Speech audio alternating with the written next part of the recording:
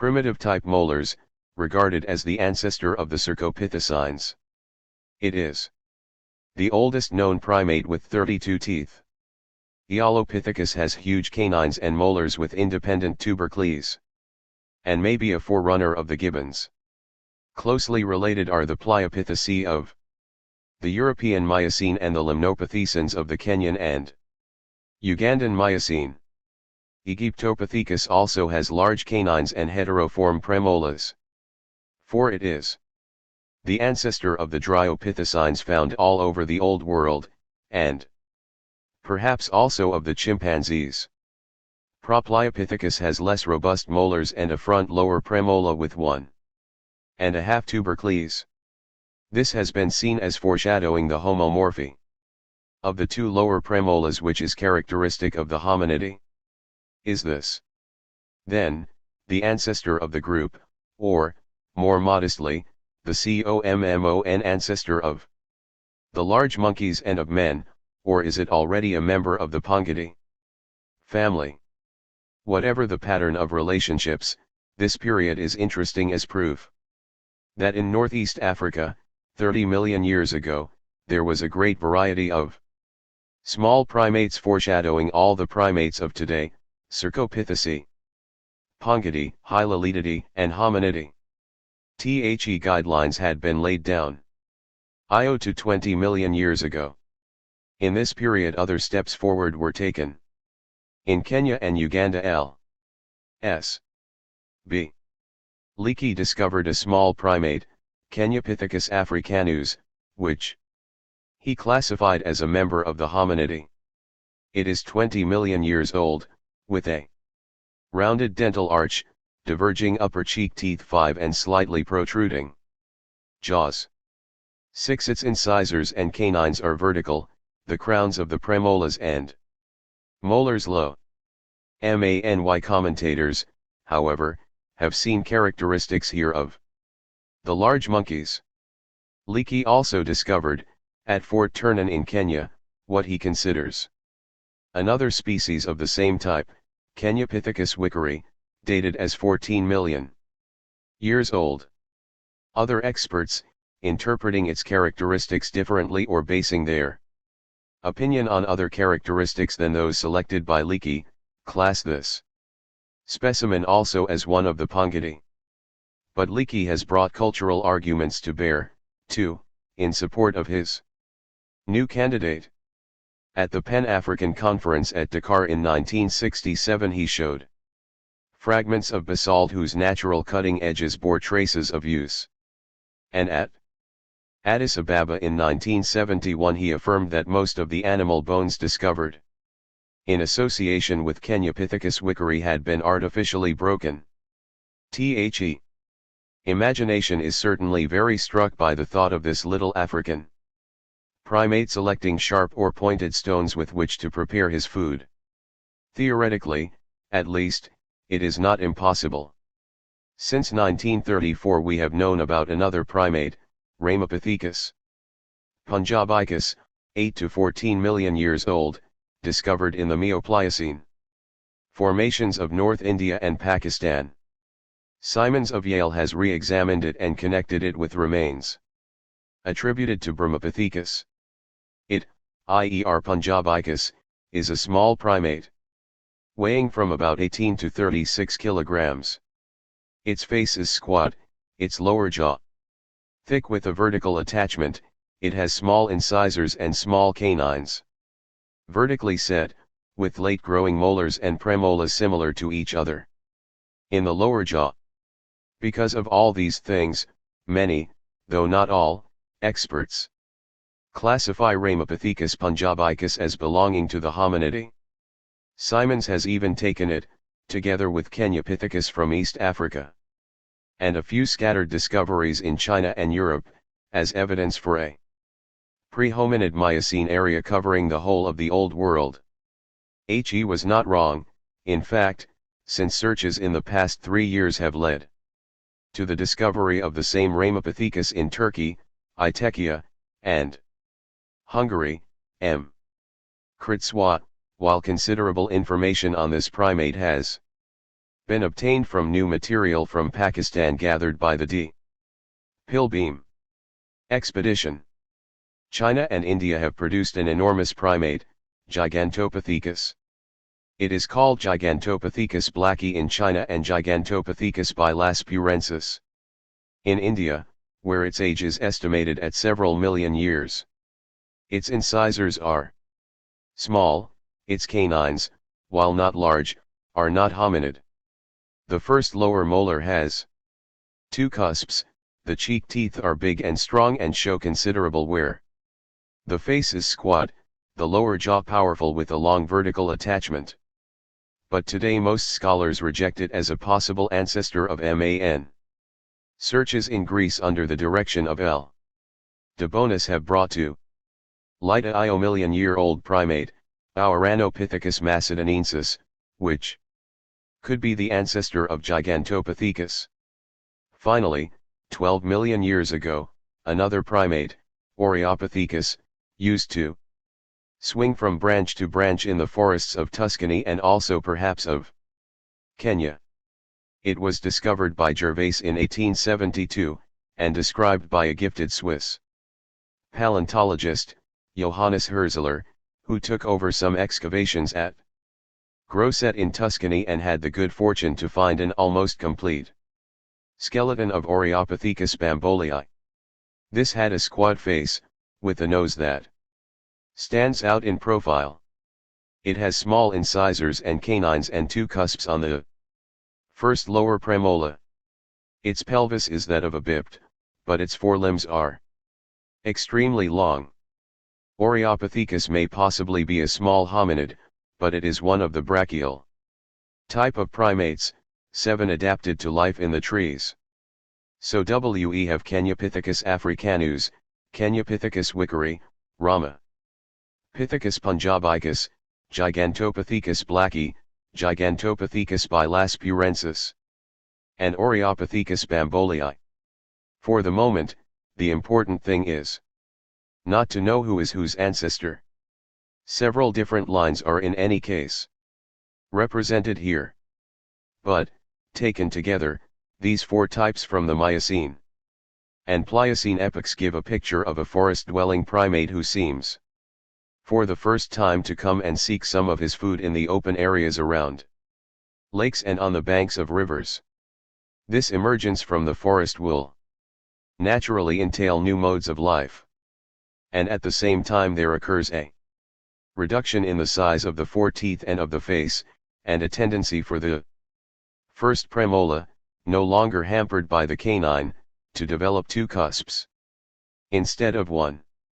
This is a foreshadowing of the conquest of the plain, and, at the same time, of bipedalism, walking on 2 feet. 8. 10 to I million years ago. From the Pliocene to the Pleistocene epochs, between 10 and 1 million years ago, we find ourselves in the presence of the Australopithecines, a group at once very varied in form and very localized. A brief account of their discovery will help us to see both their history and their geography. Chronology. It was in 1924 that Professor Raymond Dart described and named the first Australopithecus. It was the skull of a child of about 5 or 6 years old, found in the breccia of a cave at Tong in Bechuanaland. From 1936 on, this discovery was followed up by many others made by Professor Dart and Professor Philip Tobias in 4 caves in the Transvaal: Sterkfontein, Swartkrans, Kromdra near Johannesburg, and Makapansgat near Potgietersrust. In 1939 a German professor, L. Cole Larsen, extended the distribution of Australopithecus to East Africa by discovering a jawbone at Garasi or Layatalil to the northeast of Lake Eyasi in Tanzania. Work has recently been resumed on this deposit by Mary Leakey with considerable success, since she has discovered a very interesting series of fossil hominidae which can probably be related to the Australopithecines. Then came the celebrated researches of the Leakey family in the gorge at Olduvai in Tanzania. Since 1955 they have produced nearly 70 specimens attributable to the hominidae, some of them very remarkable. In 1964, R. Leakey and G. Isaac brought the number of sites in Tanzania up to 3 when they found an Australopithecus jaw near Lake Natron. Then the finds shifted towards the north. In 1967 an international expedition resumed excavations at Paleontological sites in the west of the lower Omo River Valley in Ethiopia. There were 3 teams, a French team led by Professor C. Arambarg and Y. Coppens, an American one under Professor Clark Howell, and a Kenyan one directed by L. S.B. Leakey and his son Richard. These sites, discovered by French travelers at the beginning of the century, had been excavated in 1932 and 1933 by an expedition from the National Museum of Natural History in Paris, led by C. Arambarg. During its very first month the new expedition was fortunate enough to find the first Australopithecus jaw that the sites had produced. Numerous other finds followed. In the course of 9 seasons, the French and American missions made exceptional discoveries. The remains of about 400 hominidae. The Kenyan team left Omo in 1968 to explore the east banks of Lake Turkana in Kenya under the leadership of R. Leakey. In the course of 10 seasons this team collected more than 100 hominid fragments, some of them very important. Meanwhile, on the southwest shores of the same lake, an American expedition from Harvard, under the leadership of B. Patterson, was excavating 3 small sites of which 2 produced hominid remains. A team from Bedford College, London, whose aim was to draw up a geological map of the basin of Lake Baringo in Kenya, discovered 5 sites containing paleoanthropological remains. In 4 seasons, starting in 1973, an international expedition led by Maurice Taib, Yves Coppens, and Donald C. Johansson to Hadur in the Ethiopian Afar region, discovered more than 300 paleoanthropological fragments belonging to 1 or 2 hominid forms in an exceptional state of preservation. A second mission to the Afar region, as a follow-up to the first, subsequently collected a skull which can be attributed to a Pithecanthropus. Lastly, in 1975 and 1976, after 9 years painstaking excavations, Jean Chavaillon uncovered 3 interesting fragments in association with Oldowan and Acheulean industries at Melka Konchar near Addis Ababa. All these discoveries, taken together, limit the distribution of Australopithecus to the eastern and southern parts of Africa. The oldest of these sites is Ngorora, 9 to 12 million years old, in the basin of Lake Baringo in Kenya. So far it has yielded only an upper molar belonging to a hominid of unidentified type, but high hopes are entertained for the results of future excavations. The molar is low-crowned like those of Ramapithecus, but the structure of the cusps is like that found in the Australopithecines and it may be a Sivanpithecus. A molar has also been discovered in another deposit in the Baringo Basin at Locaino, which is dated to between 6 and 6.5 million years. In this instance the find consists of a rearmost lower molar very similar to that of Australopithecus. At Lothagam, southwest of Lake Turkana in Kenya, Patterson discovered a fragment of lower jaw with a tooth embedded in it. The form suggests an Australopithecine, and related vertebrates also found point to a Pliocene age that may be placed from 5 to 16 million years ago. Other sites in Kenya, Cameron in the basin of Lake Baringo and Konapoi in that of Lake Turkana, have yielded a hominid temporal bone and humerus respectively. The Laetalil deposit in Tanzania was dated from at least 3,500 years. ago. Its fossil hominidae are remarkably comparable to those collected at Hadur in the Ethiopian Afar, which are datable to between 2800,000 and 3200,000 years ago. THEOMO sites consist of sedimentary stratum nearly a mile in depth, made up of a succession of fossil-bearing sands, clays, and volcanic deposits which can be dated with certainty. It has been worked out that the strata range from over 4 million years old at the bottom to less than 1 million years old at the top. The hominid remains are found from the 3200,000 level to the top. In other words, continuously over more than 2 million years. The hominid-yielding sites east of Lake Turkana stretch over the period between 3 and 1 million years ago. Comparison of fauna has recently given an estimated age of 2 to 5 million to more than 3 million years for the oldest caves in South Africa, Makapansgat, Sterkfontein, producing Australopithecine remains, but this date is still much disputed. The Olduvai Gorges in Tanzania produce remains of hominidae and their activities throughout the 100 yards or so of the deposit, dated as being 1,800,000 years old at the base. TWO other late South African caves with Australopithecine remains, Swartkrans and Kromdra, are about the same age as the oldest levels at Olduvai, or even a little older, 2 to 5 million years. Probably the youngest Australopithecines have come from Chisoangia in the Baringo Basin in Kenya, the Lake Natron site in Tanzania and perhaps the Tongbretia in South Africa. They are scarcely more than a million years old. The Australopithecines therefore seem to appear about 6 or 7 million years old, and to disappear about a million years ago. What have these sites given us, then? Several kinds of hominid, some contemporary with one another. One is called Australopithecus robustus, or Paranthropus, or Zinjanthropus. Another is called Australopithecus gracilis, or Australopithecus proper, or Pilstanthropus or Paraustralopithecus. A third is called Homo habilis, or Australopithecus habilis. A fourth is called Homo erectus, or Tilanthropus, or Meganthropus. Australopithecus robustus. This has been found in caves in South Africa from 2 to 2*5 million years old.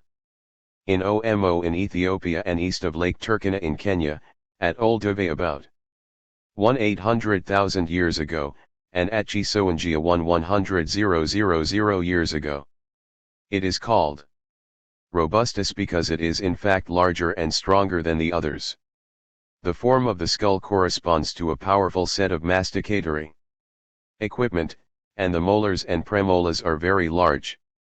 There is a strong lower jaw, well-set muscles for chewing, a powerful zygomatic arch, 9 and a marked sagittal ridge for the temporal muscles. There is no forehead. The face is high and flat and the 4 teeth small to facilitate lateral chewing movements. The lower jaw has therefore a very high attachment, to augment the masticatory action of the masseter and pterygoid muscles. The body is stronger than that of the other species of Australopithecus. It is about 1 to 5 meters tall, and its weight is estimated at between about 36 and 66 kilograms. It was not perfectly adapted to walking on 2 feet, the apophysis of the femur is small and its neck long. Brain size is estimated at 530 cubic centimeters both for the Swartkrans and for the Olduvai. 9. The zygomatic arch is the skull bone joining the forehead to the face. 10. The sagittal ridge is a bone growth on the top of the skull forming a ridge similar to the crest of a helmet. 407. Specimens. The development of the cerebellum is to be noted. It may indicate increased control of movement, for example, manipulation and locomotion. Australopithecus gracilis comes from Makapansgat and Sterkfontein in South Africa, and is also thought to have been found at Omo in Ethiopia, Garasi or Laetalil in Tanzania and Lothagam in Kenya. It is said to have been just over 1 to 2 meters tall and to have weighed from just under 18 to just over 32 kilograms. The face is more prominent than in Australopithecus robustus. The eyebrow ridges 1-1 are fairly developed and support a comparative developed forehead. The incisors are spatulate and set vertically, the canines small and similar to incisors. The cheek teeth diverge to form a parabolic dental arch, and are large, with round cusps and thick enamel, and worn right down. Even if this Australopithecus had a more varied diet than Australopithecus robustus, it must still have been basically vegetarian. The thickness of the lower jaw and the enamel, the wearing of the teeth down to the gums, the shortness of the face and the size of the premolars and molars all indicate a powerful masticatory system. The teeth are late in cutting, and this, together with the thickness of the enamel, signifies adaptation to a longer adolescence and to a longer life.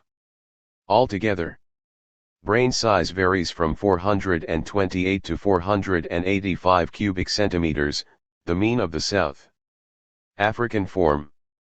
The long bones, especially the humerus and scapula, are reminders of ancestors who swung from branch to branch. But Australopithecus gracilis is a permanent biped.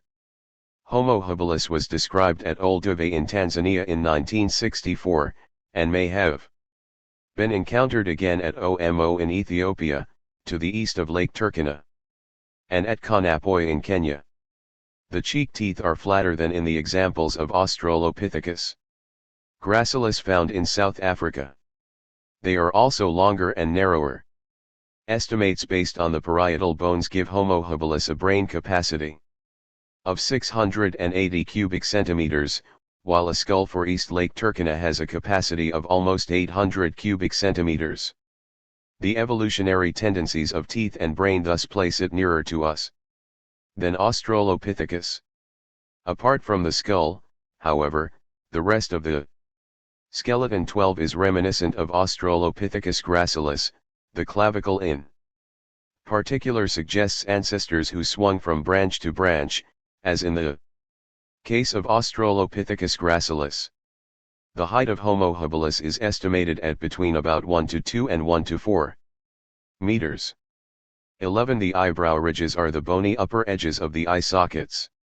12. Postcranial skeleton is the term used for the whole skeleton minus the skull. 408. Homo erectus. Finally, at Zwartkrans in South Africa, 2 to 5 million years old, at Olduvai in Tanzania, 1 to 5 million years, and east of Lake Turkana in Kenya, 1 to 5 million years, at Melka Koncher, at Bodo, in Omo in Ethiopia between 500,000 and 1,500,000 years, excavators have discovered what they call Homo erectus, that is, hominidae more advanced in the scale of evolution than any of those that went before. In 1949, at Zwartkrans, Broom and Robinson isolated some bones which they attributed to a more hominid form called Telanthropus capensis. In 1957 Robinson had the idea of attributing it to the Pithecanthropines and labeling it Homo erectus. In 1969 R.O.N. Clark, Howell, and Brain, handling the Zwartkrans specimens, noticed that the skull of the Australopithecus robustus, SK 847, fitted perfectly on the upper jaw of Telanthropus. This combination produces an interesting picture confirming Robinson's suppositions. A prominent eyebrow ridge 13 is surmounted by a receding forehead, corresponding to the lack of forehead in Australopithecus robustus. The skull has large frontal sinuses. 14. Post-orbital constriction 15 is fairly marked.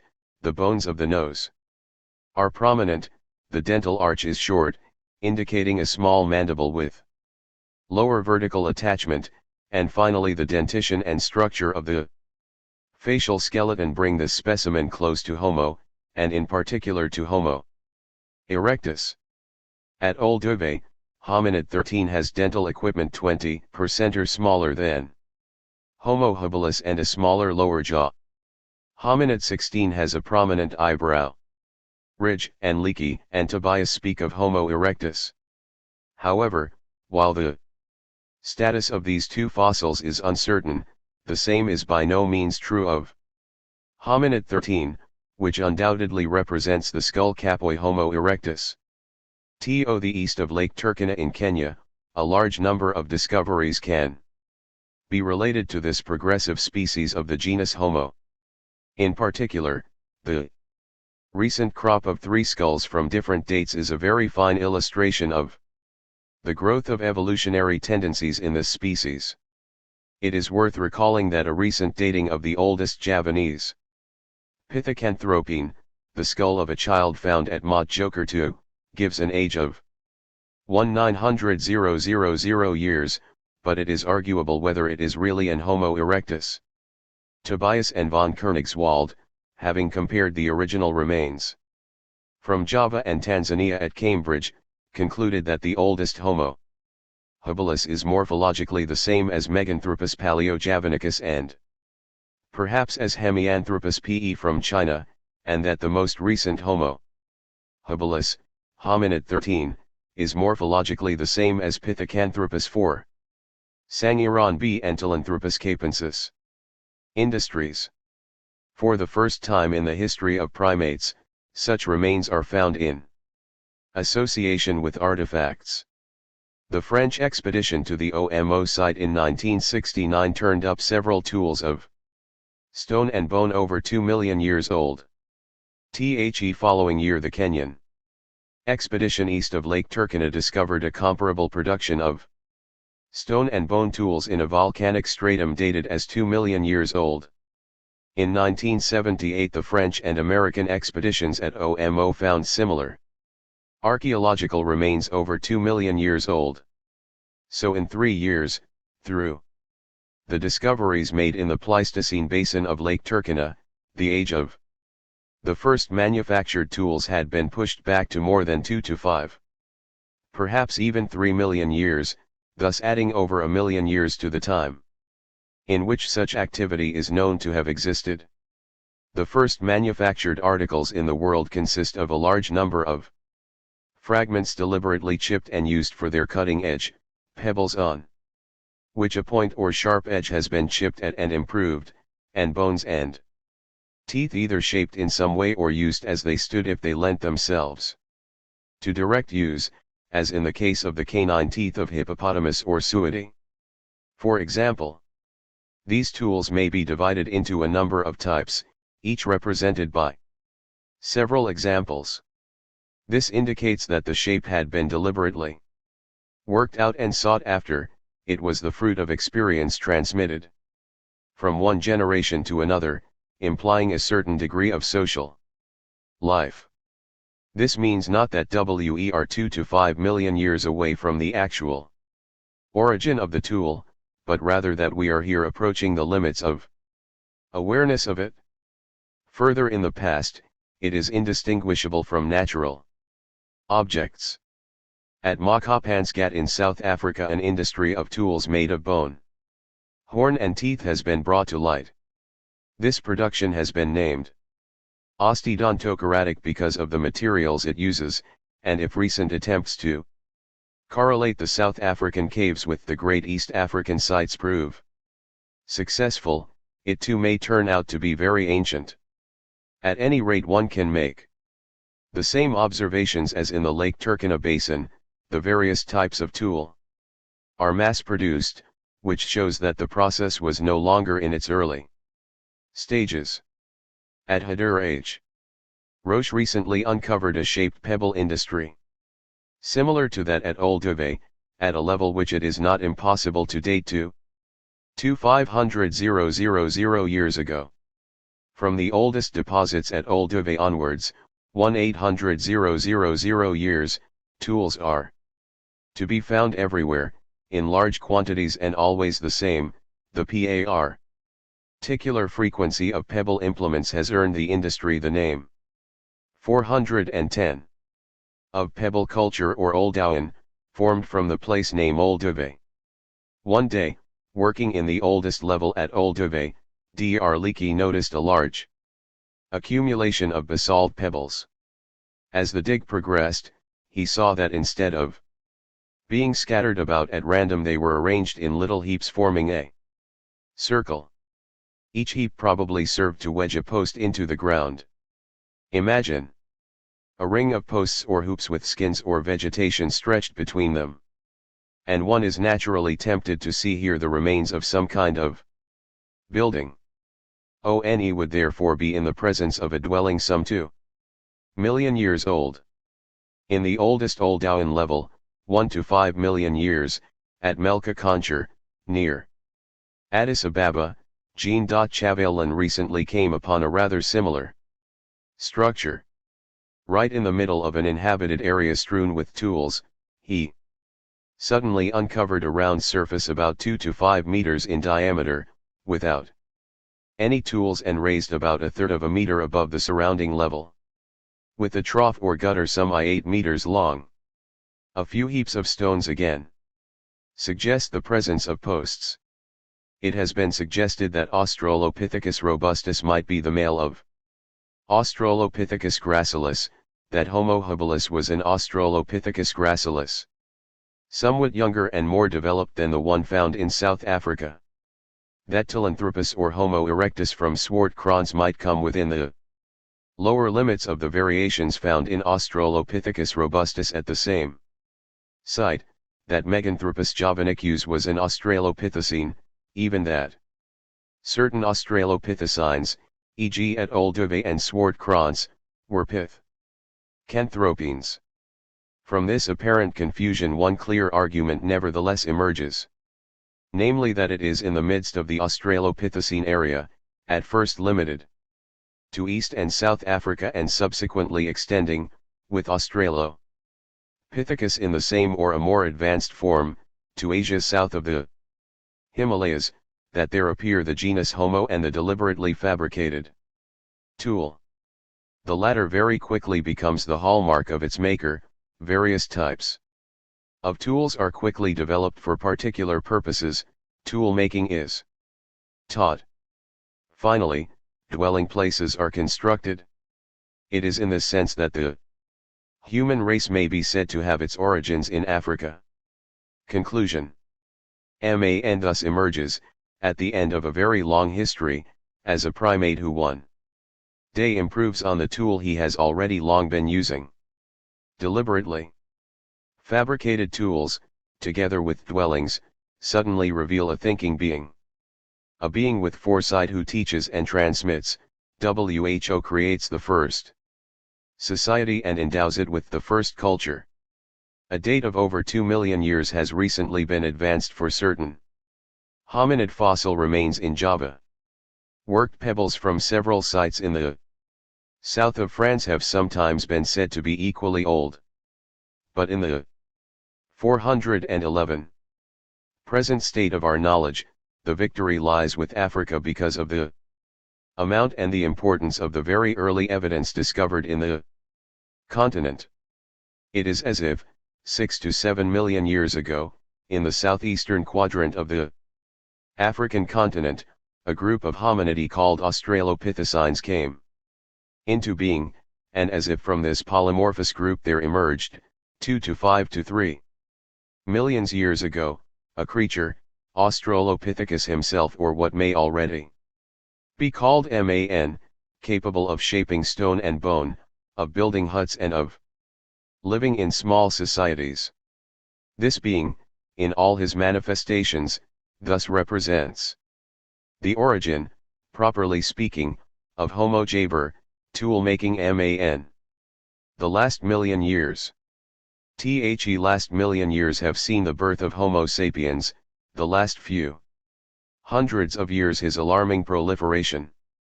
It took 115 years for the World's population to rise from 1 to 2,000 million, in a further 35 years it rose from 2,000 million to 3, in the last 15 years from 3 to 4,000 million, and the acceleration continues. Part 250. Below The archaeological data. The prehistorian approaches the problem of hominization in Africa from a point of view somewhat different from that of the paleontologist.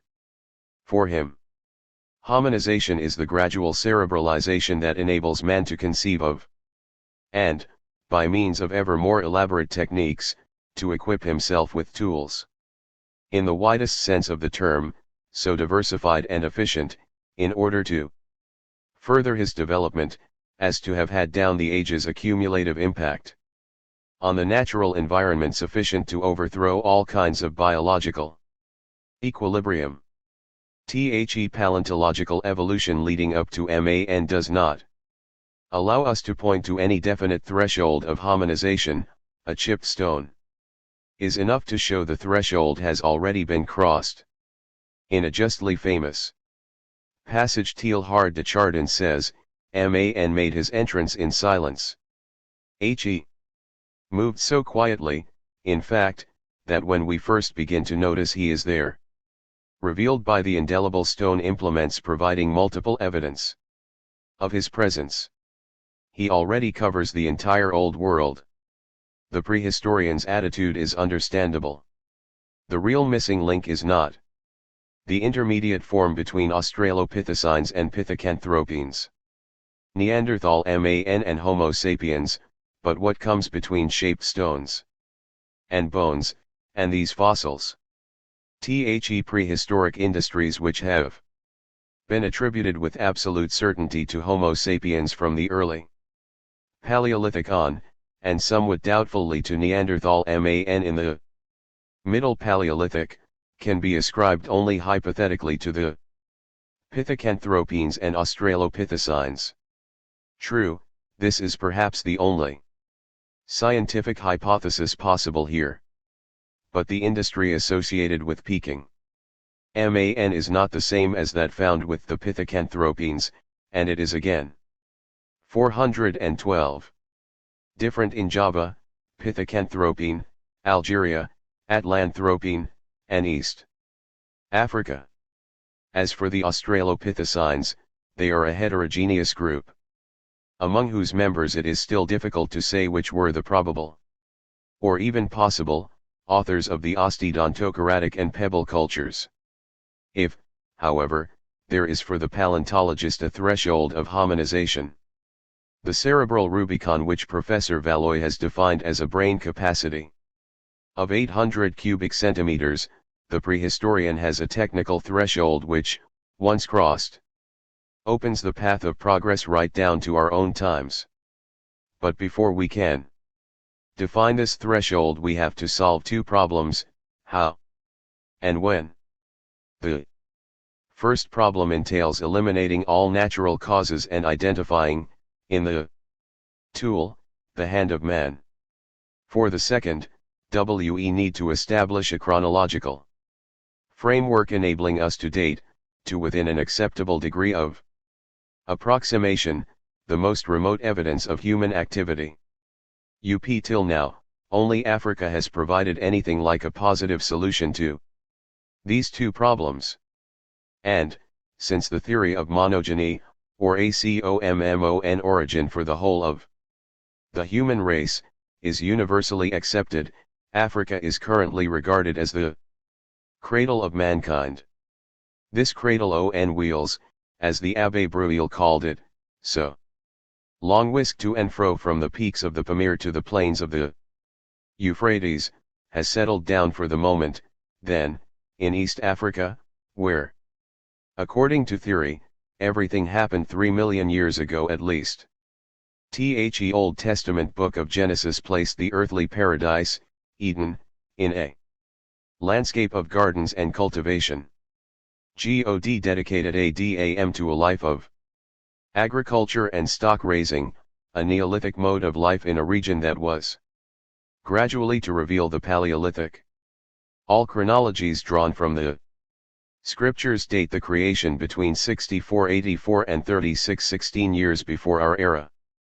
The Near East may well have been one of the most ancient, if not actually the oldest, center of Neolithization. But it is no longer possible to call it the cradle of mankind. Man made his entrance in silence, and it was the stones he shaped that long afterwards betrayed his existence. The human race made no disturbance in nature when it first appeared. We see it emerge phyletically, exactly like any other species, teal-hard. So the prehistorian's responsibility is an enormous one. By identifying the earliest perceptible traces of human activity, he does what paleontology is powerless to do. Through tools, he identifies man. The prehistorian of Africa must begin by answering three questions. 1. Are tools the true criteria of hominization? 2. Do they enable us to locate the beginning of hominization? 3. Insofar as they have survived at all, can they be identified with certainty? 1. The data for the solution of this problem come largely from Africa. The Abbé Bruel, struck by the behavior of certain animals, told me towards the end of his life that he doubted whether tools really marked the 413 crossing of the threshold of hominization, and if it might not be better to take art as a criterion. This would amount to distinguishing Homo truly T. sapiens / the painter of Lascaux, our direct ancestor, from an earlier series of diligent beings, known as Homo faber. As Madame Tetri has shown, the use of tools other than the natural tools, which form part of the body, is not peculiar to man, or even to the primates in general. This is proved by the digger wasp and the tailor ant among the insects, the Galapagos finch, the gull, the vulture, the buzzard, and the song thrush among the birds, by the beaver and the sea otter, and by many other examples. Among the primates, the chimpanzee is closest to man. In its daily life it uses tools and weapons to defend itself against such enemies as snakes. And a fear or defense reflex will lead it to pick up sticks and brandish them. 1-6. This behavior, already observed in zoos and other forms of captivity, was also studied, between 1964 and 1968, in game reserves in Tanzania.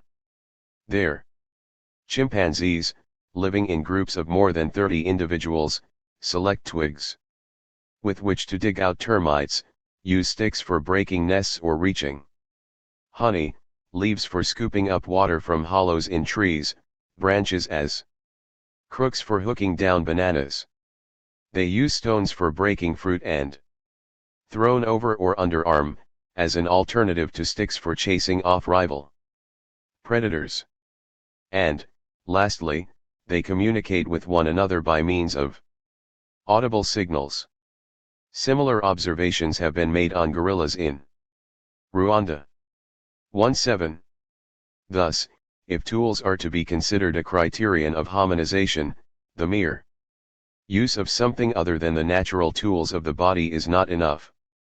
There has to be a deliberate transformation of the object used, a concept which makes possible an affirmative answer to our third question, though not to our second. 2. Tools do not make it possible for us to locate the beginnings of hominization. In the first place, only fossilized bones and stones have come down to us. Without going out of our way for far-fetched ethnographical examples, we may remind ourselves that a human group can perfectly well get all its implements from the vegetable world. The classic example are the Mancopes of the Andaman Islands. And it is as probable as it is incapable of proof that on the wooded plains of the African plateaus, trees provided the first hominids with their first tools. Even as regards fossil bones and teeth, Dart antedated these by attributing to the Australopithecines of the Transvaalan industry based on bones, teeth and horn, which he called the Osteodontocratic culture and which was long disputed, we shall return to it. Within the pebble culture, R. van Rietlo distinguished between split and trimmed pebbles, the first of which, pebbles that have merely been broken, have come to be generally regarded with skepticism. Certainly, if a pebble picked up and thrown by a human hand retains no discernible trace of its being put to this use, a split pebble can easily be just the work of nature. 16 ca. June 1967. 17 Nat. Geography. SOC, Washington, D.C., October 1971. 414. Waterfalls and waves produce stones that are indistinguishable from those split open by man. The supposed Kafouan industry did not survive scrutiny of this kind. The text already partly quoted from Teilhard de Chardin contains some big mistakes and a very serious omission. The passage reads, more fully. Man made his entrance in silence. He moved so quietly, in fact, that when we first begin to notice he is there, revealed by the indelible stone implements providing multiple evidence of his presence, he already covers the entire Old World from the Cape of Good Hope to Peking. Already, certainly, he speaks and lives in groups. Already he makes fire. And isn't this, after all, exactly what we ought to have expected? Every time some new living form arises before us out of the depths of history, do we not know it arises fully formed and that it is already legion? But Homo loquens does not really seem to have appeared until the time of the Pithecanthropines, nor before them, at least not in Africa, is there any reliable evidence of the fire mistakenly attributed to Australopithecus / Prometheus, and the indelible stone implements from Olduvai certainly do not indicate a beginning. The variety of form, their number, the deliberateness with which they are reproduced, suggest the completion of a process rather than a beginning. It was the prehistorians of Africa who wanted those extra million years before Bedi et Olduvai which Omo and Kubifora have recently made available to them. And even that does not satisfy us. 3. So we must apply ourselves to solving the third problem, which is to prove human intention in the most rudimentary and simple tools. Only Africa provides material abundant enough for this. There are two main areas of inquiry, bone and stone. A. The Osteodontocratic industry. The hypothesis suggested by Dart in 1949 was examined by Donald F. Wolberg in Current Anthropology. February 1970. The Abbé Breuil, examining the bones found with the Sinanthropines at Chukoudian, had previously supposed that the Stone Age might have been preceded by a Bone Age. A Prelithic was supposed to have gone before the Paleolithic. Before 1955, when relevant remains were found in South Africa, and before 1959-60, Olduvai, Tanzania, 1969. Omo, Ethiopia, and 1971, Lake Turkana, Kenya, there was no evidence of stone manufacture in association with Australopithecine sites. Instead, Dart proposed an Osteodontocratic culture based on bones, teeth and horn. Unfortunately, there is no reliable chronology, either relative or absolute, for the Australopithecines of South Africa, though usable chronologies do exist for those of Ethiopia, Kenya, and Tanzania. Dart, who maintained the existence of his bone industry from 1949 to 1960, based his argument on the examination of baboon and Australopithecine skulls, selection rather than chance, having seemingly accounted for the collection of bones found at Makapansgat. There were, for example, 336 humerus bones to 56 femurs. And on cervical vertebrae, which, with cattle skulls, represented 56% of the total collected. According to Dart, the animal bones found in the 415 Fig 17.I paleontological data. Breccia of the caves in which Australopithecine was found were refuse. Debris from the kitchen of a hunter-predator WHONOW that he stood upright. Could use his hands to wield tools and weapons. After examining 50 baboon skulls and 6 Australopithecine skulls, Dart declared that 80% showed traces of lesions, caused by blows. Blows were usually struck from in front, and some were dual, indicating two-headed weapons. At Makapansgat many ungulate humeruses bore traces of having 416 been worn down before fossilization, while the other long bones were intact, from which Dart concluded that the typical weapon of the Australopithecine was a bone club, preferably an ungulate humerus. Hunter also used jaw bones. Spiral fractures in humerus or shin bones were held to be due to torsional stress and also to imply the agency of the human hand. This had already been suggested by Breuil and Teilhard Chardin in connection with the Sinanthropine sites at Chukoutian. A fossilized gazella gracili horn embedded in an antelope's femur and fixed there by calcite thus indicated human action of some kind, whether it was a tool used to split the femur or a tool of which the femur formed the handle. A similar interpretation was given to a hyena skull with the heel bone of an antelope thrust between the brainpan and the zygomatic arch. All this presupposed an osteodontoceratic stage, first Prelithic, then Paleolithic, leading first to the pebble culture and then to biface industries. This would certainly constitute a beginning of a cultural implemental activity. Such a theory was bound to give rise to heated arguments as to which was the hunter and which the hunted. SOME experts considered all the bones, including those of the Australopithecines themselves, to be mere remains left over from the gorgings of carnivores. Others thought they were refuse that had accumulated in hyenas' lairs, though this does not correspond to that animal's habits. Others attributed it all to porcupines.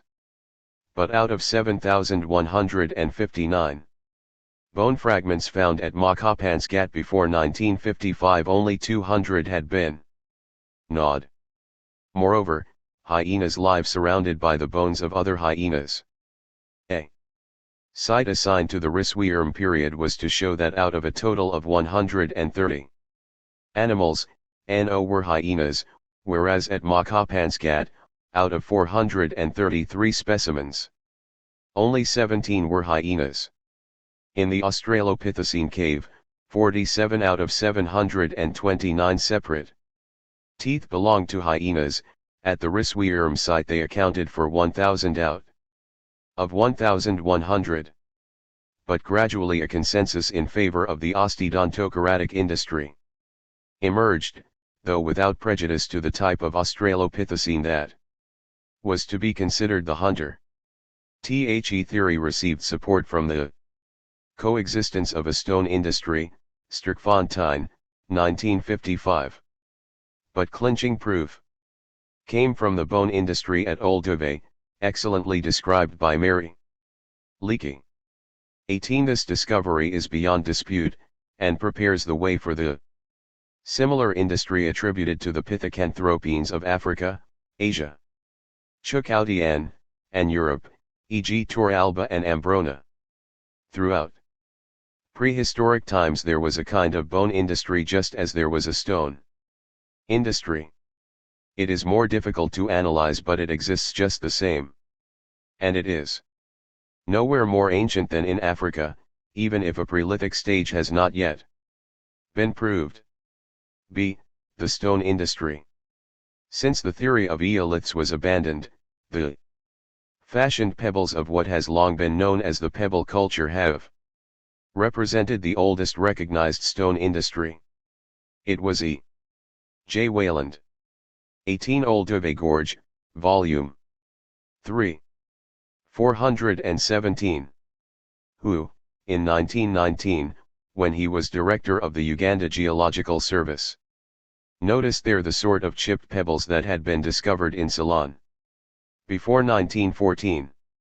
In 1920 he invented the terms pebble culture and Kafuan culture, the latter from the name of the river Kafu, and by 1934 had distinguished 4 successive stages. It was Wayland who in 1936 suggested Oldowan as a name for the advanced pebble culture of the Olduvai Gorge in Tanzania. In 1952 Van Ryetlow attempted the first technical and morphological classification of the pebble culture. But it was from H. Movius, and from Asia, that the first real definition of forms came, in 1944. With the introduction of the terms chopper, chopping tool and hand axe. Gradually the prehistorians of all Africa, though not always those of Europe, were convinced, Algeria, C. Arambarg, Morocco, P. Biberson, the Sahara, H. Huget, H. Ahmen, J. Chavalin, Shaba, Mortelmans, and so on. Morphological classifications based on chipping techniques were put forward by such experts as L. Ramendo and P. Biberson. TWO things emerged immediately. First, the pebble culture was too complex, with forms too varied, rigid and systematic, to represent the actual beginning of stone industries. Secondly, the pebble culture contained, in potential, all the possibilities which would lead to the classic biface and hand axe industries of the lower Paleolithic in Africa. We shall dwell on the first point only. Because of the complexity of the pebble culture and its distribution, the prehistorians of Africa wished to establish a longer chronology than that itself arrived at with such difficulty, which allocated 1,000,000 years to the quaternary dating of the Olduvai industry by the potassium-argon method, 1/850,000 to 1/100,000 years for bed 1, was backed first by the dating of the OMO chopping tool, between 2/100,000 and 250,000, and soon after by that of the site at Lake Turkana, 2/600,000. But this last, though it did include a great number of chipped pebbles, did not all belong to the pebble culture. It was an industry of fragments. In 1972 other fragments, perhaps less conclusive ones, were found at OMO. One may therefore wonder whether the fashioning of pebbles into pebble tools was not preceded by the use of fragments knocked off some block of raw material. But at that point we come to the last possible non-natural explanation. If the marks of working are not clear, if we have to put the emphasis on improvement, we come face to face once more with the old problem of eoliths. So we come to what is inexplicable except by the intervention of a hominid. But then where do we stop? The boldest limit has been reached by Louis Leakey. WHO attributes bone-bashing activities to Kenyapithecus, suggesting that he employed a lump of lava battered and bruised by use, and a long bone with a depressed fracture. 19. At this point, at their origin, the problem of the bone industry and that of the stone industry become the same. No further technological or morphological proof is possible. There is no classic mark of human action. 19 LSB Leakey, 1968. 418. The only positive argument is in fact the inexplicable presence of flakes with the remains of Kenyapithecus, but even Elusus naturae, a sport of nature, is eliminated, that does not rule out the possibility of use by some pre-hominid anthropoid ASWE have seen, the observed behavior of chimpanzees may support such a possibility. For the prehistorian of Africa, the tools of bone and stone bear witness to a cerebral process of hominization that was in progress 2.5 million years ago. But that was not when it began. Glossary. Abbevillean industrial complex defined by H. Breuil at Abbeville, in the Somme Valley, northern France. It is characterized by the existence of bifacial tools which have been chipped with a hard hammer stone to remove large flakes. This complex was defined in Europe, where it corresponds to the beginning of the Lower Paleolithic. See also Cheline. Acheulean from Saint-Acheule, in the Somme Valley, northern France. This is the main cultural complex of the Lower Paleolithic, and it lasted from the Mindel glaciation to the end of the Rissworm interglacial stage. The most typical feature is a bifacial tool that is more regular than the Abbevillean and is chipped with a soft hammer made of wood or antler. Neolithic, from the Latin annos, bronze, and the Greek lithos, stone. Prehistoric period in which copper was first used. Amazonite, a green-colored variety of microline. Amirian Moroccan continental cycle contemporary with the Mindel stage in Europe. Anphasian from Anfa, in Morocco. The third quaternary marine transgression in Morocco. Aterian from Bir El Ader, in eastern Algeria. North African Paleolithic industry. Between the Mousterian and the Capsian. It consists of tanged points and scrapers. And a few foliate points. Aterian developed throughout part of the WURM period and is probably partly contemporary with the Upper Paleolithic in Europe.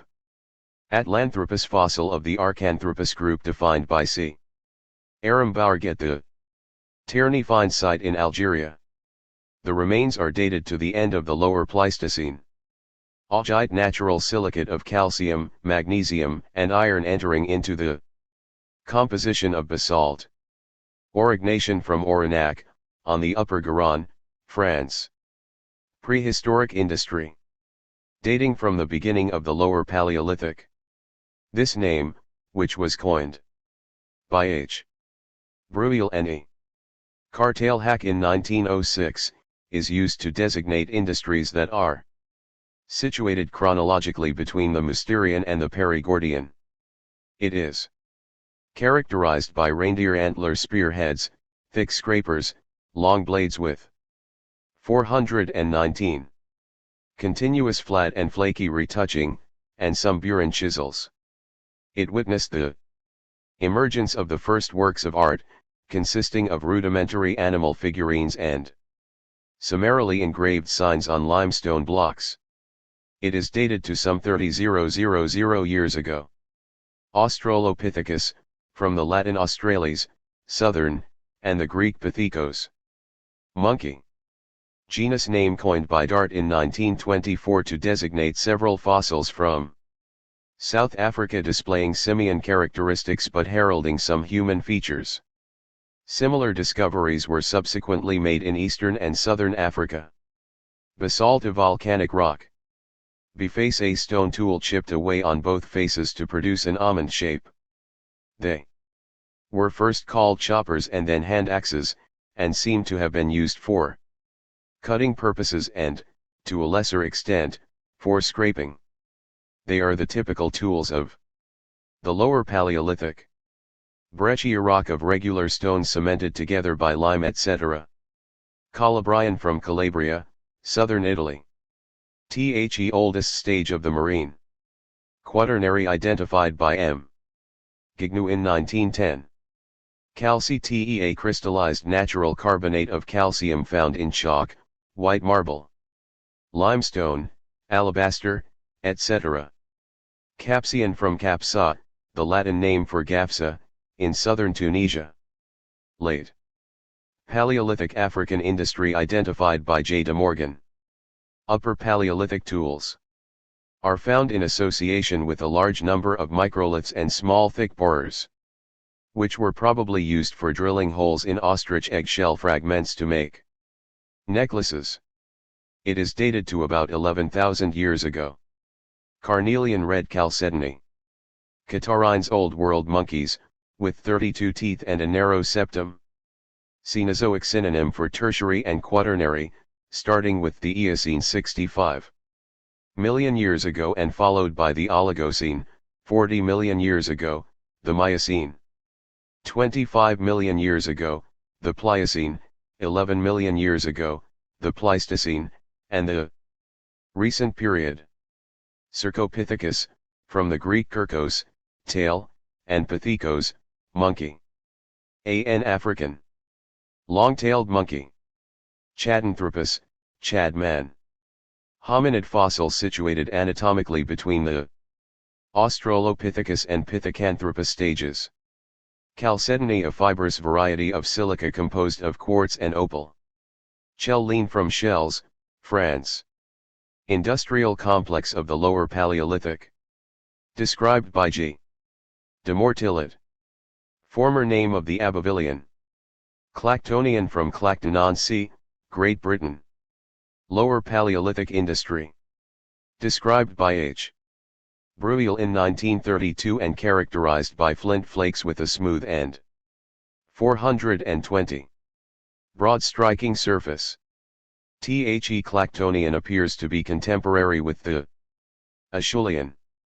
Cleaver, massive flake tool with a sharp cutting edge produced by striking two surfaces against each other. It is typical of the African Acheulean but is also found in early and middle Paleolithic industries at several sites in southern France and Spain. Diabase rock of the gabbro and diorite family, often green. Diorite coarse-grained rock. Discoid late Acheulean disc-shaped stone tool chipped on both edges. Dolerite rock of the gabbro family with the constituent minerals visible to the naked eye. Eocene, first period of the Tertiary era, dating to 65 to 45 million years ago. Epidote, natural hydrated silicate of aluminium, calcium, and iron. Smith place name in the Orange Free State, South Africa. Lithic industry. Comprising scrapers and points with single edge trimming, bifaces and small axes. And corresponding to the Middle Paleolithic in Europe. Galena, natural sulfide of lead. Gamblian, fourth African fluvial defined around lakes Nakuru, Naivasha and Elmansida in Kenya. Contemporary with the Wormian period, but the term is no longer used. Guns, from the name of a river in Germany. The earliest quaternary alpine. Glaciation. Hematite, natural ferric oxide. Handaxe, an almond-shaped stone tool trimmed on both edges, used for digging and skinning purposes. A synonym is biface. Haraunian, The fourth quaternary marine transgression in Atlantic Morocco. Holocene, The most recent period of the quaternary beginning 10,000 years ago. Hominid, zoological family of the higher primates represented by fossil and present-day man. Homo, genus name in the zoological classification given to fossil and present-day man. Homo faber, tool-making man. Homo habilis, name coined by Leakey, Tobias, and Napier to designate fossils, whose degree of anatomical evolution stands midway between that of the Australopithecines and the Pithecanthropines. 421. Homo sapiens, term coined by C.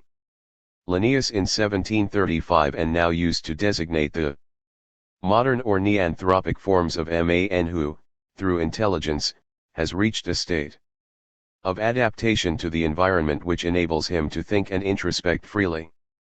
Ibero-Maurician cultural complex of the late Paleolithic and Epipaleolithic in the Maghreb, the development of which was marked by the greatly increased number of microliths and which lasted from 12,000 to 7,000 years ago.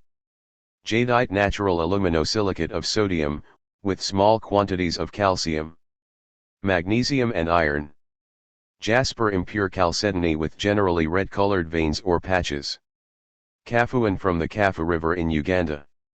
Industrial complex from the beginning of the Lower Paleolithic in East Africa, characterized by flat pebbles which have been summarily chipped but not trimmed. There is some controversy as to whether it is of human origin. Kagera from the Kagera River in Tanzania.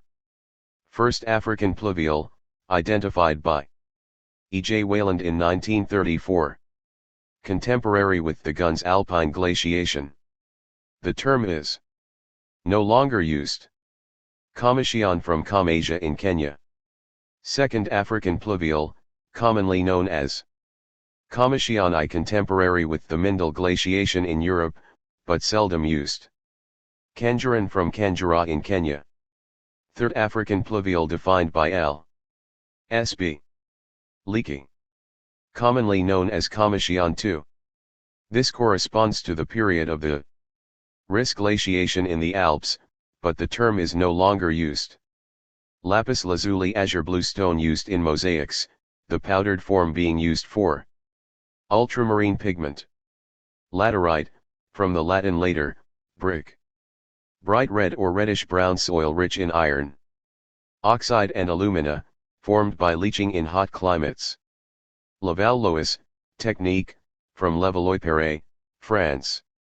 Stone-making technique. Enabling large flakes of predetermined shape to be obtained from a prepared core. Levalloisian industrial complex defined by H.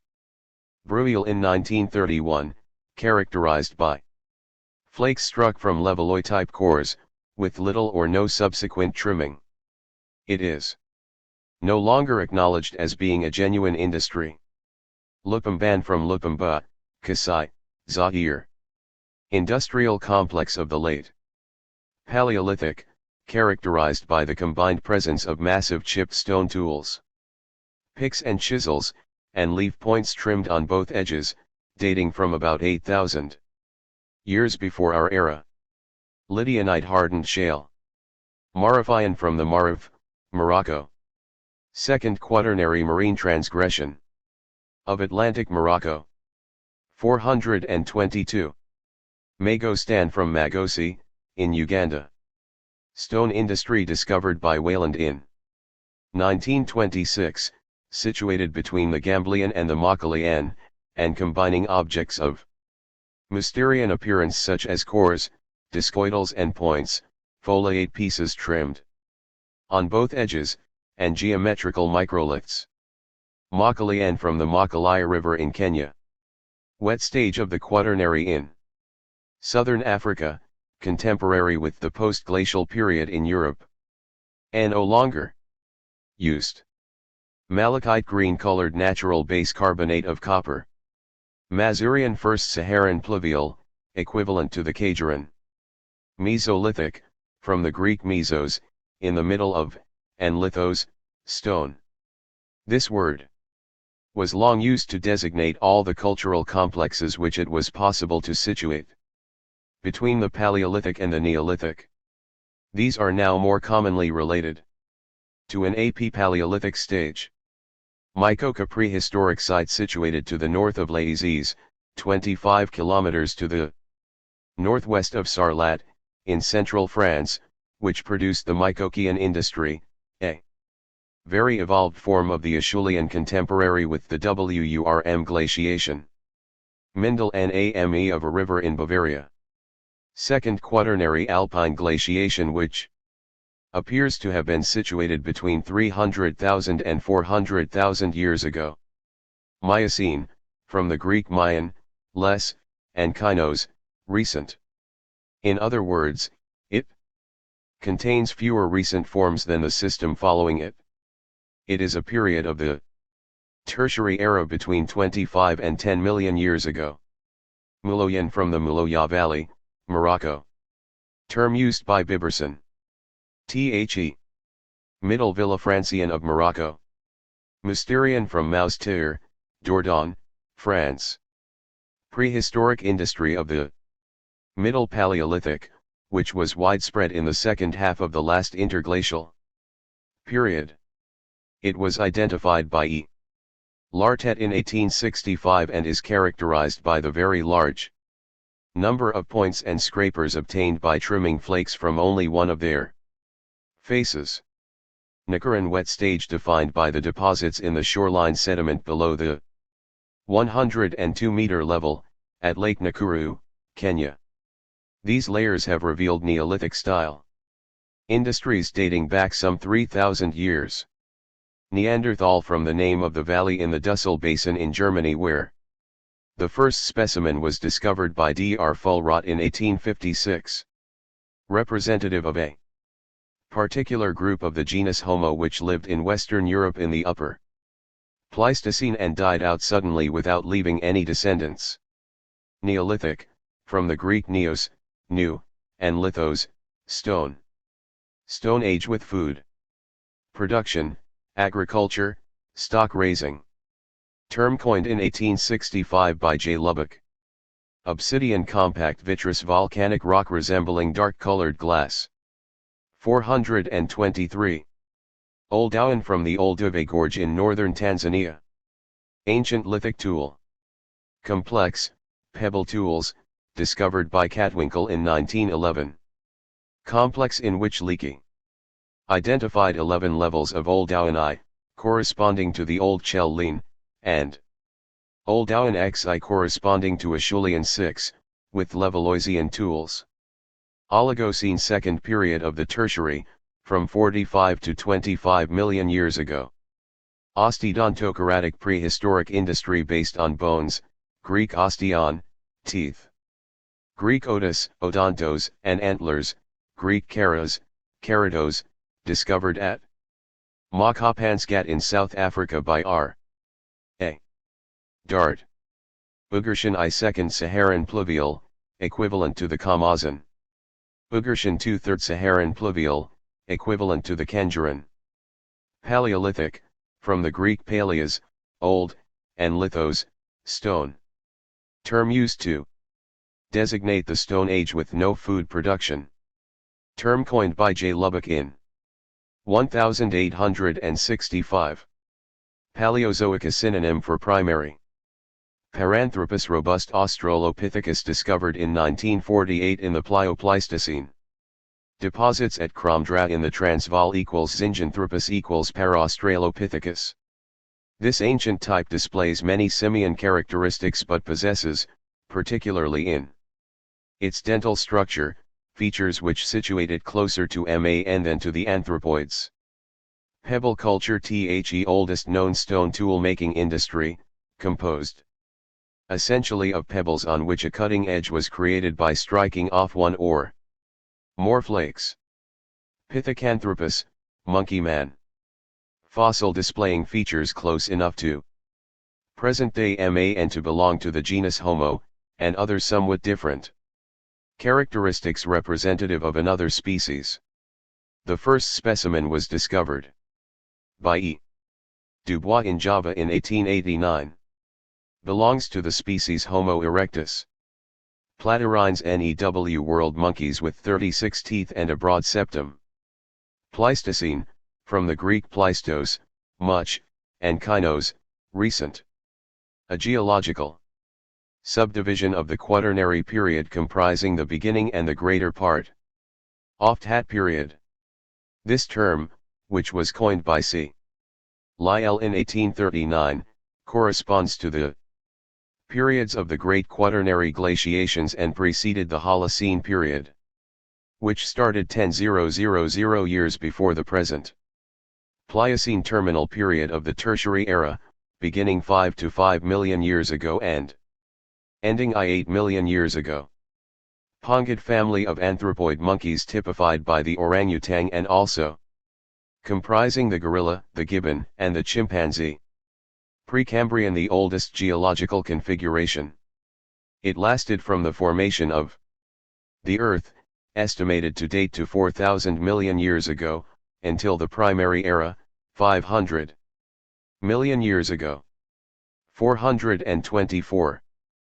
Pre-Sultanian Moroccan continental period corresponding to the end of the Ris stage and coming prior to the Sultanian, from Dars Sultan. Ramapithecus, Ramapithecus micari.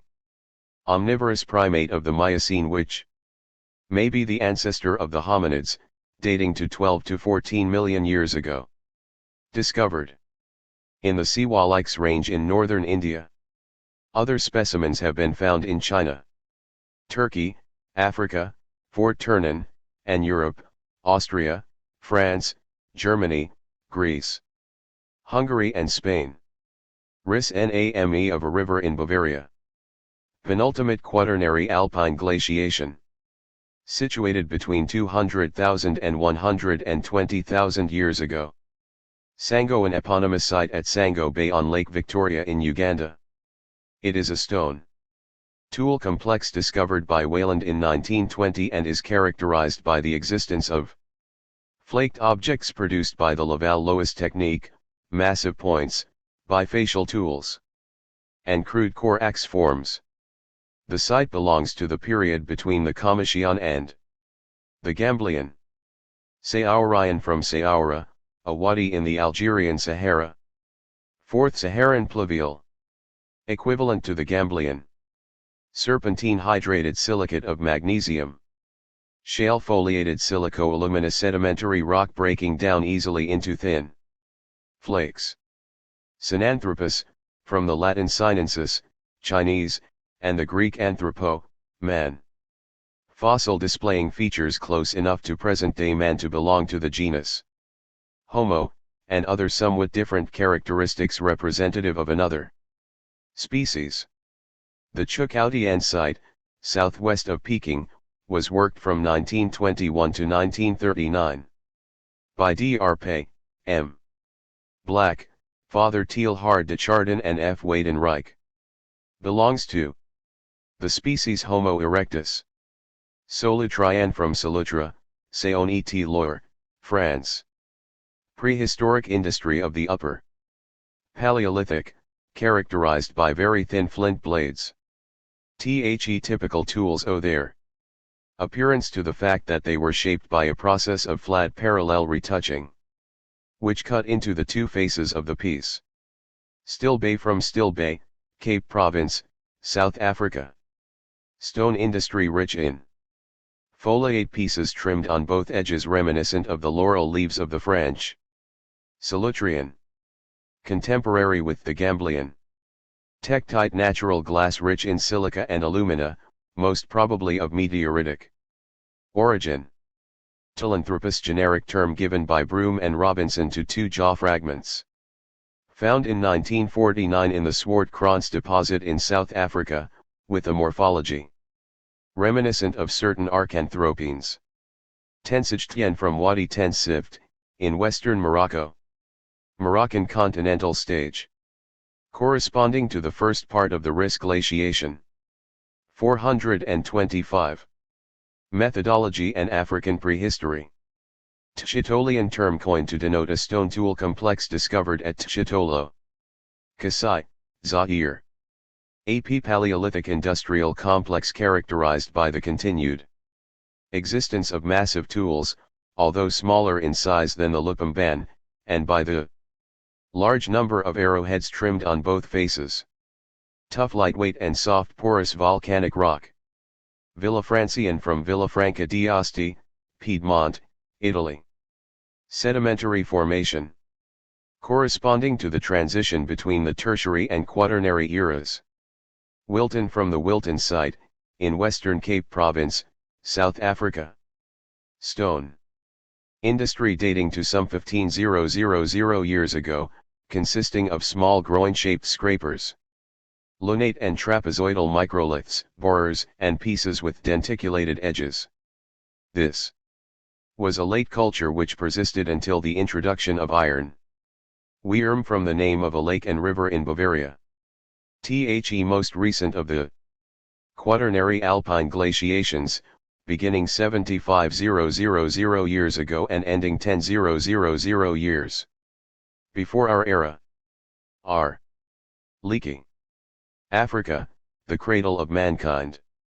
Charles Darwin was the first scientist to publish important scientific comments on the study of evolution, and he made remarks about the ancestry of man.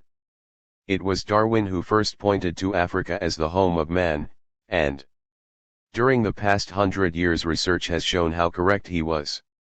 Many aspects of Darwin's pioneering work have been substantiated, and to consider evolution merely as a theory is no longer realistic.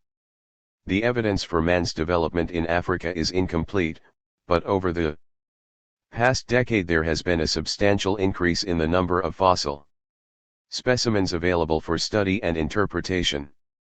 There is good evidence to suggest that Africa was the continent on which man made his first appearance and later developed upright, bipedal gait as a component of his technological adaptation. There is considerable interest in the question of when and by what processes man was able so to adapt. The evolutionary period is long, and many phases in the evolution of man may not in fact be represented by fossil specimens because these occur only in quite specific conditions.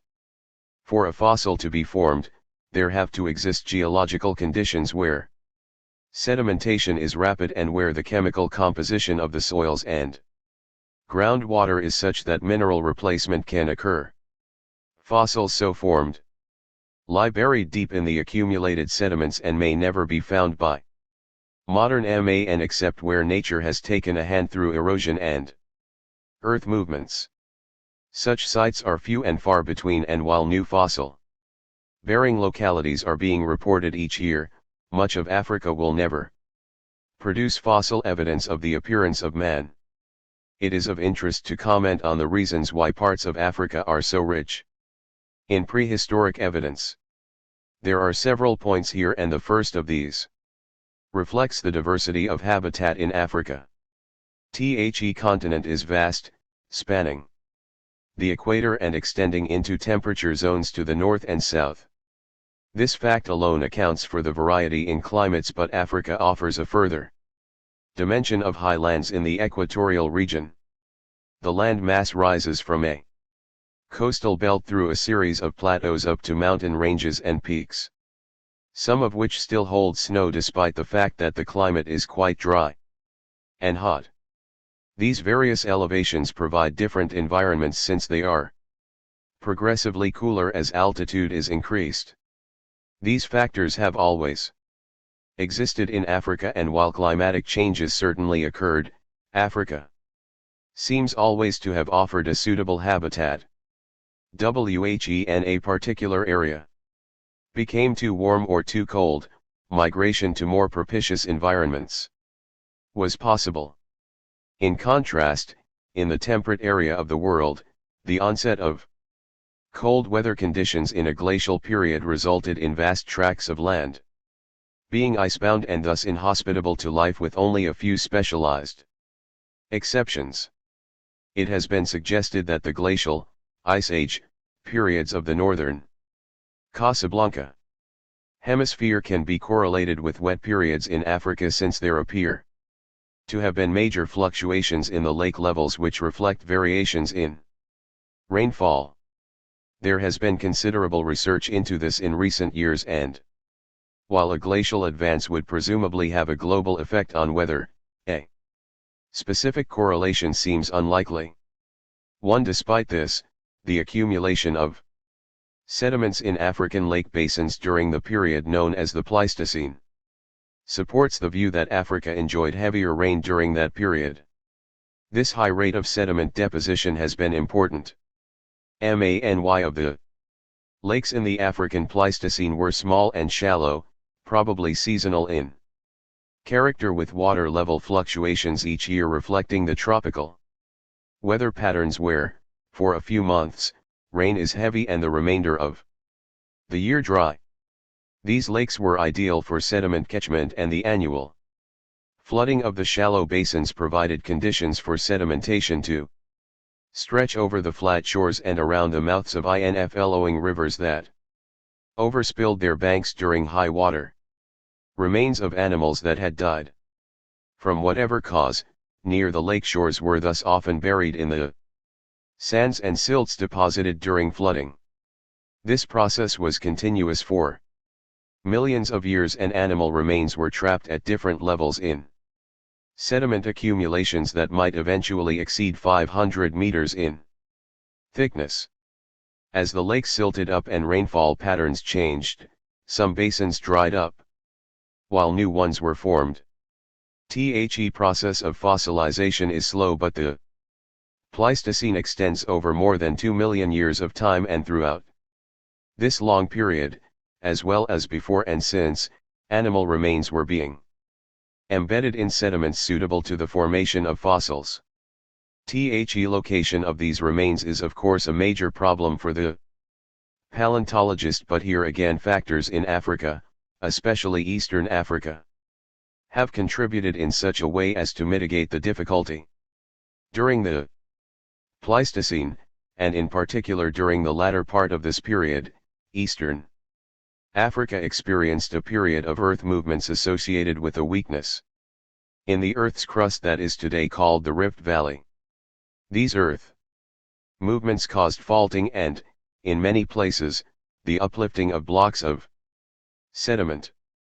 Subsequent erosion has exposed strata in which fossils were formed, and the search for fossil remains is usually concentrated in ancient lake basins where sedimentary formations have been faulted and exposed as badlands. There are exceptions, and the very important collection of hominid remains from southern Africa is a case in point.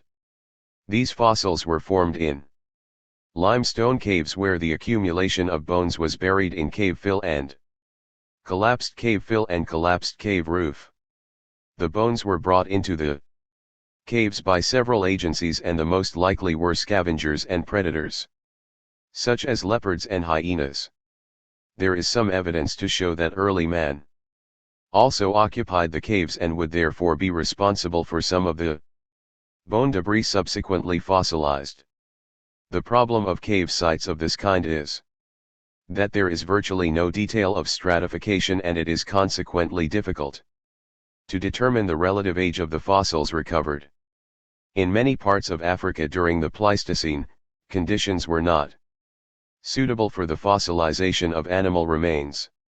Consequently, while there may be no evidence for the existence of early man in most parts of Africa, there is no reason to suppose that he did not range widely on the continent. Continued search may yet reveal new sites.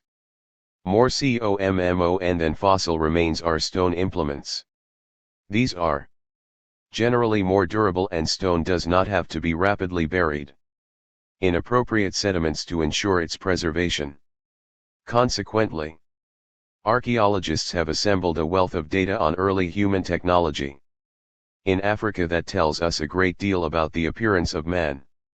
Man, or more specifically, the genus Homo, might well be considered the only animal able to make stone implements, but here, as in other areas of research related to the origin of man, there are various professional opinions which differ.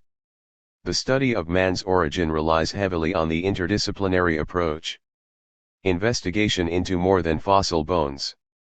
Geology, paleoecology, paleontology, geophysics, and geochemistry are important, and, in the later stages where man had begun to use artifacts, archaeology becomes of major importance. The study of living primates, including man, is often useful to a more complete understanding of the prehistory of this planet.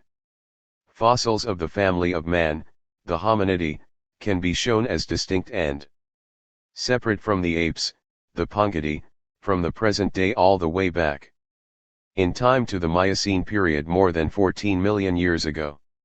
This earliest evidence of man is incomplete, and there remains a large gap in our knowledge of man's development between 14 million and a little more than 3 million years ago. It was during this period that the final stages of adaptation appear to have started, because from 5 million years ago onwards several forms of fossil hominids are known. The fossil record of animal groups other than man is sometimes better known with more complete material. This record is important, and it is possible to attempt the reconstruction of early humanid ecology during the early evolutionary periods. Major adaptive changes may reflect a response to cataclysmic events affecting the environment, and there is already an indication of several important periods when many animals underwent fairly rapid change, presumably as a response to environmental pressures. It has been shown that man passed through various stages before becoming large-brained and fully bipedal as he is today. At certain points in time, there existed more than one type of men, and each seems to represent a specific adaptation. The changes from the very early ape-like form of the Miocene hominid must reflect specialization or adaptation of some kind, and our concern is to understand the nature of these changes. The available evidence is far from complete, but some details of the complex situation are known. We shall start by examining the most recent fossils and work our way backwards to the oldest contemporary man and Homo sapiens. A typical dictionary definition of man is far from satisfactory. Human being, the human race, adult male, individual, male, person. One of the problems in definition is that modern man is perhaps the most diverse single species known. There are so many differences, behavioral and physical, to be documented between extant populations around the world. Are these important? In some matters they may be, but the purpose here is to stress that regardless of superficial differences, man today is of one species, and all men have a common origin and a common early developmental history. It is probably only in the past few thousand years that man has been influenced by superficial differences, and let us hope that this knowledge will speed up his recognition of his common identity and purpose. Man belongs to the Homo sapiens species, and can today exist in a remarkable variety of habitats. In each instance this has been made possible by the technological extension to behavior. Life in crowded cities contrasts with nomads who herd camels in the desert, as do both with hunting people living deep in the rainforests of West Africa. Man can live for long periods under the sea in submarines and is capable of orbiting the Earth in space capsules. Adaptation through technology is the key in each instance. A large, complex brain together with fully manipulative hands which are freed from any locomotor function are the basic physical requirements. Evidence for the large brain, manipulative hands, and bipedal gait can be traced back in time, as can the durable elements of man's technological activity. The degree of brain expansion, manipulative skill, and bipedalism may well prove to be the best yardstick to use when tracing our species to its origins.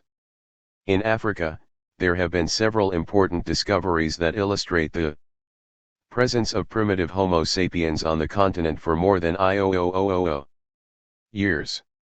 There is every indication that our species has been present in Africa as long as elsewhere, and further research may enable a precise date to be placed on the earliest record, which may prove to be close on 200,000 years ago. In 1921, a skull and some skeletal remains were found at Broken Hill, Zambia, and because the country was formerly known as Northern Rhodesia, the specimen became known as Rhodesian man or Homo sapiens rhodesiensis. A date of about 35,000 years ago has been suggested, and the specimen is certainly within the range for our species. This important fossil may perhaps be much older, but it is not possible to date the skull itself. It bears close affinities with the Neanderthal material from Europe, and it is most likely an African example of this morphospecies. Even earlier evidence For Homo sapiens has been recovered from East Africa. In 1932, the late Dr. L. S. B. Leakey recovered parts of 2 skulls from a site called Kanjura in western Kenya.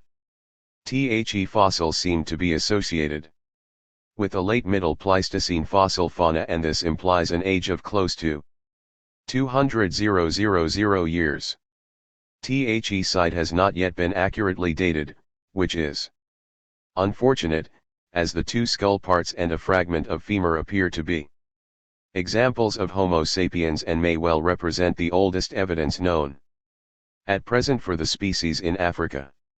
In 1967, parts of 2 individuals were recovered from a site in the Orno Valley of southwest Ethiopia.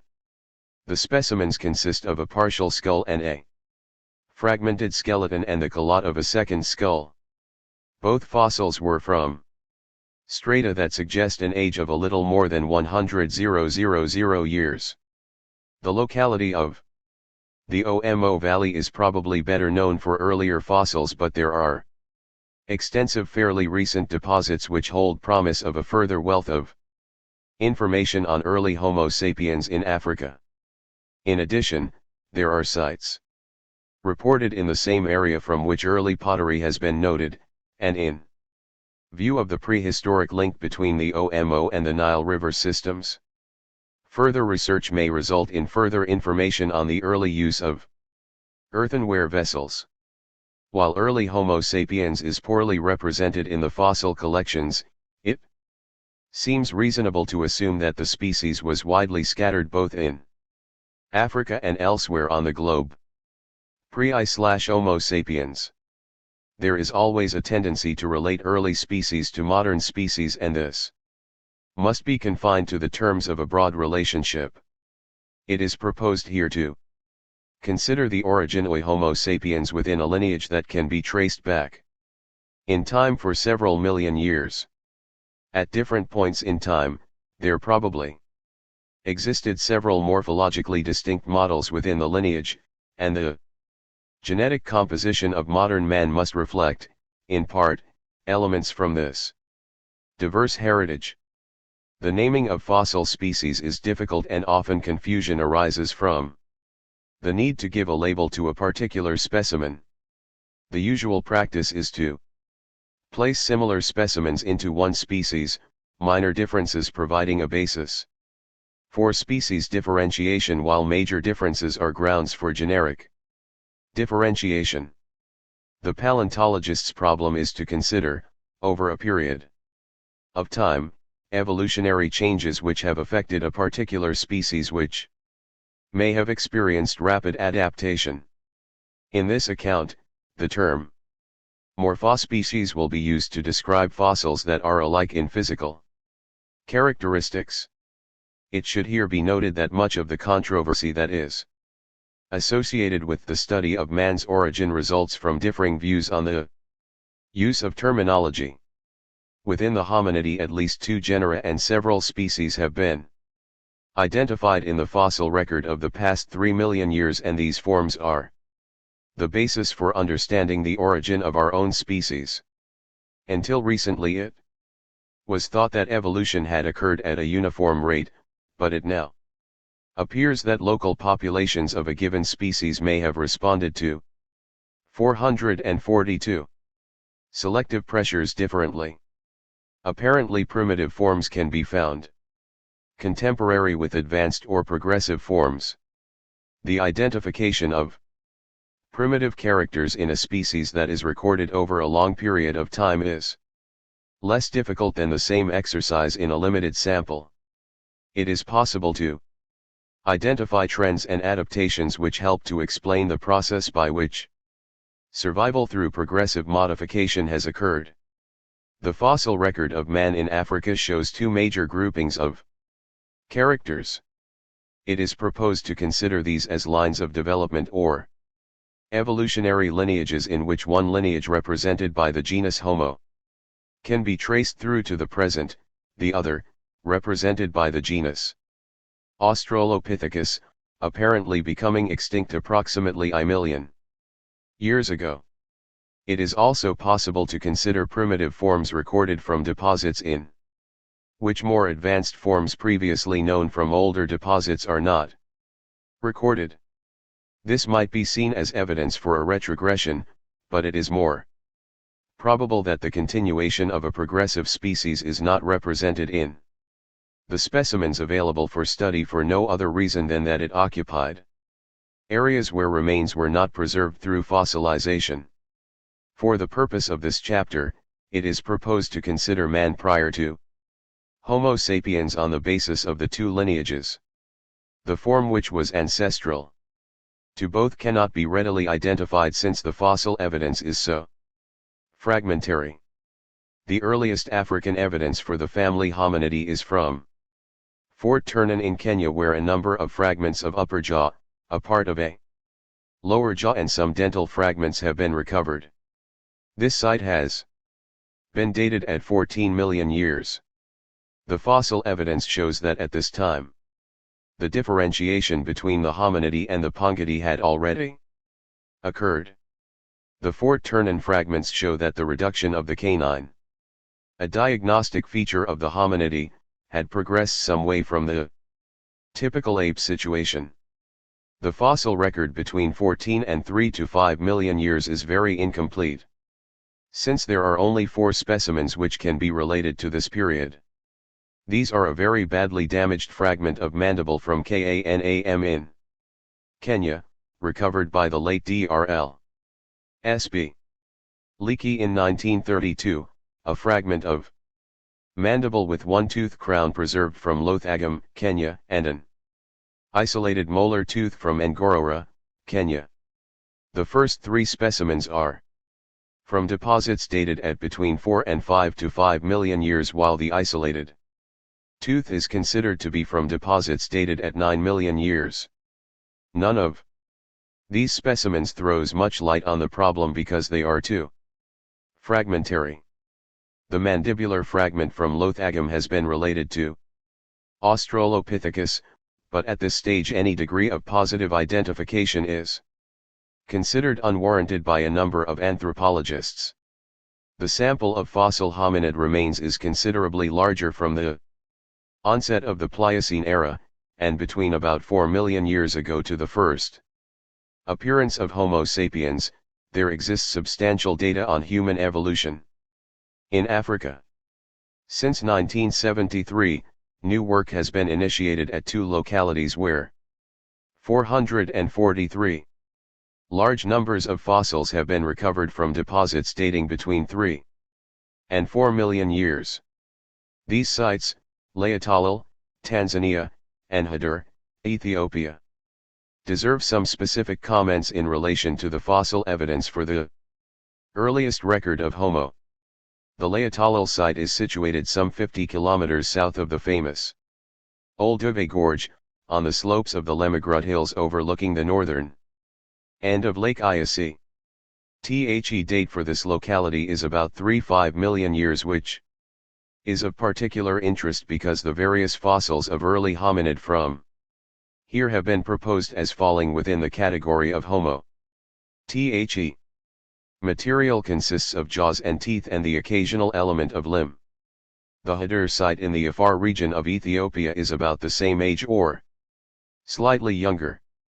A wealth of material has been recovered from this site since 1973 and includes excellent specimens of both the cranial and postcranial skeleton.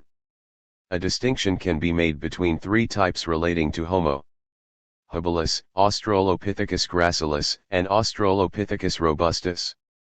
While we know virtually nothing of the early hominid forms prior to 3*5 million years, since those that are recorded do not provide any important answers to the origin of either Homo or Australopithecus, the period of time between 3 and 1 million years is relatively well represented in the fossil record in Africa.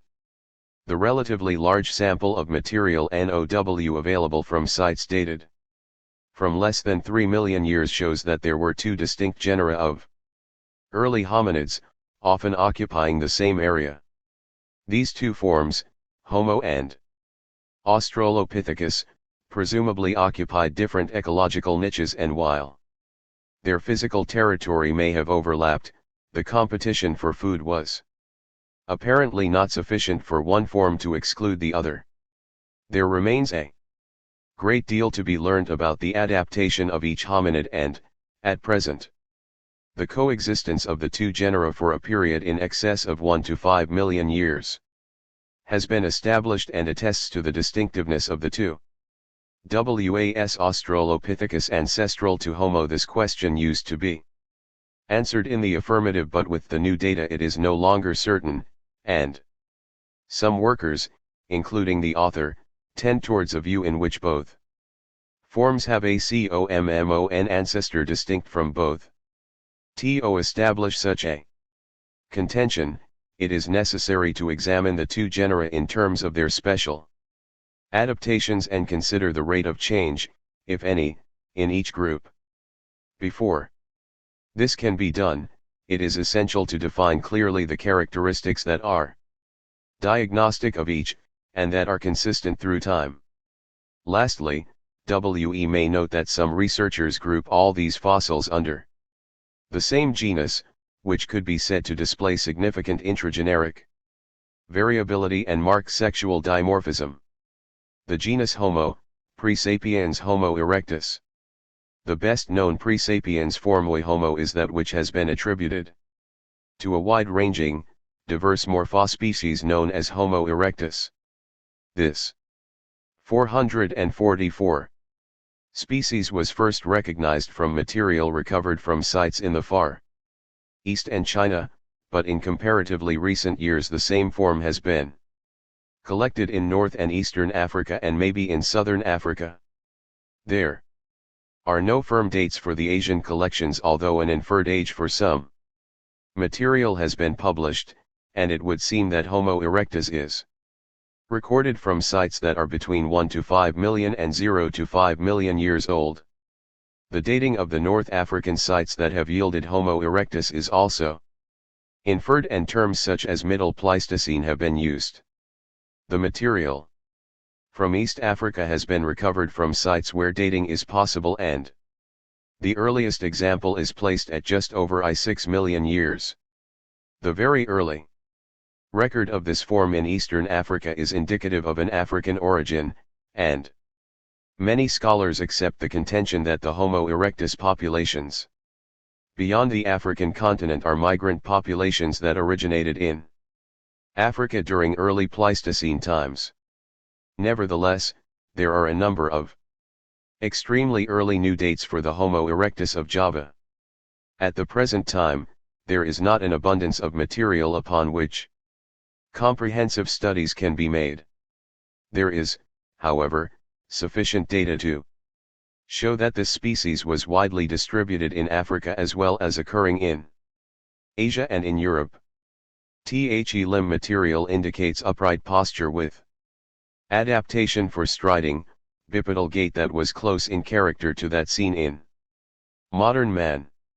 Degree of intelligence can be roughly assessed by estimating the cranial capacity, the volume of the brain case.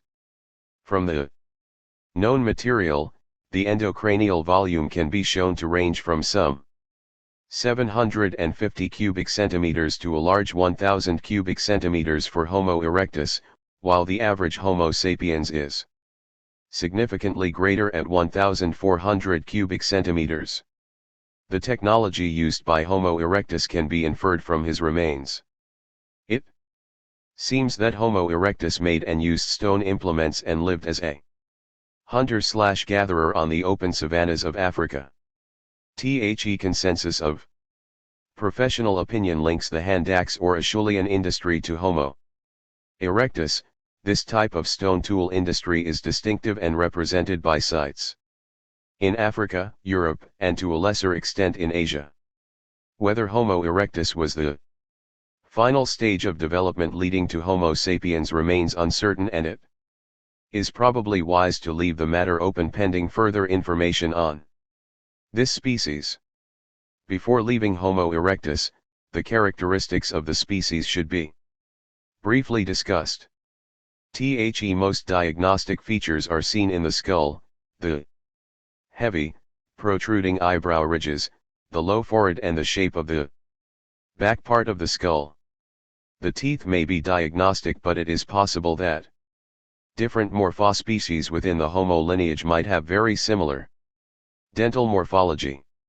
Similarly, the mandibular morphology may be less distinctive than presently thought, and some alleged Homo erectus specimens that consist only of teeth and jaws might, in fact, represent a different morphospecies within the same genus. 445. The genus Homo, Presapiens Homo habilis. Material attributed to the Homo lineage but distinctive and occurring earlier than Homo erectus, ia confined to Eastern Africa. Earliest forms are those from Hadur and Laetalal, which have yet to be studied in detail but which almost certainly are ancestral to later species. Intermediate species, if that is what it is, could perhaps be termed Homo habilis and is based upon material from Olduvai and, more recently, from Kubifora on the east side of Lake Turkana. The principal characteristics of Homo habilis would be the relatively large brain, the cranial capacity value exceeding 750 cubic centimeters, thin-bonded skulls which are high-vaulted and show minimal post-orbital contraction. Anterior teeth are relatively large with moderately large molars and premolars, and the mandible shows external buttressing. The postcranial elements show morphological features that are very similar to modern man. The best examples of Homo habilis are from Kubifora, where several cranial specimens, mandibles, and limb bones are known.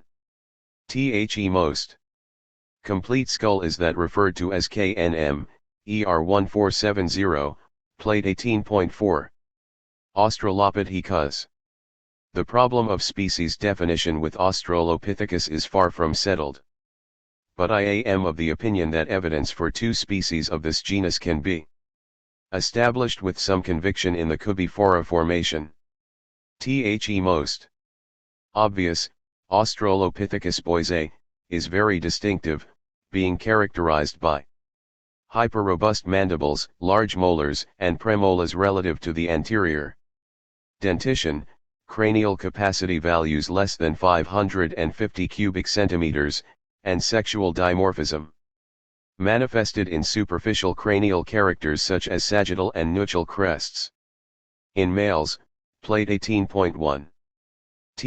Known postcranial elements, such as the femur, humerus and talus, are also distinctive. This widespread species has been reported from other localities, such as Chisoangia, Paninje, and Olduvai Gorge in the southern Rift Valley of East Africa. Boisei may require reconsideration as a full species and should instead perhaps be ranked as a subspecies as a deme of the South African form of A. robustus. Additional data are needed if we are going to solve the problems that are always associated with such refined systematics in vertebrate paleontology. Consequently, the retention of two allied but spatially separate robust species seems desirable for the moment. The case for a gracile East African species of Australopithecus is less secure, but there seems to be too great a degree of variation if all the material is included as a single species. The best example of the gracile form from East Africa would be the specimen from Kubifora formation, OH5, plate 18.1. Various mandibles and some postcranial elements might also be included, keeping in mind the difficulty of 446. Classifying mandibles. No detailed proposal for such a CLAS/classificatory scheme for the East African fossils has been put forward, but the typical characteristics would include gracile mandibles with small cheek teeth, cranial capacity values at 600 cubic centimeters or less, and sagittal crests rare or non-existent. The postcranial morphology appears to be similar to that seen in A. boise, although on a smaller and less robust scale. In both species, one of the most distinctive features is the proximal region of the femur, a long femoral neck is compressed from front to back, and there is a small, subspherical head. There are other features, but very little is known about variation, and the sample is not impressively large at present. I consider this species to be closely allied to the Gracilae africanus from South Africa.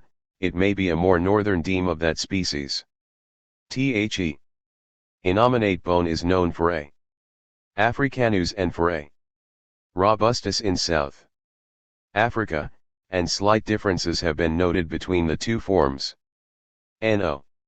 Innominate remains are attributable to Australopithecus from East Africa. But Homo is represented by two specimens that are equivalent in time, and they illustrate marked differences between the two genera that are greater than would reasonably be expected for a single, albeit spatially extended, species. Tools and habitations. The most impressive records of tools and habitation sites are from Lake Turkana in Kenya, Melka Konchar in Ethiopia, and Olduvai Gorge in Tanzania, where numerous localities have been excavated over the past 30 years. The progression from simple pebble tools to intricate and perfect bifacial implements is well documented in this area. There are also inferences to be drawn on the probable social organization, in the sense of community, size, and hunting preferences. At one locality, in Olduvai, remains of a stone structure, perhaps the base of a circular hut, were uncovered. There is an excellent date of 8 million years for this. At Melka Konchar, a raised platform, likewise circular, has been uncovered. The threshold of technological ability is difficult to pinpoint exactly, and at best, one could only suggest that it occurred during the Pliocene, perhaps in relation to the adaptive response embodied by the differentiation Oi Homo. During the early Pleistocene, c. 6 million years ago, bifacial tools such as crude hand axes make their appearance. The development can be traced in situ at Olduvai and is supported by findings from other East African sites. Until recent times, the first record of stone implements in Europe was of hand axes. In my opinion, the evidence available could suggest a migration of the hand axe people from Africa into Europe and Asia, during the early Pleistocene, or a little earlier. The subsequent development of stone implements is complex, with impressive records from most parts of the world. It is not proven but can be postulated that the post-Acheulean, or hand axe technologies can be related to the emergence of Homo sapiens. The 447 association of stone implements with early hominid remains is rare, and many mid-Pleistocene and subsequent sites contain only one or two specimens, with certain impressive exceptions.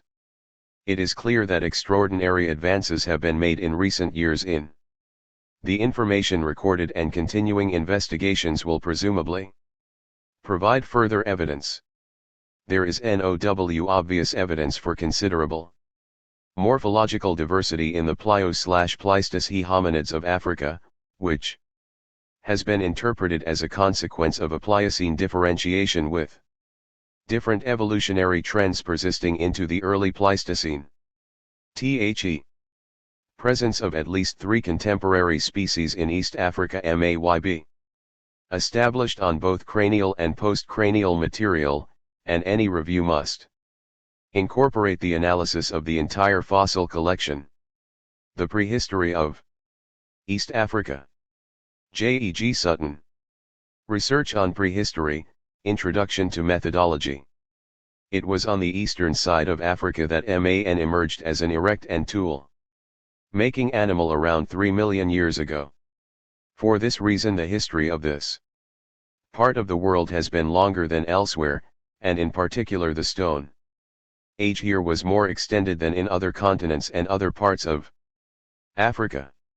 It began when the first hominids started to make recognizable tools of stone of predetermined shapes and patterns as a regular activity. This combination of bodily and mental powers to produce tools, in other words to improve biology, and the growing dependence on these extra biological, that is, cultural, abilities and activities are what distinguish man from other animals and define humanity. Man's evolution as a ground-living animal, able to stand and move on 2 feet, unlike the apes, monkeys and other quadruped or quadruminous mammals, facilitated tool use and tool manufacture through freeing the arms and hands for holding, carrying, gripping and manipulation. More than that, these were essential developments for survival and success in the world, and especially to obtain and prepare food. Each new generation had to learn the accumulated cultural and technological skills and knowledge of its parents.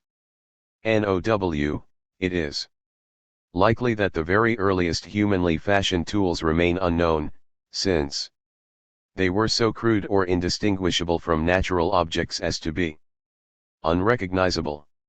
It is probable that other materials which have decayed beyond trace, such as wood, leather, and bone, were used and worked at least as early as stone.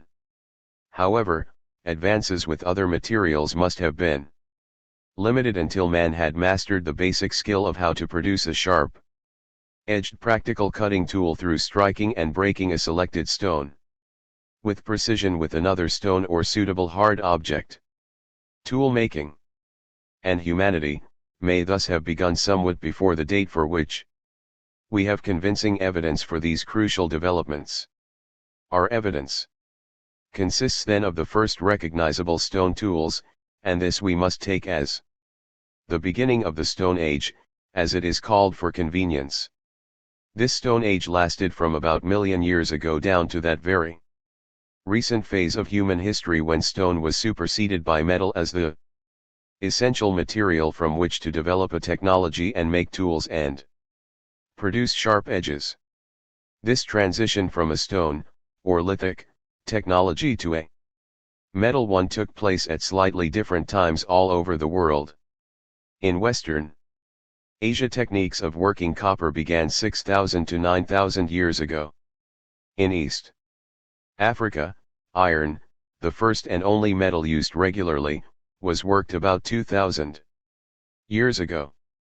One may wonder whether the term Stone Age is a really satisfactory one for a period which includes all but 1,000th part of the long stretch of time during which men have lived in East Africa, and which, in any case, emphasizes the technological rather than the economic or cultural aspects of human development.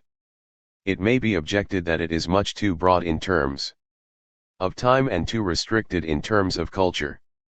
But there are answers to these objections, and Stone Age, as a term and concept, remains useful provided that certain things are understood. This very long period of time is known to us only from archaeological evidence, mostly stone artifacts, and since these are practically the only things which have survived from a period which had no written records or any oral tradition known to us, it was reasonable to choose for it a name which reflected its chief characteristic. The Stone Age was not a static period. That techniques evolved during the Paleolithic and Neolithic periods is readily demonstrated by the changes and diversity in the range of stone tools, their efficiency, and their methods of manufacture. We must therefore subdivide the Stone Age both chronologically and geographically. Collections of stone tools, if skillfully selected and displayed, can be fascinating to look at, but they tell us little unless arranged with a sense of chronology and development. Popular expressions such as living in the Stone Age or Stone Age man are also helpful if they are based on the false assumption that man and his way of life remain the same throughout that long period of time. For the toolkits of Stone Age populations differed from period to period and region to region. And the populations themselves developed culturally and physically. The Stone Age witnessed mutations and differentiations in the human physique and brain, in the economy, social organization, and culture, hand in hand with the advances in technique revealed by the archaeological evidence. 1. Other observation to make at this point is that, while change in all periods of the Stone Age was very slow by modern standards, it was slowest of all in the earlier periods. The closer we come to the present age, the quicker the changes have been. The later periods saw regional specialization and diversification, which meant that from time to time features which had slowly developed in one region were carried in that particular form into another region, either by migration or by cultural contact, and could thus produce the illusion that a revolution had occurred. So, in terms of development, 2 or 3 generations at the end of the Stone Age might be equivalent to 500,000 at an early period. Hence, the study of the Stone Age is not simply concerned with stones or tools. Occasionally the archaeologist is fortunate in recovering other finds. 453. These occur most commonly on living sites dating from the very end of the Stone Age, where direct evidence of cooking and eating may be preserved in the form of charcoal fragments from the hearths and broken animal bones. Early organic remains are extremely rare in Africa, except at a few sites where favorable mineral conditions caused fossilization of bones before they rotted. But even where he has only stones to work with, the archaeologist should attempt broader deductions from his evidence and wider interpretations, over much wider ranging areas. In the first place, it is not the individual tools found that matter, but the toolkits, the whole range and variety recoverable from a site, be it a living place of a group, a temporary hunter's camp, or a workshop where tools were made. Usually far commoner than the finished tools are the waste flakes and stone cores, being the chips and lumps struck off the raw material during manufacture, and the unusable remnants. These need to be studied together with the actual tools made, since they indicate the manufacturing techniques and the level of expertise. Also, these waste products were not always simply discarded. Often, especially in the earlier years of the Stone Age, many of these flakes happened to have knife-sharp edges and would, if their size and shape were convenient for handling, have supplemented the heavier finished tools and thus have formed an essential part of the kit. Merely to collect and study the more spectacular finished hand axes and cleavers leads to a sadly limited and grossly distorted picture of the technology and activities of prehistoric populations. By the later periods of the Stone Age, heavy core tools of the hand axe type had given way to smaller, more delicate and more precise stone implements, often intended for hafting into wooden shafts or bone handles, the stone pieces produced by expert preparation of the core or intricate reworking of the flake or blade struck off. Here it is equally essential, for analysis and deductions, to have as complete as possible an assemblage of the finished pieces together with the waste material. The range of stone tools with their various kinds of edges and points, for cutting, paring, skinning, scraping, boring, grooving, striking, chopping, and digging, will, even allowing for some obvious uncertainties in interpreting the actual purposes and uses, suggest other tools fashioned from perishable animal and vegetable materials used by that community.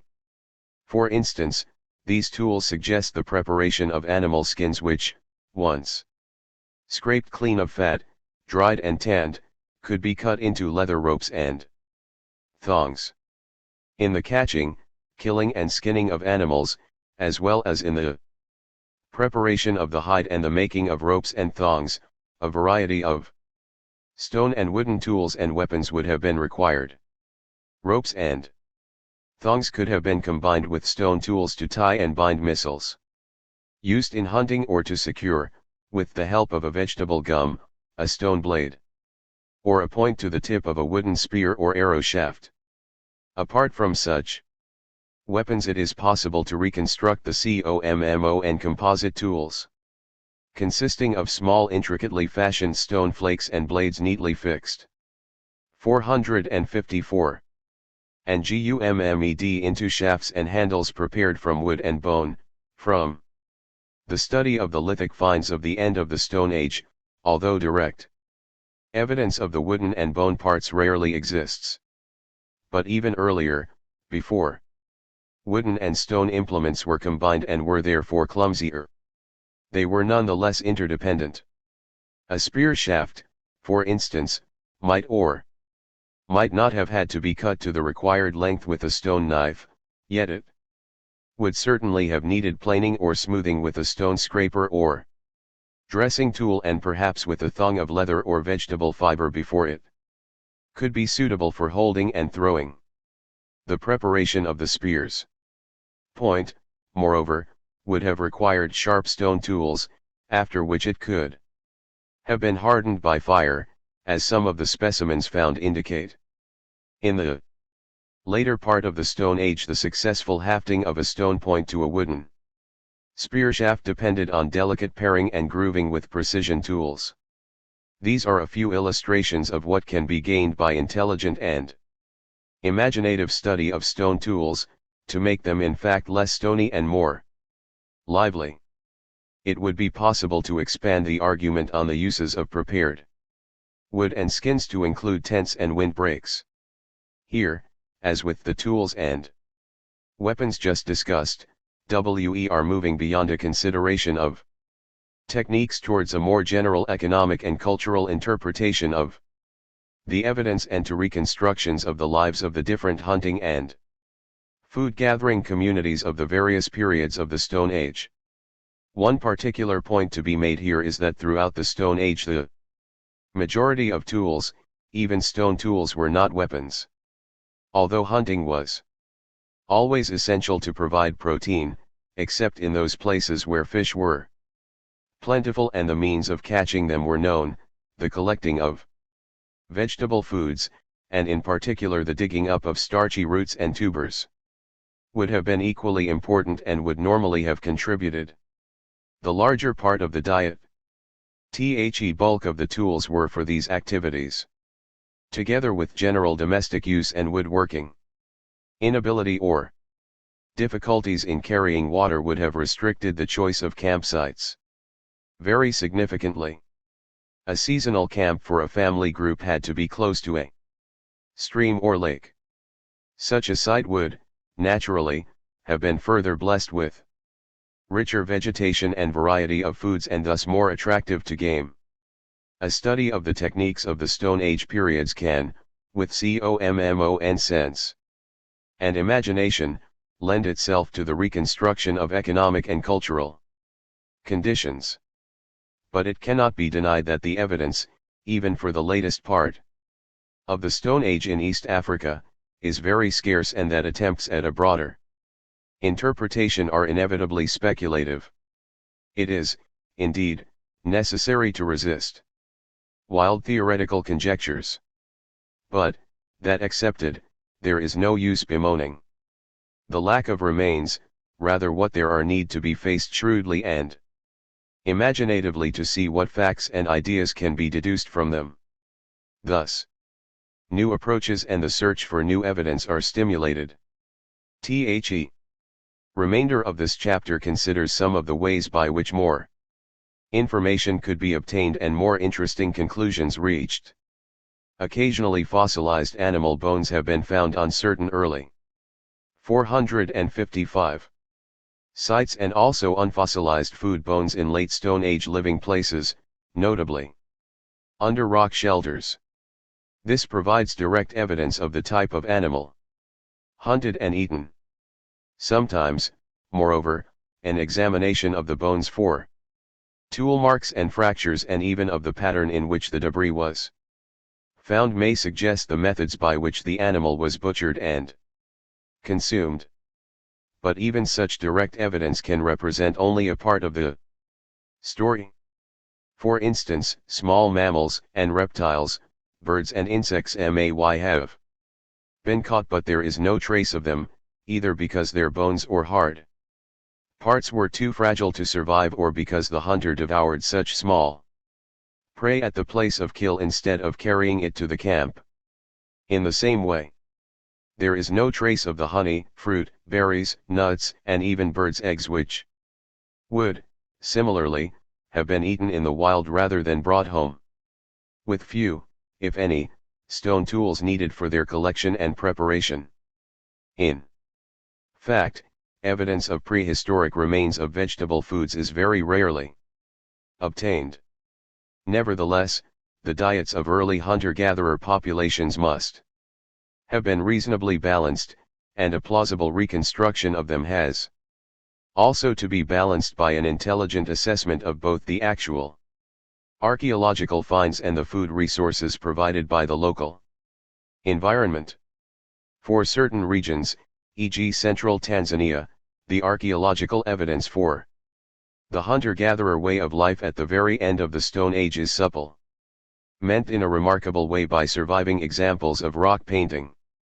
Quite aside from the technical skill and artistic sense and maturity which many of these paintings demonstrate, they provide valuable information on the kind of animals hunted for food as well as on the methods of hunting them with spears, bows and arrows, and various types of traps. More rarely other food-getting activities seem to be shown, such as digging up roots and collecting honey. All this is most enlightening and vastly expands our vision of prehistoric life, especially since some of the activities portrayed in the paintings can be compared with the recent or current practices of the peoples of East Africa. The evidence provided by the paintings has to be considered along with the technological material which could serve an economic or cultural purpose. Once the pattern begins to emerge, we can start asking further questions about hunting, trapping and collecting methods and the size of the hunting band, and still further about the community as a whole, its territorial range and the type of social organization it created to maintain itself. The testing of conjectures of this kind is still at an experimental stage, so that the answers to these questions are rarely expressed with entire confidence. Nevertheless, definite progress is being made, and since progress depends on primary archaeological evidence, it must be collected by the most careful, systematic and, if possible, sophisticated methods available. Sites with stone tools are not rare in East Africa. They began to be recognized very early in the 20th century and, following the pioneer 456 survey work of the late Dr. Louis Leakey in Kenya in the 1920s, increasing numbers of sites of all periods of prehistory have been discovered in the region. Many discoveries can be expected. They are usually revealed by erosion or the disturbance of the land. The tools or waste flake are washed out of gullies, riverbeds or steep hillsides, or they are brought to the surface by cultivation, cattle hoofs, or building activities. It is not only professional archaeologists who discover these sites and remains, more commonly amateurs, including farmers and students, come across them and collect the finds. Any site is worth noting and should be reported to the relevant educational or antiquities authority.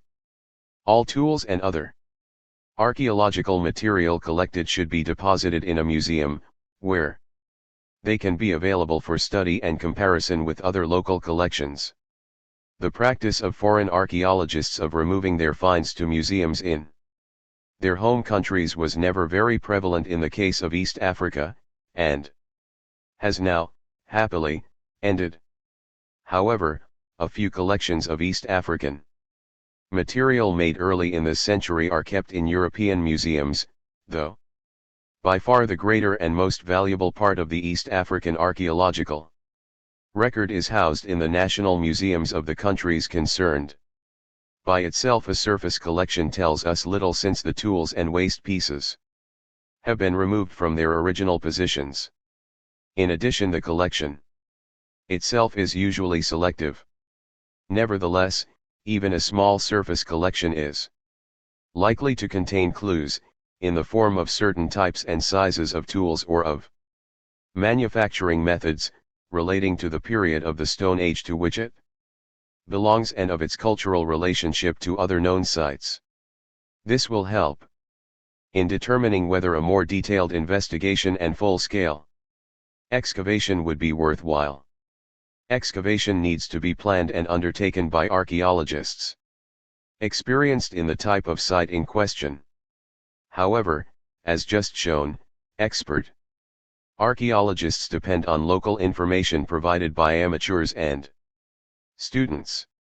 Moreover, the latter can often assist in an excavation and learn the skills only through correct methods, up-to-date techniques of excavation and examination of the finds, both in their original place and after their recording and removal, can the archaeologist recover the maximum amount of information from a site and provide the fullest possible, if not exhaustive, picture of what went on there. It deserves to be noted here that some of the revealing excavation work on earlier Stone Age sites in East Africa, undertaken in recent years, has helped set the style, in method, analysis and interpretation, for research in other parts of the world. The excavating archaeologist, then, is concerned not so much with finding individual specimens as with finding out as much as possible about the way of life of a former community, through identifying and exhaustively studying as much as possible of the cultural assemblage and gaining all available information on the environmental setting. This may demand very slow and meticulous excavation methods, if all the objects are to be recovered and all the features of a living floor, including slight irregularities in the surface or 457 color changes in the soil which might indicate fire or some other activity, are to be recognized. Where small objects, including stone flakes, bone splinters and even vegetable seeds, are expected or likely to occur, it is commonly necessary to sieve the soil. This is a very frequent practice in late Stone Age rock shelters, where the deposits tend to be very soft and ashy. Usually in a rock shelter, and frequently in open sites, the materials do not represent a single occupation but successive ones, each leaving its rubbish on top of that of the last and requiring separate study. The excavator has therefore to pay very careful attention to the stratigraphy, for, if an object of one period of occupation should be muddled with those of another, the interpretation will be sadly distorted. While the responsibility for identifying, recording and studying all finds lies with the excavator himself, he will still need the assistance of other scientists. Some of this assistance, such as the identification of animal bones, may be undertaken later in a laboratory. Similarly, should the excavator, through the luck of preservation, come across vegetable remains, for instance carbonized seeds and nuts or pieces of wood, he will need to dispatch them to a botanical expert after specially treating them on the spot. The identification and study of samples of this kind will add to information on the diet and economy of the community. But equally important will be what they reveal about the environment at that time. If by chance ancient pollen should have been preserved, a palynological examination may illustrate the vegetation which then existed and changes which have occurred in it. Similarly revealing can be soil samples containing microscopic organisms or snail shells. These also help to identify the type of vegetation which prevailed, and hence the climate of the time. Studies of the geology, geomorphology, and soil structure are also useful in reconstructing the ancient environment and the resources which a prehistoric community could have exploited.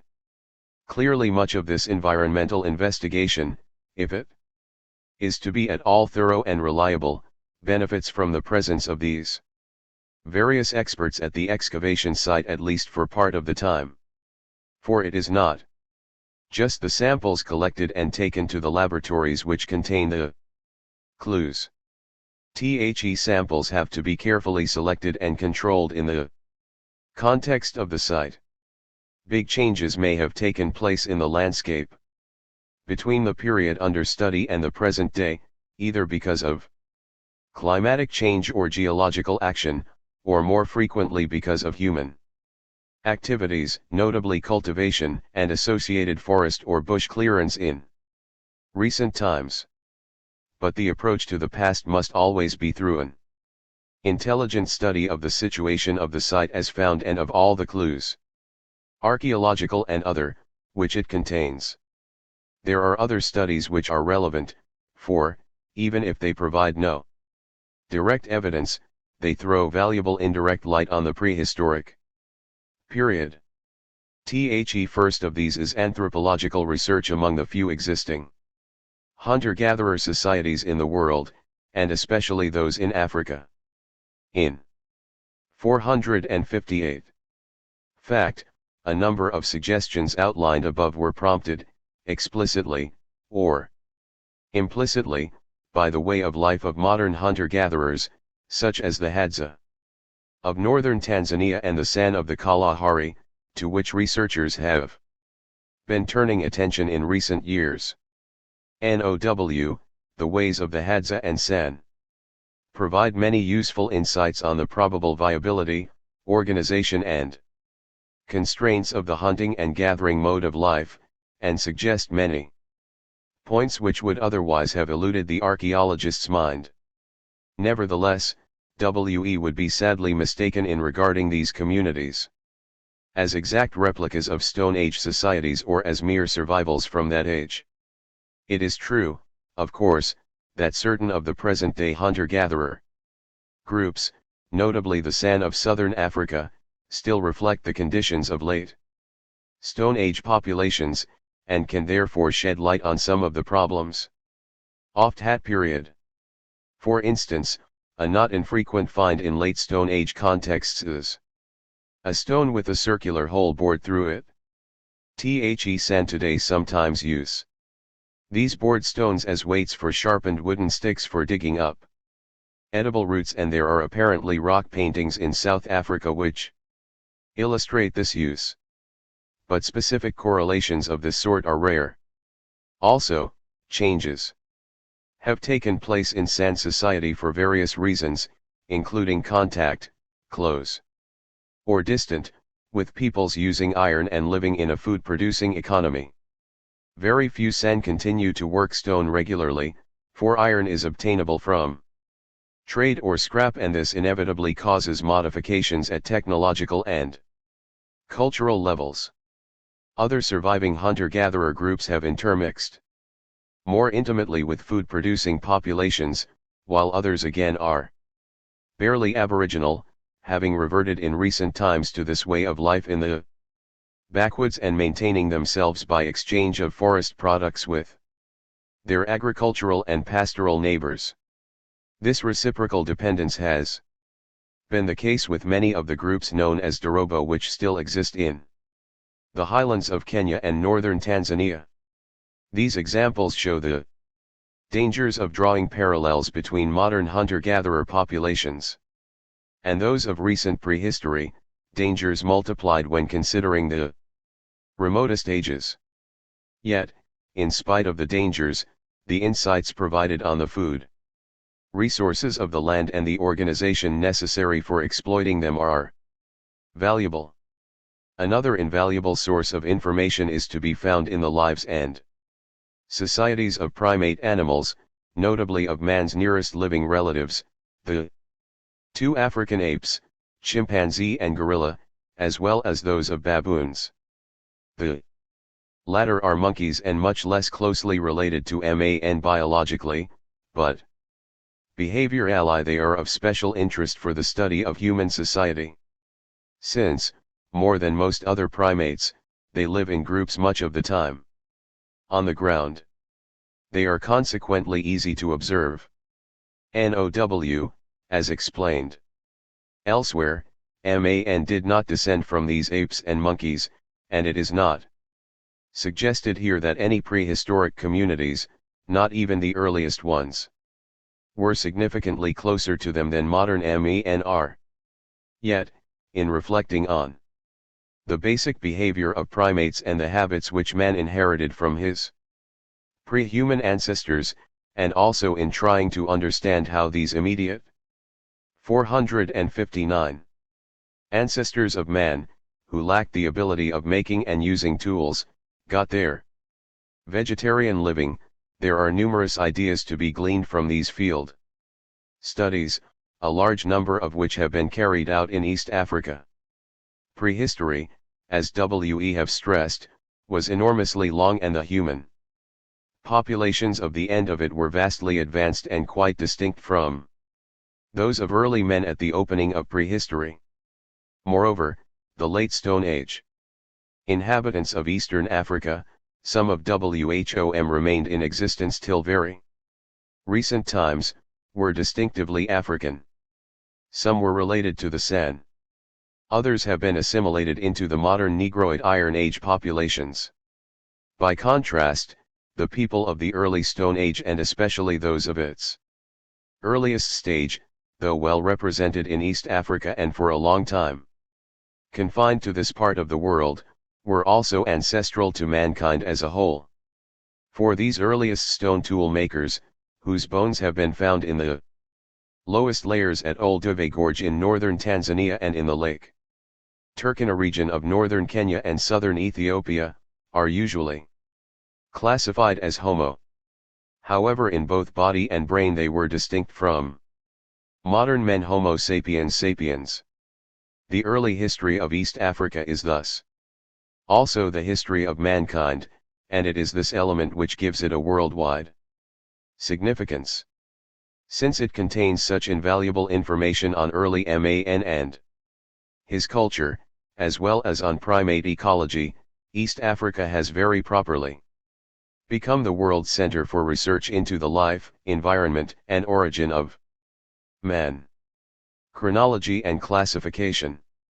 Whereas in most of Asia, Europe, and Northern Africa the Stone Age is divided conventionally into Paleolithic, Mesolithic, and Neolithic, in Africa south of the Sahara this system has been abandoned by most modern writers.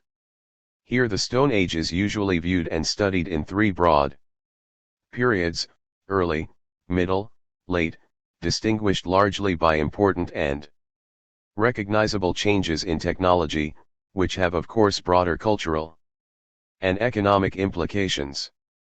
These differences in classification are not two ways of saying the same things conceptually, and chronologically, too. The criteria of classification are completely different. See Table 19.2, p. 464. And the notes related to it.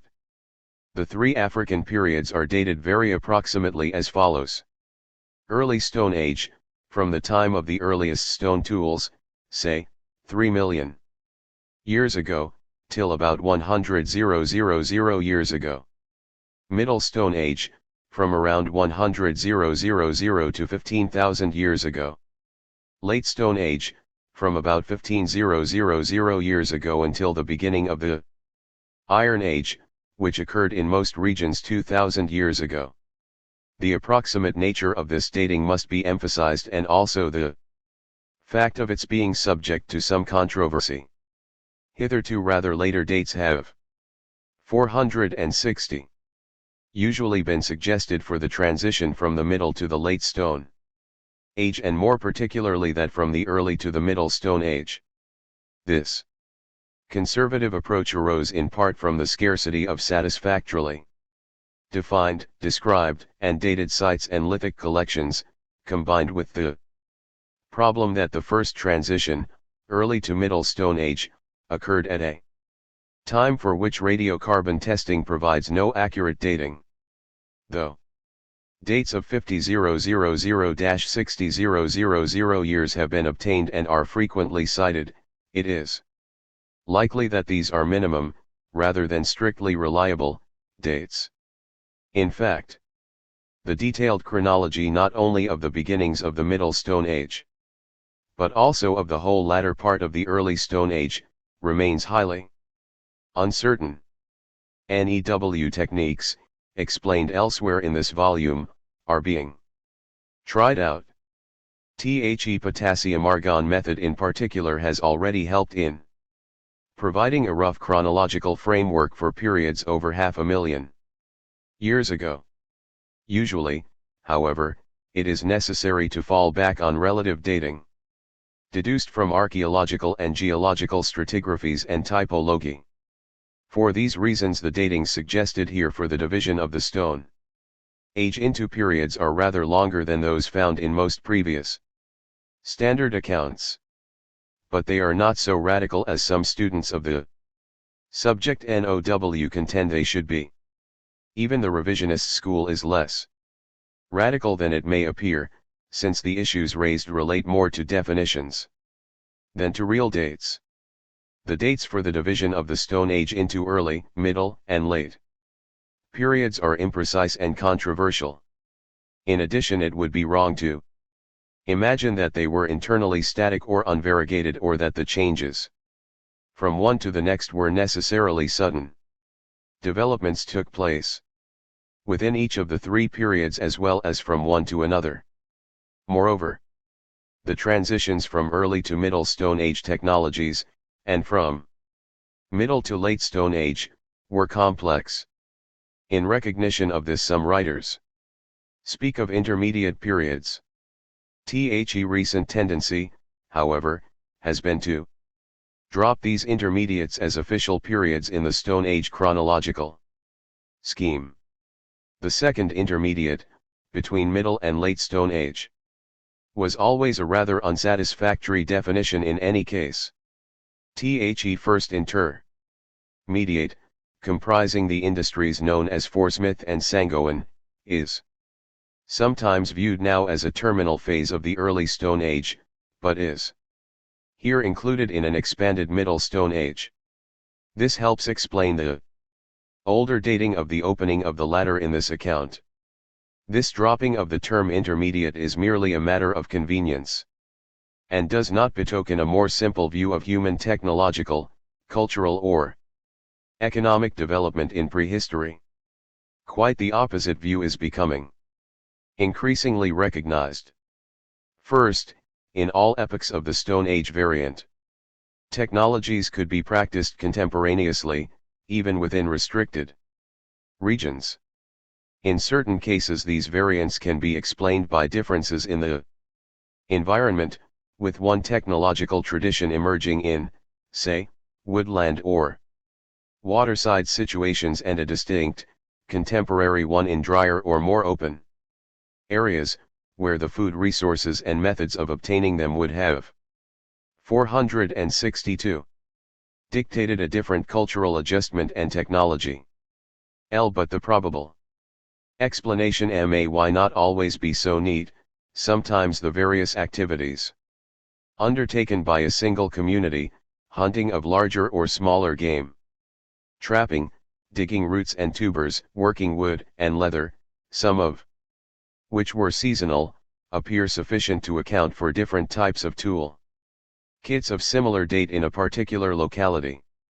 On the other hand, there may be differences indicating much deeper cultural divergences and economic specializations, maintained conceivably by distinct communities or races.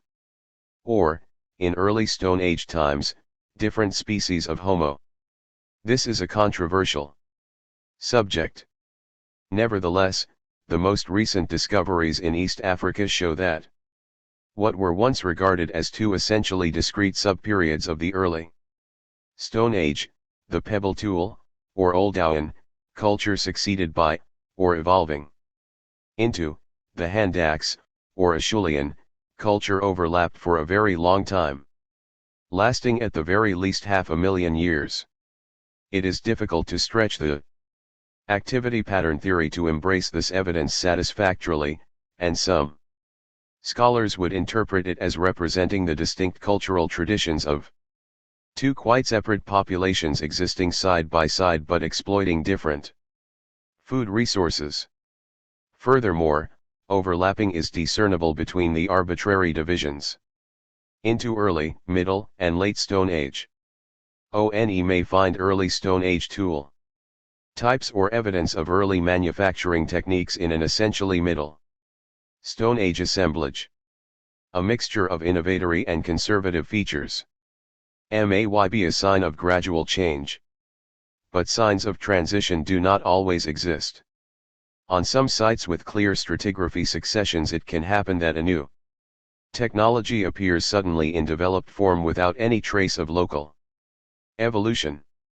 This suggests cultural diffusion from one region to another, possibly but not necessarily resulting from the movement of populations. Climatic change which affected the environment was also a stimulus to cultural adjustment and technological advance, but here the archaeologist has to beware of adducing simplistic determinist interpretations. This rather arbitrary periodization of the Stone Age is therefore a useful scale of reference in the present state of knowledge, but one which must be kept flexible in order to accommodate constant modifications. Some day it may outlive its uses. Though that day has probably not arrived yet, the scale's usefulness is in danger of being undermined by those who would apply it too formally or rigorously to achieve results for which it was never designed. In Table 19.2 a more detailed scale is presented to illustrate how the various Stone Age cultures and lithic industries recognized by archaeologists in East Africa should fit into this tripartite periodization. This is offered as a guide to current knowledge and the main studies and makes no pretense of being a correct interpretation or one that will survive the results of further research or revaluations of older work. It must be seen simply as a guide and as a flexible one at that. Certain of the cultures named here, and others. 1. See in particular the account of the Middle Stone Age, pages 472-5. Deliberately omitted, may have been given a separate identity on the basis of inadequate research or descriptions, occasionally with only one site well investigated or described so that their validity as units may be in doubt. Others are enormously extensive, whether temporally or geographically or both. The Acheulean of the early Stone Age spans more than 1,000,000 years in eastern Africa, and it extends not only right across the continent but also into a large part of southern and western Eurasia. In the first phase of the Middle Stone Age, the Sangoan stretched from parts of eastern and southern Africa to the far west of the continent. Among later industries represented in East Africa, Stilbay and Wilton were first described and named in the Cape Province of South Africa. Experts on these may prefer to give the East African variants new and distinct names. But in this account a more comprehensive approach is preferred, some obvious problems and likely revisions being noted at the appropriate points. Those so wishing can follow up the new developments and debates beginning with the works listed in our bibliography, and can then proceed to try to apply more sophisticated terminologies. Notes to Table 19.2. Table 19.2 is devoted to terminology. Terminology by itself tells one nothing, and to set too much store by it would be a disservice to understanding. But the Stone Age as a prehistoric period can only be known to us and sensibly discussed and studied through terms and symbols invented by Archaeologists. Any serious attempt to understand this period and its vast literature, therefore, whether viewed as a whole or analyzed in detail, demands a grasp of the terminologies used by various writers, inconsistent and injudicious though some may be. The two right-hand columns, snowing rough correlations with geological periods and with the Mediterranean, Northern African and Eurasian system of periodizing the Paleolithic, are included merely for reference, especially in relation to other chapters in this volume and other publications, including old works on East African archaeology. These two columns are not necessary for a reading of this chapter by itself. The terms lower, middle, and upper, in which lower is the earliest, follow normal geological practice based on stratigraphy sequences. In most geological, and many archaeological, works, therefore, such tables are set out in logical succession from bottom to top. The present table is ordered from top to bottom to conform with historical time charts. As the table shows, the term Paleolithic, or Old Stone Age, is not the equivalent of the African Early Stone Age. Paleolithic, as first used in Europe, and still used, means Stone Age without food production, in contrast to Neolithic, or NEW Stone Age, meaning Stone Age with food production, i.e. agriculture and or pastoralism before the use of metals. A somewhat different interpretation of Neolithic, which is occasionally encountered. 465. Prefers the criterion of advanced material culture, notably pottery or ground stone, to specific evidence of food production.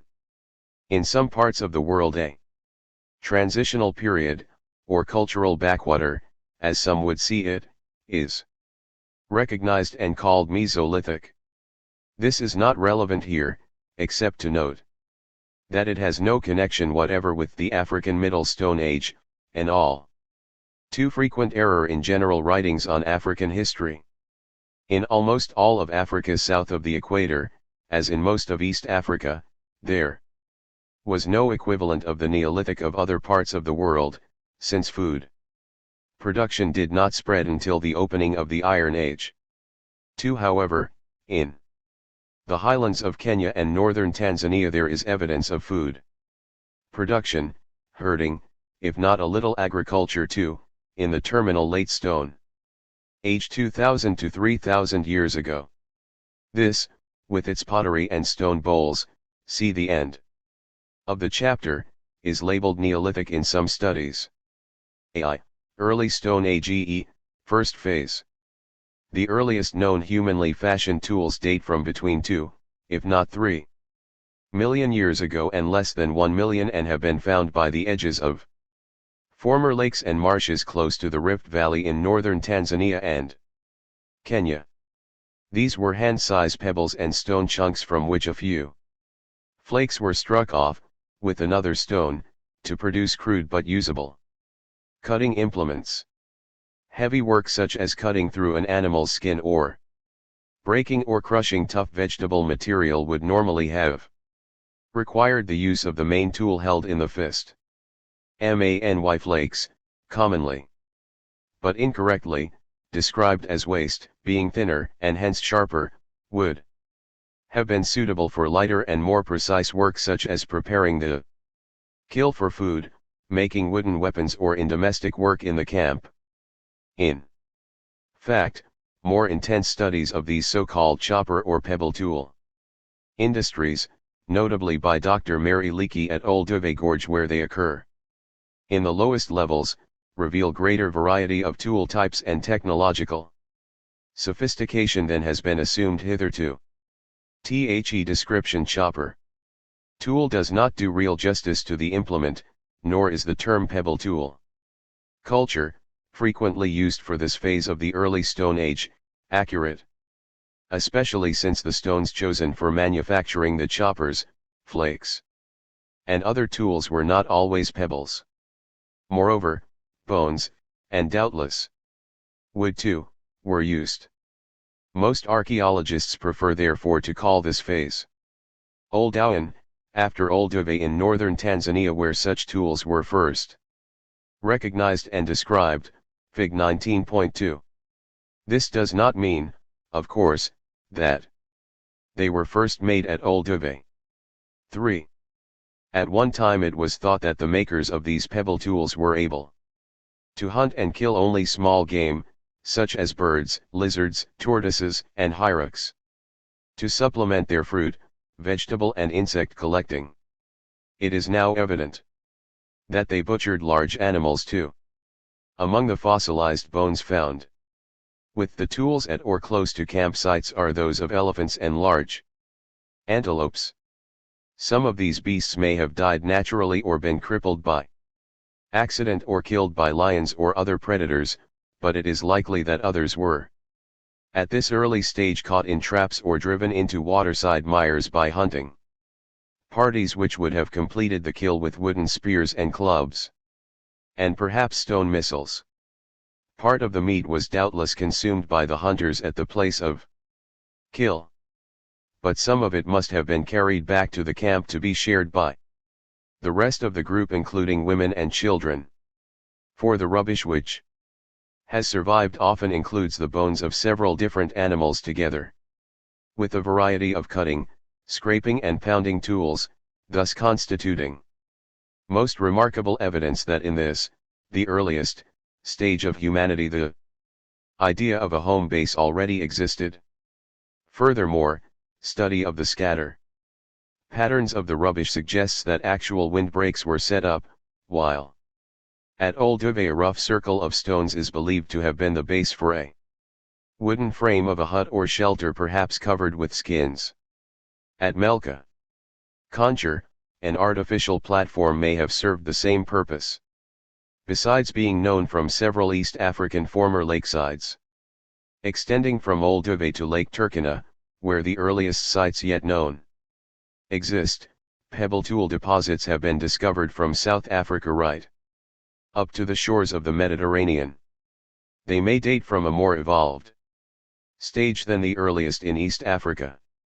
It is likely then, but not absolutely certain, that this tool making began in Central or Eastern Africa and then 467 spread to the whole of the continent. In view of the dating of these tools, and more significantly their occasional discovery in East Africa together with actual human bones, they can be attributed to the earliest hominids, the Australopithecines, or, as some would now argue strongly, to Homo habilis. Specifically, 4. A2, Early Stone Age, second phase. The Acheulean or Handax culture is as widespread in Africa as the Old-Dowan, and the sites are much more numerous. This may be due to greater populations, but equally to the increasing manufacture of large recognizable tool forms, Fig 19.3. Unlike the Old-Dowan, the Acheulean extends beyond Africa into Western and Southern Asia and also Southern and Western Europe. Its beginnings in Africa date from more than 1 million years ago. This type of technology continued for over 1 million years until relatively recent times, that is, probably not more than 100,000 years ago. This million years was marked by worldwide climatic variations, 5, and it is not likely that all the regions in which Acheulean tools have been found were continuously occupied. Eastwards of India, moreover, true Acheulean industries are rare or non-existent, and it appears that Eastern Asia persisted with a distinct stone technology more akin to the advanced pebble tool type. This may represent an important cultural divergence between East and West. These Acheulean industries, in which the handaxe is the best known tool, are usually associated with Homo erectus, a form of man intermediate between the Australopithecines and modern man. However, by the end of the Acheulean phase, the evolution from Homo erectus to early types of Homo Sapiens was already in train. Africa was one of the places where Homo erectus emerged. His appearance was accompanied by a cultural evolution shown by the improved Acheulean tool-making techniques and the more efficient way of life they introduced. Although, no doubt, older cultural traditions, and probably the earlier physical types, persisted for some time alongside the new.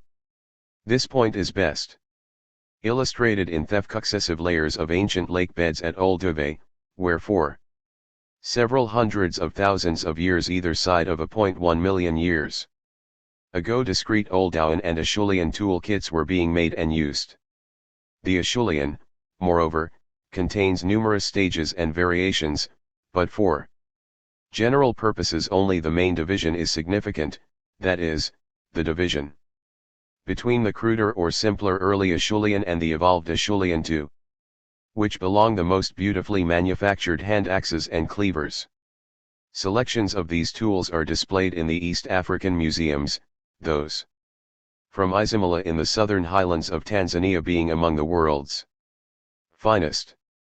Clearly, evolved Acheulean must have begun by developing at some point from early Acheulean, but, once this had occurred, the new techniques and the old tradition went on side by side for some time.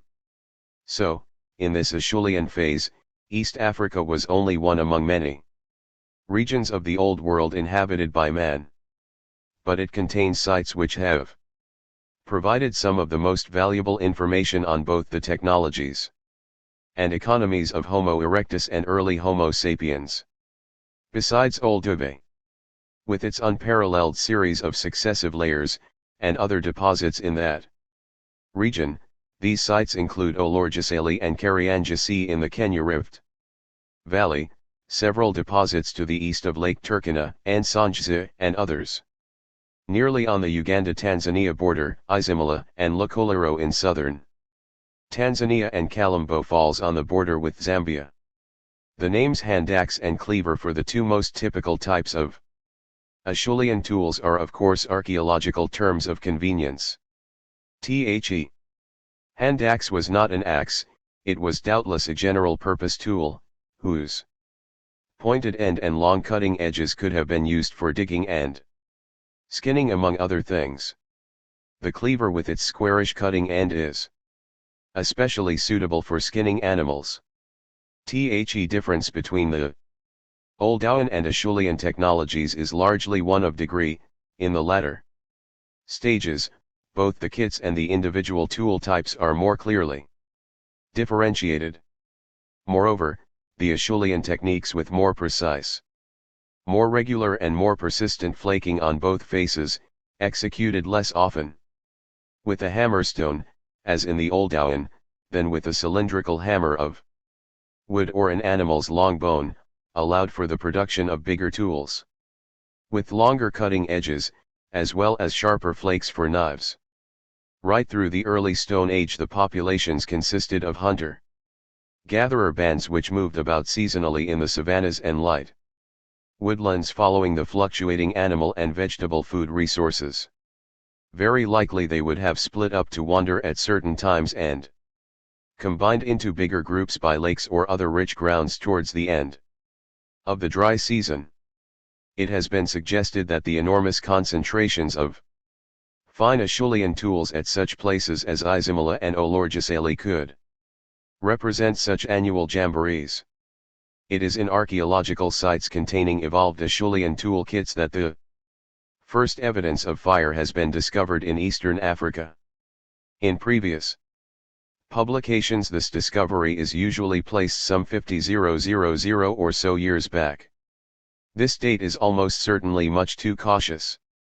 There is said to be good evidence of fire and cooking by Homo erectus in eastern Asia 500,000 years ago, and it seems highly likely, if so far not proven, that in Africa fire was known and roasted food enjoyed during much of the Acheulean phase. B. Middle Stone Age e. The populations of the Middle Stone Age belonged to the species Homo sapiens, though maybe at first to subspecies of Homo sapiens somewhat different from modern man. By the end of the Middle Stone Age, however, 472. Not only would modern man, Homo sapiens sapiens, have emerged, but the distinctive physical characteristics of the races which now exist would also have been fairly well developed in Africa as elsewhere. In technology, the Middle Stone Age saw significant advances, Fig 19.4. The basic stone tool making was no longer a matter of knocking flakes off a core until it was reduced to a reasonably standard shape with useful edges. Instead, the more complex technique of preparing the core by precise flaking to a required shape and size, and then finally striking off the finished tool, came increasingly into use. At the same time, the technique was perfected of breaking off random flakes which were subsequently shaped by retouching. This permitted the production of smaller, more perfectly shaped and refined tools, usually thinner than those of the early Stone Age, and consequently more efficient. In the second phase of the Middle Stone Age, this was followed by an innovation with far-reaching implications, the fitting of worked stone pieces into a haft of wood or other material. The leaf-shaped point distinctive of the Still Bay industries, neatly worked down by pressure flaking, was doubtless often gummed into a slot at the end of a wooden shaft to form a spear. Many domestic tools would similarly have been hafted into convenient handles. This involved not only the preparation of gums from tree resins, but also the more intricate shaping, paring and grooving of wood, no doubt also tempered in fire. Keeping pace with these technological developments of the Middle Stone Age were economic or at least environmental adjustments. There are two interrelated issues here. The first is climatic changes. 6. The details, dating, and links of changes in climate with archaeological evidence are still rather poorly known, and it would be rash to try to explain the one by facile reference to the other. Moreover, climatic changes, fluctuations from drier to wetter and vice versa, which affected the expansion and contraction of the forest, the frequency and sizes of lakes and rivers, and thus the distribution and richness of different food resources, were nothing new, and we must ask why climatic changes had not led to an earlier Middle Stone Age technological and economic breakthrough. At the present stage of research, this question cannot be answered satisfactorily, though one might conjecture that increasing population forced more efficient and varied ways of exploiting the environment. For, whatever the cause, this is what certainly did happen in the Middle Stone Age. Our second issue is regional specialization. Men began to populate new territories. Throughout the world, Homo sapiens was exercising his innate versatility and pushing back the boundaries of his places of settlement. In Africa there emerged a clear cultural division between the peoples of the grasslands and the more lightly wooded savannas on the one hand, and those who now penetrated the wetter and more thickly forested regions.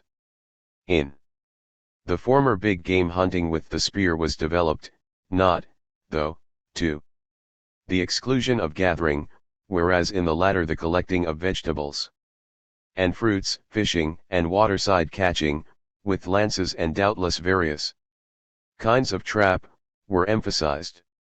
In the first phase of the Middle Stone Age this regional specialization was not so extreme as is sometimes assumed. In the Kenya highlands, close to, if not inside, the forest, tools known as foresmith have been collected. This is in many respects a refined Acheulean technique. It has the same basic range of tools, but they are generally smaller and are produced by new manufacturing techniques. In contrast to this are the more widespread Sangoan industries, the best East African examples of which occur around Lake Victoria and the Western Rift Valley, in southern Uganda, Rwanda and Western Tanzania. These industries are also a mixture of some Acheulean types of tool and new techniques, but the emphases are different from the Foresmith type. One's first impression of Sangoan tools is their crudity. But this is probably not a sign of cultural retrogression but a more varied technological activity.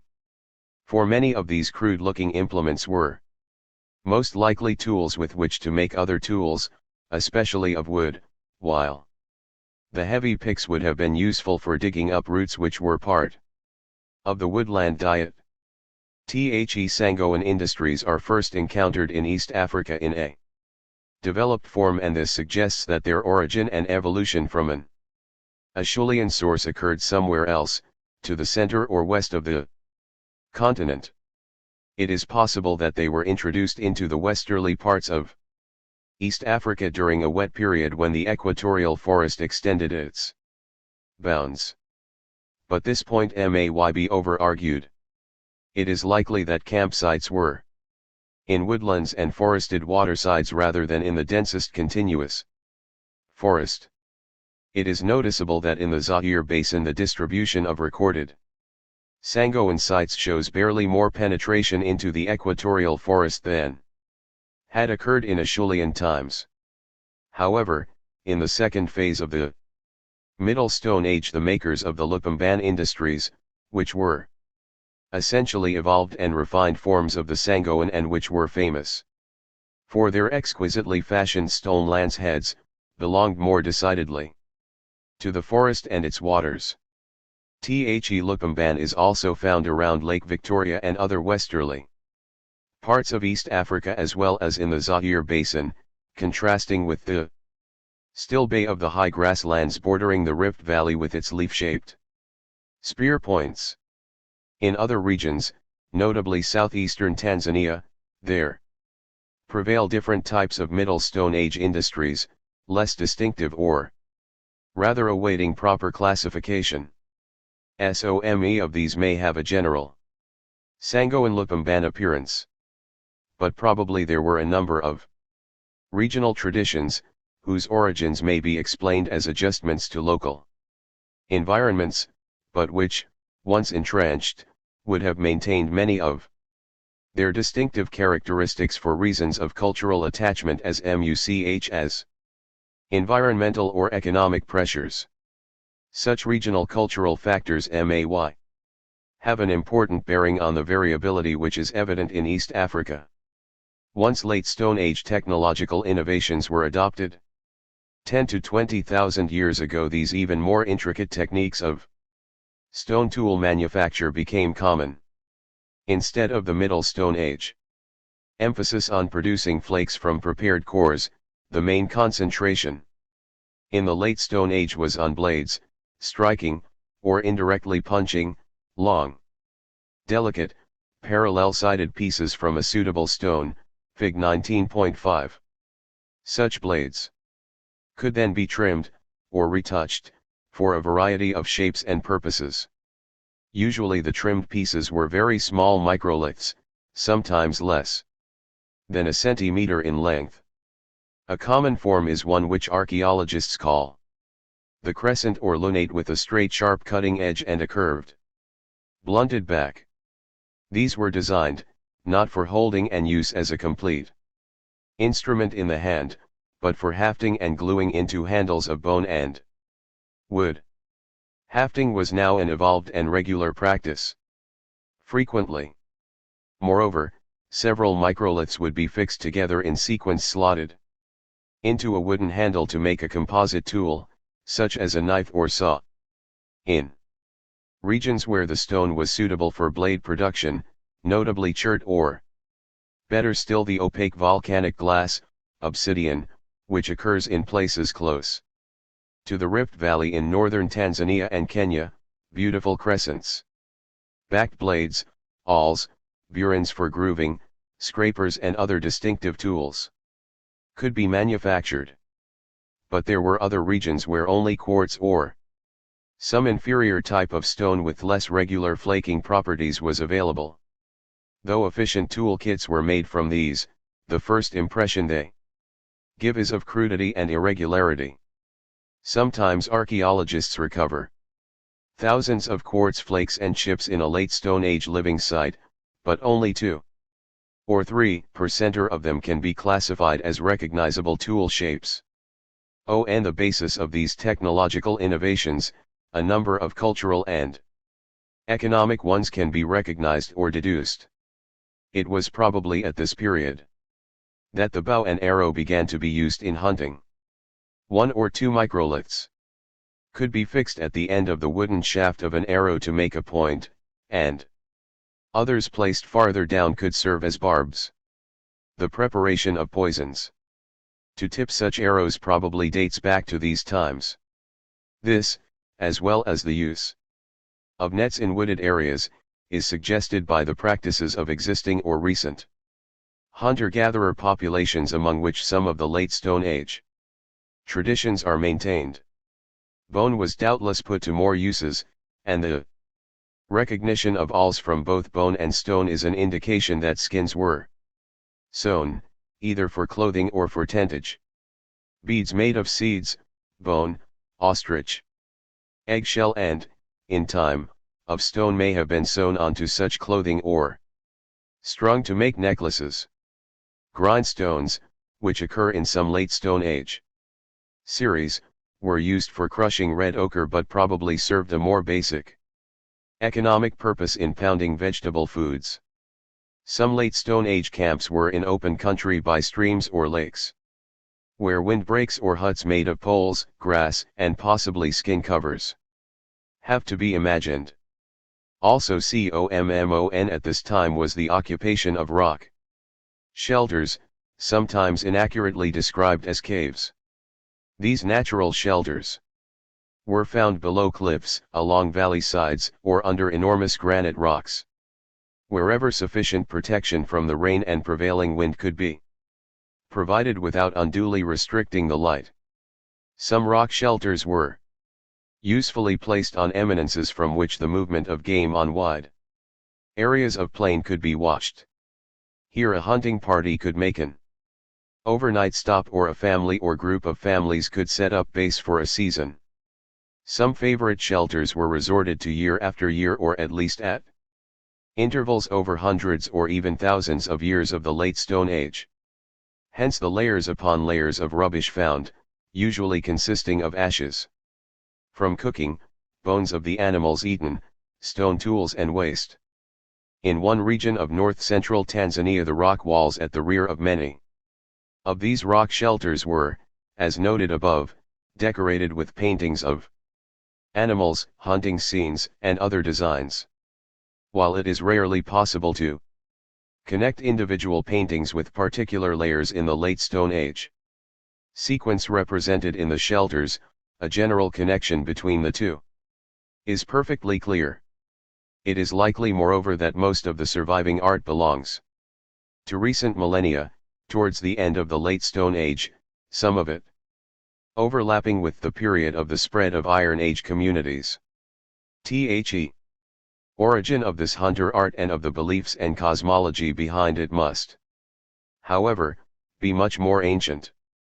The likelihood of an ancient fund of tradition, stretching back many millennia to the beginning of the late Stone Age, if not to the Middle Stone Age, may account for the general similarities which exist between the Tanzanian hunter art and that of southern Africa. Similarly, the lithic industries of the two regions, though by no means identical, share some general features, often loosely described as Wilton. In southern Africa it has been demonstrated that some late examples of the rock art, and indeed of the Wilton stone industries, were the work of an group some of whom still lead a hunter-gatherer life in certain regions. Their San physical features and Khoisan, or click, languages are both distinctive. NOW, in East Africa there is only one small region where click languages are spoken, and this is the very region of the north-central Tanzanian rock art. These Khoisan speakers, besides betraying some possible evidence of San physical ancestry, still retain a very strong hunter-gatherer cultural tradition. 7. This certainly cannot be explained as a result of a relatively recent migration of San out of southern Africa. Rather, there must once have been a continuum of such hunter-gatherers from northern Tanzania to the Cape of Good Hope, a continuum broken by the arrival in the region during the last 3,000 years of peoples with different languages, cultures, and pastoral or agricultural economies. The origins of this cultural continuum in the savannas of eastern and southern Africa clearly belong well back in the late Stone Age, if not with the still Bay phase of the Middle Stone Age. However, the question of time depth must be left open until this second phase of the Middle Stone Age, as well as the transition to Late Stone Age with the inadequately defined Magocian industries, is better recognized and understood in the intervening regions. This notion of a long tradition for the savanna cultures of the Late Stone Age may account for some of the regional variability contained in the general category of Wilton industries. In this category, archaeologists have in the past tended to include almost all industries in both eastern and southern Africa with a marked microlithic element, and it may be that some of these in the more northerly parts of East Africa are related in only a very tenuous way and may have nothing to do with the sand populations of the south. In the westerly parts of East Africa, moreover, one might expect to find a distinct tradition connected with the Zaire basin where Tchitolian industries flourished, derived from the Sango and Lupumban woodland and forest culture of the Middle Stone Age. But this is not especially evident, except in Rwanda. The region which does contain some strikingly contrasting features lies in the Kenya highlands and Rift Valley. Here are found some late Stone Age industries with Wilton affinities, but also others in which tools made on long blades rather than microliths predominate. These, known as Kenya Capsian, made from local obsidian sources, date from between about 10,000 before our era and 5000 before our era. The best series is that which Dr. Leakey found at Gamble's Cave near Makuru in the 1920s. Related or derived industries continued until the very end of the Stone Age. This Kenya Capsian belongs to an older blade tradition widespread over much of north eastern Africa and the Mediterranean region. But the comparison of the lithic industry is not the only consideration which matters. More important, the Kenya Capsian and its makers represent the southwestern extremity of the Negro aquatic civilization which extended right across Africa in the southern Saharan belt and the Nile Valley to East Africa. These areas appear to have been occupied during a temporary wet period in which lake levels were high and rivers swollen. This civilization was at its zenith about 7000 before our era. The riparian peoples caught fish and aquatic animals with typical bone spears and harpoons manufactured with stone tools. They are found at Lake Edward in the western Rift Valley and on the former shoreline of Lake Nakuru. Basket and pottery making was known, and the latter represented one of the earliest uses of pottery firing anywhere in the world. This all points to a sedentary society with the principal habitat situated at the water's edge. The Neolithic. Only a few years ago, for want of archaeological evidence, stock raising and, above all, agriculture were regarded as not having been very advanced prior to the first millennium, except in the sites along the Nile Valley related to the Khartoum Neolithic. It is still a matter of speculation whether the fishermen groups, which were partly sedentary living beside the Great Lakes and rivers, 479. From the 7th and 6th millennia onwards, were at the origin of pastoralism, and perhaps also of agriculture. This change in their way of life was due partly to the pressures exerted by the environment, the sudden increase in the drying up of the Sahara from the beginning of the third millennium, and partly to their advanced technology, since, as we know, they already had pottery. However, it is thought that these people were receptive to the notion of collective food production, particularly of animal and plant domestication, which was to spread throughout the region from the third millennium onwards and to soften the impact of the change of climate on natural resources. The best known site from this period is Esh-Shehinab, in the Sudan, which is situated on an old terrace slightly to the north of the confluence of the Blue and White Niles. In addition to the discovery there of a lithic industry consisting of geometrical microliths, J. R. Kell found harpoons perforated at the base and fishhooks made of shells, both of which testify to the existence of fishing as a permanent activity, rhyolite adzes, gouges, small polished bone axes, and pottery with a wavy-lined and dotted decorative motif. The bone remains included wild species, many of them fish, but also goats and occasionally sheep. The Esh-Shehinab site dates from the second half of the 4th millennium. At the Kadiro site, which is located nearby, and is very similar in the type of material discovered, 9/10 of the remains collected are from domesticated species, including members of the Bovidae family. At Agordat in the Eritrea province of Ethiopia, traces have been found of 4 villages which were inhabited on a semi-permanent basis. Although study has been confined to the surface layers, the site has produced axes, polished stone hammers, stone discs and bracelets, pottery with an embossed or grooved herringbone pattern, pearls, lip ornaments and necklaces. The presence of grinding stones, mortars, and a stone figurine representing a cattle species similar to those raised by the C group population centered on Nubia and to the west does not necessarily prove that there was an agricultural and pastoral economy, but suggests that there might have been.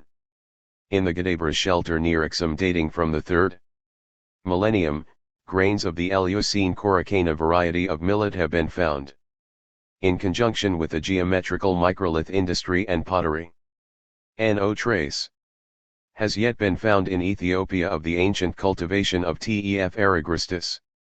Tef, which is still the staple and highly nutritious cereal consumed by many ethnic groups in northern Ethiopia, or of the Abyssinian banana, enset. Idul, which is more widespread in the south, or of wheat or barley. In Kenya, although evidence of the existence of agriculture is still lacking, there are ample vestiges of pastoralism throughout the Rift Valley as far down as Tanzania, as well as in the highlands.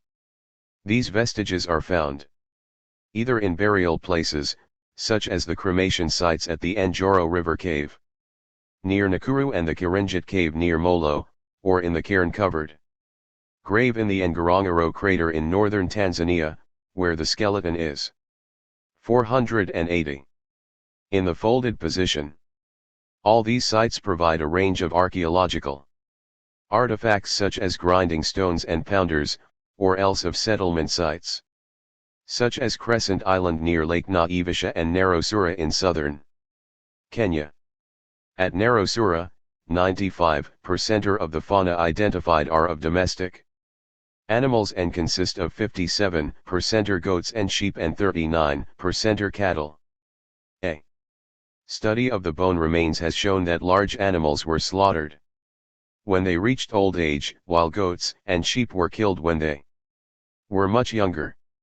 The conclusion we can draw is that cattle were raised more for their milk and perhaps for their blood, as among the present-day Maasai, than for their meat. Here, again, the presence of grinding stones and pounders are only indirect evidence for the existence of some kind of agriculture.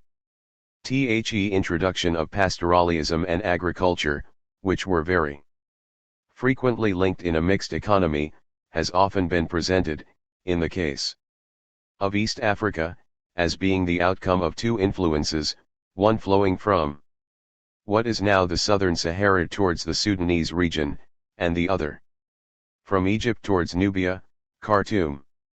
The process of Neolithization may have reached the Ethiopian highlands and then been carried southwards by small-scale movements of Cushitic-speaking peoples.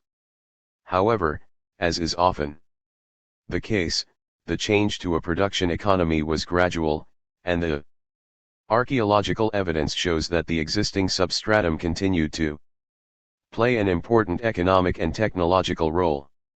Hunting and fishing went on as in the past, and there was no break in continuity with the material culture of the small fishermen groups which had become partly sedentary well before the third millennium, or even with the hunter-gatherers, who did not know the use of pottery, the Kenya-Capsian Elmentation.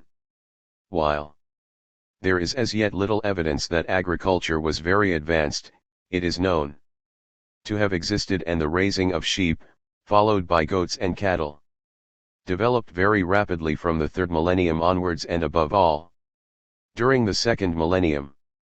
And the Iron Age began. These East African peoples had probably already advanced beyond the pre-agricultural stage. Aquatic tradition of Middle and Eastern Africa. 8 to 10,000 years ago the climate of Africa was unusually wet, so that the lakes were bigger and more numerous, the swamps more extensive, the rivers fuller and longer, and the seasonal streams longer lasting. In this situation there spread right across the continent, from the Atlantic coast to the Nile basin, in a broad belt lying between a much shrunken Sahara and an enlarged equatorial forest, a very distinctive way of life intimately connected with the waters, their banks, and their food resources, and especially with advanced techniques of boat building and fishing. This aquatic civilization, as we might call it, is known from numerous archaeological sites in the Saharan highlands and the southern fringe of the desert, from the upper Niger, through the Chad basin to the middle Nile. 481. And then southward as far as the East African rift valleys and the equator. In the western rift it has been recognized at Isangho on the Zaire shore of Lake Edward, whereas in the eastern rift sites are found along the ancient high shorelines of lakes Turkana and Nakuru, the former low-lying, the latter farther south in the rift valley's elevated stretch. Most important site lying by this greater Lake Nakuru is called Gamble's Cave. It is in fact a rock shelter which was excavated by Dr. S.B. Leakey in the 1920s. The lowest occupation layer was found to contain late Stone Age remains of the type called Kenya-Capsian. However, the presence of distinctive pottery and bone work and the recent dating of this layer to 6,000 or so enable us now to see the Kenya-Capsian as the local expression of the great African aquatic tradition.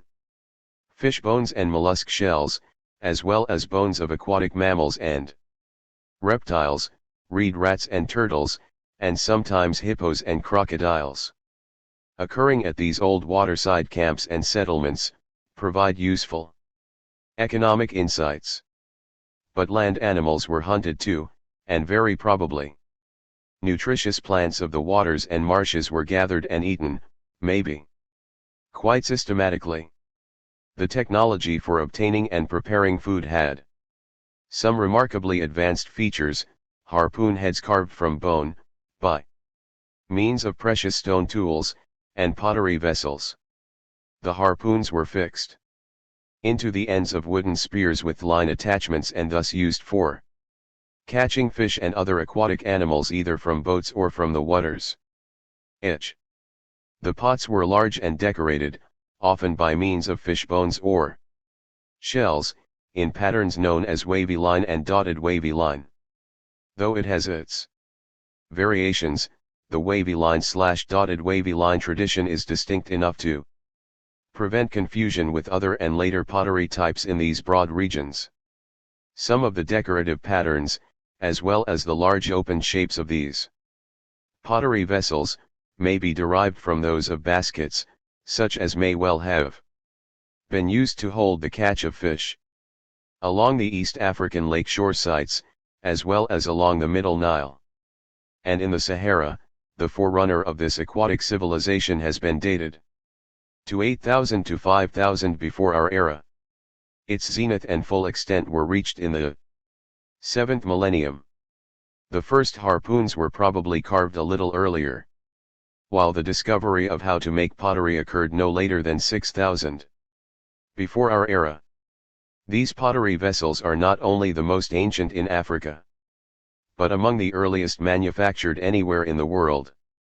There can be little doubt that this was an invention occurring independently somewhere in this Middle African belt. There is nothing to suggest that these aquatic people practiced any agriculture between 7000 and 10,000 years ago, whether in East Africa or in other parts of their vast range. Nevertheless, this very expansion and the rapidity with which it occurred, together with the technological sophistication of this new way of life, demonstrate its cultural prestige and dominance for as long as this very wet period lasted. To consider it as just one other variant of the late Stone Age hunter-gatherer cultures is, therefore, 482. To miss completely its distinctiveness and achievements. These people may not have lived in permanently settled villages, but, with assured food supplies from the Great Lakes and rivers and a technology geared to exploit this situation effectively, they were able to maintain community settlements bigger and more stable than had any previous populations.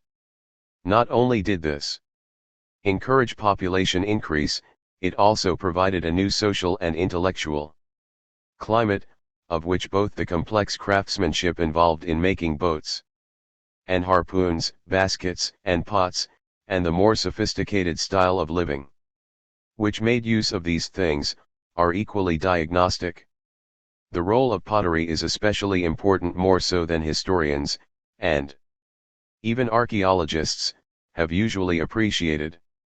Being fragile, pottery vessels are of limited usefulness to mobile societies lacking fixed bases, and thus to most hunter-gatherers. But for settled communities, pots have a civilizing and home-drawing significance in allowing versatility and new sophistication in the preparation and cooking of food.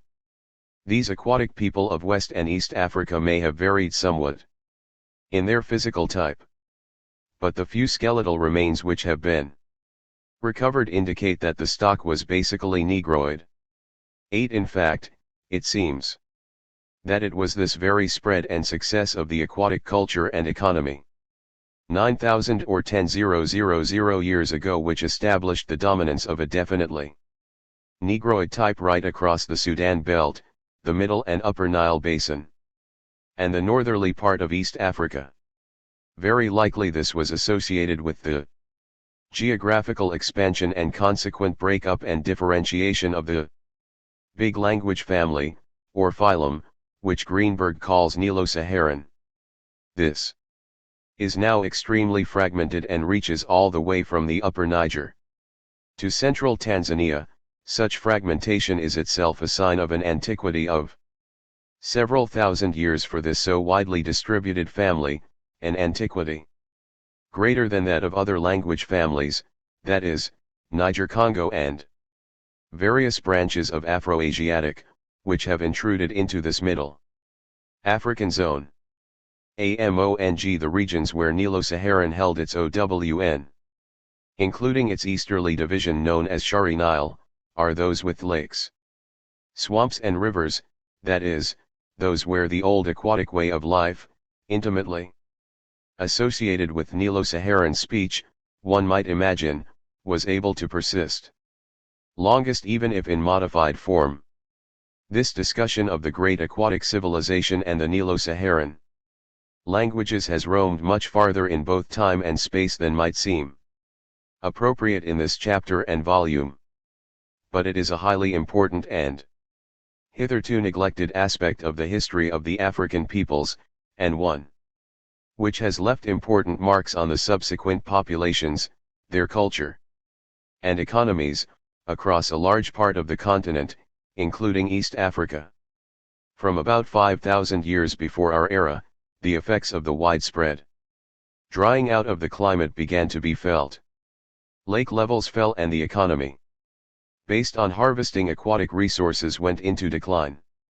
However, it continued for some time longer in the Rift Valley in Kenya. Over a period from 2000 to 2000 before our era, new populations arrived in the region from Ethiopia, bringing cattle and perhaps some agricultural practices with them. 484.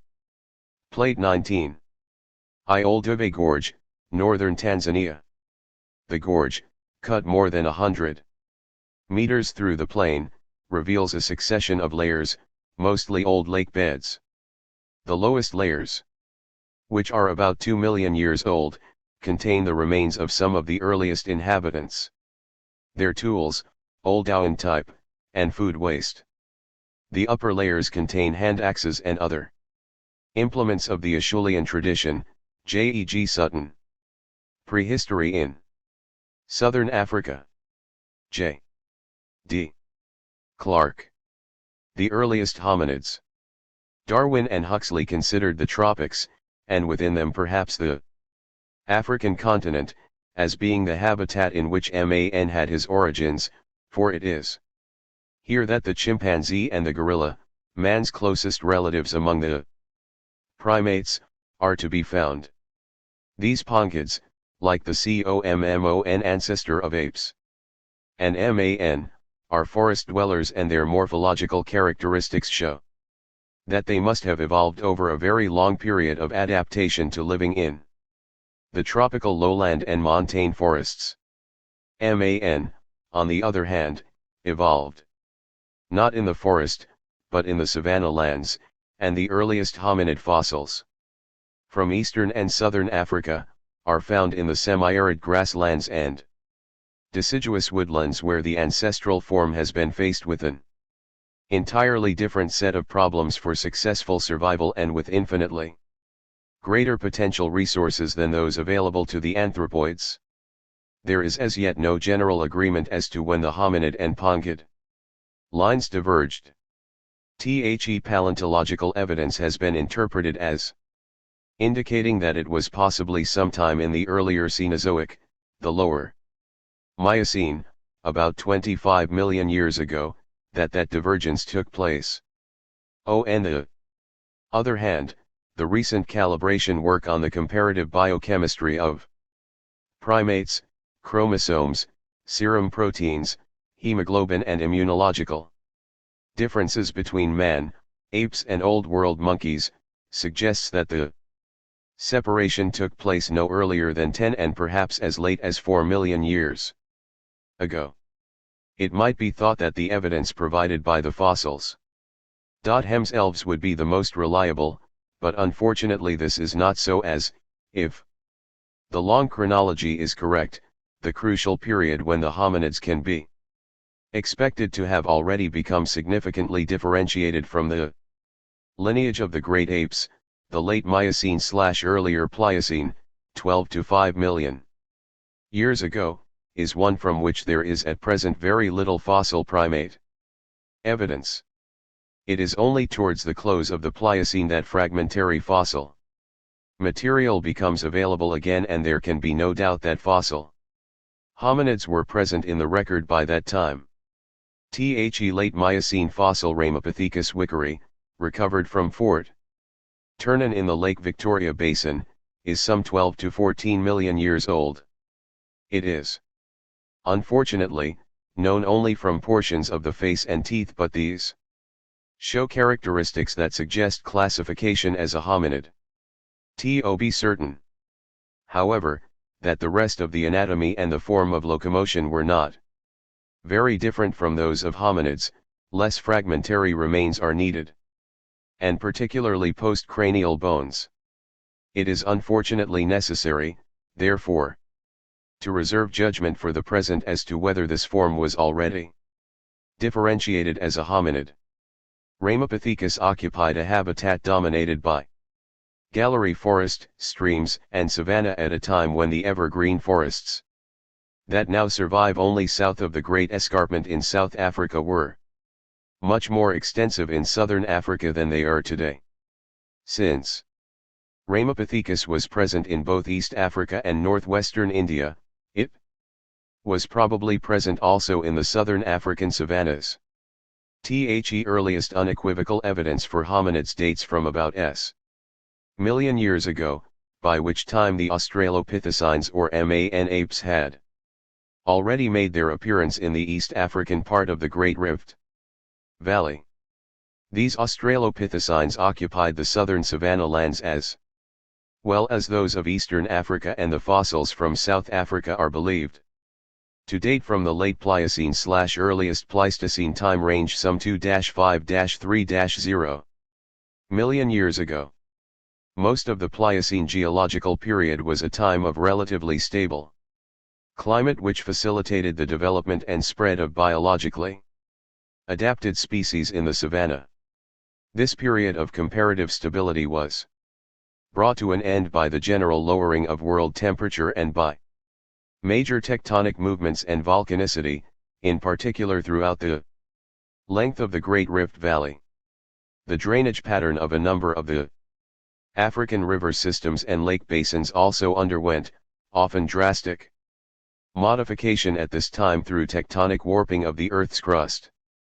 The lowered temperatures that marked the beginning of the Pleistocene period were also accompanied by decreasing rainfall and increasing desiccation, so that the arid Karoo bush spread extensively in southern Africa at the expense of the grasslands and forests.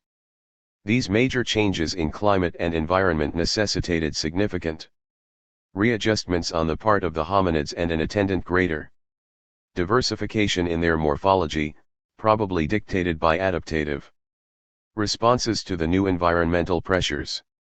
By this time it is certain that the ancestral form of the hominids, whether a knuckle walker or more persistently bipedal, which had moved out of the forest into the savanna sometime during the Pliocene, or perhaps before, had undergone fairly rapid genetic change in response to adaptation to more than one new ecological niche, so that by the lower Pleistocene in southern Africa there appear to have been at least three forms present that were also, most probably, interspecifically fertile.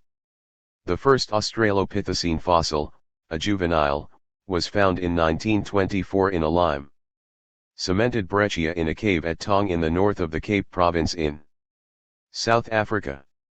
The first adult individual was discovered in 1936, again in old cave deposits, this time in the Krugersdorp region of the Transvaal. Since then a large number of Australopithecine and other hominid fossils have been recovered as a result of intensive teamwork studies at the level of the water-laid sediments in the trough of the East African Rift and in the deep caves of the interior limestone plateau regions of South Africa, where the conditions are favorable to the preservation of fossils of this age. Apart from these regions, the only other fossil ascribed to the Australopithecine comes from the Lake Chad basin at Korotoro. However, this specimen is now considered as being more recent. Hence, although a very large number of Australopithecine fossils are now known, these come from a limited number of localities, mostly from South African caves and the Rift Valley sites, since it is comparatively rarely that favorable conditions exist for the preservation of fossil bone. In many regions of Africa, acid soils, erosion, and other phenomena have precluded the preservation of fossils. In the dense West African forest region, for example, there is, nonetheless, good reason to believe that several differential hominid forms were widespread in the tropical savanna lands some 2 to 3 million years ago. In eastern Africa, the fossils are becoming increasingly well dated by radiometric methods and by the paleomagnetic reversal. Time scale. As yet, the fossils from South Africa can be dated only relatively by paleontological and geomorphological comparisons. Latest assessments, based on the studies of pigs, elephants, and hyenas, suggest that the earlier Transvaal fossils are about 2 to 5 million years old at least. The cave breccias. Yielding these fossils, at Makapan limeworks and the Sterkfontein type site, contain a few mammalian forms in common with those of the East African faunal assemblages that show morphological features comparable with those of the Pliopleistocene boundary. The earlier South African Australopithecines were mostly of gracile build. A. africanus, on an average 1 to 4 m tall with an erect gait, the lower limbs adapted to fully bipedal locomotion and the forelimbs adapted to tool use. The head was centrally placed on the vertebral column which was supported by the essentially human and basin-like pelvis. The cranial capacity was more like that of a gorilla, 450 to 550 cubic centimeters, than of a modern man, though the postcranial skeleton and the dentition show essentially a human form. The face, however, is more ape-like, the lower part protruding, the cheekbones pushed out and with heavy ridges above the orbits. The areas for the attachment of the masticatory and neck muscles show these to have been very powerful in the later cave sites, Swartkrans and Kromdraai, and most probably also, it is now thought, Tong, the predominant form is much more robust. A robustus. This is a much heavier individual weighing about 68 kilos and the large males were furnished with bony crests, one running over the top and another round the back of the skull for the attachment of the very powerful neck and masticatory muscles. It was generally thought that the earlier forms were all gracile A. africanus, and the later all robust, A.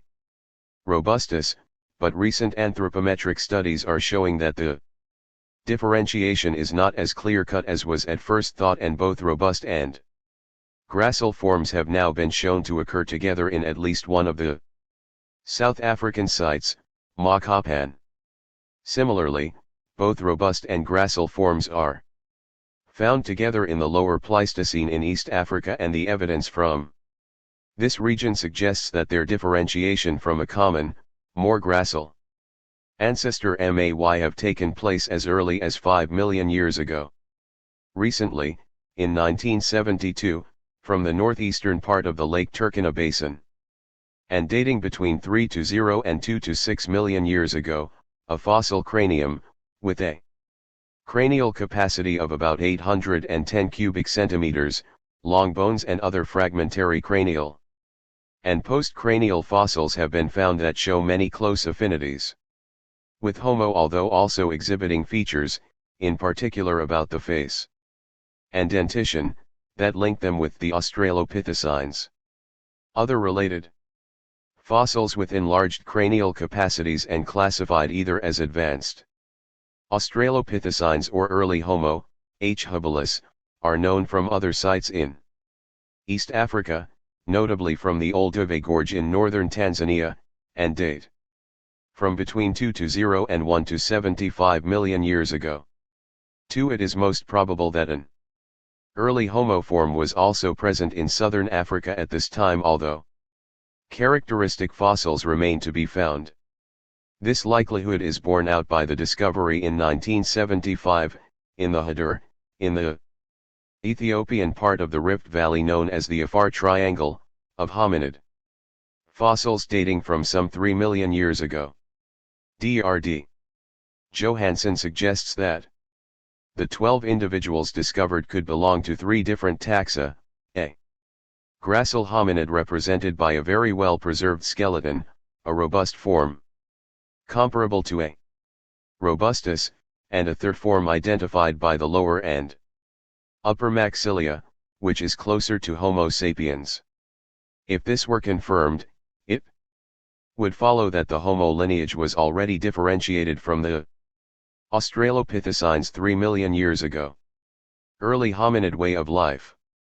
Although a large number of Australopithecine hominid fossils have been found in the South African caves, it seems unlikely, indeed improbable, that the contexts in which they occur there represent their home bases or the robust Australopithecine facial fragment and palate from Chisoangia in the Lake Baringo Basin is NOW believed to be 3.0 million years old, and, since this also shows some features that link it to Homo sapiens indeed, it may belong close to the time when the Homo lineage began to become differentiated from the Australopithecines.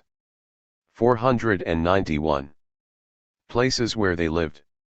At one time it used to be thought that the deep limestone caves in the Transvaal were the living places of the hominids, and that the fossil animal bones they contained were the various parts of the animals preyed upon that had been carried back by the hominids for making into weapons and other equipment.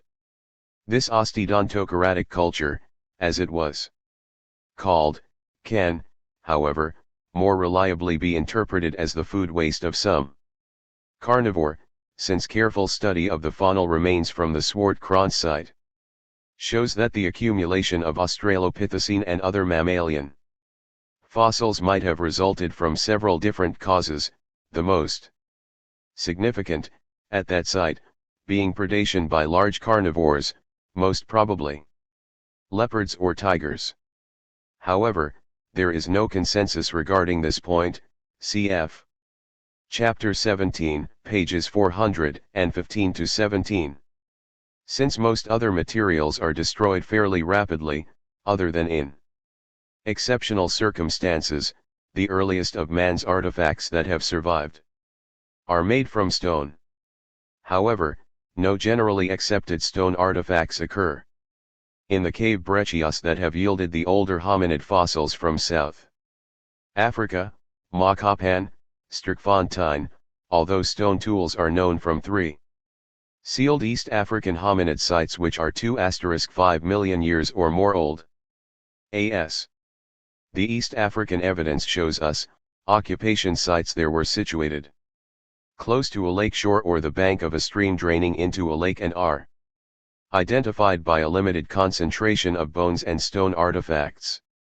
There can be no doubt, from the various species and numbers of individual animals represented by the deliberately broken faunal remains on these sites, that these bones are the remains of the collective hunting/scavenging activities of the hominids who used the stone tools, amongst other activities, to process the meat and bone as well as the plant foods that must have made up the major part of their diet. The diversity of the remains and their varying state of preservation suggests that these home bases were occupied over a period of several days at least and not simply on a single occasion, although so-called kill sites are also known where the remains of a single large animal had been butchered by a group. Generally small area covered by the occupation waste on the living sites suggests that the group was probably small and perhaps consisted of no more than 2 or 3 families. The extent to which these early hominids were the predatory killers they have sometimes been made out to be is debatable, and it seems much more likely that, while they derived an increasing proportion of their sustenance from meat, they were no more aggressive than other large carnivores, and probably appreciably less so because they were not dependent on meat alone, but used also an abundance of plant resources. Clearly, however, it was the organization of the hunt that provided the stimulus for early man to develop a more rigidly structured socio-economic pattern which was made possible by his ability to manufacture tools for specific purposes. Evidence of the East African home bases, to which the products of the hunting and collecting activities were regularly brought back, shows that the late Pliocene/Lower Pleistocene hominids were probably organized in open social groups, the composition of which may have changed frequently.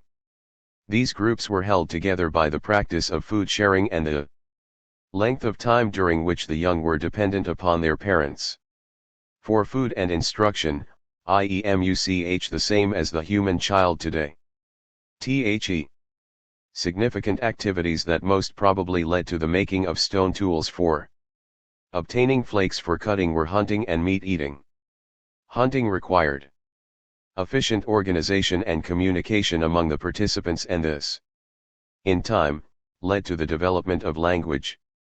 Differentiation of activities as between males and females can be expected to have begun about this time. Also, the males now concentrating on hunting and the females on collecting and the care of the young. If, however, the Transvaal caves were not the living places of the hominids but the larders of some other large carnivore, to which the hominids themselves at times fell victim, it seems likely that the Australopithecines were not, in fact, living too far away for, in the later breccias in the Sterkfontein group of caves, Zwartkrans, Sterkfontein extension site and Kromdra, which could be about 1 to 5 million years old. Simple stone artifacts have been found in association with the fossils. They are made from rocks foreign to the immediate area of the cave, cobbles of quartzite, quartz, and diabase, and they presumably came from a nearby camp.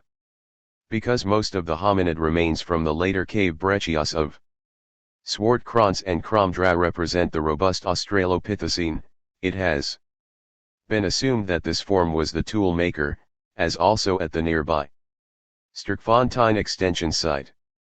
However, a fragmentary cranium and face with some postcranial bones representing an early Homo species are present in the same deposit at Zwartkrans, and this form is more likely to be that associated with the tools. This does not, however, preclude the possibility that the Australopithecines also made tools, since a recent experimental study at Bristol has graphically demonstrated the ability of a young orang utang to strike flakes for securing food after the process had been demonstrated to him, and he was able to observe the use to which these flakes could be put.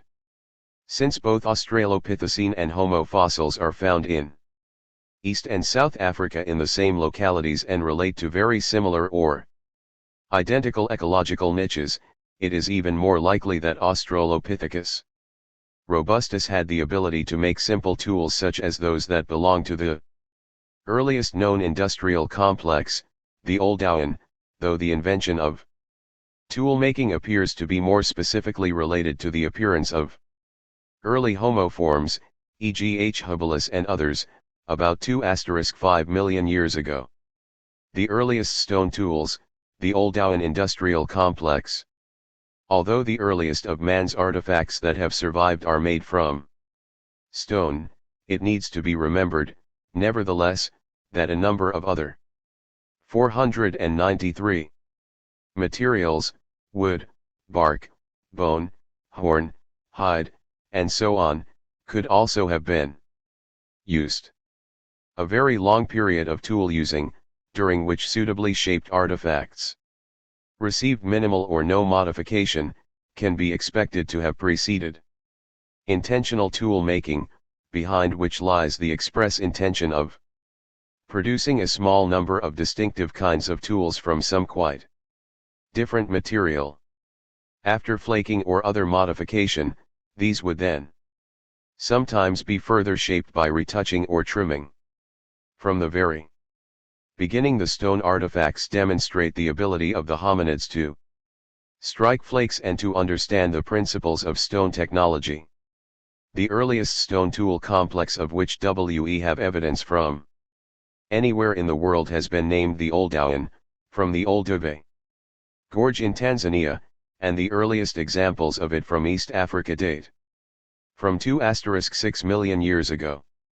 3. It is possible that some of the finds made in ancient river gravels, those of the Vaal or the Zambezi, or lying on high level marine platforms around the coasts in southern Africa, may also belong in this time range. However, since these artifacts have not yet been found, sealed in circumstances where they can be dated, judgment as to their antiquity has to be reserved, as they could be appreciably younger. It might have been expected that the Malawi Rift, like the East African Rift, would have preserved artifacts from this time as well as hominid fossils, while the northern end, Malawi, has yielded a Pliopleistocene faunal assemblage that forms the only important link between those of East and South Africa. This area was not, for some reason, favored for occupation by early man until much later, and primates in general are only rarely found in the sediments of these deep southern rift basins.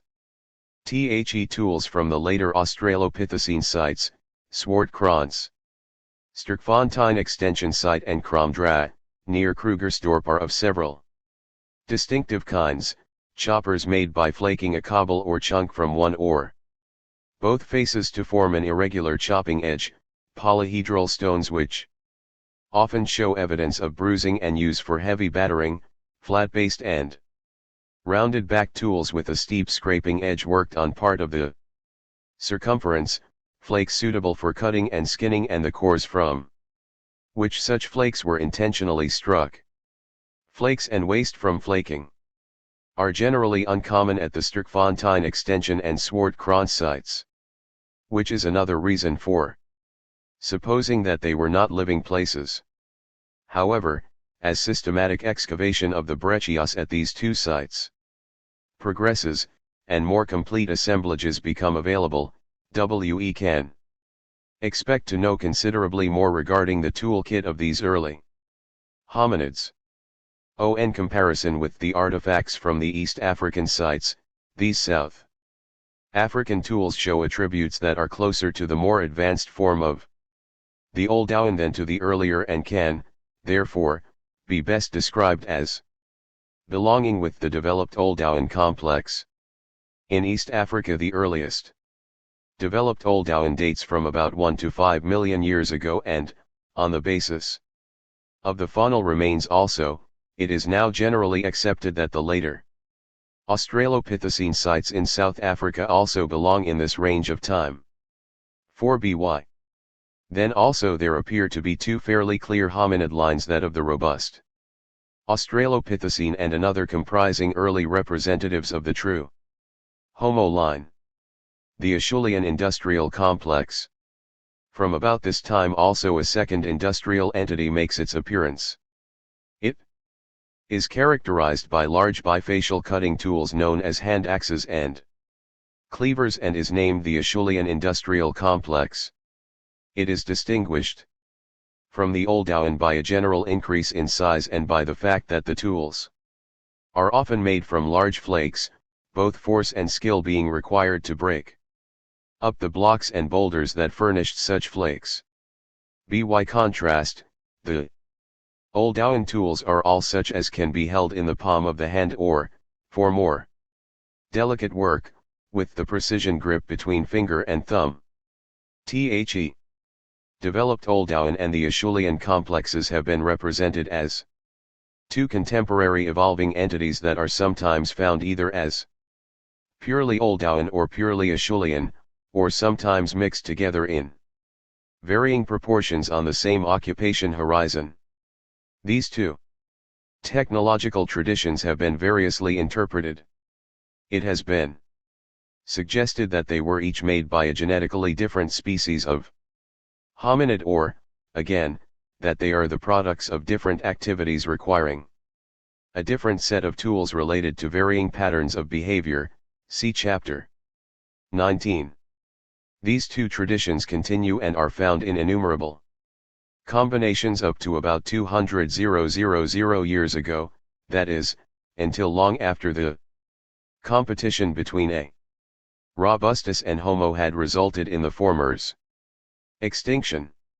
For these reasons, the explanations for these two distinctive tool kits favored here is that they relate to different sets of activities or patterns of resource exploitation, influenced by individual and traditional preferences and manufactured by a single hominid population as circumstances dictated.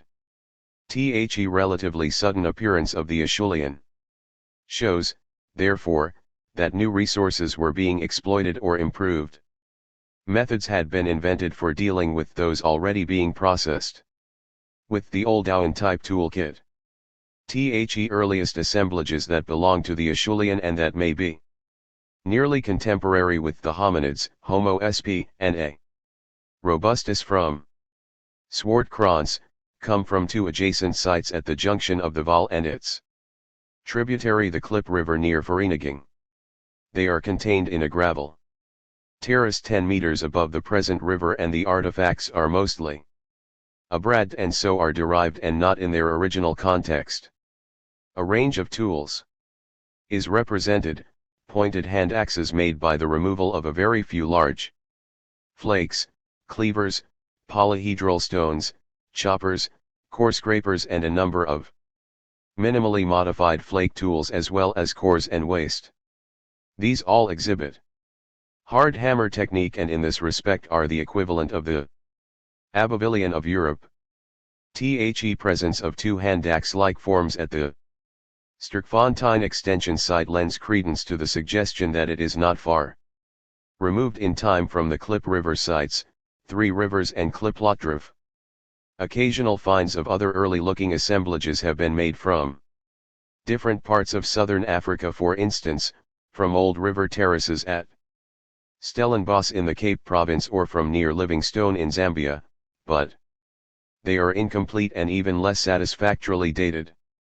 Somewhere between I million and 700,000 years ago, the early Homo stock, represented by the hominid 1470 skull from Kubifora East Turkana, and by Homo habilis fossils from the Old Uve Gorge, the Omo Basin and other sites, was replaced by a more robust, larger-brained form known as Homo erectus.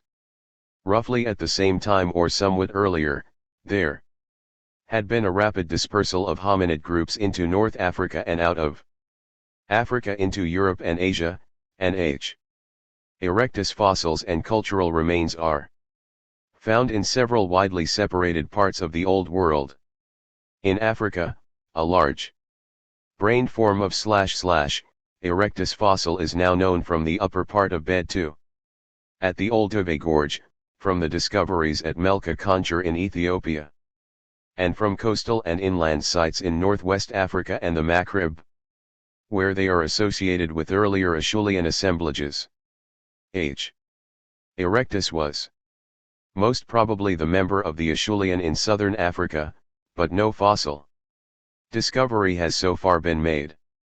It is with the appearance of the later, or more advanced, Acheulean that we begin to find a proliferation of sites in southern Africa, as in the whole of the continent, that strongly suggests an overall increase in the number and size of the hominid groups. The scarcity of sites belonging to earlier times may, in part, be due to the comparative sparseness of preserved sediments belonging to those times, but this is not likely to be the main reason to account for the marked increase in the number of recorded sites belonging to the later Acheulean and for the more extensive area that many of these cover. Although many sites are known, however, 389 are recorded for South Africa. In the Atlas of African Prehistory, most river systems that have been investigated having yielded assemblages of characteristic hand axes and cleavers, only a very few have been excavated and not many are in a primary. 499. Context 5, which preserves the distribution scatter of artifacts and other evidence of habitation after the site has been abandoned by the occupants. The excavated sites show the varied nature of the habitats and some of the behavioral practices of Acheulean man. None of these sites is as yet accurately dated because they all lie well beyond the range of radiocarbon dating, and the rocks and sediments with which they are associated are unsuitable for potassium argon or the paleomagnetic reversal chronology. Methods. The most northerly site is that of the Kalambo Falls on the Zambian-Tanzanian border in Central Africa, however, where a unique series of events has preserved wood in association with 6 or more stratified occupation floors. This wood can be dated and some from one of the later horizons has given a date by the amino acid racemization method of more than 190,000 before our era, J. Bada, Personal Communication. Such a date is in agreement with that from Isimila in central Tanzania where a somewhat similar stratified Acheulean sequence is dated to about 260,000 years by the uranium/thorium method.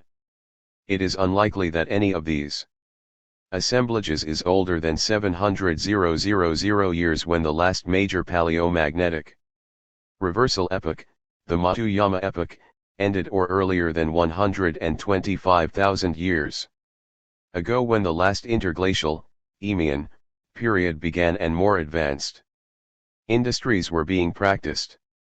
They belong essentially, therefore, to that time range defined as the Middle Pleistocene. The Kalambo Falls occupation concentrations were situated on sandbanks close to the river and presumably within the riparian forest that lined the banks at that time.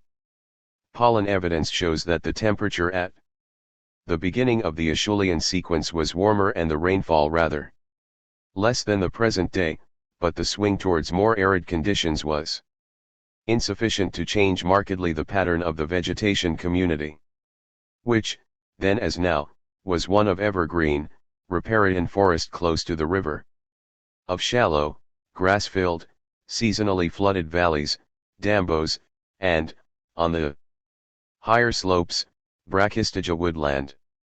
Towards the end of the Acheulean sequence, however, there is evidence from the pollens and macroscopic plant remains of lowered temperatures and some increase in rainfall that enabled some species of plants now living as much as 300 meters higher to descend to the altitude of the local Kalambo Basin. The living horizons are each believed to represent 1 or 2 seasons occupation at the most, after which the surface was covered by deposits of river sand, silt, and mud on which subsequent and similar occupation then took place. These horizons were discrete concentrations with fairly sharply defined boundaries and they yielded a large number of hand axes and cleavers, many retouched flake tools and core scrapers and a lesser number of picks, polyhedrals and spheroids. Associated with the stone tools were several wooden implements, a club, digging sticks, short pointed sticks, also, perhaps, used for digging, a thin blade-like wooden tool and fragments of bark which may have served as carrying trays. Some of these occupation horizons provided ample evidence for the use of fire in the form of charred tree trunks, charcoals, ash and oval basin-shaped concentrations of carbonized and compressed grasses and woody plants which may, perhaps, have been lined sleeping places.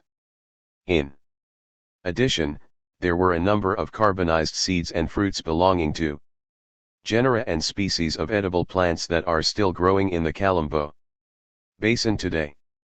As these become ripe in the closing part of the dry season, September and October, it is thought that these Acheulean living floors represent dry season campsites. There were no fauna preserved at the Kalambo Falls but at Mwangandas, near Karanga at the northwest end of Lake Malawi, is another site dating from the Middle Pleistocene where an elephant had been butchered close to a stream running eastwards to the lake shore. At least 501. 3 groups of individuals, it appeared, had taken part in these butchering activities as 3 separate groups of bones were found each together with the stone tools made for this specific occasion and then discarded. These tools were mostly flakes with minimal modification, small scrapers, and a few choppers, a developed Oldowan, in fact, and in them is reflected the Butchery kit of earlier, Oldouan times. Excavations at Oppermanstruve, near Bloemhof on the Waal, provide interesting evidence of Acheulean man's efficiency as a hunter as well as showing his technique of butchery and disposal of bone waste. This takes the form of several piles of bones adjacent to the stream course with hand axes on the same horizon. Acheulean assemblages are sometimes found associated with outcrops of suitable raw material and incorporated in scree and workshop debris. We can learn little about environment from such sites, e.g. Gwilo Kapi in Zimbabwe, but they seem to have been regularly revisited, for instance. Wonderbompert near Pretoria in the Transvaal, where up to 3 meters of waste are found and which seems to have been associated with one of the gaps in the Magaliesberg range on a game migration route between the Middelveld and the Highveld. The favored living places in Acheulean times were, however, always close to water, such as, for instance, dambos where the game is usually concentrated and where water is always available.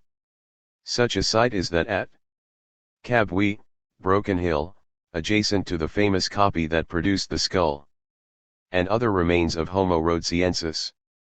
Here a small assemblage of large cutting tools was found associated with spheroids and a number of small tools in quartz.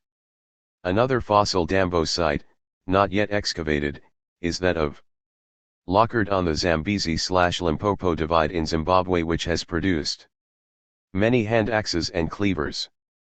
The locality of Cornelia in the northern Orange Free State, South Africa, is another example.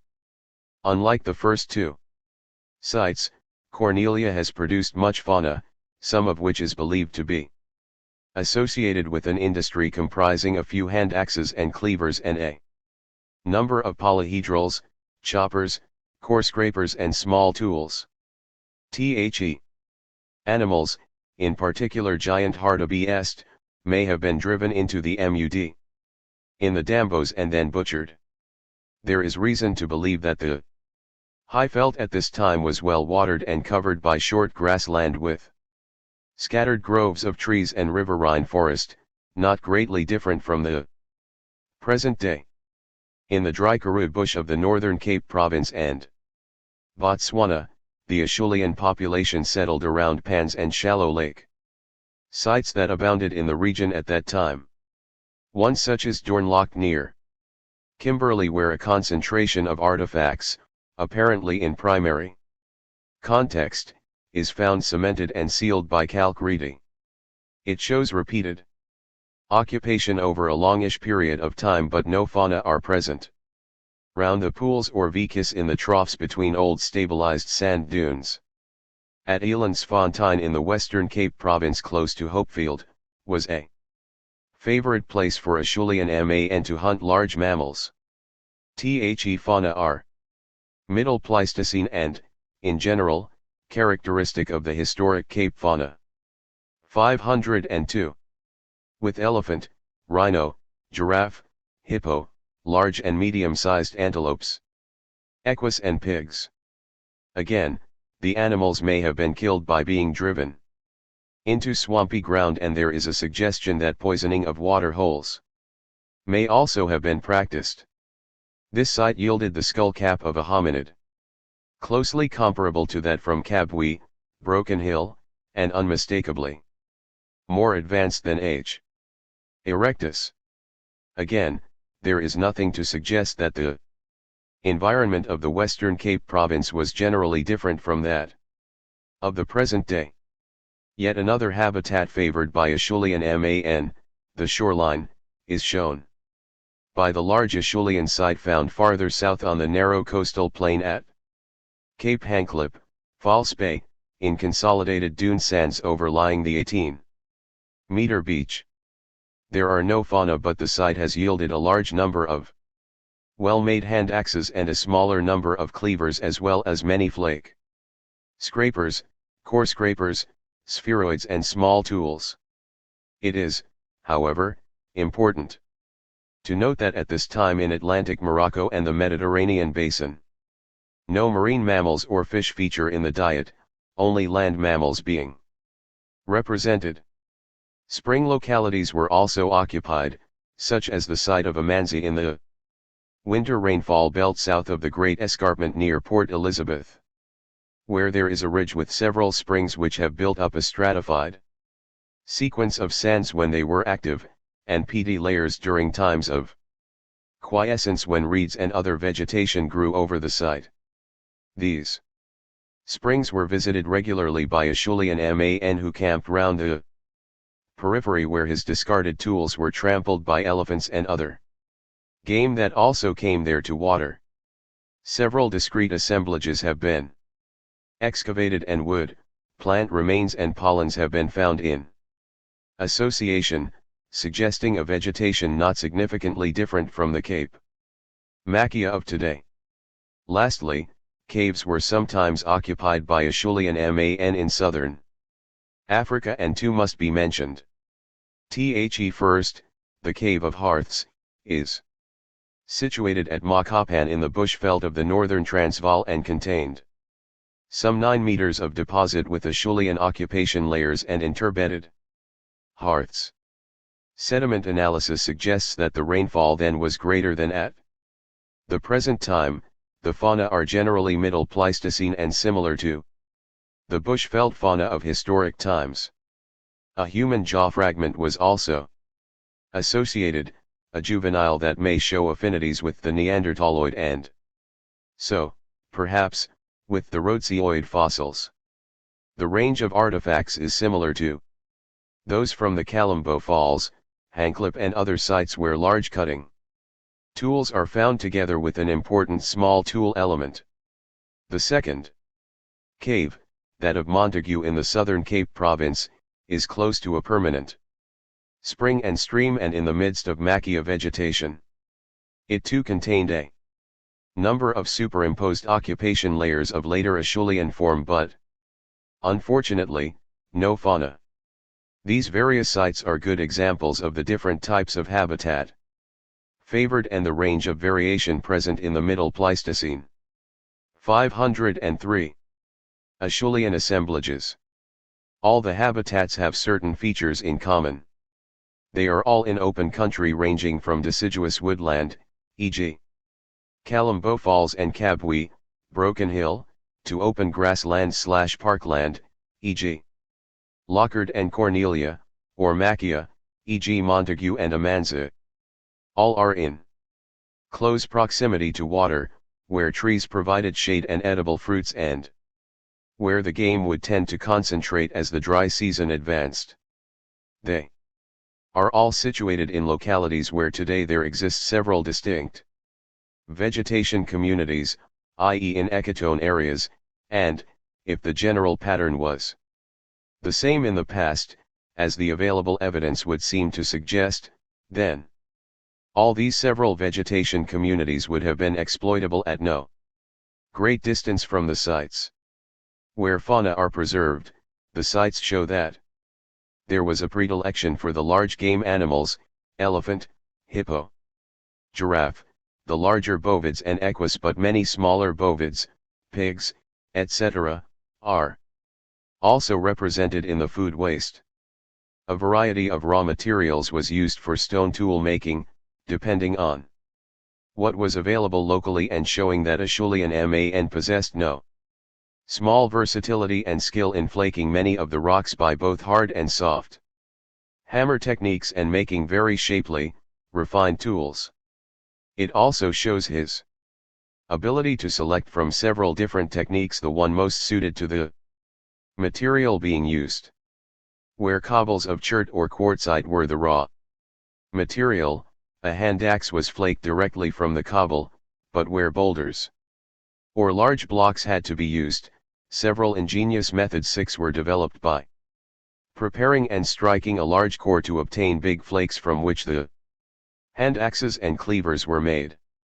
The later Acheulean in southern Africa probably covers much the same length of time as it does in eastern Africa, where it lasted, perhaps, from about 700,000 to 200,000 years before our era, but as yet there exists no sufficiently precise method of measuring the age differences between the various Acheulean occurrences.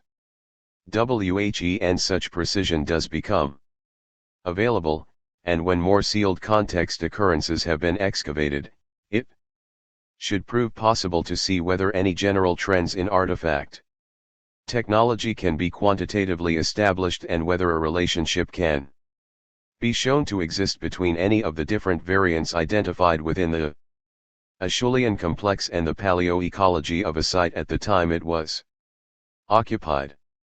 As this necessarily brief summary has shown, the Acheulean assemblages form certain broad patterns that are reproduced throughout the Acheulean world. There are assemblages that consist mostly of hand axes and cleavers. Others that comprise choppers and smaller tools of the developed Oldowan pattern, others again that show various combinations of both these traditions, and yet others where picks, core scrapers and other heavy-duty equipment predominate. While, therefore, there is an infinite variety in the composition of the industries and in the nature of the habitat and its resources, there is a certain broad patterning common to the Acheulean as a whole, which suggests that the overall way of life did not vary greatly from one end of the hand axe world to the other. The general picture of Middle Pleistocene hominid behavior that emerges is thus one of hunting and gathering groups with a generally similar lifestyle and the ability to communicate moderately efficiently. They were living in larger groupings than in earlier times and paying more regular visits to favored sites. Following an established seasonal pattern, the social structure must still have been an open one, allowing for free movement of individuals and ideas. Large areas of the continent, however, including the forests, remained unoccupied, and the sparseness, in absolute terms, of the overall population must have meant that each group probably lived fairly isolated from the next. The final Acheulean or Foresmith. Certain assemblages have for long been known to exist on the high interior plateau.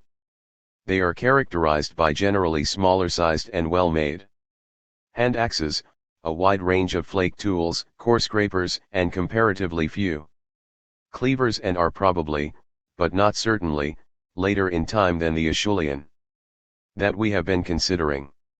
If this is so, then these assemblages probably represent a final stage of the hand axe tradition. Most of the assemblages are, however, surface collections and for that reason may be mixed with later material.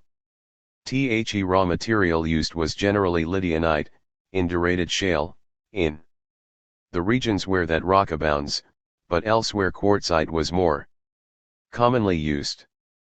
There are only a very small number of excavated samples of these assemblages which may, perhaps, be taken as representative. One of these lies in a former pen at Ruidam west of Kimberley, where the industry is contained within some 5 meters of sediments capped by a massive step lime. These sediments represent a steady accumulation of colluvial fill deposited by rainwash. The bifaces are sometimes diminutive and rather poorly made, and the greater number of tools are small scrapers and other small, retouched artifacts, all in Lydianite. In this assemblage, a method of core preparation known as disc core technique, yielding several small flakes, is well represented, while another technique, the Laval-Lois, yielding one larger flake to each preparation of the core, appears to be absent. TWO other sealed sites, on the Val River near Winsorton and in the Vervoort Dam area on the Orange River, preserve a similar industry but with both Laval-Lois and disc core techniques present. It would, therefore, seem that traditional usage and perhaps other factors, as well as time, may be a partial explanation for this kind of variability in flake and core forms. These industries have been termed Foursmith after the locality in the Orange Free State where the characteristic almond-shaped hand axes were 50s. First found on the surface in large quantities. It remains unclear, however, whether these industries represent an entity sufficiently distinct from the Acheulean to warrant the retention of a specifically distinctive name. They are more usually found in the grasslands, Karoo bush, and maquia of South Africa and Namibia. The only indication of their possible age is a uranium/thorium date on the carbonate from Ruidam, which gave a determination of 115,000 plus 10,000 years BP7, the time when Foursmith industries were superseded by a new technological complex or tradition, emphasizing flake and blade tools and marking the beginning of the Middle Stone Age is unknown but may have been between 100,000 and 80,000 years ago. In the heavier rainfall, more closed vegetation regions of Central Africa, the late Acheulean was replaced, not by the Foursmith, but by industrial entities with a high proportion of heavy-duty equipment, picks, core axes, choppers and core scrapers. This kind of equipment was present, of course, in Acheulean assemblages but, except in the little-known heavy-duty variant, it never at that time predominated over the other categories of tools. Such heavy-duty equipment now becomes significant, however, in the areas of higher rainfall and temperature where it is found together with a range of light-duty tools made of flakes and fragments. Such occurrences are found in Zambia, Zimbabwe, parts of Southeast Africa, in particular on the Mozambique Plain, and in the coastal regions of Natal, and belong to what is termed the Sangoan industrial complex. Sangoan assemblages are mostly undated except in a relative stratigraphy way, and it is not known for certain whether they are broadly contemporary with or later than the final Acheulean, Foursmith, of the open grass savanna lands. At the Kalambo Falls, the local manifestation of the Sangoan, Chipeta industry, is dated, on 12 radiocarbon results, to between 46,000 and 38,000 years BP. A comparable stage from Mufo in northeastern Angola dates from about 38,000 years BP. In Zimbabwe, the local Sangoan, Gwilo industry, resembles, but is believed to be older than, assemblages at one time described as Proto-Stilbe.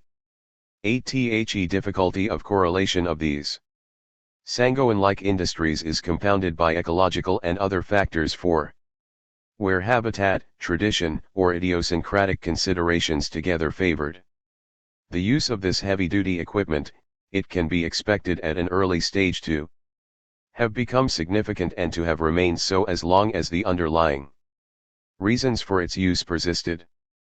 The correlation of this toolkit with higher rainfall, thicker vegetation areas is undeniable, so that it is more meaningful to look upon such heavy-duty elements as being ecologically induced than as representing a particular time period or cultural stage in an evolutionary development of stone tool equipment. Similarly, since these Sangoan elements can be shown to be associated with more closed vegetation patterns, it might be expected that the earlier occurrences would, in such regions, be contemporary with the final stages of the Acheulean, the Foursmith, in the grass savannas, and that they would be absent from the more open habitats where the emphasis would, as we have seen, be on other kinds of equipment. Industries of Sangoan type have been described from Zambia, Malawi, Zimbabwe, Mozambique, Angola, and North and Southeast South Africa. In the Foursmith and Sangoan, therefore, we can detect the beginnings of regional specialization in toolkits reflecting different adaptive patterns in the grasslands from those in the woodlands and forests. The Middle Stone Age. The need to look upon the stone equipment, usually all that remains, of prehistoric man as the product of the immediate needs and activities of the makers and not as the toolkits of necessarily genetically and ethnically distinct populations becomes particularly apparent in relation to the varied components of the regional assemblages during what has for long been known as the Middle Stone Age. Designation of an assemblage as belonging to the Middle Stone Age was based essentially on the presence of certain technical and typological features and on the ability to show that stratigraphically it belonged between the early and the late Stone Ages. Such developmental, chronostratigraphic terms have little meaning today. However, as they remain as ill-defined as when they were first used. Moreover, radiocarbon chronology is showing that technological stages, such as were postulated in these concepts, are more conjectural than real, and that techniques and the tool types that were their end products transcend such artificial horizontal boundaries. Working closely with stone artifacts, as he does, the prehistorian sometimes tends to overlook the fact that these are merely the sole remaining part of an extensive range of equipment and materials that have not survived. Had these been available for study, however, they would surely have dramatically modified our conceptions of prehistoric technology. Moreover, wherever the need exists, technologies change in response to new pressures and the adaptive, selective exploitation pattern of a group. Both these facts must be taken into account when making any assessment of the stone industries that represent cultural behavior patterns during later Pleistocene and Holocene times. Sometime between I0000 and 80000 years ago, the sea level began to drop from the 5 to 12 meter high stand that is well represented by the raised beach remnants at a number of localities round the southern shores of the continent 9, and, shortly after this time, man began to occupy favored localities on the recently abandoned beaches. Some of these localities were caves, and there is a generally similar, though individually distinctive, pattern to the technology of this time both in the Mediterranean basin and in southern Africa. The onset of the last glacial period in the northern hemisphere was accompanied in the tropics by lowered temperatures, perhaps about 6 to 8 degrees Celsius lower, and drier conditions, though decreased evaporation rates ensured a regular and even, perhaps, more extensive supply of surface water than there is today. At the same time, the semi-arid climate that then pertained in the basin of the Zaire in the equatorial region greatly restricted the evergreen forest or replaced it with grassland and woodland, and so presented a highly favorable habitat for man and gregarious game animals. Populations now began to move into this previously largely unoccupied country. Similarly, during the later Pleistocene, the Namib Desert, also today so inhospitable, was occupied by bands of hunters who left their equipment at the campsites. The stratigraphy sequence in each major region during the Middle Stone Age appears to show a consistent pattern of technological development from less elaborate to more evolved end products, and, in general, the artifacts also show a progressive diminution in size. However, the cultural sequence in one region is not necessarily comparable with that in another, although some overall trends and patterns can be traced.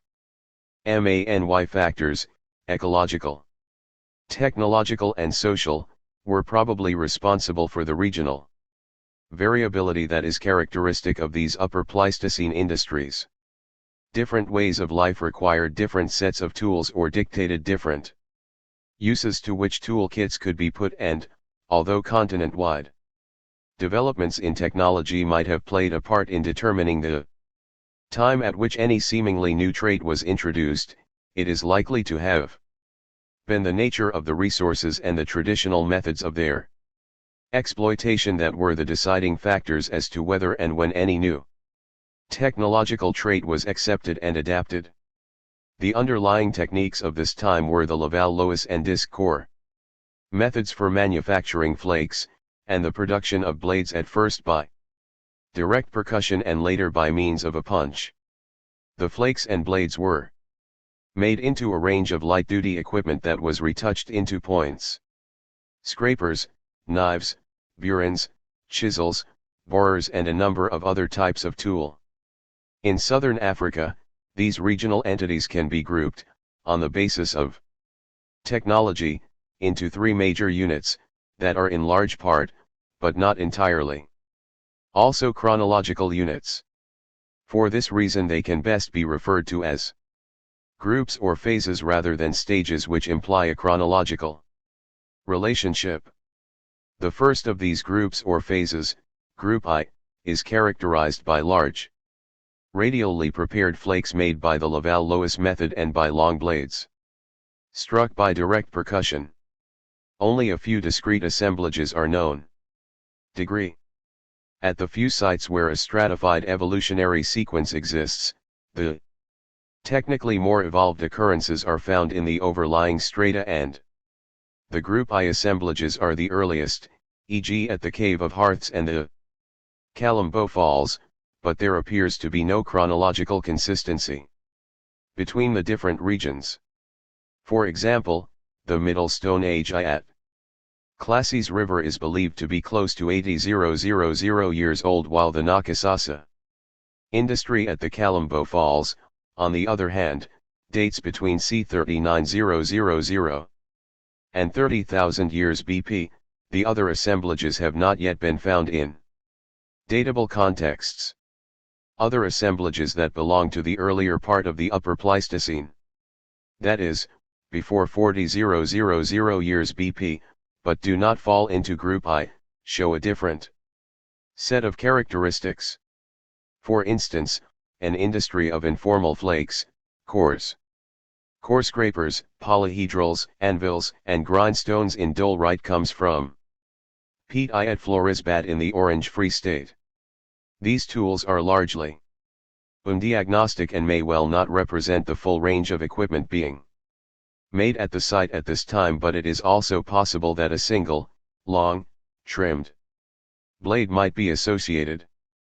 Piet I also yielded what appears to be the grip end of a curved wooden throwing stick and a fragmentary hominid cranium. This Florisbad horizon dates from more than 48,000 years BP. Another industry that differs from but is probably contemporary with those in Group I is the Chavuma industry from Zimbabwe, referred to above as being older than 42,000 years BP. It is characterized by picks and rare hand axes and an important light-duty element comprising, amongst other tools, points, scrapers and utilized blades. It is made from a variety of raw materials: chalcedony, opaline breccia, quartzite, quartz, and so on. The industry from Twin Rivers in Zambia, dated to 22,800 plus or minus 1,000 years BP, resembles that from Chavuma, although the date, if correct, emphasizes that basic technological method is NOW of little value as a means of correlating assemblages between regions. MANY assemblages from both caves and surface sites fall into a second group of industries, Group II. They date generally between about 40,000 and 20,000 years BP, but may sometimes continue later, as, for example, on the south coast. These industries are characterized by varying use of the disc core and Laval-Loess techniques, in particular for the production of triangular flakes, and by an important blade element. Blades and triangular flakes, made predominantly from quartzite and lydianite, are common in the winter rainfall areas south of the Great Escarpment, in southwest Africa, and on the Highveld in the Orange Free State and Transvaal. Retouch or trimming on these Group II tools is never extensive. It is usually confined to the margins and not infrequently takes the form of denticulation. In the Tropical woodlands north of the Limpopo, where quartz was more generally used, the emphasis was on shorter flakes worked into various scraper and other forms with similar, restricted retouch. A small but significant part of the tool kit here is composed of heavy-duty tools, occasioned, it is believed, by more extensive use of wood and its byproducts. A third group of industries, Group 3, 12 ranges in age from about 35,000 to about 15,000 years BP and is distinguished by many more extensively retouched artifacts. Scraper retouch is semi-invasive and strangulated. Forms are not uncommon, foliate points may be retouched over the whole of one or both faces, borers and upper grindstones are characteristic. In general, the tools have smaller dimensions and show a refinement in retouch that is not found in the earlier groups. In addition to the three groups just described, there is a fourth, Group 4, that shows some significant differences from them.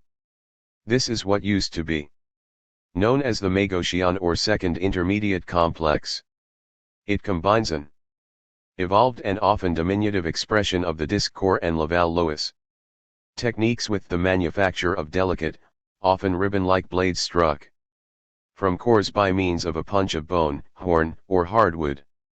Raw materials selected were often cryptocrystalline rocks and foliate and triangular points, side and end scrapers made from these, often by the disc core and Laval-Lois methods, are finely finished, sometimes, it is believed, by pressure flaking. With these, more traditionally Middle Stone Age, tools are found others made on blades and blade segments, often of diminutive proportions, that have been blunted, or backed, or utilized and trimmed in various ways, as well as several burin or chisel-like tools, notably a carinate or polyhedral form. This type of assemblage appears to be restricted to certain parts of the subcontinent, to Zimbabwe and Zambia, the Eastern Free State, the Southern Cape Province and parts of Namibia, for example, but it is apparently absent from most of the central portion of the interior plateau, where Lydianite was the main raw material used. If such a distribution has an ecological basis, it behoves us to try to determine what there was in common between the regions where these Group 4 industries are found. It used to be considered that these evolved industries represented a fusion of Middle Stone Age prepared core and Upper Paleolithic punched blade technologies, and that they were probably not much older than 15,000–20,000 years BP. And, indeed, a number of age determinations fall within this range. More recently, however, several much older ages 13 have been obtained for Group 4 industries, those which had been termed Magocian or, in South Africa, Houwesinspoort, after the site near Grahamstown where the first characteristic assemblage was found. Unfortunately, with the exception of Montague Cave at the Cape and the Chengulan industry from Zimbabwe, no detailed information on the composition of these occurrences is yet available, so that it is uncertain whether each of these assemblages is homogeneous or whether more than one industrial entity is represented. Assuming for the present that the assemblages are homogeneous, these early dates now show that a developed blade technology was present in southern Africa contemporaneously with prepared flake technologies of traditional Middle Stone Age. The situation is not dissimilar from that in North Africa, where two contemporaneous industrial complexes, the Daban and the Aterian, are found regionally differentiated. Changes and replacements of stone toolkits have, in the past, usually been explained by postulating movements of genetically discrete ethnic populations. This migration hypothesis finds little or no support from other lines of evidence, however, and the extent to which toolkits were adopted and spread among hunting-gathering populations is more likely to have been dependent upon any advantages or superiority they possessed over the traditional equipment, especially where the exploitation of new resources was thereby facilitated. Long distance migration, unless it involves the occupation of empty regions such as the New World or the Zaire Basin and West African forest zones after the end of the Middle Pleistocene, is probably minimal at the hunting-gathering level, and relates more particularly to food-producing populations. Independent invention among fairly isolated communities in regions using similar resources and similar exploitation methods is a more probable explanation for the changes exhibited by contemporaneous toolkits, which can better be explained as stimulus diffusion than as due to wide-scale ethnic migration. By way of explanation, it is necessary to review briefly the fossil evidence from southern Africa after the end of the Acheulean with which the Saldana skull is believed to be associated. Since the skull from Kabwe, Broken Hill, so closely resembles that from Saldana, it is likely that they were not separated by any very great interval of time. The small number of light-duty artifacts and the spheroids from Kabwe, believed to be associated with the hominid fossils, are undiagnostic and might belong in time anywhere between a late Acheulean and an early Middle Stone Age. Stratified occupation horizons ascribed to this time range are present at the immediate locality, so that, while it may be suspected that this virtually complete skull and other remains are representative of the kind of hominid responsible for the local Sangoan or final Acheulean, this cannot be proved to be so until some more precise method of dating the fossil itself is devised. Since, however, there are resemblances between the Saldana and Kabwe Broken Hill fossils, the fragmentary cranium, H.12, from Bed 4 at the Old Uve Gorge and that from Ngerasi in the Lake Eyasi Rift in East Africa, it would seem that these rhodsioid and related forms of Homo sapiens replaced H. erectus during the later part of the Middle Pleistocene, as did Neanderthal man in Eurasia and, by the beginning of the Upper Pleistocene, were widely spread within the tropical parts of sub-Saharan Africa. 14. The climatic changes which pollen, limnological and other studies are showing took place in Africa at the same time as those accompanying the last glaciation in Eurasia, and the general sparseness and near isolation of the hominid populations, can be expected to have brought about changes and development in several different directions as the hominids became more efficiently adapted genetically and culturally to the several diverse environments which they now successfully occupied. Whatever were the causes, full language, improved social structure, advanced technology, or others, that gave modern man, sapiens such an undeniable advantage over the other hominid forms, it is clear that they lie behind the genetic interchange which resulted in the comparatively rapid replacement of the Neanderthaloid, rhodsioid and other less well adapted forms. Modern man, represented by the skulls from the Kibish Formation in the lower Omo Basin and from the Lake Victoria Basin at Kanjura, was present in East Africa by about 200,000 years BP. In South Africa, the skull from Florisbad, which is more than 48,000 years old, represents an early, robust form close to modern man.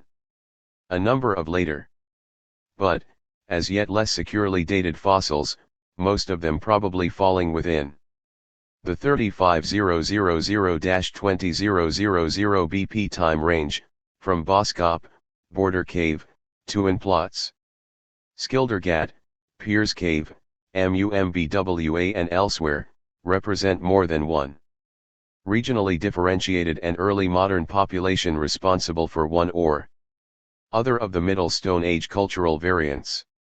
By the end of the Pleistocene, about 10,000 years ago, genetically related but regionally distinct populations, ancestral to some of the present-day peoples, had become differentiated, the large and small Bushman stock in South Africa and East Central Africa, the Negroid in Equatorial and West Africa, and the Nilotic form in East Africa.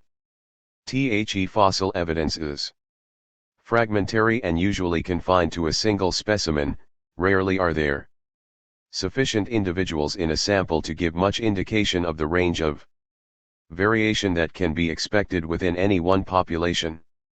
It is nonetheless clear, however, that the indigenous African races have a very considerable antiquity in the continent, where they may be seen as having evolved during the Upper Pleistocene and earliest Holocene by means of a long period of adaptation and selection in the major biogeographical regions.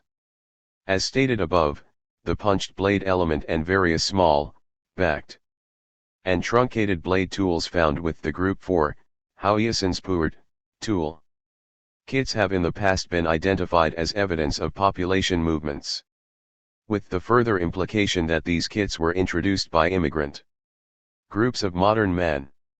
Whether this ethnic hypothesis will later be substantiated, or whether these tool kits reflect the acceptance of new techniques transmitted by stimulus diffusion and adopted because they permitted more efficient exploitation of the favored local resources, or whether, again, they are the products of quite other factors, must await the outcome of more definitive studies of the excavated sites.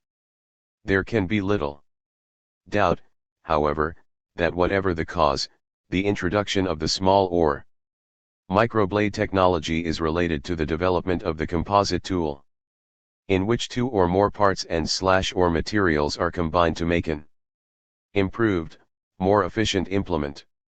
Hafting stone or other material for more effective use probably begins during group 2 times, and the fluting scars on the dorsal faces of the Mossel Bay points or the removal of the platform by retouch on the ventral face of an artifact are believed to be evidence of modification associated with hafting.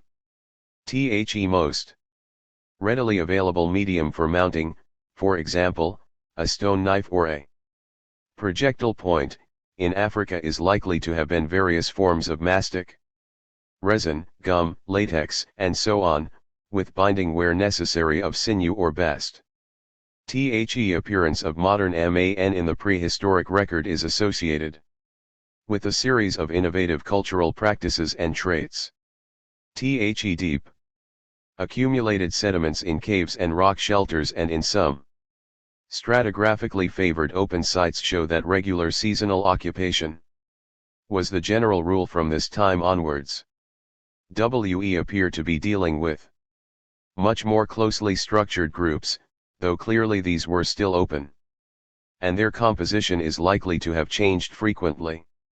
The multiplicity and standardization of different types of tool, intentional burial and the placing of artifacts and food with the dead for use in the afterlife, the employment of pigment for decoration and possibly ritual, even a liking for music is represented in North Africa. These are all indications of the immeasurably superior genetic advantages of H. sapiens. Sapiens. One aspect of the more regionally specialized nature of the toolkits can be seen in regional preferences for certain kinds of game animals and the increasing use being made of certain plant foods, the processing of which required grinding and pounding. Grinding equipment makes its first regular appearance with the group 3 and 4 occurrences and more, particularly after about 25,000 before our era. A significant heavy-duty 517 component accompanies the light-duty tools in North and Northwest Zambia and reflects a similar exploitation pattern of much the same kind of resources as those in the Zaire Basin and Angola. The traditional view of the Middle Stone Age as being composed of several discrete regional variants, Still Bay, Petersburg, Mossel Bay, Howiesen's Puert, and so on, all more or less contemporary and distinguished by a few fossils. Direct years can now be seen to be excessively oversimplified. Middle Stone Age industries are better, therefore, regarded as the products of a steadily developing adaptation to biogeographically distinct regions or zones where the requirements and activities of the groups dictated the preferences and the extent to which the different raw materials for artifacts might be used. An understanding of the relative importance to the group of these different materials, wood, stone, bone, horn, and so on, can best be obtained from a comparison of paleoecological data with those obtained from site catchment analysis studies. 15. An assemblage of informal stone tools does not necessarily indicate dimness, nor does a refined stone tool assemblage represent superiority. Stone artifacts alone can only provide a minimal amount of information concerning the behavior of the makers. It is the association of these artifacts with all other surviving products and features of a single occupation that is significant. Fewer features are known from Middle Stone Age sites than from those of Acheulean and earlier times. We have evidence of hearths from the Cave of Hearths and the discrete scatter of artifacts associated with hearths on single horizons is well documented at Montague Cave. Stone foundations of several small windbreaks are known from Orangia site, and evidence of a single large screened activity area at Zico Egat 27 in the Orange River scheme area.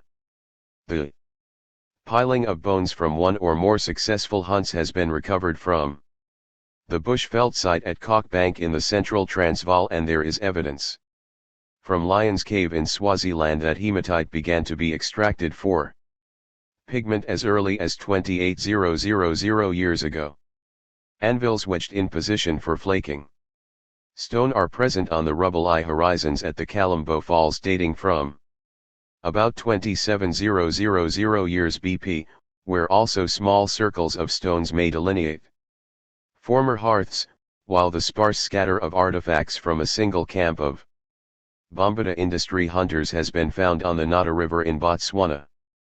Faunal remains representing food waste show that it was mostly the larger game animals that were the sources of supply, and some, such as buffalo, wildebeest, hartebeest, zebra, and pig were among the commonest species carried back to the living sites. In general, there appears to be a rather greater range of species represented on Middle Stone Age than on Acheulean sites. The evidence suggests, however, that, while better hunting weapons appear to have led to more efficient hunting, the bag remained a very varied one, only assuming a more selective character with the Late Stone Age. In sum, no longer can the so-called Middle Stone Age occurrences be looked upon as a simple progression towards a more refined or evolved technology from beginning to end, but rather, if the dating is correct, they show several different techniques with an essentially economic basis. These interact to varying degrees and may change as the economy changes. The different variants that have been identified probably reflect regional resource and extraction preferences, though most of these variants remain to be precisely defined. Within some regions, certain stratified sites, e.g. the Cave of Hearths, exhibit a clear developmental sequence, while at others, e.g. Classes River on the South African south coast and Zombopata Cave, Zimbabwe, the stratigraphy succession shows a pattern not unlike that of the Mousterian traditions in western France, and different group occurrences may follow each other in no apparently consistent pattern. These replacements of one group occurrence by another may have had an economic origin, reflecting ecological changes, and so changed food preferences. There is some slight evidence to suggest that this was so, but we do not as yet have the detailed faunal analyses and pollen data to know whether such changes can be established as having occurred simultaneously over wide biogeographical regions, or whether they reflect only local Changes in availability of food resources through time at a single site. While the Middle Stone Age of southern Africa is broadly contemporaneous with the Upper Paleolithic in Europe, its earlier stages, though very inadequately known, appear to be more generally contemporary with the Mousterian there or the Jabrutian/Pre-Aurignacian in the Middle East. The Late Stone Age. In southern Africa, the conventional picture of the Late Stone Age is one of industries of largely microlithic tools, usually referred to as Wilton after the cave site in the Western Cape Province, where the characteristic industries were first found and described, and of Smithfield scraper industries in the Lydianite area of the Highveld. In some parts of the subcontinent, however, what have come to be known as pre-Wilton industries have been recognized. These make their appearance shortly after 20,000 years ago and represent a radical change in the stone tool technology. The prepared core techniques of the Middle Stone Age are replaced by occurrences with informal cores and the irregular flakes struck from them. Only consistently formal tools appear to be various types of larger scraper, both flakes and steep scrapers, and several smaller, convex forms. Such occurrences are known from sites at the South Coast, 16 from the Orange Free State, 17 the Transvaal, 18 and Namibia, 19, where the occurrence is associated with the butchery of 3 elephants. In Zimbabwe, the equivalent industry is the Pomangwan, which dates from ±9400 and 12,200 BP. In particular, it is associated with extensive hearths of white ash, and some of the first bone points belong to this time. A possible related occurrence from Leopard's Hill Cave in Zambia dates between 21,000 and 23,000 BP. Other as yet undated occurrences of this kind are known from Pondoland, Umgazana Cave, the Middle Zambezi Valley in Zambia, Lukonde, and other regions. Distribution suggests that this radical, technological change may have been fairly general between about 20,000 and 9,000 years ago. Why it should have come about is unclear, but, again, this writer suspects that it may have been caused by a combination of the environmental changes believed to be recorded at a number of sites in southern Africa at this time, e.g. Nelson's Bay Cave, Zambapata Cave, and so on, and the independent development or diffusion or more efficient equipment and techniques, in particular with respect to new hunting methods. There is some evidence to show that these pre-Wilton industries are associated with the exploitation of large ungulate fauna, hartebeest, wildebeest, blue antelope, and quagga. In addition, at Nelson's Bay Cave, they appear to be associated with an ecological change shortly after 12,000 BP, when the grassland flora were replaced by evergreen forest forms and the appearance of a quantity of marine animals in the faunal remains indicates that the rise in sea level in the closing stages of the Pleistocene had made it possible to exploit seafoods directly from this cave. Small blade industries with a high percentage of microlithic-backed forms are now seen to have made their appearance in South Central Africa much earlier than used at one time to be thought. One of the first of these is represented by the earliest stage of the Nakakufan industrial complex, Nakakufui, from Zambia, where the oldest date recorded is 16,715 plus or minus 95 BP. Local Wilton industry begins in Zimbabwe about 12,000 BP. Chengula Cave, and somewhat later in South Africa, e.g. 8,000 to 5,000 B.P. These and other early occurrences in South Central Africa are paralleled by fully microlithic-backed blade industries from sites in East Africa, from Uganda, Munyama Cave, Bavuma Island, 14,480 plus or minus 130 BP, from the Nakuru/Naivasha Rift in Kenya, prolonged drift, 13,300 plus or minus 220 BP, and from central Tanzania, Kisa's rock shelter, 18,190 plus or minus 300 BP. A related but regionally distinctive development was that of the Tchitolian in the Zaire Basin, 12,970 plus or minus 250 BP. The microlithic tradition is associated with the development of more efficient forms of composite tools, one of the most significant of which was the bow and arrow. It is not known when this weapon made its first appearance in Africa, probably during the closing stage of the Pleistocene. But of equal importance with the lunates and other small-backed forms of stone tool used for the heads of the arrows were the various forms of bone point and link shaft, also believed to be the heads of arrows. Some of these may be as old American Samoa, 12000 years BP. It is believed that development sequences can be recognized in these microlithic industries in many different parts of southern Africa, but, in other regions, as in the northwest of Zambia, the disc core apparently continued until the second millennium before our era, while in other parts, e.g. the Orange Free State, the Wilton microlithic element seems to disappear and to be replaced later by scraper-dominated industries. Smithfield B. There are many more late Stone Age than Middle Stone Age sites known, and there is reason to believe that the early Holocene was a period of population increase. From this time also, i.e. about 10,000 BP onwards, caves and rock shelters began to be more extensively occupied. Local resources were exploited more intensively than previously, and faunal assemblages found at occupation sites show that greater emphasis was now placed on the hunting or trapping of specific animals. The pattern of exploitation was probably not greatly different from that of the Kalahari San and other hunter-gatherers in the dry tropics today.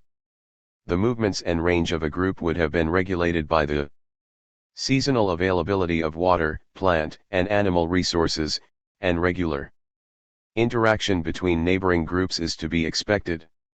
Those living within range of fresh water sources and the sea now exploited the fish, shellfish and aquatic mammal fauna.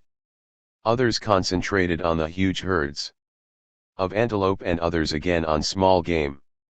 In the interior southern mountain region of the Cape Province, the commonest forms of stone tools are small scrapers of various kinds, and the food waste is mostly from smaller mammals, perhaps secured by trapping and snaring. On the other hand, in Zimbabwe, Zambia, and elsewhere in the grasslands and woodlands, the industries contain large numbers of microlithic lunates and backed blades associated with the food waste of large mammals.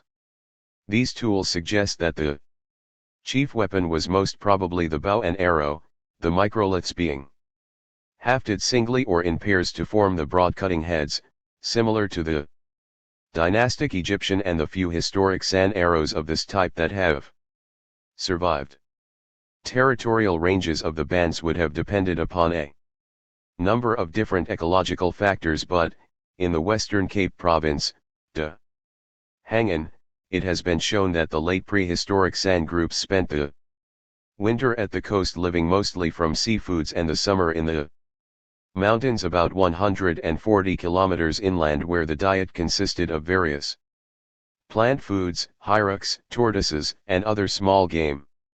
The late Stone Age hunter-gatherers in the highly favorable regions of southern Africa occupied some of the richest natural resource areas of plant and animal foods in the world, where resources for hunters were virtually inexhaustible. As here, there must have been plenty of opportunity for indulging intellectual interests, some of which are manifest in the magnificent rock art of the Drakensberg Mountains, Zimbabwe and Namibia. While much of the art may not be more than 2,000 to 3,000 years old, it nevertheless provides an incomparable record of the way of life of these prehistoric hunter-gatherers which, in many respects, is perpetuated today in the life of the San of the Central Kalahari. The origins of this art are clearly also of considerable antiquity, and the earliest paintings yet known from southern Africa come from the Apollo 11 rock shelter in Namibia, where they occur on rock slabs in a horizon dated to 28,000 years BP. In the first few centuries of our era, the late Stone Age hunting-gathering populations were replaced over much of southern Africa by agricultural peoples with a knowledge of metallurgy. These populations are most likely to have been an advance guard of Bantu-speaking groups that migrated into the subcontinent from a homeland somewhere, it is thought, in the north, west, Chad and Cameroon. There is, therefore, in southern Africa no evidence of a Neolithic stage of culture, by which is implied that there were no food-producing peoples making pottery but using only stone tools, in particular ground and polished axes. It is, however, necessary to qualify this by saying that, while there is no evidence for the cultivation of any plants before the coming of the early Iron Age peoples, it is quite certain that some of the late Stone Age groups in the southwest had acquired sheep and, later, cattle, at least by the 1st century before our era and almost certainly earlier.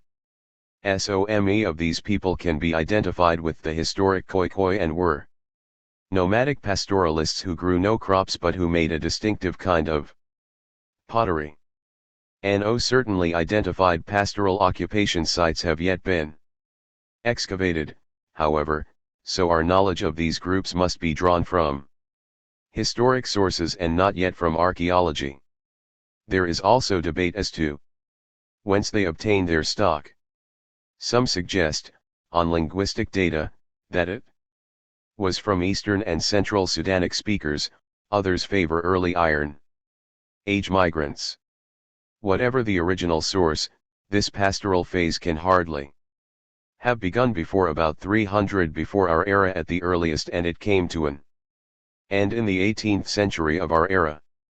The record provided by prehistoric studies in southern Africa shows, therefore, the high interior plateau lands to have played a leading part in the evolution of MA and the tool maker. The increasing ingenuity and efficiency with which succeeding hominid populations developed patterns of behavior and the cultural equipment with which to exploit ever more intensively the resources of these ecosystems in which they lived helped to 528.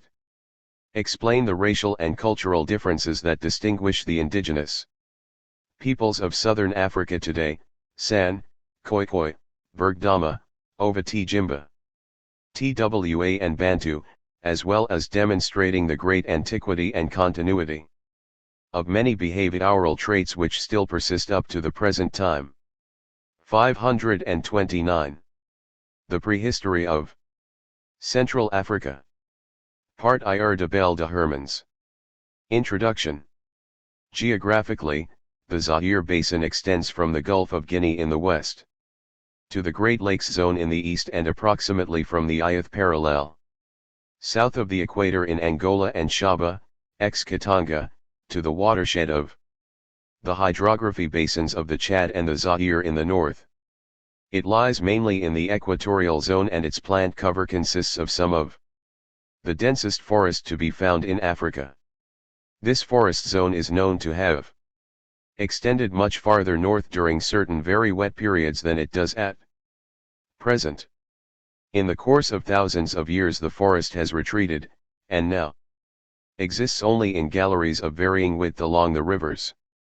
We emphasize the importance of this plant cover because it has been of the first importance in the development of prehistoric cultures in this region.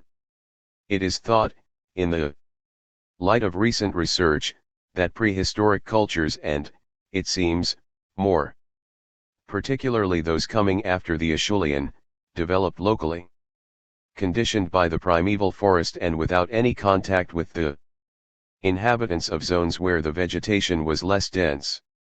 In the north, the great Neolithic migrations moving from east to west skirted the forest. Without penetrating it, as if it were a formidable barrier and a world into which peoples accustomed to living in the savanna and wide open spaces did not venture. Nothing in the industries of the Middle and Upper Paleolithic, nor in the Neolithic, nor in cave art, which was moreover uncommon in the Zaire basin, gives ground for belief that there were contacts with the peoples living in a Sahara which was not then the great arid desert we know today. To find traces of contacts, we must turn to the east and south of Africa, where the starting point of the migrations of the human groups which peopled the great equatorial forest in the west must likewise be sought. The term Central Africa is taken to include the following countries: Zaire, Central African Republic, People's Republic of Congo and Gabon, and parts of Angola, Rwanda and Burundi. In the Quaternary, the Zaire basin would seem to have had a climate very similar to that of East Africa, allowing for local variations due to the high altitude of the mountain regions. According to G. Mortelmans, 1952, there were 4 pluvials and 2 humid periods. Nakaran second humid. Makalian ist humid. Gamblian fourth pluvial. Kanjaran third pluvial. Kamashian second pluvial. Kajaran ist pluvial too. The settlement of people depended to some extent on these alternations of relatively dry periods with periods of high rainfall, which modified what is now called the environment. The fact that the forest was dense and therefore difficult to penetrate has led several prehistorians to think that this zone was thinly populated from the lower Paleolithic to the Neolithic periods. We do not share this opinion, and the myth about the difficulty of peopling this region should be abandoned. If relatively few stone tools have been found, it is because research workers have hesitated to undertake lengthy investigations under difficult conditions. The results obtained recently by several expeditions in Angola, the Central African Republic and Zaire, and the large number of flake stones they have collected indicate that the tropical forest was as thickly populated as other parts of Africa in prehistoric times. Finally, it should be noted that in the humid equatorial zone the acidity of the soils impedes the preservation of organic remains. Consequently, human fossils, remains of fauna and bone tools are not found, with very rare exceptions which, moreover, relate to very recent, even historical periods. History of research. The prehistory of the equatorial forest of the Congo Basin remained unknown for a long time because of its extremely thick vegetation and because of the massive laterite formations in which the industries of several prehistoric civilizations were deeply embedded. The first attempts to study its prehistory had to wait until major public works were undertaken, the construction of railway lines, roads, bridges and sanitary canals, and the region was prospected for its mineral deposits. For then geologists and prehistorians had access to geological levels in which stone tools might be found. In Zaire, the first sporadic discoveries of prehistoric tools seem to have been made by Commandant C.I. Zerbo NSKY when the railway lines were being built. These finds were studied in 1899 by X.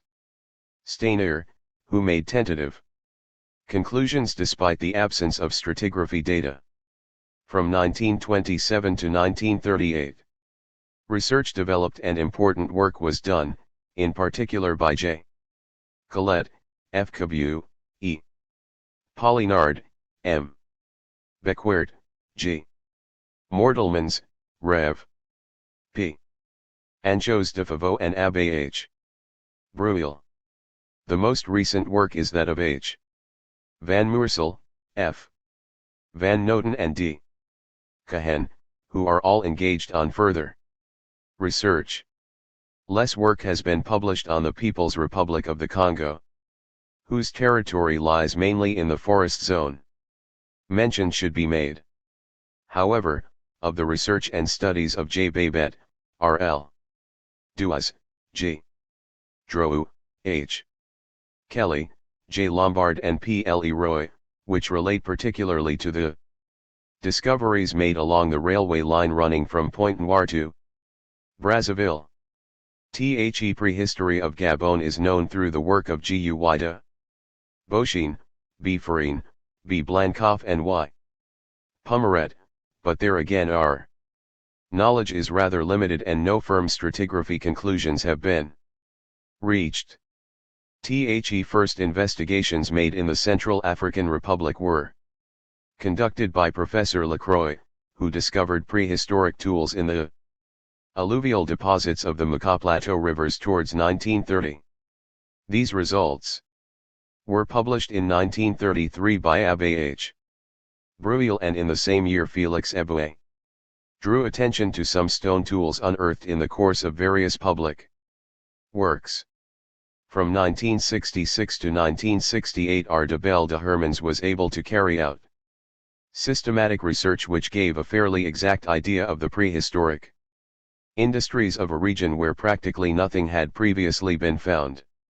Little was known about the prehistory of Cameroon until very recent years, and we had to wait for the work of N. David, J. Hervieux and A. Marlac to give us the first general picture of the situation in a part of Africa, which archaeologically has still to be fully explored. Research in Angola is associated with the names of J. Jan Mard, H. Breuil, and J. D. Clark, who took as their hunting ground the rich alluvial deposits of the diamond workings, the Commission pluvial. This pluvial occurred at the final stage of the Lower Pleistocene and lasted for the whole of the Middle Pleistocene. It consisted of two phases separated by a drier period. In the Kasai Basin the 30-meter and 22-4-meter terraces date back to this period. In Shaba and, it seems, in the west of the Central African Republic it is represented by gravel terraces, valley floors and fossil beds of streams. During this pluvial in regions with moderate relief, some riverbeds were entirely filled in and the water then cut out a new course. In the lower strata of these fossil riverbeds, pre-Acheulean tools have been found which are more highly developed than those discovered in the old Kagerain terraces. A few bifacial artifacts begin to appear, but they too are difficult to date with any certainty. After the climax of the Commission pluvial the roughly flaked pebble industries were superseded by the Lower Acheulean. This Lower Acheulean still comprised many flake stone artifacts, but new tools began to appear. Bifacial implements and hand axes in particular.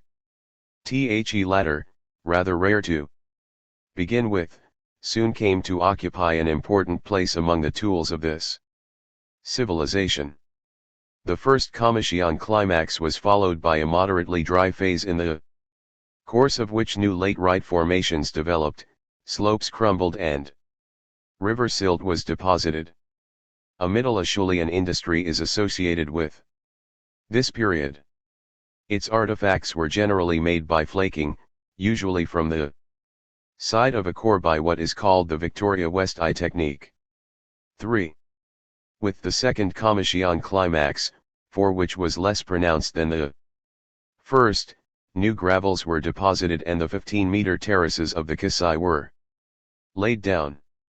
The dry period resulted in new laterite formations. The Acheulean industry continued to evolve with a new flaking technique known as Victoria West 11, and the development of a new tool, the pick, which was to occupy a prominent place among the objects produced by post-Acheulean industries in the forest zone. The post-Commission arid period is the most important known in this region. The Sahara spread southwards and the Kalahari Desert northwards. Some writers believe that the equatorial forest practically disappeared, only surviving in narrow belts of woodland. Red desert sand accumulated in layers, sometimes of considerable depth. The Acheulean industry died out. Or rather it seemed to develop locally into a new industry called the Sangoan, particularly in equatorial Africa and the forest zones. Tools were transformed. Hand axes became rare and finally disappeared.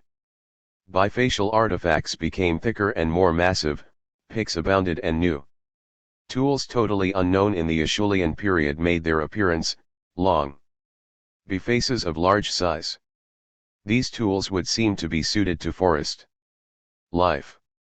This conclusion is not, however, consistent with the environment in which the Sangoan developed, if it is assumed that the equatorial forest had practically disappeared by the post-Comasian arid period from which this industry is dated. It must be recognized that at present the Sangoan is one of the African industries about which we know very little. The Gamblian pluvial. In the course of the Gamblian pluvial the equatorial forest was reconstituted, the rivers hollowed out valleys and deposited silt which formed low terraces, this silt being composed of the windborne sands accumulated during the preceding arid period. In western Zaire and Kasai, the Sangoan tended to develop into a new and less massive industry known as the Lupamban, which was also regarded as a forest culture. In the southeastern regions, industries akin to those of South Africa and Kenya developed, characterized by flakes and blades with Mousterian features, and denoted Middle Stone Age.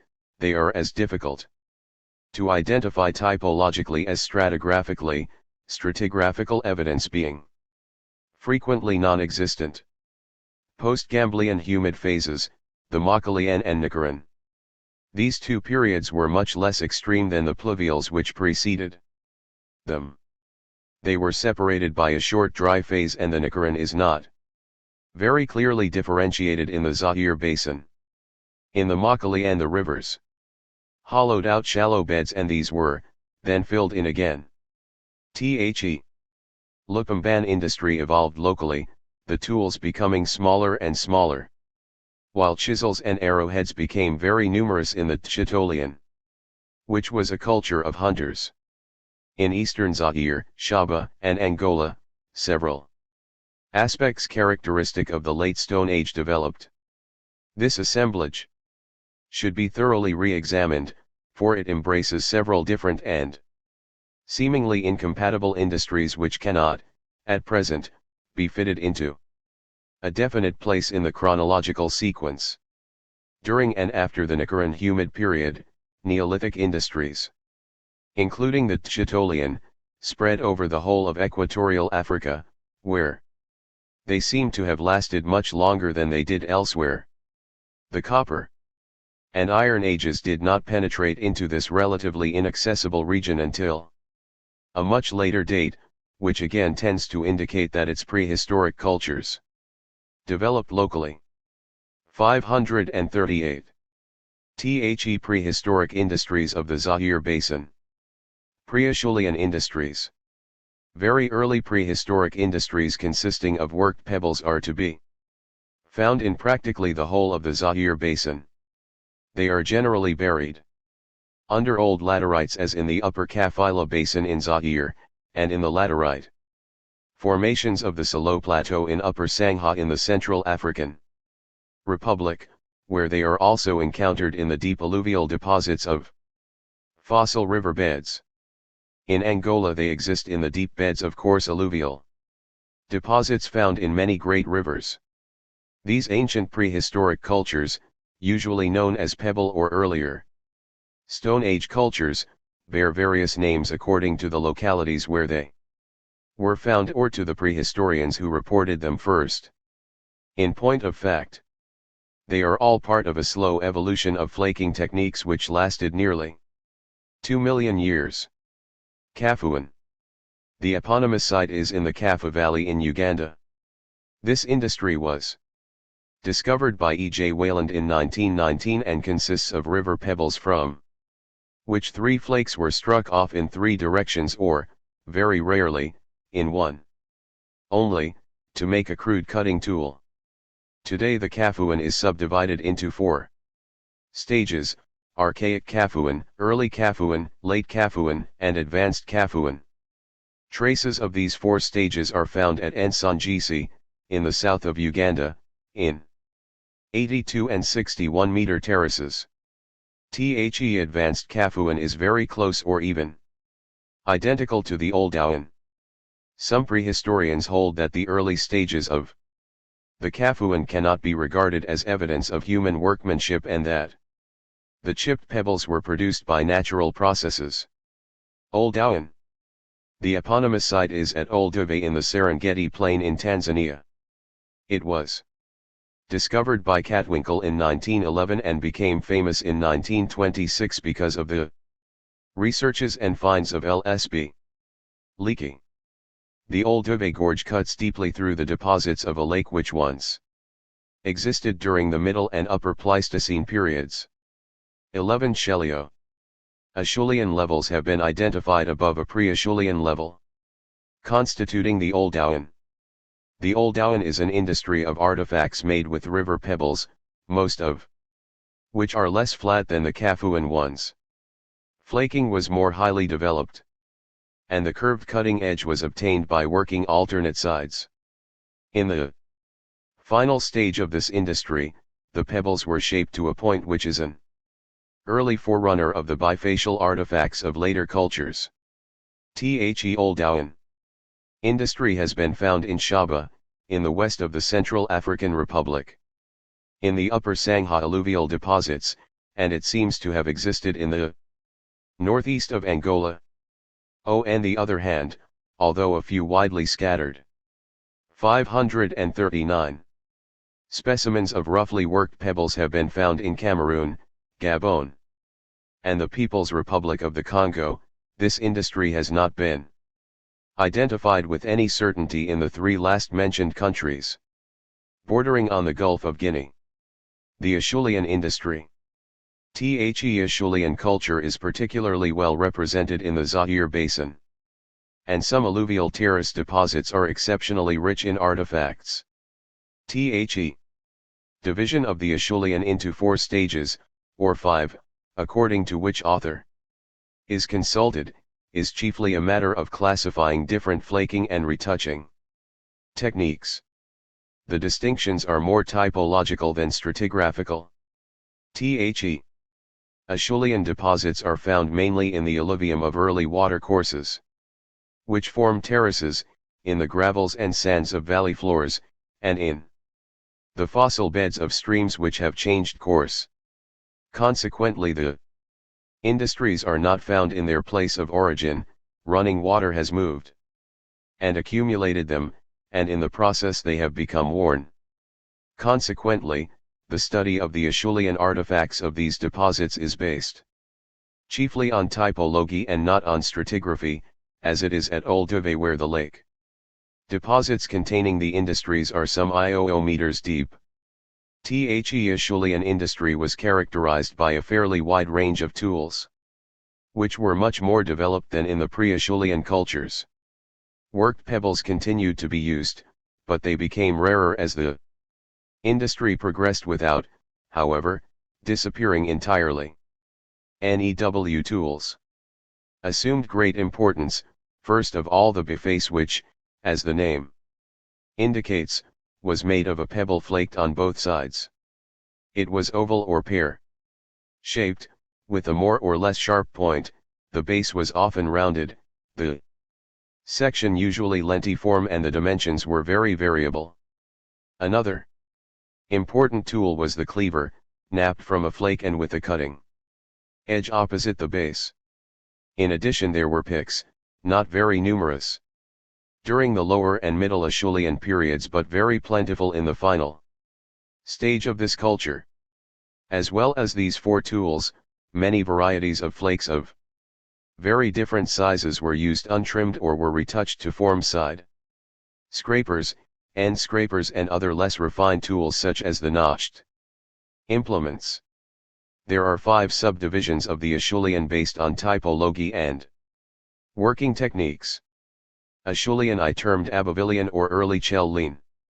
By some writers, The tools comprise very large flakes made from blocks of stone by percussion on a striking platform. These Clactonian flakes were sometimes used untrimmed, but were usually transformed into bifaces and cleavers. Heavy, massive tools with markedly curved cutting edges. Pebble flaking did not disappear. On the contrary, we know that this pre-Acheulean skill 540 was perfected, for some of the so-called unworked base bifaces are the finest specimens of flaked pebbles. This stage is represented in Shaba in the Kamoa and Luina deposits, discovered by Father Cabu. Examples also come from northern Angola, where they have been found in the Luembe Basin. Some deposits in the west of the Central African Republic also belong to this stage. Acheulean I tools, recovered from alluvial terrace deposits or fossil riverbeds, are very often found to have been worn by the action of the water. This is particularly typical of the Lapo and Libangu deposits in the Central African Republic. Acheulean II, late Abbevillean or Lower Acheulean. This industry is very like the preceding one, and is equally found in the gravels of the rivers of Angola and Shaba, but the tools are less water-worn and, above all, the secondary flaking is more finished than is the case with the Acheulean I tools. The edges of bifaces and of hand axes are straighter, apparently as a result of reworking with a flaking tool of soft material such as wood or bone. Acheulean III, Middle Acheulean. The tools of this stage are found near the surface of the gravels of the Luina and the Kamoa, where they are incorporated in river silts. At this period a real revolution occurred in working techniques, namely the preparation of a core with a view to obtaining large flakes. This technique, well known in southern Africa, is called Victoria West I. It marks the beginning of a proto-Laval-Lois technique. The preparatory work on the core produced a multi-faceted striking platform. The flake was removed laterally and then carefully retouched to make a biface, a cleaver, or a side scraper. The flaking was done with a soft percussion implement. The tools are very regular and symmetrical, and the side edges are practically straight. The side edges of the cleavers have been trimmed to make them lozenge-shaped in section. Acheulean IV, Upper Acheulean. At this stage, working techniques remained basically the same but were improved. Victoria West II technique. The core was much rounder, with a faceted striking platform from which large curved flakes were removed. They had a narrow base instead of the very wide base characteristic of the Victoria West I technique. The flakes were used to make tools, bifaces, side scrapers and cleavers, which were all very carefully retouched. The section of the hand axes is trapezoidal or lentiform. This Upper Acheulean industry is found at Kamoa in silts of the Commission II age and in the 15-meter terraces of the Kasai. Acheulean V, Advanced and Final Acheulean. The Final Acheulean stage saw the beginning of a cultural change which introduced regional forms better adapted to the climatic and vegetational environment. At this time human settlements developed on the now dry 541 middle and low terraces. The Laval-Lois technique began to be used as well as the earlier techniques. Otherwise the tools varied little from those of the preceding stages, except for a general improvement, more finished work in particular, and for the appearance of very large bifaces and cleavers, some of which were over 30 centimeters long. One tool greatly developed During this period was the pick. It was robust and heavy, triangular or trapezoidal in section, and was perhaps intended for use with large oblong bifaces for woodworking. It is thus a forerunner of the Sangoan complex. We also find stone balls perfectly shaped and comparable to the South American bolus. A particularly large collection of these balls was discovered in the Mangala River deposits in the west of the Central African Republic. This final Acheulean industry is found in Shaba, Kamoa and around Kalina in Zaire. It is also represented in Angola, perhaps around Brazzaville and, in the Central African Republic, in the rich deposits of the Angora River in Upper Sangha. Unfortunately, nothing is known about the people of this culture, for no organic remains have been preserved in any part of the Zaire basin owing to the acidity of its soils. The Sangoan industry. The eponymous site which gave this culture its name is Sango Bay on the west bank of Lake Victoria in Tanzania. It was discovered by E. J. Wayland in 1920. The Sangoan industry stems directly from the local Acheulean technique, without any trace of external influence. It was contemporary with the end of the Kenjuran pluvial and lasted during a transition phase between this pluvial and the major arid period which followed. It is a relatively little known industry which displays several local characteristics. These seem to have evolved in isolation and were adapted to a forest environment, or rather, to lightly wooded environment, since the industry coincided with the beginning of an arid period. 5 stages have been distinguished in this culture: Proto-Sangoan, Lower Sangoan, Middle Sangoan, Upper Sangoan, and Final Sangoan. The Sangoan stone tools, for only the stone ones have survived, are very different from those of the final Acheulean industry which preceded them. At the beginning of the Sangoan industry, the bifaces followed the Acheulean tradition, but they gradually became heavier, wider, and shorter. While at the same time other bifaces, akin to picks and with 2 pointed ends, began to be produced. Cleavers, on the contrary, died out very quickly. The rare surviving examples are small and the edges of both sides, shaped by removing broad flakes, are wavy. Roughly flaked pebbles are still found, but not in very large numbers. The picks which began to appear at the end of the Acheulean became an important tool. They were large, with a triangular, lozenge-shaped, or trapezoidal section, and since they are found in association with many side scrapers, one can conclude that they were 542. Designed for working wood. The most spectacular development was the creation of long, narrow bifaces, percussion flaked and often very finely worked. These implements sometimes account for almost a quarter of the Sangoan tools discovered in a deposit. They have been classified into various types of tool: picks, planes, chisels, gouges and daggers. They are often combined to produce multi-purpose tools such as chisel picks, plane picks, gouge picks, dagger picks. Some of the implements were exceptionally large, being over 25 centimeters long. As the Sangoan industry evolved, these tools, which scarcely varied at all in type, became smaller while the flaking technique was brought close to perfection. The products of Sangoan industry are found in great quantities in the Zaire basin.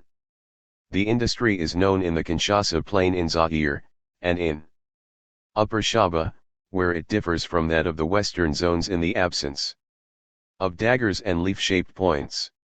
On the other hand, the industry includes many bolas, faceted polyhedrons, or balls carefully finished by a hammering technique, and large numbers of discarded flakes.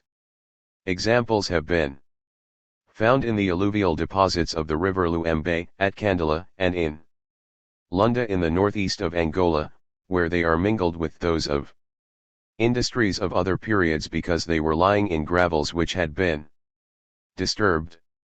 They have also been found in the People's Republic of the Congo, on the right bank of Stanley Pool, and in Gabon, where they were recently identified. In the Central African Republic, the industry is represented by exceptionally rich deposits situated on the eastern side of the central part of the country, where the alluvium of the Enzico diamond workings at Ambel, Tyr, Tiaga, and Kono has yielded thousands of remarkably well-preserved tools which can be classified as belonging to the middle or upper Sangoan stage.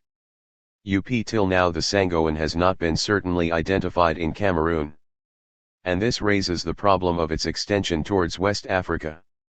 Some authorities have reported it in Senegal. In point of fact, the industries in question possess bifaces which are identical or very close to the Sangoan, but they have not so far been dated with any certainty in the chronology of prehistory. Groups of people may conceivably have moved westwards in the equatorial forest zone, but at present we have no means of identifying them or their influence. Like the Acheulean before it, the Sangoan evolved locally, without much contact with the world outside the forest environment. It was followed, under conditions still imperfectly understood, by an industry called the Lupumban. The Lupumban industry. According to the classification recommended at the 1955 Pan-African Congress, the Lupumban 5 is a Middle Stone Age industry.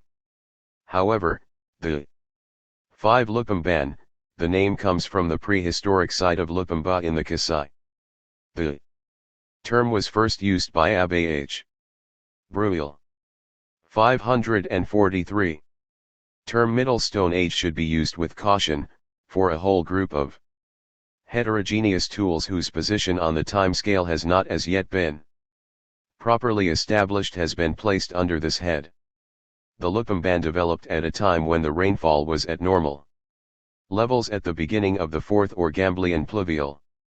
It reached its peak during the second part of this very humid period, and absolute dating techniques indicate that it lasted some 25,000 years.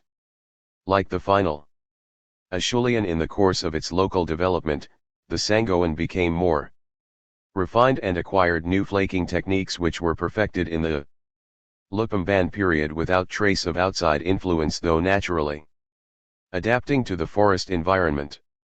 At the beginning of the Lupumban period, the industry still included a few bifaces, but these were discarded very quickly. No cleavers have been found.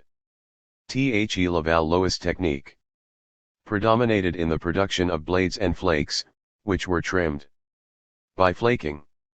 At a later stage, the Laval-Lois technique was still used for obtaining flakes, but a much more advanced technique known as pressure flaking was used for producing handsome blades from which long, narrow, and admirably retouched implements were made. 5 stages of the Lupumban industry have been identified. Lupumban I. Examples of this stage are found throughout the western basin of the Zaire, where the industry seems to be a local development of the Sangoan. Acheulean characteristics have disappeared entirely, and flaking and polishing were carried out by the percussion technique. Sangoan tools were still produced, but gradually became smaller. Maximum length of picks, plain picks and flat-edged picks was 15 centimeters. Gouges, chisels, cutting tools and saws shaped from blades made their appearance. Alongside these finely made implements, the basic tools continued to be crude flakes. At the end of Lupumban I, points, daggers and true arrowheads began to appear. Lupumban II. This stage was identified at Point Colina by J. Collette, but specimens have also been found at Stanley Pool. The leaf-shaped chisels of Lupumban I were improved and became axes, straight-edged chisels, and a new type of tranchette with a slanting blade replaced the Sangoan types. Weapons included daggers from 15 to 35 centimeters long with very thin, finely flaked, leaf-shaped points. Lupamban 3. This industry has been identified in surface deposits at Stanley Pool and at some deposits in Angola. At this stage stone shaping skills reached the peak of perfection with the pressure trimming technique. Flakes obtained by means of an advanced Laval-Loess technique were triangular, rectangular or 544 oval. Hafted tools appeared, developed, and became very widespread. Tools of the early Lupamban type are also found here, but smaller in size: picks, chisels, small bifaces, a few side scrapers, files, tranchettes with straight or slanting cutting edges, backed blades. Daggers sometimes attained considerable size, even up to 46 centimeters long. The points were denticular, thus forming lethal weapons.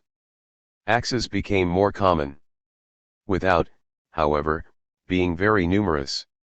The important development was the arrowhead of various types, some highly refined, some leaf-shaped, some lozenge-shaped, hafted or otherwise, some with denticulated edges. In Angola, a late stage of the Lupamban industry has been dated by the carbon-14 method at 14,503 plus or minus 560 years before our era. Lupamban 4. Very little is known about the Lupamban 4 industry. Its main feature would seem to be a flaking technique, very close to the Laval-Loess Lupambote-Chitolian. This final stage seems to have occurred, according to stratigraphical evidence, during the arid phase which terminated the Pleistocene in Central and Eastern Africa and just before the first Mongolian humid period. The known deposits are situated on beds of gravelly alluvium or at the bottom of the humid layer covering them, and in many cases on river islands. The flaking technique employed during the other stages of the Lupamban industry remained unchanged. It was still Laval-Loess in type. Retouching, on the other hand, was done by a new technique, partly percussion and partly pressure. This was the abrupt trimming which is characteristic of the Mesolithic period. The tools still included chisels, gouges and bifaces, but no more side scrapers or backed blades were produced.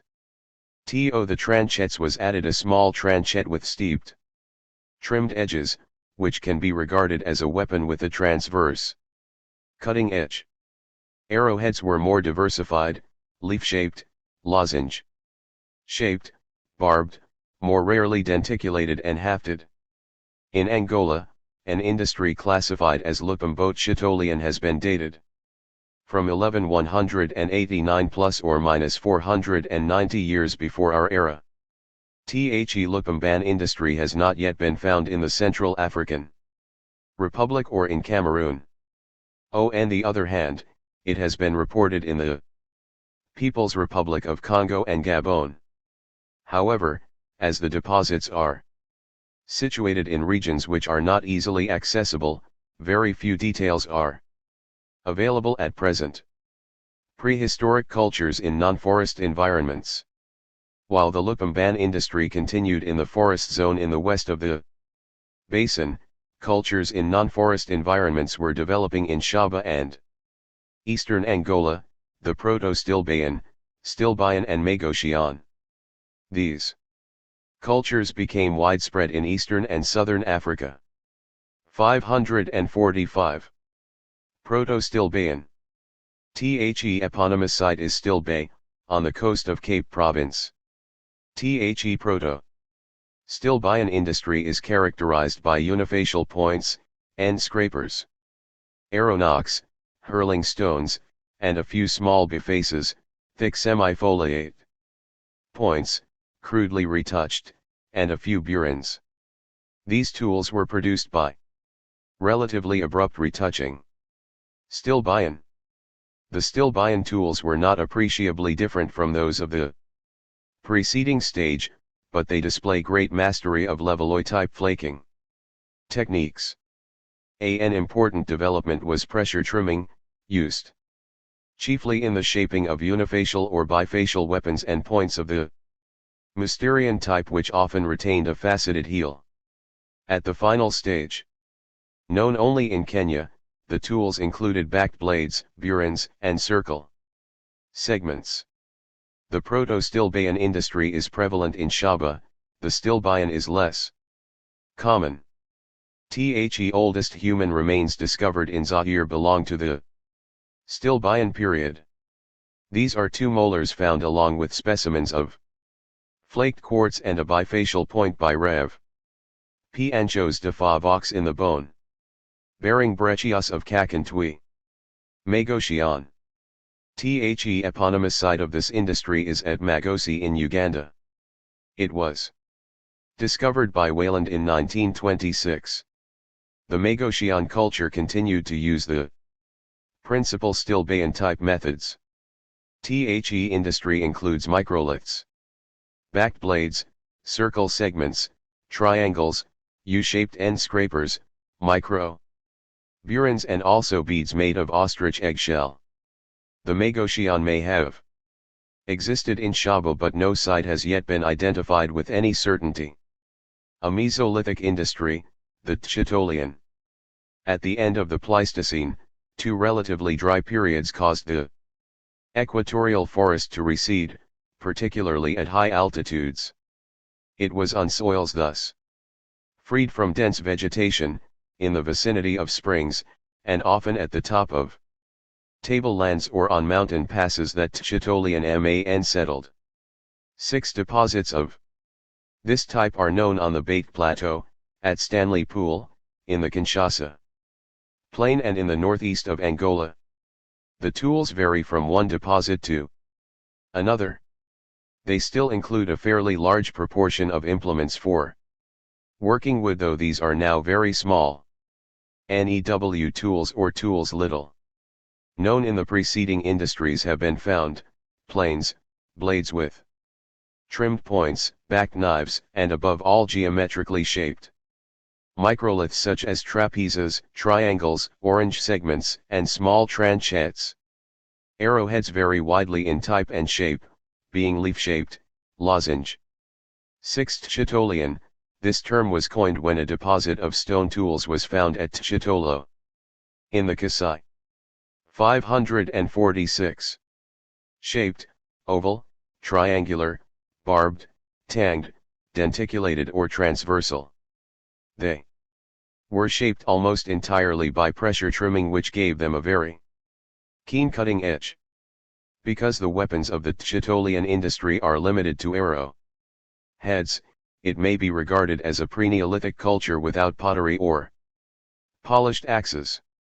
It emerged as a late form of African forest culture prior to the development of the Neolithic culture of Western Zaire, which seems to have been intrusive.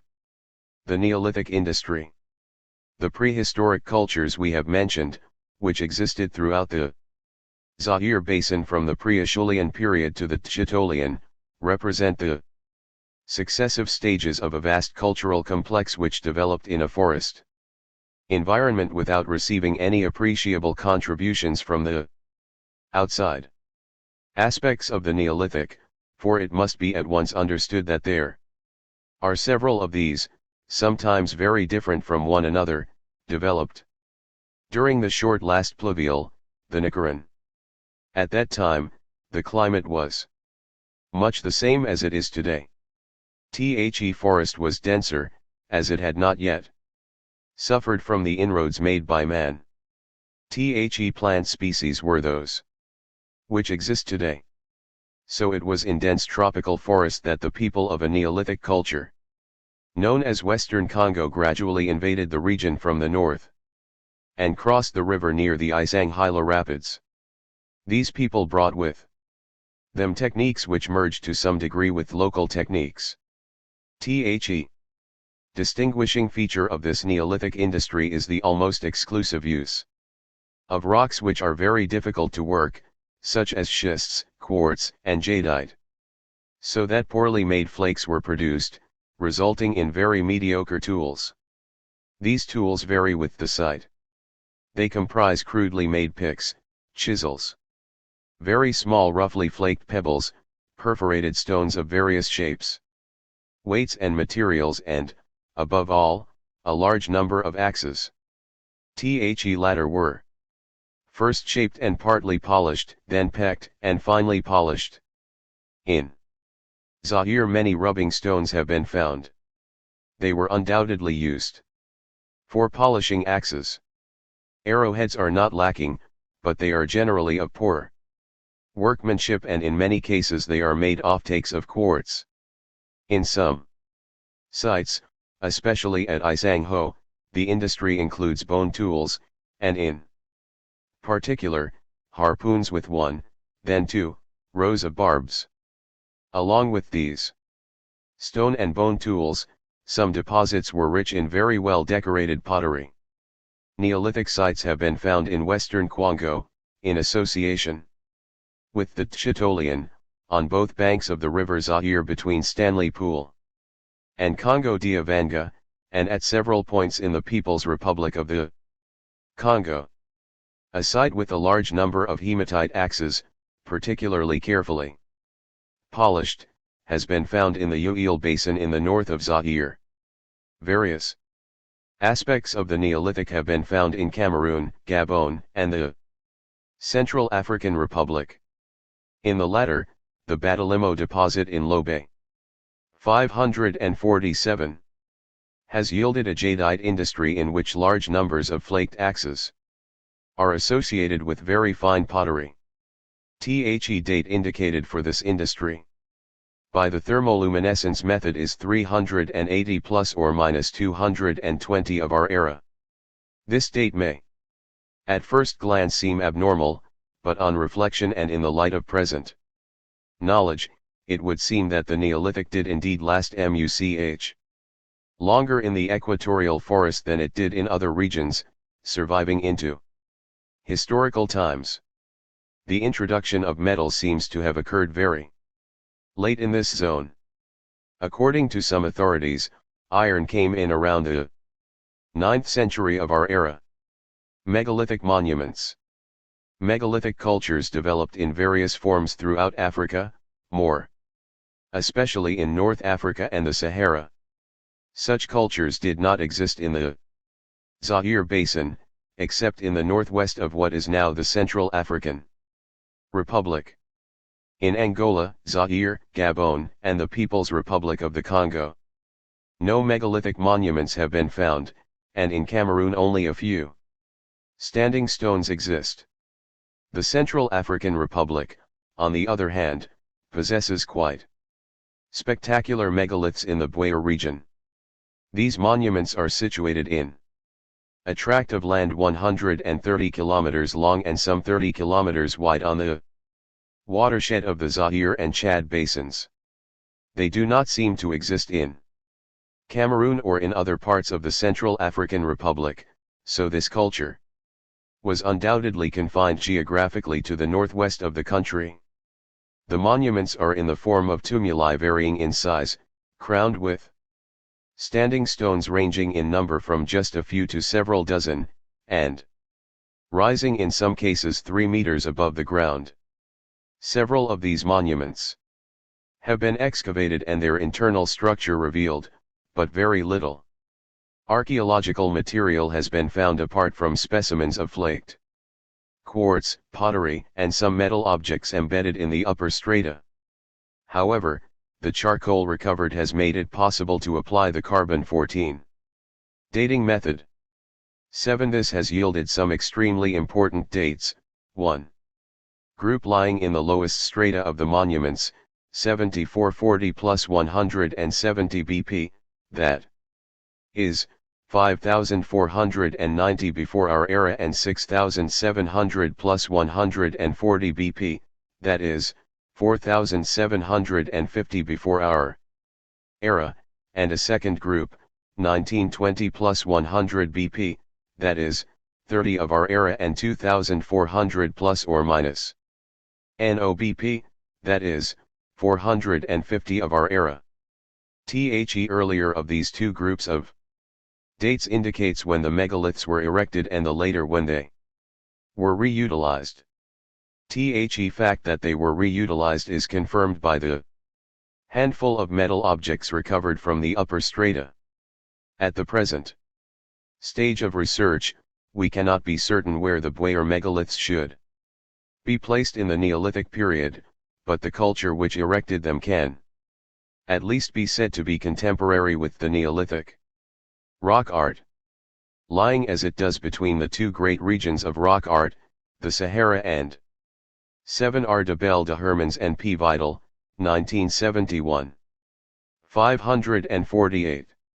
South Africa, the Zaire Basin also has its rock art, but not as rich in art as might be expected in view of its position. In Chad, at Endi and Borkal, a rock art developed which belongs to the Great Saharan Complex.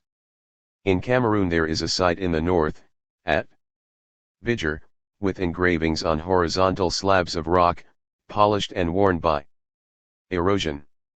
Most of the figures are geometric, representing circles and loops.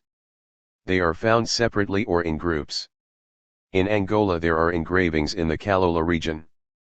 They appear on horizontal slabs of rock and the designs are geometric as in Cameroon. Paintings which appear to be more recent have been reported from the same area. In Zaire there are a number of sites dating from various periods. Shaba seems to be the province which is richest in rock art, belonging to the same group as Zambia and eastern Angola. The art of this group is characteristically abstract and not naturalistic like that of South Africa. In 1952, Abbé Henry Breuil published the incised and dotted figures in the Kiantepo Cave 8 and G. Mortelmann's a tentative synthesis of research on the Shaba rock drawings 9 in which he stressed the difficulty of dating the different styles owing to the lack of archaeological evidence. Engraved rock slabs have been discovered in the lower Zaire basin, where rock art continued to be practiced up to quite recent times. A series of engravings at Mount Gundu in the Uele basin seem to have been connected with water and fire rites. In the Central African Republic, the rock art which has so far been discovered is situated in the north and east of the country. In the north, the Tulo, Kayumbala, and Jebel Mela shelters contain paintings done with white, black, and red ochre, in which human beings are represented, along with various signs, but no animals. In the east, the Lengo and Batu sites near Bakama include engravings on horizontal slabs of laterite, which appear to be relatively recent and were the work of people already familiar with iron, judging from the numerous throwing knives and lance heads represented. The rock art of the Zaire basin bears no resemblance to that of the Sahara. It is to South and East Africa that we must look to find its origins. This art is very close to that found in Bantu lands, so it is recent, belonging even to historical times. However, it is important for the study of migrations and population movements during a period of the proto-history or even the history of tropical Africa, of which we know very little. Conclusions. From the foregoing account of the prehistory of the Zaire basin, it is apparent that right up to the Upper Acheulean the prehistoric industries differed very little from what is known in the other regions of South. 8 Abbé H. Breuil, 1952. 9 G. Mortelmans, 1952a. 549. Equatorial Africa. It was from the Sangoan complex onwards that there began a great regional diversification of the cultures of the forest zone. This has one remarkable feature, namely the almost total isolation in which the men of the forest region lived until the arrival of the Neolithic people, who came from the north, perhaps already fleeing the Saharan zones as These became more arid. The Great Equatorial Forest acted as a natural barrier restricting contact with the areas north and south of the equator. Neolithic cultures lasted in this zone much longer than they did elsewhere, for they were isolated and protected up to a time when other regions had long since entered the historical period with the introduction of metals and iron working. Part 2f. Van Noten with the collaboration of P.de Marais, J. Moyer Sons, K. Mwe and A. Roche. Introduction. For the purposes of this section of the chapter, Central Africa comprises Zaire and some of the countries bordering on it, the People's Republic of the Congo, Gabon, Rio Muni, the Central African Republic, Rwanda, Burundi and Angola. This part of the continent has attracted the attention of archaeologists since the end of the 19th century, but research in it has been very sporadic. The earliest research workers to take an interest in Central Africa sought initially to identify periods there similar to those that had been described in Europe. X. Stanier attempted an early comprehensive study in 1899, but the distinction of having undertaken excavations as far back as 1925 belongs to J. Colette, Bequert, 1938. Scientific research only really got underway, however, after the Second World War. Since then, systematic studies have been carried out by J.D. Clark in Zambia and Angola, R. de Belda Hermans in the Central African Republic, J. Nankeen in Rwanda and Burundi, G. Mortelmans, J. de Heinz Ellen and H. Van Moorsel in Zaire, and the Société Préhistorique et Proto-Historique Gabonaise in Gabon. In Zaire, the amount of research work has shown a notable increase since the establishment in 1970 of the Institut de Musées Nationaux. Our knowledge still remains very patchy, however. Although Colette led the way in carrying out the first chronostratigraphical study, his example was all too rarely followed, and for many parts of the area our knowledge is based entirely on surface finds. It must be realized, however, that archaeology in Central Africa has many difficulties to contend with. Some areas, such as the northern part, are unsuited for excavation because of the thick laterite crust, while in the forest itself prospecting is anything but easy. Other factors further complicate the task. Climatic conditions and the acidity of the soil have in general militated against the preservation of bones, which is why at most of the sites. 550 investigated, none have been found. There are exceptions, however, notably Isangho and Matupi, where skeletal material was well preserved due to the calcareous soil. The nomenclature has undergone continual revision, and the subdivisions have been repeatedly called in question. The sequence early, Middle and Late Stone Age separated by intermediate periods is no longer really acceptable either in chronological or even in typological terms. After a period in which exact classification was attempted, opinion is now coming round to the view that these broad categories are extremely relative and provisional. This view is borne out by work on sites that have been recently excavated and systematically dated. Take the Late Stone Age as an example. In 1959 J.D. Clark put the beginning of this period at about 7,500 BP. In 1971, we obtained a date of about 15,000 BP for Munyama Cave, Uganda, Van Noten, 1971, and 6 years later the microlithic industry at Matupi was dated at about 40,000 BP. Van Noten, 1977. Thus there are obvious contradictions between the old classification and recent discoveries. Whereas everywhere else in the world archaeologists are beginning to be interested primarily in the way prehistoric man lived, studying his environment and his relationships with it, Central African prehistory has for long remained the study of topology and chronology, and in all this concentration on nomenclature, very little attention has been paid to man himself. Rather than drawing up an exhaustive list of sites, most of which comprised only a few surface finds, we propose to concentrate on the all too rare systematic excavations that have provided some indication of dating. Namely, Ishango, Gombe, Baitori, Kamoa, Matupi, and Kalambo. These widely separated sets of data will of course need to be filled out with additional information from the study of other localities. We are more than ever convinced that it is impossible to establish large, well-defined cultural areas. We must be content to note the presence of man at given times, without as yet being able to tell whether he evolved in situ or came from elsewhere.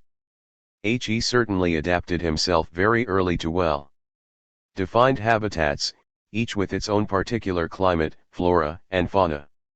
The primitive hunter-gatherer needed to explore these habitats if he was to survive, and when it came to tool making his course of action was dictated by the raw materials available.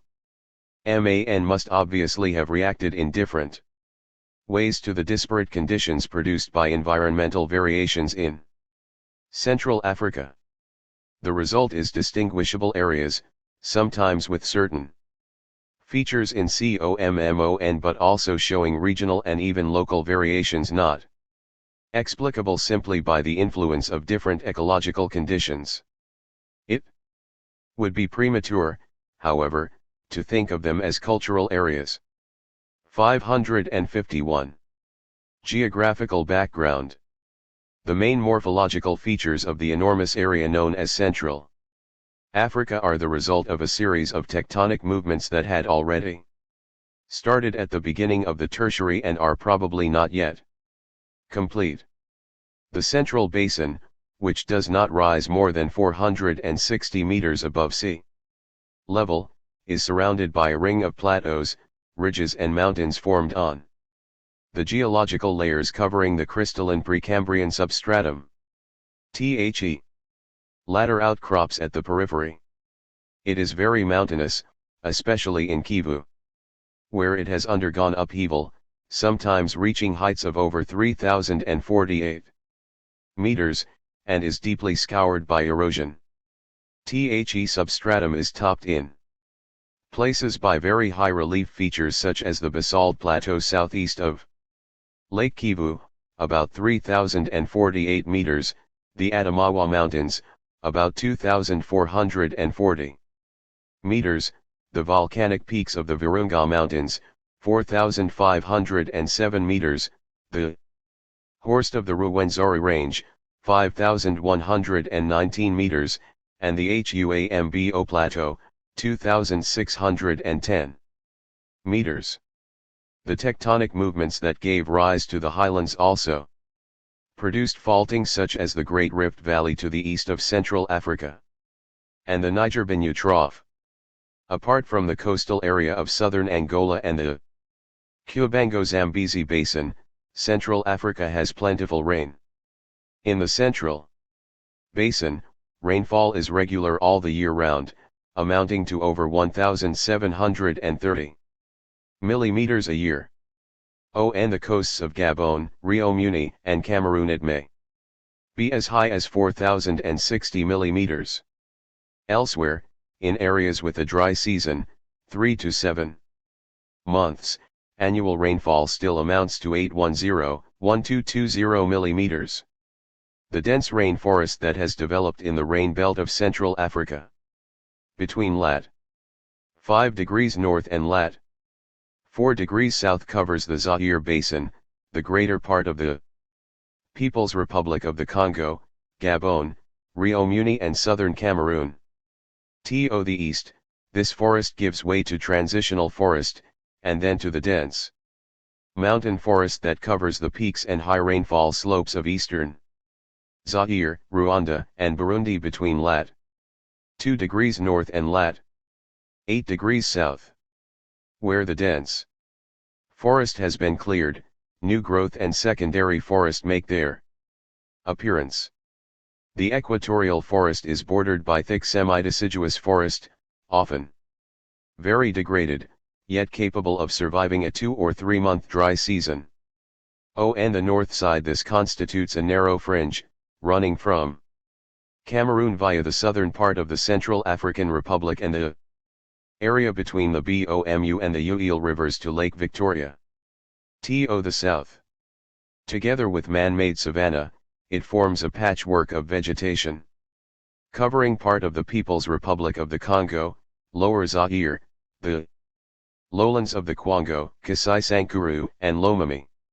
In an arc around the dense forest region of Guinea, open woodland and Sudano-Zambezi savanna cover an area where the dry season may last for 7 months of the year, namely, Central Cameroon, the Central African 552 Republic, Southern Sudan, Eastern Rwanda, and Burundi, Shaba in Zaire, Zambia and Angola. Great marshy depressions occur along the course of the rivers, particularly on the White Nile in the southern Sudan, in the Central Basin, and the Lake Upemba Depression in Zaire, and in the Zambezi Basin in Angola and Zambia. The evolution of the environment. The reconstruction of prehistoric man's environment has become an important factor in archaeological research. The first work in this field was carried out in East Africa. Various workers, including E. J. Wayland, 1929. 1934, P. E. Kent, 1942, and E. Nilsson, 1940, 1949, had observed, in the Quaternary, alternations of humid periods, called pluvials, with dry periods. Interpluvials. The pluvials were considered to be contemporary with the glaciations of the northern hemisphere and were named, proceeding from the earliest to the most recent, the Kagerian, the Comichian and the Gamblian.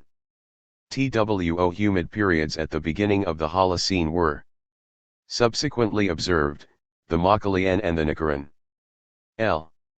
S. B. Leakey. 1949, J.D. Clark, 1962, 1963a, and others subsequently sought to extend the use of these names, which had acquired a specific stratigraphical connotation in East Africa, to other parts of Africa. Authors such as T. P.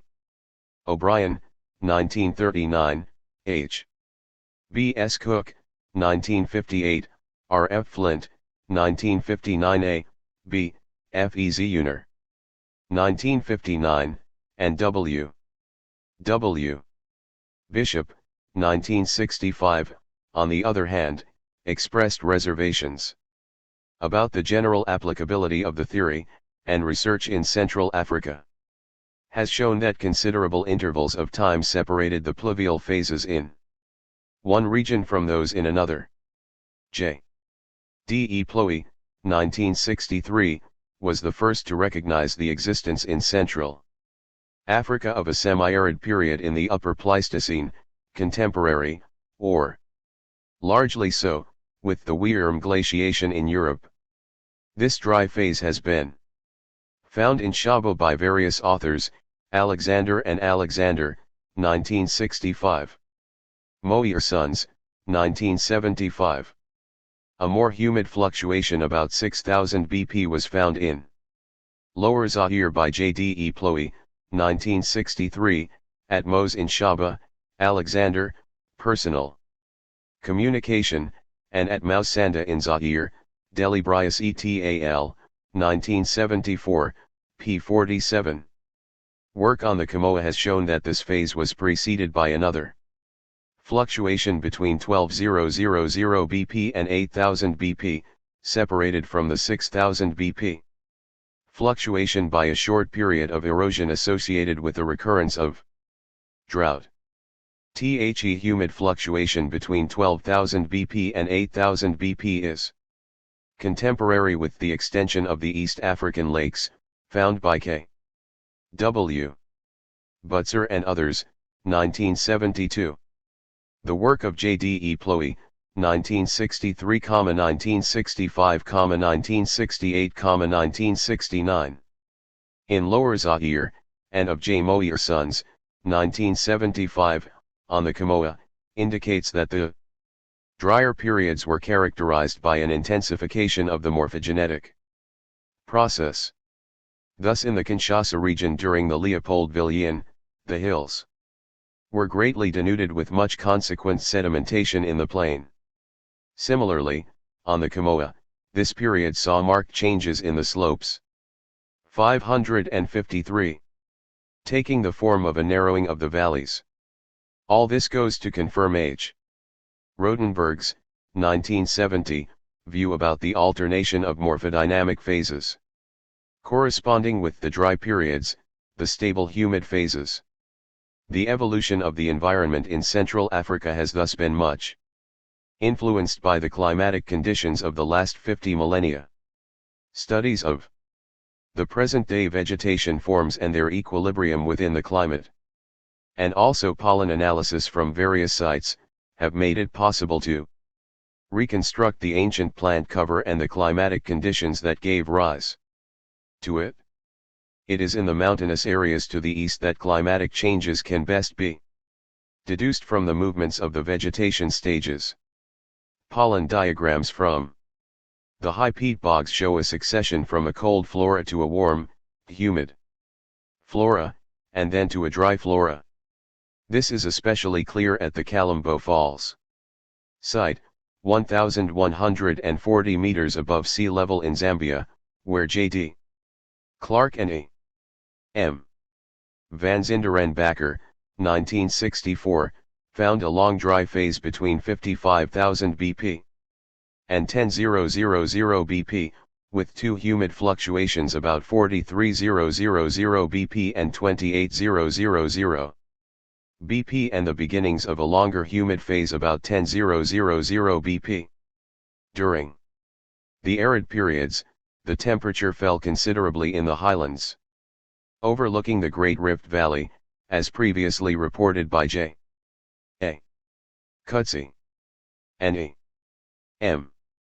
Van Zinderenbakker, 1970, from Mount Kenya, where they provided evidence for the Mount Kenya glaciation of 26,000 to 14,000 BP. J. D. Clark and E. M. Van Zinderenbakker, 1962, also studied the evolution of the plant cover in the Lunda area. This area was occupied 40,000-10,000 BP by Brachystegia dry woodland savanna, which gave way to thicker forest during the 10,000-50,000 BP humid phase. According to the pollen analysis of the KAMOA site, carried out by E. Roche, 1975, by way of complementing J. Moirsons's, 1975, geomorphological study, there seems to have been a dry period from the final Acheulean until 15,000 BP. There is an observable progressive evolution of steppe savanna into woodland, and then the establishment of thicker forest, with extension of the forest galleries after the climate became wetter from 12,000 BP onwards. According to M. Streel, 1963, a great extension of dry woodland and acacia savanna took place 50,000 to 20,000 BP. This extension, which is thought to have started in the eastern Zambezi area, had the effect of pushing back the tropical forest towards the central basin. According to P. Thuvenoud, 1958, Shaba may be regarded as a crossroads, that is, its vegetation shows the influence of several regions, Zaire and Guinea, Zambezi and East Africa. and the basis of Milankovitch's theory of the mobility of the thermal equator. A. Schmitz, 1971, considers that a southwards movement of 8 degrees by the latter during a hot, humid phase occurring 12,000–5000 BP brought about a considerable extension of the tropical forest. This is thought to have covered the whole of Zaire and even part of Angola, as witness the presence of strips of dry tropical forest in present-day woodland. 554. Savannas. The forest also extended farther north, covering most of Cameroon and the Central African Republic. During this humid phase, savanna and woodland savanna survived in situations favorable to them, that is, on the plateaus and on poor soils. It is quite likely that the plateaus of southern Zaire and Angola have never known really dense vegetation, and that it was from there that the woodland savanna started to extend again when the climate became drier after 5000 BP. A. Schmitz, 1971, however, thinks that it is primarily human activity that has brought about the retreat of the tropical forest during the last 1,000 years. To recapitulate, from 50,000–10,000 BP, Central Africa passed through a long dry phase, contemporary with the Weerm glaciation, whilst the humid phase that started about 12,000 BP could correspond to the climatic fluctuations of the early Holocene.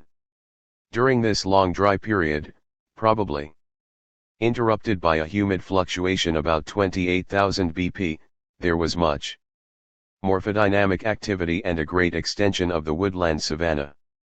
During the humid period at the beginning of the Holocene, the tropical forest spread to cover most of Central Africa, and its retreat in modern times is attributable to human activity. The peopling of Central Africa. In the absence of human bones, it is generally accepted that the first sign of human presence is represented by chipped or flaked pebbles. These are comparable to the old Auwean artifacts from the eponymous site at the Olduvai Gorge in Tanzania. Similar objects are to be found pretty well all over Central Africa, in the Kasai Basin and Shaba in Zaire, in Cameroon, Gabon, Zaire, and the Central African Republic, and in northeast Angola, where they occur in alluvium.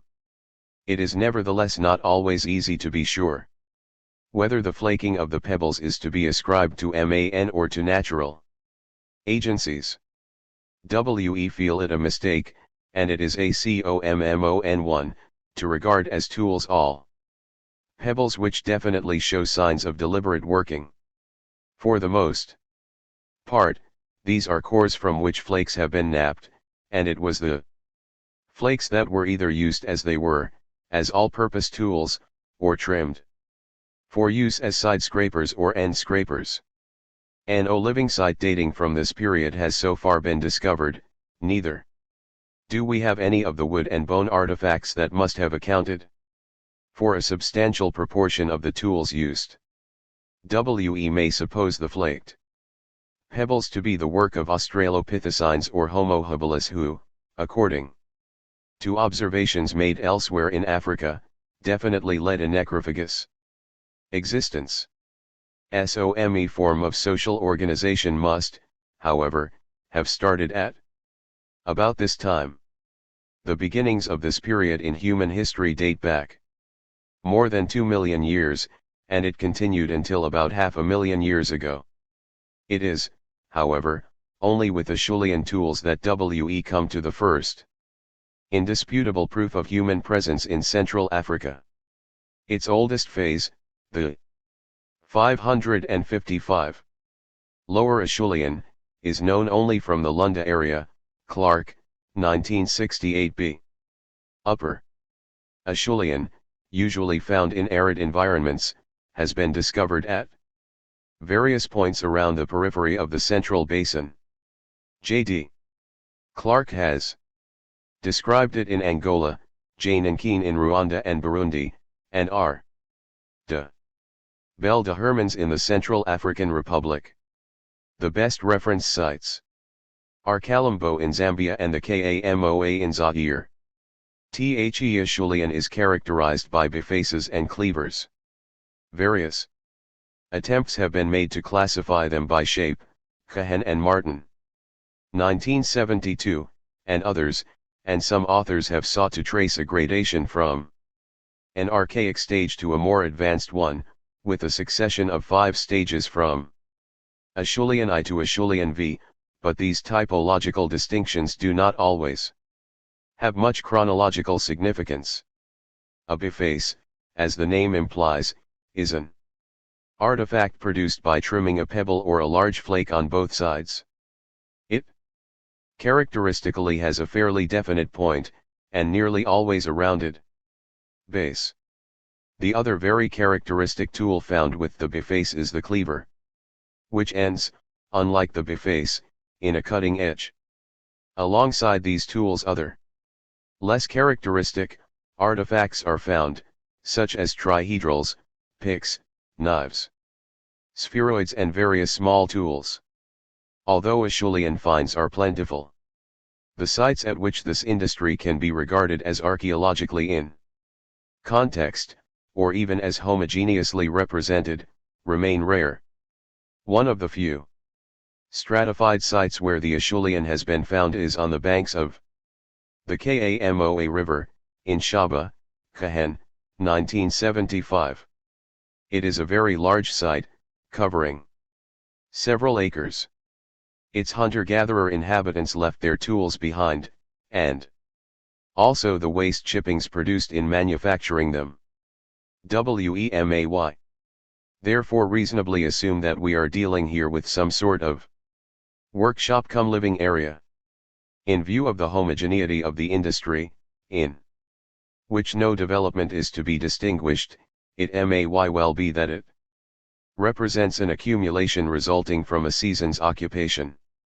The raw material was brought from a place 6 kilometers from the site, where huge bedrock cores are to be found. The flakes were transported to the site, where the cutting and finishing of the tools must have taken place. The advanced or final Acheulian of the Kamoa is analogous to the industries found in the Sahara and South Africa. The date of 60000 BP suggested, for it must be considered a terminus antiquem, the actual date in our view being much earlier. In the light of finds in other parts of Africa, we know that this industry is to be attributed to Homo erectus, a hominid who depended for his livelihood on hunting and food gathering. It must be assumed that the organization of society continued to evolve, and that man had acquired the mastery of fire, adaptation and technological development. Post-Acheulian industries from a number of areas, though differing from each other, nevertheless give the impression of a certain unity. Let us for practical purposes divide Central Africa into an eastern half and a western. 556. Half, the former of which may again be subdivided into 2, though in view of the lack of data for the regions to the north and south of the area in question, these subdivisions must be largely conjectural. In the western half, which extends from Angola to Gabon, the area about which most is known comprises Lower Zaire, Kinshasa, the Lunda area, the Kwango and the Kasai, that is, the southwestern Zaire basin. The eastern half covers the Interlocustran area and the Shaba Lake Tanganyika area. In the western half, a series of industries has been tentatively identified, usually described as forming a chronological and typological sequence: first, the Sangoan, then the Lupamban and, last, the Tchitolian. The Sangoan supposedly represents the transition between the Acheulian and the Lupamban, and is attributed to the first intermediate period. The Lupamban would constitute the Middle Stone Age, and the Lupembench-Chitolian, the Second Intermediate Period, leading to the Chitolian proper, which is considered as contemporary with the Late Stone Age of East and Southern Africa. All these industries are characterized by bifacial flaking, as though they represented prolongations of the Acheulean technique. Levalloisian technique remains rare. The eastern half of Central Africa displays a much greater variety of industries. They are comparable with those of the western half, but bifacial flaking is less common. On the other hand, the so-called Mousterian and Levalloisian flaking techniques are highly developed, and blades and laminar flakes are common. From the Second Intermediate Period onwards, great changes are discernible, and the tradition dies out completely, being replaced by microlithic industries apparently unrelated to the earlier industries. Sangoan and Lupemban industries in this area are quite typical, and make it possible to distinguish two different parts of the area. One, which probably covered the northern part, that is, the interlacustrine area, is characterized by daggers and leaf-shaped and lanceolate biface points.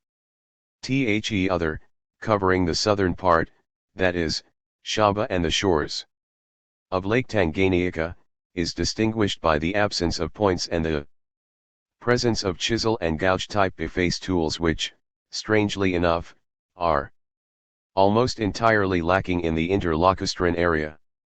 This clearly illustrates the absurdity of differentiating on the basis of these remains between forest industries and savanna industries. Furthermore, it seems that in the period in question no one area was any more wooded than another. On the contrary, the climate must have been distinctly drier than today, and it was only towards the end of the period that the extension of the forest took place. The Mazanga site is a good example of the type of industry in this area, there being a wide range of biface points along with clumsier items such as picks. Levalloisian features are very well represented, Cahen, Hezarts, and Van Noten, 1972. A sequence of stone industries running from the Sangoan to the Late Stone Age has apparently been discovered at Sanga, but has not yet been studied in detail. Nankin, 1958. Let us now look at the western area more closely. Its industries cover the 557 whole range of types found in the eastern areas, which gives them greater typological variety and brings them closer to the generally accepted picture of the Sangoan and the Lupemban.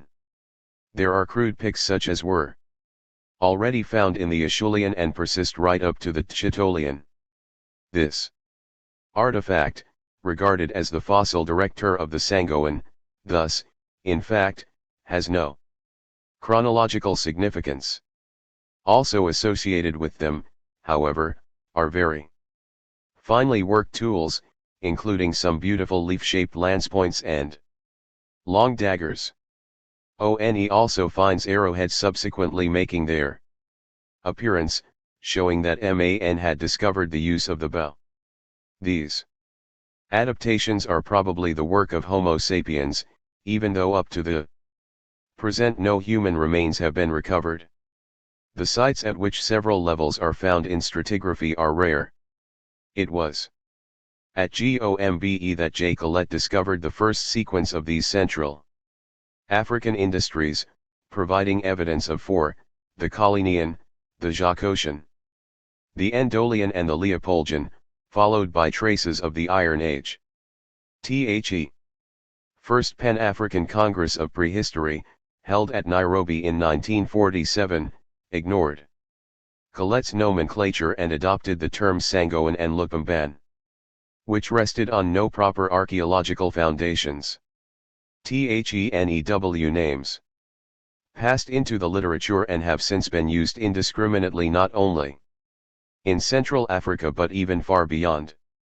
Gombe, the only known site offering any hope of establishing a chronology, was re-excavated by D. Cahen in 1973 and 1974, Cahen, 1976, with the object of clarifying and dating the sequence discovered by J. Collette.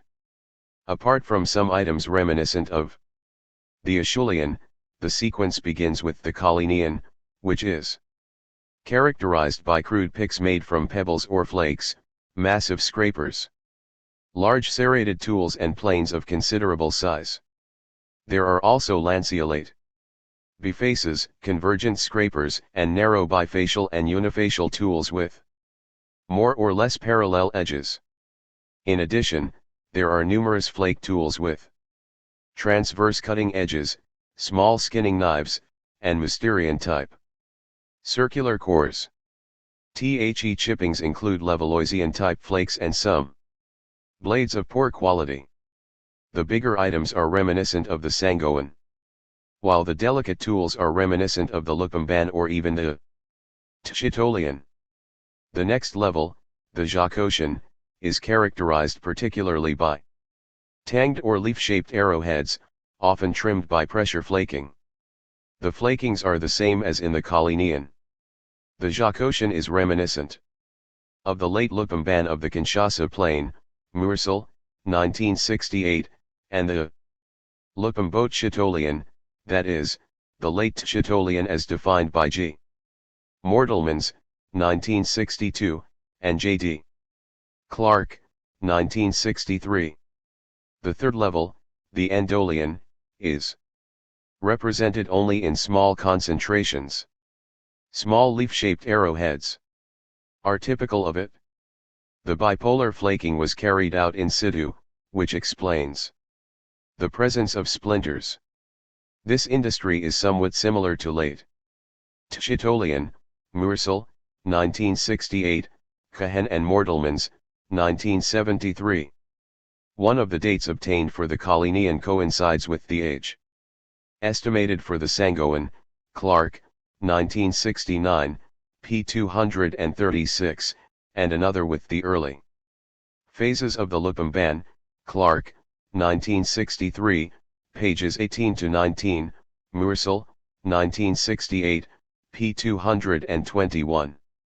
558. The dates obtained for samples from the Jacotian level differ little from dates calculated elsewhere for similar industries. The dates associated with the Endolian, one corresponds to the dates of the late Tschitolian as previously obtained in the Kinshasa Plain and the Lunda area. By and large, we can say that the industries found in stratigraphy in the Lunda region, at Gombe and in the Kinshasa Plain are typologically comparable and correlate well chronologically. The lower Sangoan Lupumban is put at 45,000 and 26,000 BP, the upper Lupumban and the Lupumbo Tschitolian at 15,000 and 10,000 BP, the lower Tschitolian at 10,000 UB.P, and the upper Tschitolian at 6,000 to 4,000 or 3,500 BP. See Table 19.1. A sample trench excavated by P. de Marate at Dimba Cave yielded a sequence of 15 archaeological strata and a date of 20,000 plus or minus 650 BP for an industry of the upper Lupumban of Lupumbo Tschitolian type. This should probably be put further back to about 25,000 BP. This date would fill the gap in datings between 27,000 BP and 15,000 BP noted by D. Cahen, 1977. Howe Cave, the only site that may have been in equatorial forest at the time of its occupation, where F. Van Noten found traces of a Lupumban industry followed by a late Stone Age one, has yielded no acceptable radio carbon datings. J.P.M. Fu, 1970, excavated by Tory Cave in 1966 and found 20 levels of Stone Age occupation. One level gave a radiocarbon date of 3,930 plus or minus 200 BP, and a lower level a date of 4030 plus or minus 200 BP. The stone artifacts, which show no development between one level and another, may be regarded as a typological entity, the industry being reminiscent of the Upper Tchitolian. The same research worker dated at 6600 plus or minus 130 BP. A Middle Tchitolian level at Mausanda, Delhi Brias etal, 1974, p. 47. Delhi Brias etal, 1974, p. 47. In Gabon, supposedly Lupamban industries have been found on several occasions, Blancoff, 1965, Haja Georgiou and Pumaret, 1965, Farine, 1965. Specialized hunter-gatherers. At a given moment, probably between 50,000 and 40,000 BP, geometrical microliths make their appearance, segments of circles, triangles, rectangles, and trapezoids. The most typical are probably the segments, although in South Africa these are found as early as the end of the Middle Stone Age when they were probably used as barbs fixed below lance points. Degree in the Late Stone Age, on the other hand, these microliths were used by themselves, as arrowheads, lance points and harpoon points, and chisel blades and knife blades. As in the case of the previous period, the area studied may be subdivided into two distinct parts. In the western part, covering northern Angola, the Kasai, the Kwango, Lower Zaire, and the People's Republic of the Congo, the so-called Lupamban tradition is found to persist, as though it had evolved in situ and given rise to the Tchitolian. Geometrical microliths become numerous but without predominating in the way they do in the eastern part, where they represent the basic element in the tools. S. Miller, 1972, who carried out a survey of the Tchitolian and summarized previous results, defines this industry by the presence of biface tools of the chisel pick type, leaf-shaped points, tanged points, small skinning knives and geometrical microliths. The Lunda region produced an industry combining all these features, although they are usually incompletely represented at individual sites. Thus a valve-face style has been distinguished with large numbers of small skinning knives as at Dinga, and a plateau style in which the tools consist mainly of tanged points, Bequert, 1952. A site on the Bate Plateau, where G. Mortelmans carried out a rescue dig in 1959, Cahen and Mortelmans, 1975, yielded an industry said to be comprehensive, like that described in the Lunda region. The polymorphous sandstone, which is virtually the only material to have been used for the tools discovered, comes from deposits the nearest of which are some 96 kilometers from the site.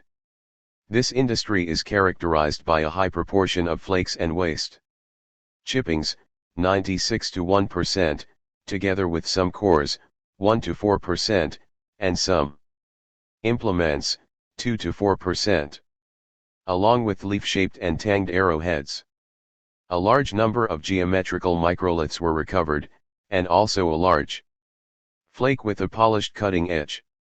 Most of the cores are of the circular or lamellar type. There are also many small cores, completely used up. The chippings, consisting mostly of waste fragments from retouching, contain a few Levalloisian flakes and some blades and lamellae.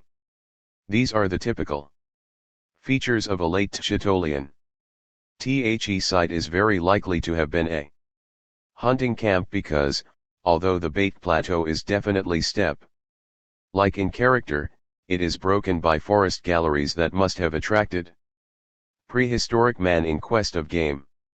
Though the raw material used was brought in, many of the tools must have been fashioned in situ, and it is Conceivable that the latex and copal resins found during excavation were used as mastic to fix the microliths to the shafts of arrows and lances. The scrapers, chisels and axes were undoubtedly employed to make composite tools which made use of oblique cutting edges and tanged biface arrow heads. The Lunda region studied by J.D. Clark yielded a Chitolian dating of adaptations to different environments, as for instance specialized hunting methods, or whether they simply represent cultural differences. In the eastern part, on the periphery of the equatorial forest from the Central African Republic to Shaba, so-called Late Stone Age industries are found. The earliest of these industries are typologically undifferentiated, since more specialized tools did not make their appearance until later. This was observed at Matupi Cave, where 2 consecutive seasons of excavation in 1973 and 1974 revealed traces of very long human occupation, beginning well before 40,000 BP and continuing without a perceptible break until 3000 BP. Van Noten, 1977. The material so far studied comes from 1 single square meter of soil, which has yielded 8,045 artifacts, nearly all made of quartz by the bipolar technique, a process characteristic of purely microlithic industries. Waste chippings account for 90% of the material, tools proper representing only 5 to 4%, to which must be added items which, though showing signs of use, cannot count as fully finished tools. These account for 5%. The industry is typically microlithic, the maximum length of the flakes being 17 to 7 mm. All the stone implements must have been used for making composite tools. The tools proper, in order of frequency, consist of notched scrapers, borers, gravers, flakes and lamellae with chamfered edges, retouched flakes, truncated pieces, and a few geometrical microliths, segments, half circles, and triangles. The macrolithic implements, made out of quartzite, sandstone, or schist, consist of grindstones, pestles, anvils, hammerstones, concave scrapers, and a few chisels. A fragment of pierced stone with incised decoration has been dated at about 20,000 BP11. The animal bones are well preserved, and point to a drier environment than today.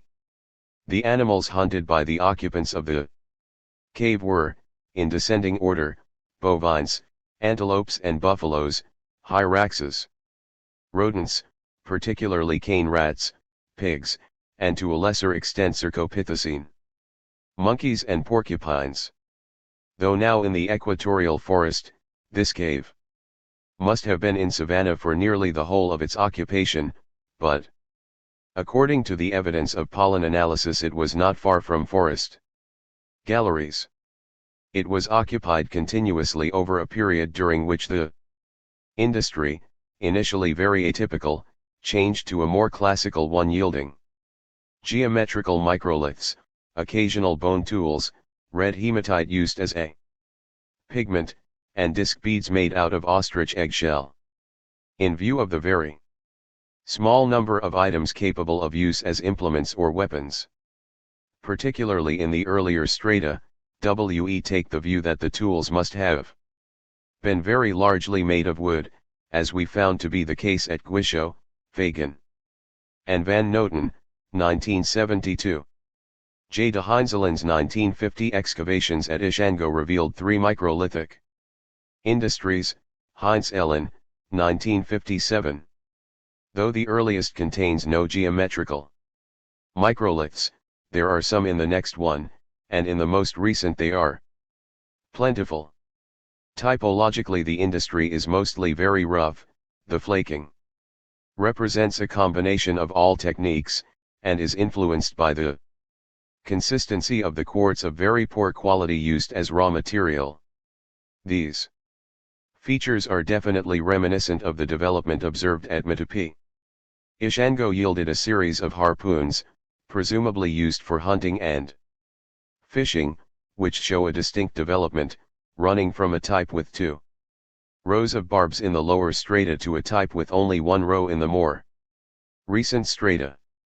One of the most spectacular finds is a small bone rod with a scratched decoration, used as the handle for a quartz flake.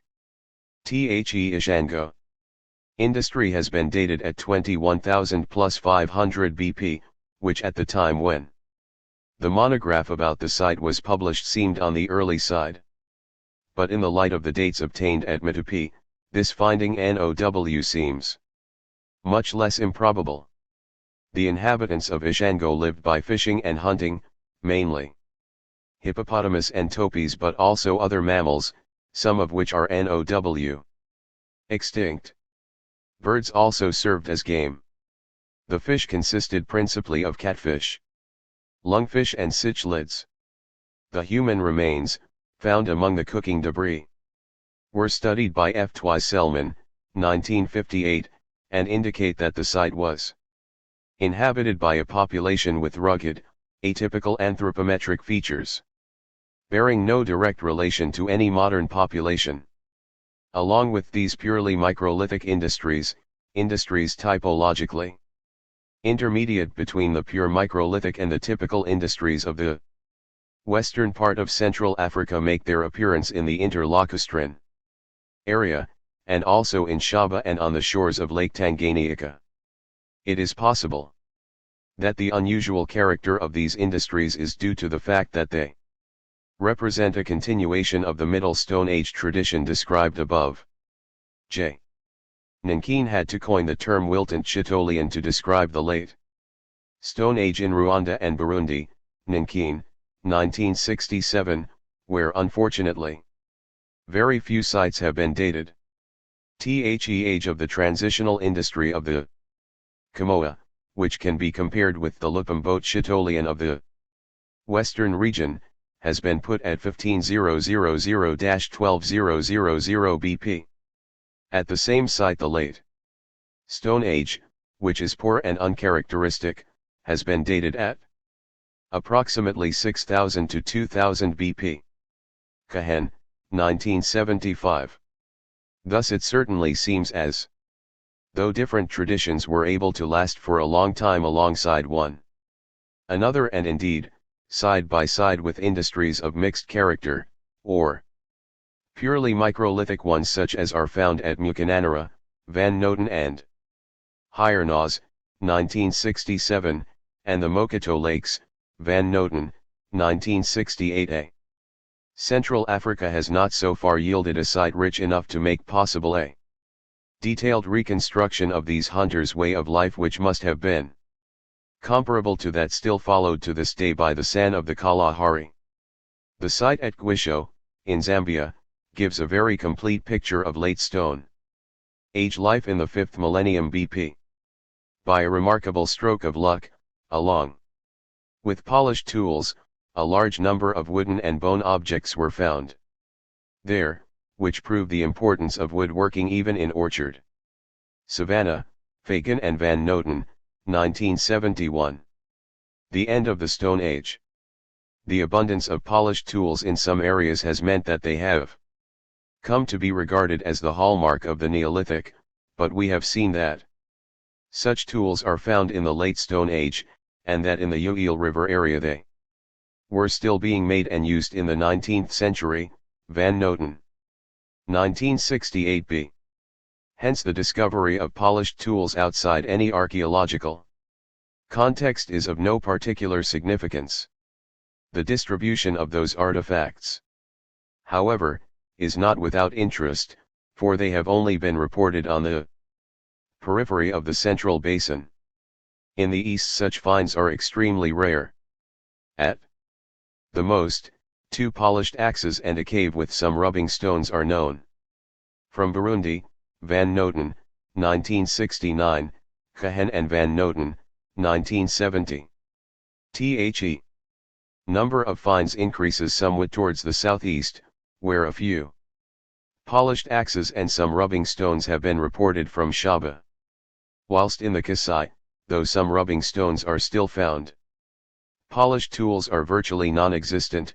Celis, 1972. North of the Great Equatorial Forest, on the other hand, such items make up the key element in archaeological finds.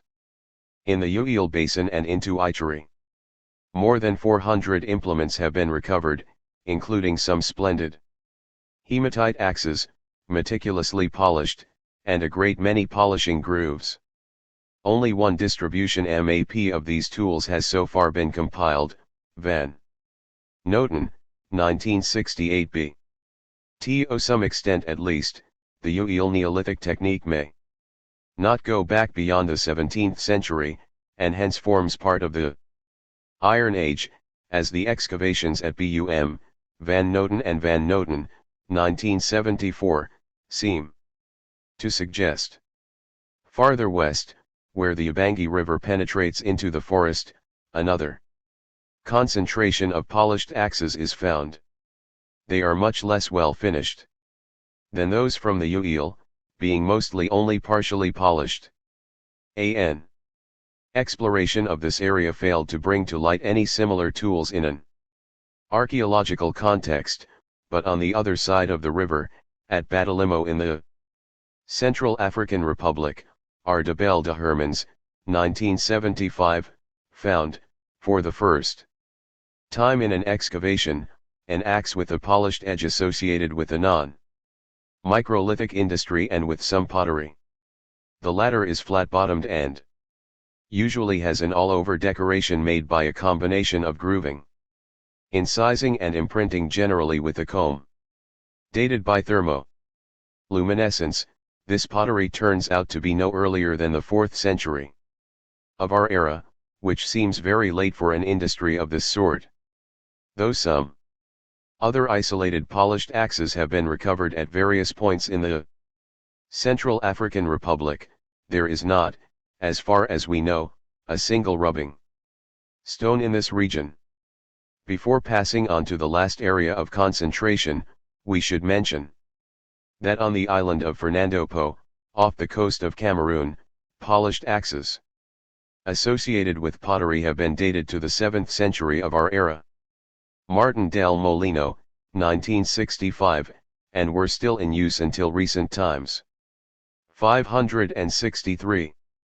The last area is the one running parallel to the Atlantic coast from Gabon to northwest Angola. The so-called Neolithic tools found in this enormous area are generally rough-hewn, only the cutting edges being polished. In Gabon the axes have wavy edges forming a characteristic tenon. Pumaret, 1966b.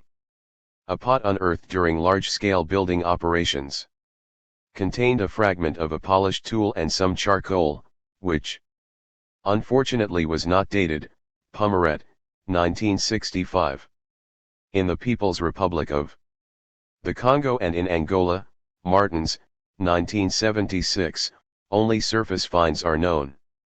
At Gombe, on the other hand, J. Colette earlier discovered a polished axe, apparently associated with flat-bottomed pottery. Bequert, 1938, he coined the term Leopoldine Neolithic for it, and the term was subsequently used to describe the many polished axes found in Lower Zaire. Mortelmans, 1959, found polished axes, atypical trimmed quartzes and crude flat-bottomed pottery on the surface at Congo d'Avanga. This same pottery occurs again in the Antadi, Dimba, and Ngova caves, associated at the two latter sites with polished axes. On 4 occasions charcoal found close by has been dated to the last 2 centuries before our era. Marate, 1977a. Unfortunately the samples are too small for an Iron Age origin to be absolutely ruled out, especially since fresh excavations have shown that Gombe Leopoldine may perhaps fall within the Iron Age. Cahen, 1976. This site has been very much disturbed, however, and it may simply be a Case of contamination from upper layers. At Dimba and Ngova, the only site at which bones were preserved. Analyses of the associated fauna have not so far revealed the presence of domestic animals. In the absence of any other socio-economic data, it is premature to assume a true Neolithic, with the population using pottery and polished tools whilst at the same time keeping cattle and engaging in agriculture. Same goes for all the other Neolithic-style industries so far found in Central Africa. We know nothing about the people who used them, their period or their economic system. Hypothesis has, however, recently been advanced that some of the remains in question may belong to a final phase of the Stone Age, possibly corresponding to the early stages of the expansion of the Bantu-speaking peoples around the first millennium before our era, that is, before they had acquired the mastery of iron. Phil Lipson, 1976, Marate, 1977b, Van Noten, 1978. We should also mention here the megaliths found in the Bweir area. They probably date either from the 5th or the 1st millennium before our era, though it may be a case of their having been reused. Belle de Hermans, 1975. Judging by their size, these monuments must surely have been the work of sedentary populations, that is, we may assume that they had passed the hunting and food gathering stage. Megalithic pavement at API is a natural phenomenon and not man-made at all. Van Noten, 1973, and the same is true bf all the other so-called megalithic constructions so far reported in Zaire. 564. The search for a perfect sequence. At the Pan-African Congress at Dakar in 1967, J.D. Clark attempted to introduce some order into the nomenclature of the Zaire Basin. Clark. 1971a. D. Cohen has summarized the history of the various nomenclatures used to describe the post-Acheulean industries of the area dealt with here, and has clearly shown what an extraordinary jumble they are. Cohen, 1977. Recent excavations at GOMBE have made it possible to re-establish and date the archaeological sequence first laid down by J. Collette. But the connections between pieces from different levels indicates that the site has been very much disturbed and that the industries are not homogeneous. Cohen, 1976. The objects have shifted in the soil, as has been confirmed by laboratory experiments. Moir Sons, 1977. It is therefore possible that a similar process may have taken place at other sites where archaeological remains are deposited in shifting Kalahari sands, as in northeast Angola, Lower Zaire, the Kasai, Shaba, and the Congo. Cohen and Moir Sons. 1977. We cannot tell, however, in what proportion the various industries have been affected by these soil movements. There is, furthermore, a striking typological and chronological convergence between the various prehistoric sites in the southern Zaire Basin, and to a lesser extent in Central Africa. D. Cohen, 1977, has suggested consolidating these convergent prehistoric groupings into a single post-Acheulean Central African industrial complex, initially covering the whole of Central Africa but contracting in the course of time until it was finally limited to the southwest Zaire Basin. This author also considers that none of the terms such as Sangoan, Lupumban, and Tchitolian correspond to any scientifically established facts. Nevertheless, as we have endeavored to demonstrate in this section of the chapter, it seems to us possible to distinguish regional variants among post-Acheulean stone industries and to trace their evolution.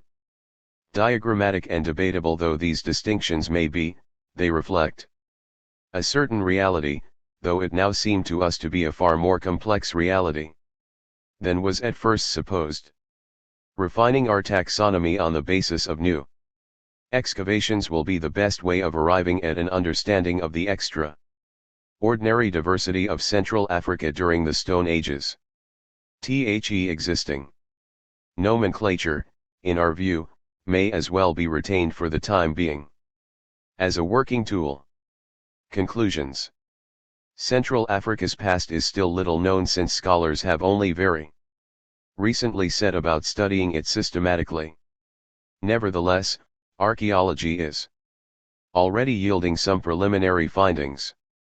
Thus, in the space of a few years, the number of radiocarbon datings has almost quintupled. Marate, Van. 565. Noten and Cohen, 1977, and the first synth essays can be drafted, Van Noten. In preparation. The primary object of the NEW research was to carry out a series of excavations covering different areas and periods, in the hope of establishing, within a reasonable space of time, an overall chronological and stratigraphical framework for Central Africa. This ambitious project must, for the time being, take second place.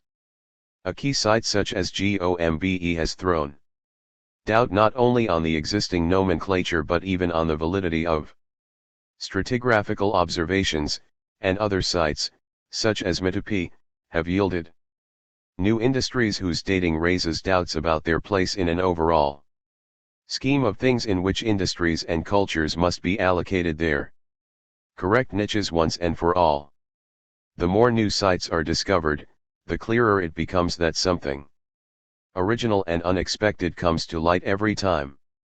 This fits in with one of our working hypotheses, namely, that great diversity is to be expected within each industry or culture. Faced with a particular micro environment, MAN had to adapt his tools to his habitat. We like to think of him leading a rather more settled existence, within the confines of his territory, than the wholly nomadic life too often ascribed to hunter-gatherers. So, far from tirelessly hunting game, these people must have evolved a culture of their own, a harmonious synthesis of environmental factors and ancestral traditions. We do not believe that environmental influence is absolutely paramount. Once ecological equilibrium was established, tools could remain unchanged for very long periods. They no doubtfully met the demands of the habitat and of its inhabitants, and so long as this delicate balance was maintained, MAN was under no particular pressure to evolve rapidly. The prehistory of North Africa. El Balout. The nearness of the countries of the Maghreb to Europe and their Mediterranean seaboard made them an early target for prehistoric research, some of it dating back to over a century ago. A substantial bibliography resulted, the reliability of which was highly variable.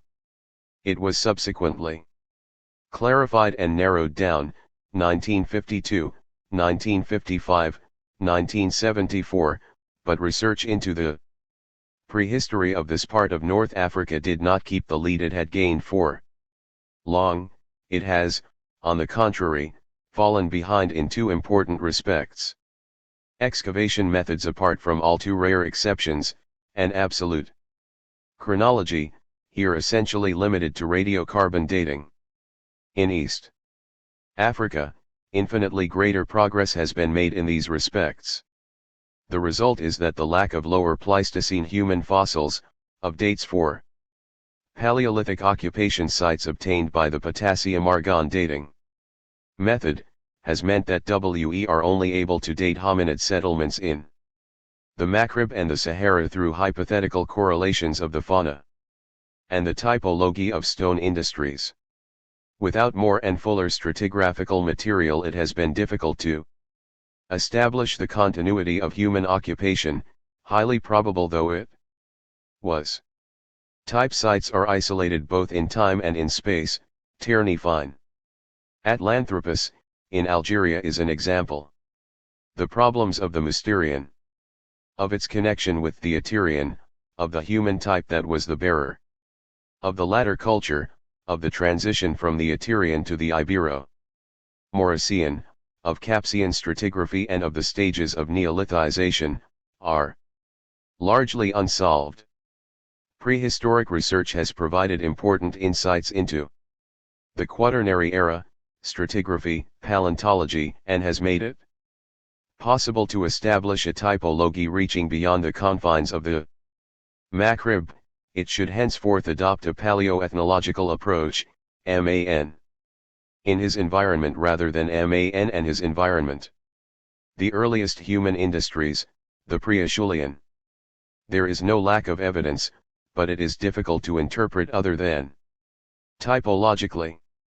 Interpretation has been based on the stratigraphy of the coastal quaternary in Morocco, Biberson, animal paleontology in Algeria, the prehistory of North Africa, Ain Hanak, near Sétif, excavated by C.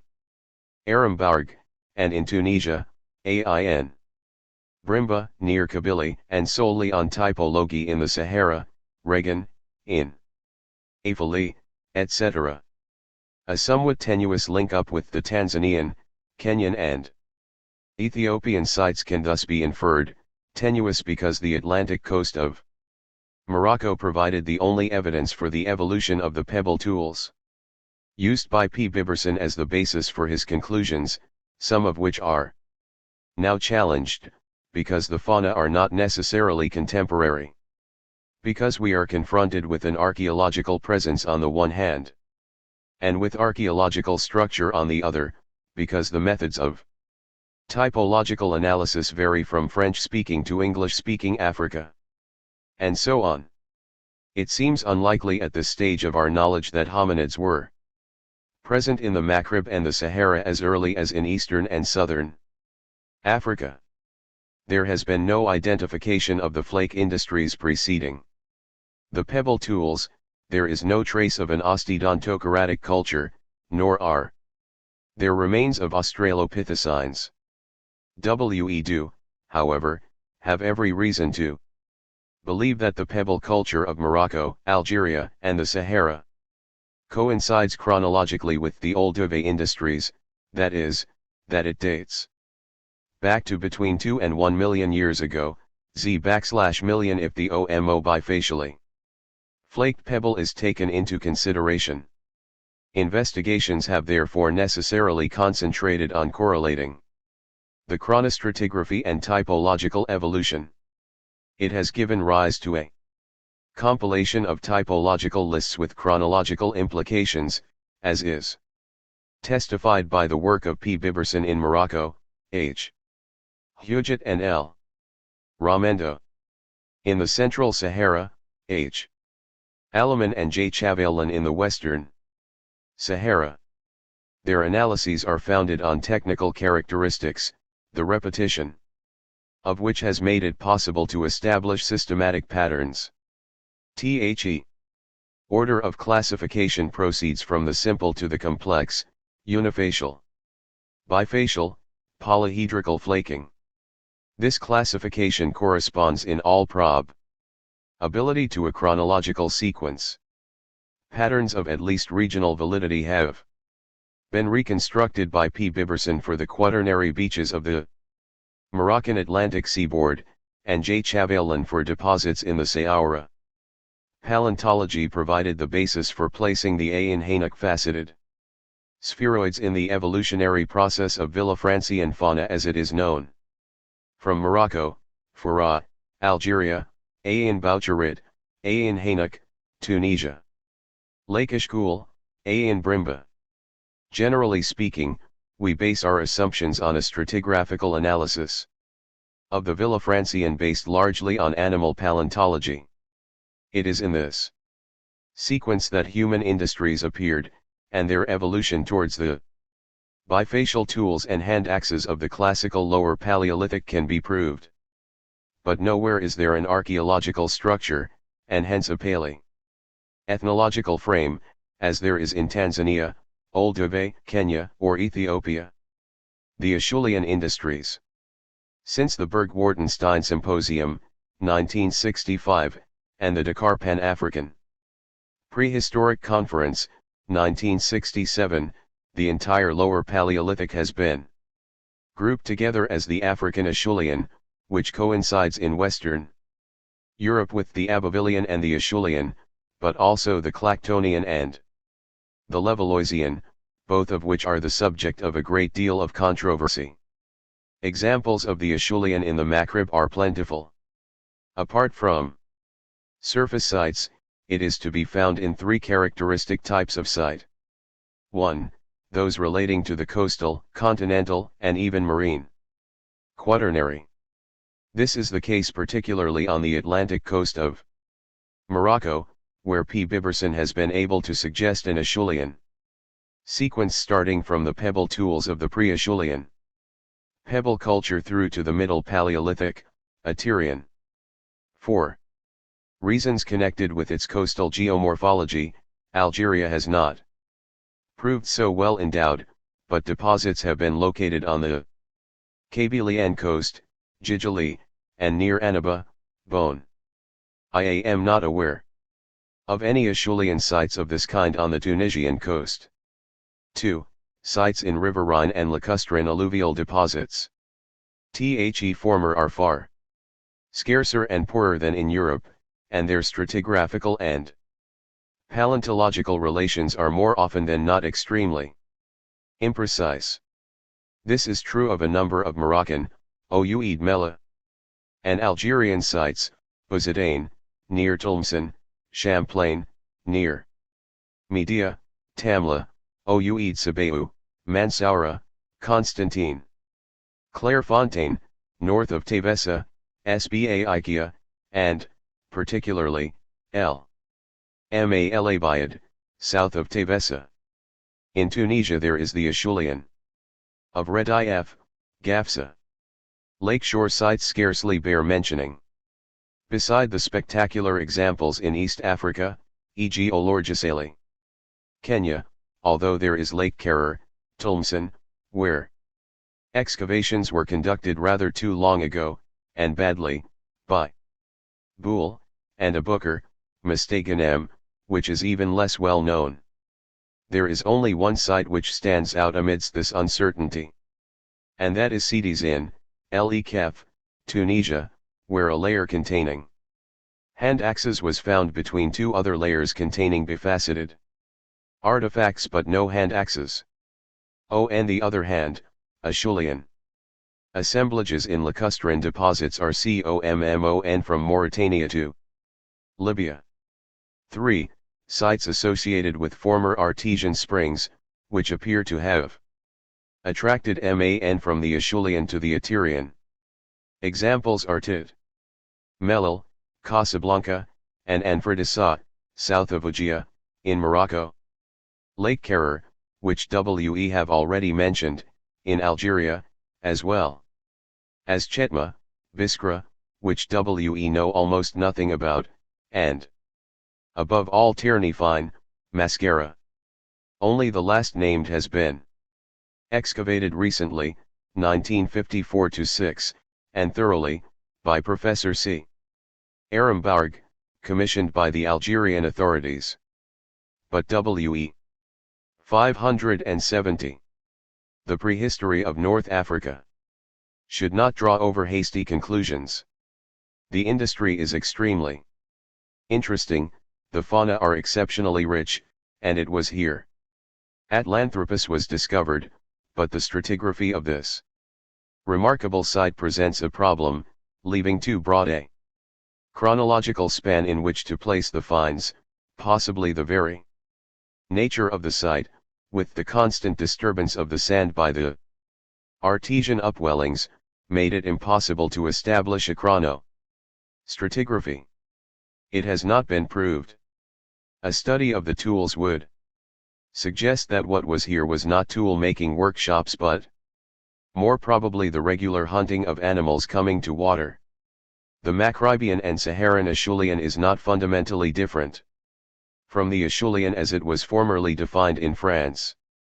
The methods of Analysis, boards, 1961 and Belout, 1967, do not indicate any basic difference. In the bifacial tools, the same is true of trihedral implements. The presence of flakes and of a small industry, at Tierney Fine for instance, comes as no surprise. The soft HAMMER came into use towards the end of the early Acheulean. For shaping or reshaping, only one specimen has been found at Tierney Fine, bifacial. We also find the characteristic tranchette marks in the shaping of the working tips of trihedrons. The most original feature, which has long been emphasized, is the importance of flaked cleavers. It is stretching a point to suggest that it was a strictly African implement, a sort of chopping tool. In fact, it is not always present in the African Acheulean, and has not been found in the admirable El Ma'alabayat assemblage, to take only one example, in Algeria, but it does exist from the Near East to the Indian Peninsula. Its presence in Spain, Rio Manzanares, near Madrid, and across the Pyrenees has led H. Alleman in a very recent investigation, 1975a. Toch consider the question of how the Straits of Gibraltar were crossed well before Neolithic navigation. It has been concluded that there was an isthmus, caused partly by shallow water conditions, which became practicable during the Riss regressions. The most relevant typological analysis of the Macrobian hand axes is that made by J. Tixier. TWO conclusions are of crucial importance.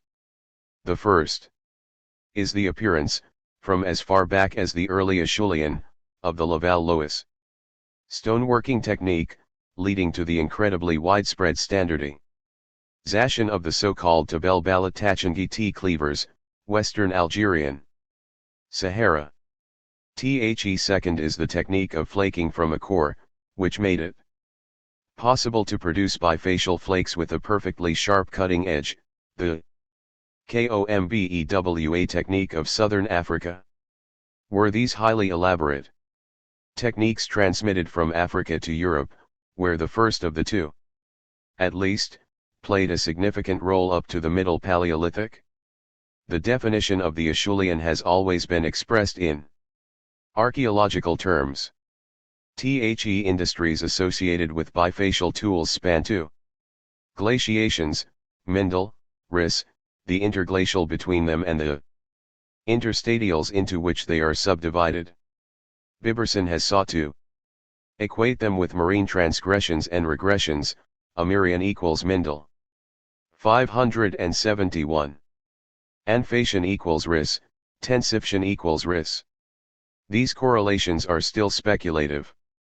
A prolongation into the Riss worm interglacial is perfectly plausible. For want of absolute dating, we must base our theories on paleontology.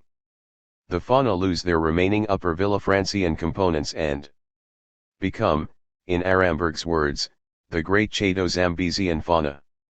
Although we might add that we know nothing yet of the microfauna or the flora of Tierney Fine. The Atlanthropus found at Tierney Fine, and those discovered in Morocco, Rabat Man, and Sidi Abderrahmane, Casablanca Man, belong to the genus Homo erectus. It is difficult to date these specimens of Pithecanthropus, which are in fact close to Sinanthropus pekinensis, with any accuracy, at least 400,000-500,000 years ago seems the most plausible hypothesis. Elsewhere, they had mastered the use of fire and possibly had a crude form of language. The Macrib supplies us with no additional data in this field. Mysterian Aterian. In 1955, wrote that I doubted the existence of an autonomous Mysterian in North Africa. Dr. Gaubert took me up sharply on this, and he was right in doing so. I subsequently, 1965, modified my judgment appreciably, but the problem was not solved, it was merely shifted. There were undoubtedly truly Mousterian sites in the Maghreb, but their geographical distribution was extraordinary, quite contrary to any accepted conception of prehistoric ethnic unity.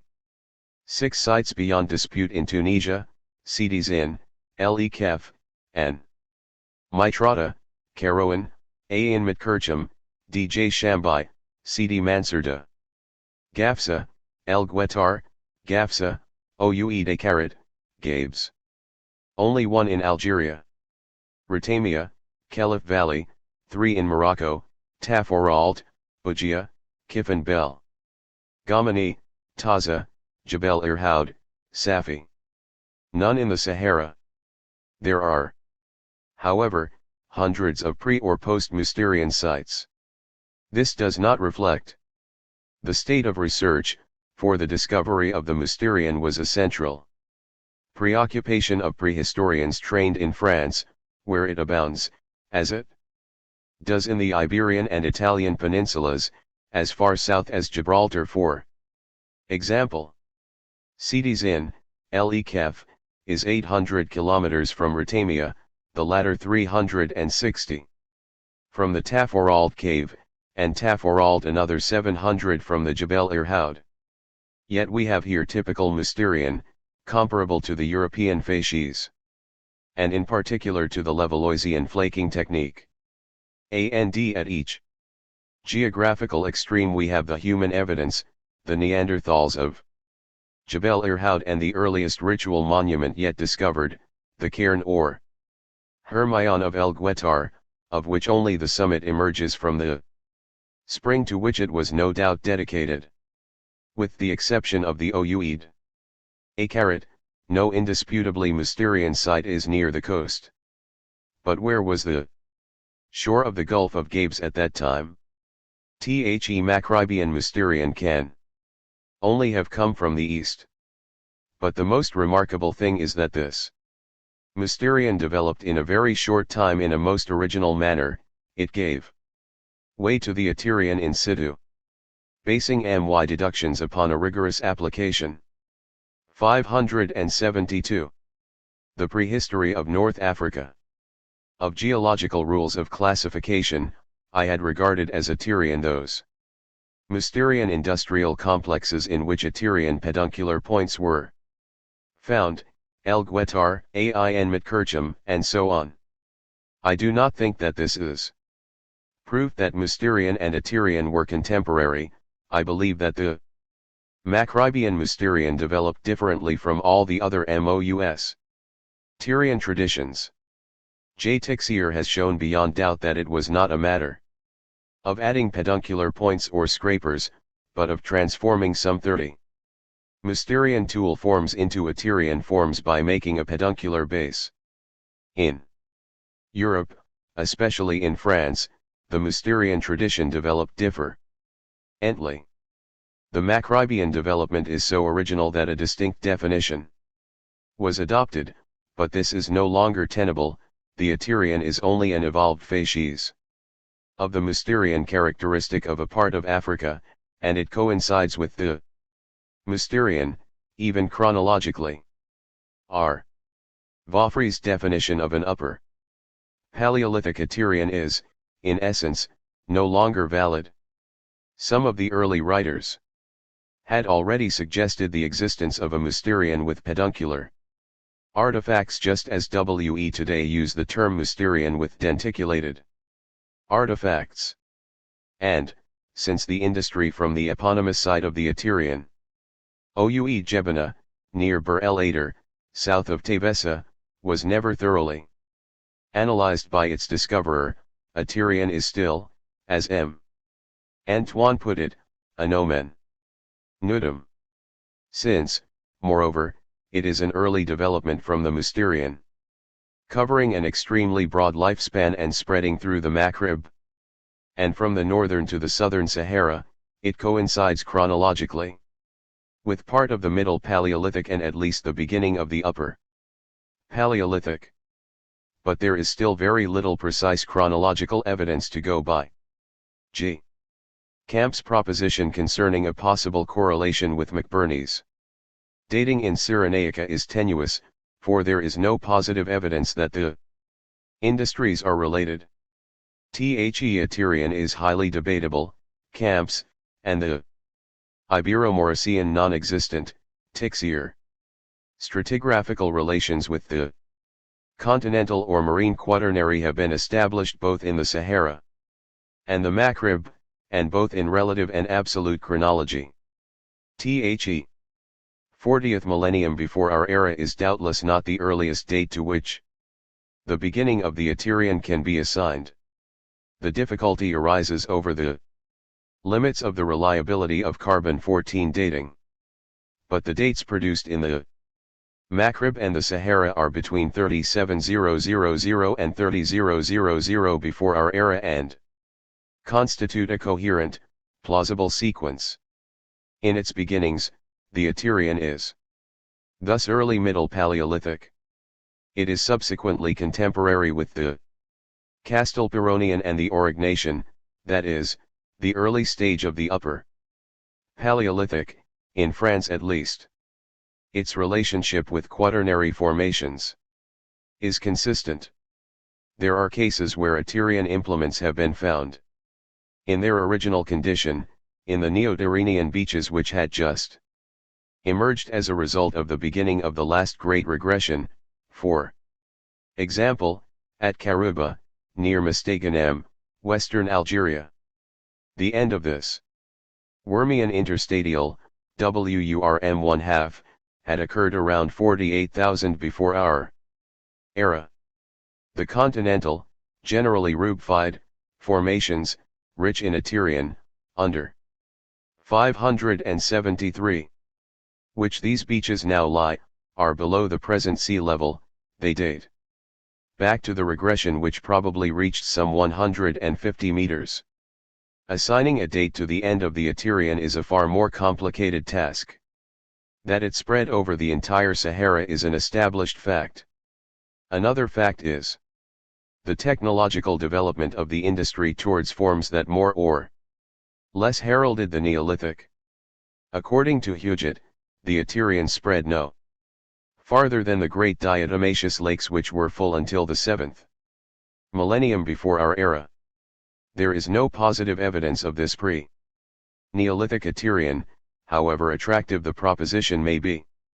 However, no trace of an intermediate industry has yet been discovered, and the main obstacle, one of paleoanthropology, is in the process of disintegrating.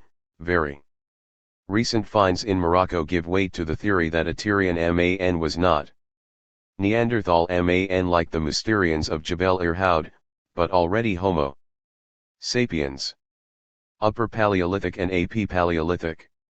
Whatever the ramifications of the Aterian May have been in the Sahara, in the Maghreb the sequence was different. It is unnecessary here to go back over the refutation of R. Vaufrey's theories which for decades were regarded as being authoritative. Let us rather recapitulate the current state of our knowledge. 4 key ideas emerge. 1. The Ibero-Maurician, which I had already been partly responsible for distinguishing from the Capsian for anthropological and paleo-ethnological reasons, is much older than was previously thought. It coincides with the French Magdalenian and is therefore an Upper Paleolithic culture. 2. The controversy over the Calignan horizon, in which R. Vaufrey was opposed to Dr. Gaubert and myself, is now settled. This blade industry, closer to the Ibero-Maurician than to the Capsian, is appreciably earlier than the latter. 3. Vaufrey's definition of a typical Capsian displaced by an upper or developed Capsian has been superseded by the theory of a flaruit of Capsian industries based on a very large number of radiometric dates, not all of which are readily accepted. 4. The Neolithic of Capsian tradition proposed by Vaufrey on very meager evidence but nevertheless extended by him to include a large part of Africa, must be confined to its original geographical limits, leaving the vast areas unjustifiably attributed to it to a number of other facies of the African Neolithic. The Ibero-Maurician. The definition once put forward by Polari, 1909, and which is still in use, is no longer tenable. He had stressed the widespread use of 574. The prehistory of North Africa. Particular technique, the backed blade technique, which was characteristic of almost all the stone artifacts. J. Teixeir's highly detailed typological analyses finally made it possible to substitute a set of precise forms for the idea of an overall technique, as had in fact been sensed more or less strongly by a number of prehistorians, particularly Dr. Gobert in Tunisia. Fresh excavations by E. Saxon on the Tamerhat site, Béjaïa Corniche, Algeria, revealed extremely early specimens, isotopically dated, and provided more ample information on these mouflon hunters and cave dwellers living on the coast but separated from the sea by marshes and an emerged continental shelf abounding in shellfish. The Ibero-Maurician is in fact a culture occupying the coast and the Tell but which nevertheless penetrated here and there inland, the last questionable evidence of which is afforded by the Columnata site, Tiaret, Algeria. However, singularly little trace of it can be found in the Tangiers region and on the coast of the Tunisian Sahel. This absence of the Ibero-Maurician from Tunisia south of Oued Medjerda can be attributed to a separate development there, which we shall discuss below. Even a detailed analysis reveals little of note among the Ibero-Maurician artifacts. A few hundred microburins collected some time after the original excavations in the type site of El Amoulia, near Marnia, Algeria, confirmed that they were associated with the manufacture of points with a trihedral working tip, called lamoulia points, and not geometrical microliths, as in the Capsian industries. The bone industry is extremely mediocre, with only one particularity, the tranchet. There is no personal or mural art, even though it coincided in time with Altamira and Lascaux, and Cro-Magnoid men of the Mecta El Arbi type were present both to the north and the south of the Mediterranean. There is no satisfactory evidence to support the traditionally held view that this culture originated in the east, splitting into two branches, the European Cro-Magnons spreading along the northern Mediterranean, and Mecta El Arbi Man along the African coast to the south. Anthropologically, they may perhaps be thought to descend from the Neanderthals through a Tyrian Man. But, however attractive this theory is, it does not explain the development of an industry which has nothing in common with the Mousterian or even the Atyrian which preceded it. To suggest that the Ibero-Mauricians were not the bearers of this culture is hardly conceivable, since it had no roots locally. And this is not the only problem. The vocation and destiny of these Macrobian Cro-Magnons were diametrically opposed to their European counterparts. Their stone industry, which coincided, at least in its early stages, with the Magdalenian, was Mesolithic to the extent that it was formerly described as a Berber Azilian. Their bone industry was far removed from the Magdalenian equivalent, and there was no personal or mural art, in spite of assertions to the contrary in Morocco.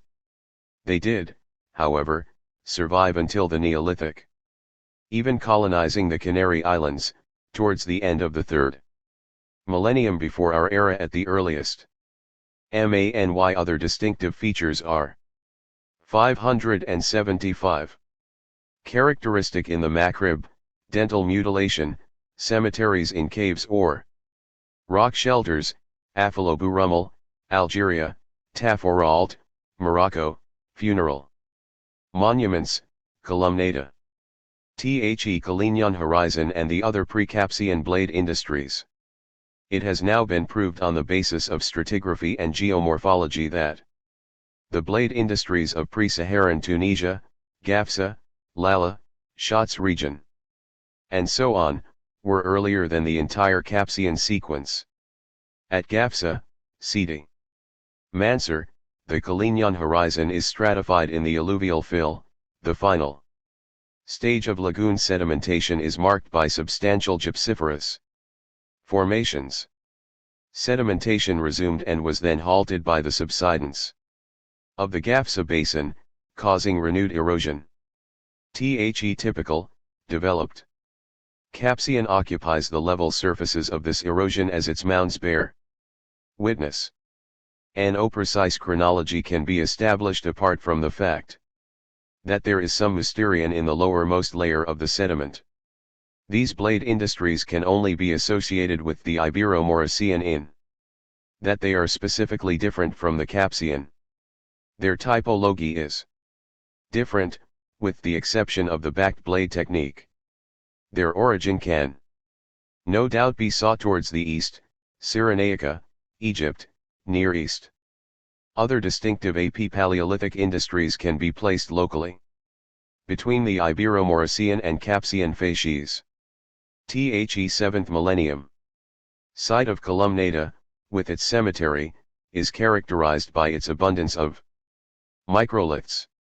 Other sites have been discovered, the largest of which is that at Koudiat Kaifan Lada, Nm Lila, eastern Algeria, where the Capsian industry also dates back to the 7th millennium before our era. The term Elassolithic has been proposed to describe this ultra-microlithic complex, which is doubtless related to an as yet undefined way of life. Other facies have been located in western Algeria, in particular the Kiermian and the Christlian, which appear to date back to the 8th millennium before our era, on the Oran coast. This list is by no means exhaustive. There was in fact a proliferation of industries between the largely Paleolithic Ibero-Maurician and the Capsian, comparable to the Mesolithic in Europe. The Capsian facies. The Capsian sequence was the keystone of Arvafri's theories, typical Capsian, Upper Capsian and of Capsian tradition. Although this oversimplified structure has been criticized, and justifiably, with the support, more particularly, of a large number of radiometric dates, it must be conceded that research into the series has not made the headway one might have expected over the past 20 years. With a few rare exceptions, excavations in shell middens have not produced a means of identifying the stratigraphy or archaeological structure, until such time as a sufficient 576. The Prehistory of North Africa. Number of sections enable us to observe the superimposed layers of the various Capsian facies. We shall have to base our assumptions regarding contemporaneity and sequence on the carbon-14 dates, which are incomparably less reliable than a sound stratigraphy. With positive evidence in several places of the superimposing of Upper Capsian on typical Capsian, this remains the basis of all classification. In both cases, the sites are heaps of miscellaneous waste matter, a mixture of ashes and charred stones, hundreds of thousands of snail shells, skeletal fragments of animals eaten by man, his lithic and bone industry, objects of ornamentation and personal art, human remains, and so on. We can allow ourselves some speculation on the hut dwellings which were the origin of these heaps of refuse. Possibly they were reed huts held together with clay. If we can judge by a find made, unfortunately before exact dating techniques were possible, in the region of Kenchela, eastern Algeria. The typical Capsian stone industry is usually remarkable in quality. Truncated angle burins are exceptionally frequent. Less frequent, but just as characteristic, are the long, backed blades, sometimes known as knives. The blunt edge often tinted with ochre. The-backed blades make up a quarter to a third of the stone tool kits and were sometimes made by retouching. Burin offcuts, Gaubert's Aiguillonsdroits. Microburins were already in existence, produced not as a result of the manufacture of lamulia points, as in the Ibero-Maurician, but of the true geometric microliths. Trapezes, scalene triangles. The bone industry is poor. Typical Capsian has only been found within a fairly well-defined area, on either side of the Algero-Tunisian border, to the south rather than to the north of the 35th parallel. Judged by the radiometric dates, it coincided with the 7th millennium before our era but did not outlast it. It would therefore appear to coincide, within this area, with the Upper Capsian, but this is at variance with known stratigraphy. I shall believe it when Upper Capsian is found stratified below typical Capsian. And in that case, where does the generally accepted definition of developed Capsian come in? Furthermore, we know virtually nothing of the bearer of typical Capsian culture. Developed Capsian is found in a flaruit of facies which spread over Western Africa and at least part of the Sahara. But we should be careful not to commit the error made by R. Vaufry in asserting the diffusion of his Neolithic of Capsian tradition over a large part of Africa on the basis of a succession of scattered finds. With the exception of what I have termed the Tavesson facies, still encumbered with the heavy-duty implements of the typical Capsian, the developed Capsian is an industry of small-sized artifacts, rich in geometrically shaped microliths of generally outstanding technical quality, especially the triangular and some of the trapezoid tool forms. Definitions based on statistical data are meaningless, for they are taken from museum collections, material usually inexactly selected and sorted, sporadic excavations, and artificial strata of varying thicknesses according to the 577 whim of the excavators. One shell midden I studied at A in Dakkara was occupied by Man for 1,000 years, from the middle of the 7th to the middle of the 6th millennium before our era. Can one justifiably define its industry in terms of overall statistics? The Upper Capsian, or at least its southerly branch, lasted down to the 5th millennium before our era and survived until the process of Neolithization, which itself covered a very long period. It is therefore tenable that typical and Upper Capsian industries coincided with the Neolithic of Capsian tradition in different areas. Capsian culture thus lasted nearly 2,000 years, only a few centuries less than Egypt of the pharaohs. Even if we are unable to record its history, we can at least grasp its essential ethnological elements. Capsian Man did not belong to the Cro-Magnoid type of Mectaphilo, he was a Mediterranean. And the most intact, best preserved specimen, found in unquestionable stratigraphical conditions, is the Man of A in Dakkara, Tavessa, who dates back to the middle of the 7th millennium before our era. Hundreds of Capsian dwellings have been found, all of which survived for centuries, and some for over a millennium. The sedentary life of these people, prior to pastoralism and agriculture, is worthy of note. Yet their dwellings were no more than huts made of reeds and branches daubed with clay or covered with hides. Hunting did not play a significant role, to judge not by the variety of animal remains, but by their small quantity. The importance of land mollusks should not be minimized, but plant gathering played an appreciable role, and although it is tempting to draw further inferences, neither the columnata sickles nor the perforated stone balls, nor the stone mullers nor the harvest luster on some sickles afford proof of agriculture. Capsian man practiced a variety of burial rites, and the corpses were often found lying on their side in the fetal position.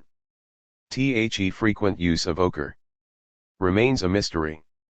More surprising is the use of human skeletal fragments, such as the unexpected trophy skull, possibly used as a mask, discovered at Fade Sonar, in Beta, Algeria.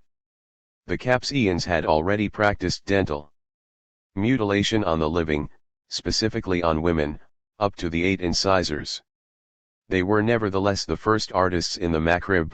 Ornaments. Engraved ostrich eggshells from the typical Capsian onward, small engraved slabs, sculpted stones which may have foreshadowed rock art. Neolithization and Neolithics. From as early as 1933 we were given a neat, systematic, uniform picture of the Neolithic by R. Vaufry. His Neolithic of Capsian tradition, which he claimed had been diffused over the whole of the Maghreb, the Sahara and part of sub-Saharan Africa, became generally accepted theory, to the point that the initials NTC, standing for Neolithic de Tradition Capsian, came into common use. However, Dr. Gaubert and myself expressed strong doubts. 578. The Prehistory of North Africa. About what we regarded as the artificial product of a piecemeal reconstruction of data which to us seemed unrelated. In fact, we had not grasped the thread of Vaufry's deductions. Why did he take the extremely mediocre side of the Table de Jotcha, Tunisia, as his frame of reference? In his thesis, 1976, c. Rubet describes how Vaufry arrived at his conclusions. He was not interested in the Neolithic for its own sake, but wished to establish the persistence of a Capsian tradition, which tailed off gradually as it moved farther away from its original source. The Neolithic was therefore no more than an epiphenomenon of the Capsian. He justified his claim regarding the broad diffusion of the NTC by superimposing a series of cultural elements which he regarded as Neolithic. This gave rise to a typological conception of the Neolithic, and did not take into account the overlying, explanatory factor in technological revolutions, the disruption of a way of life. But, in fact, the strong persistence of the Capsian tradition disproves the theory of the development of a Neolithic culture.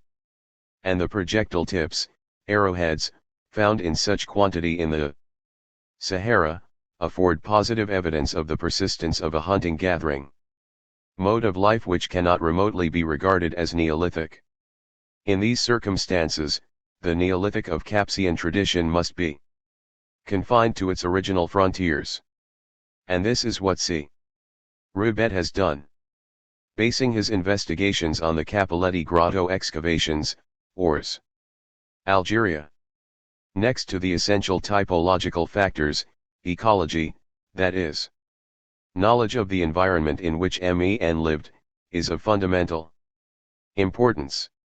It is therefore possible to identify a pastoral, pre-agricultural economy in which transhuman migration was practiced, which represents not the final stage of prehistory but the beginning of what are today the mountain peoples of the Ors, the Chewis, who are small-scale shepherds and goatherds. Thus between the 5th and the 2nd millennium before our era there were a number of forms of neolithization in the Maghreb other than the NTC sensu stricto. In the first place, the areas untouched by the Capsian influence developed separately, with certain distinctive features. The Ibero-Maurician was superseded, and they soon came into contact with Mediterranean Europe, from as early as the 5th millennium before our era. This raises the issue of navigation. There are several coastal facies of the Neolithic, completely independent of the Capsian tradition, which give evidence of contacts with Europe by their pottery and imported obsidian. The same applies to the Moroccan Atlantic coast.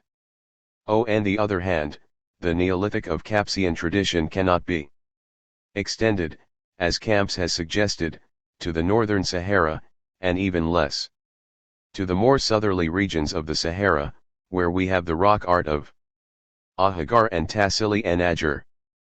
The association of rock art with the Neolithic, as proposed by Vaufry, is, however, extremely plausible, however debatable the attribution of the Neolithic of Capsian tradition may be. Even so, this association is only 579 valid for part of the engravings, the remainder dating to proto-historic times. These early naturalistic works cannot be connected with either Europe or the Sahara, and their origin should be placed in the Neolithization of the Capsian, although the connection between the industry and the art remains to be proved. Despite the wealth of prehistoric remains in the Maghreb, its prehistory is still imperfectly understood. Progress will be made only with large-scale excavations conducted in accordance with modern scientific methods. The prehistory of the Sahara. JHUGOT. The Sahara is an immense desert that covers the greater part of North Africa. It is not easy to define either its limits or its characteristics, but aridity is the factor common to all its various regions. Stretching 5,700 kilometers from east to west, between the Red Sea and the Atlantic, and 1,500 kilometers from north to south, between the Pro-Saharan Atlas and the Sudanese Sahel, desert conditions now cover an area of nearly 8 to 6 million square kilometers. Yet the Sahara as we know it today has changed considerably since prehistoric times. The unifying factor in the different regions of the Sahara is the remarkably low hygrometry level, one of the lowest in the world. Apart from the extreme shortage of water, its other characteristics are wide differences between day and night temperatures and an abundance of sand continually blown before the wind, that is fast eroding the aging relief. Although the Sahara is a desert now, it was populated extensively in several earlier periods. The departure of its last inhabitants is attributable to the increasing dryness and heat of the climate, which led to rarer rainfall and to the drying up of springs and rivers. This in turn brought about the disappearance of the plant life and the animals on which man lived, and he was forced to retire to the fringes of the desert, where conditions were more clement. Many experts have considered the problem of the transformation of the Sahara into a desert and the causes and consequences of this change, among them E.F. Gautier, 1t. Monod, 2r Kapore, 3j Dubeef, 4l. Belaud, 5. K. Butzer 6 and S.A. Husayin, 7 to mention only a few. We now know in theory why the monsoon of the Gulf of Guinea and the cold polar front no longer brought to the Sahara the two opportunities for rainfall that governed its fertility, making it, in prehistoric times, a smiling and populous land. However, the evolution of the Saharan climate is still open to debate. We still do not know whether the deterioration of the climate has reached its peak, has still to reach it, or has perhaps passed it. Moreover, the way the desert grows is not clear. Does it spread out round a center, or do the fringes of the Sahara shift alternately between the north and the south? We are still a long way from being able to reconstruct an exact chronology for the various climatic periods which from time to time made the Sahara habitable by man. Although extensive research has been carried out in one or two directions, such works are rare and no serious effort has been made to develop them. Yet they are of capital importance, not only from the scientific point of view, but also for a better understanding of a phenomenon that affects all human life. An understanding of the climatic changes that have taken place in the Sahara during the Quaternary era is essential for the study of ecological change, and soon, when each square meter of the Earth's surface will become vital for mankind, the better the past of the great desert is known, the more important its role will be. Historical progress of research. Since the journals listing research on the prehistory of the Sahara as a whole have ceased publication, it is not easy to draw up a schedule of the work already done. We do in fact possess such lists for the colonial period, but they are incomplete and often widely scattered. Some important discoveries have, for example, been described in military reports, which are somewhat difficult of access. The political division of the Sahara also accounts for the dispersal of works devoted to its prehistoric wealth, for not only the British, French, Italians and Spaniards, but also later the Germans, Japanese, Russians and others, have all made important scientific contributions to the discovery of the Sahara's past. Yet the desert has only relatively recently been penetrated. First serious work on the prehistory of the Sahara was probably that published by the Abbé Richard in 1869 on the Algerian Sahara. Research in Egypt began at almost the same time with a letter from A. Arcelin dated February 1867. 9. But research in the Western Sahara had hardly begun by the beginning of this century. Expeditions led by Fourreau from 1876 on 10 contributed greatly to work on the Central Sahara, particularly the important expedition of 1898 to 1900. 11. Meanwhile O.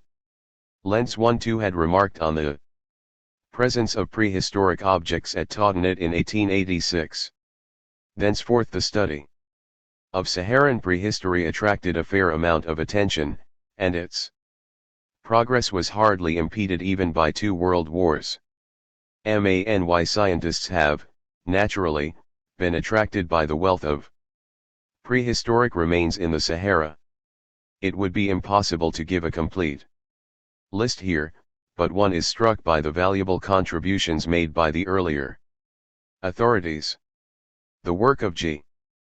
B. M. Flamand, 13, Frobenius 14 and Miss G. Cotton Thompson, S. for example, is indispensable for any serious study of Saharan prehistory. Prehistoric research in the desert has been more affected than any other kind of research by momentary preoccupations. Moreover, an understanding of its particular needs was for many years obscured by the fact that it was regarded as only subsidiary to the main interests of the various trans-Saharan expeditions. So the work was entrusted to amateurs, or to specialists in some other subject who could not provide the required expertise. Moreover, in such a difficult environment, where lives may depend on every pound of baggage, the bulk, weight, and cumbersomeness of prehistoric evidence led to its often being left behind. It should also be added that the Sahara is not an ideal place for travelers to wander in, still less does it allow the time or the means of making detailed investigations. This probably explains the many references to non-existent industries, complete absence of stratigraphy, nomen nudum, and so on. In fact, the prehistory of the Sahara is as rich as that of any other region. As soon as time and money enabled specialized expeditions to investigate the Sahara, the situation changed rapidly. This occurred after the Second World War, and resulted in a number, unfortunately small, of excellent monographs that deal principally with Ahaggar, the Sahara, Chad, Mauritania, the Libyan Desert, the Fezzan, and so on. A joint venture between science and industry even made possible the remarkable results recorded in the documents Scientifiques de Missions Burli at Tenere Chad. Lb. Yet despite the desirability of investigating Saharan prehistory and the rich evidence available, it will be a long time before any kind of textbook is prepared. There is not even a popular account in this age which has seen man reach the moon. All one can point to in Saharan prehistory are the many studies in detail and a few chapters in general works, in particular those of attempt at a chronological account. From the very beginning Saharan prehistory took its points of comparison from Europe and, in particular, from France. Such terms as Klacto, Abavillian, Shelzashulian, Mysterian, Aurignacian flakes and Solutrean foliate arrowheads were current. The errors bred by this simplistic point of view still infect Saharan studies today. Saharan prehistory, like all prehistory, grows from the analysis of detailed monographs on particular industries, and monographs of this kind have not yet been written. Another regrettable consequence of the lack of order which reigns in Saharan research is the light-hearted attribution of precise social organizations to vanished ethnic groups without any real assurance that the evidence on which they are founded is valid. TWO remarks should be made on the subject of chronology. 21st. Nowhere in the Sahara has a sufficiently comprehensive stratigraphy been found to enable us to establish a precise prehistoric succession. Secondly, apart from the Neolithic period, we have no dates that would enable us to establish an absolute chronology. However, despite these difficulties we possess such excellent studies as those of J. Chavalan on the Saoura, 22h. 4 on Chad, 23 P. Camard on Mauritania, 24 backed up by solid peripheral studies on Algeria, 25 Morocco, 26 Libya, 27 and so on. In the light of such studies we can get a fairly accurate idea of the outlines of Saharan prehistoric chronology. But there are too few paleontological data and, in general, too little organic material that can be used for radiocarbon dating for us to take an absolute chronology any further back than the Neolithic. See Table 23.1, p. 600. Of course Table 23.1 is drastically simplified, and in particular it does not account for an important complex of large flakes, often made by the Laval-Loess technique, found on top of a collection of thin, bifacial flakes, small in size and light in weight, that probably date from the end of the Acheulean. Such complexes have been found at Tgelgumen, 28 at Brokow, 29 and other places. Finally we should point out that up till now nothing has been found that would enable us to speak of an Upper Paleolithic 30 period in the Sahara, since the term is not borne out by the facts. Still less is it possible to talk of a Mesolithic period, although in any case that particular term is going out of use. Table 23.1 may perhaps give rise to a more detailed chronology. It correlates what is known of climatic trends and population densities in prehistoric times. Although very few skeletons have been found together with industries which will allow of classification, yet those that have been found indicate the very great antiquity of man in the Sahara. The appearance of man in the Sahara, the pebble culture industry. And the banks of extinct rivers. It is often possible to see terraces that were formed when the waters were still flowing. Such terraces form three distinct levels, called, for the sake of convenience, old, middle and late terraces. At Jebel Ajarain, 120 kilometers east of Insalah in the Algerian Sahara, pebble tools have been found in the old terrace. We know that such pebbles are the first tools to bear recognizable marks of having been worked by man. In most cases they are simply river pebbles from which a few flakes have been struck to fashion a rough, uneven cutting edge.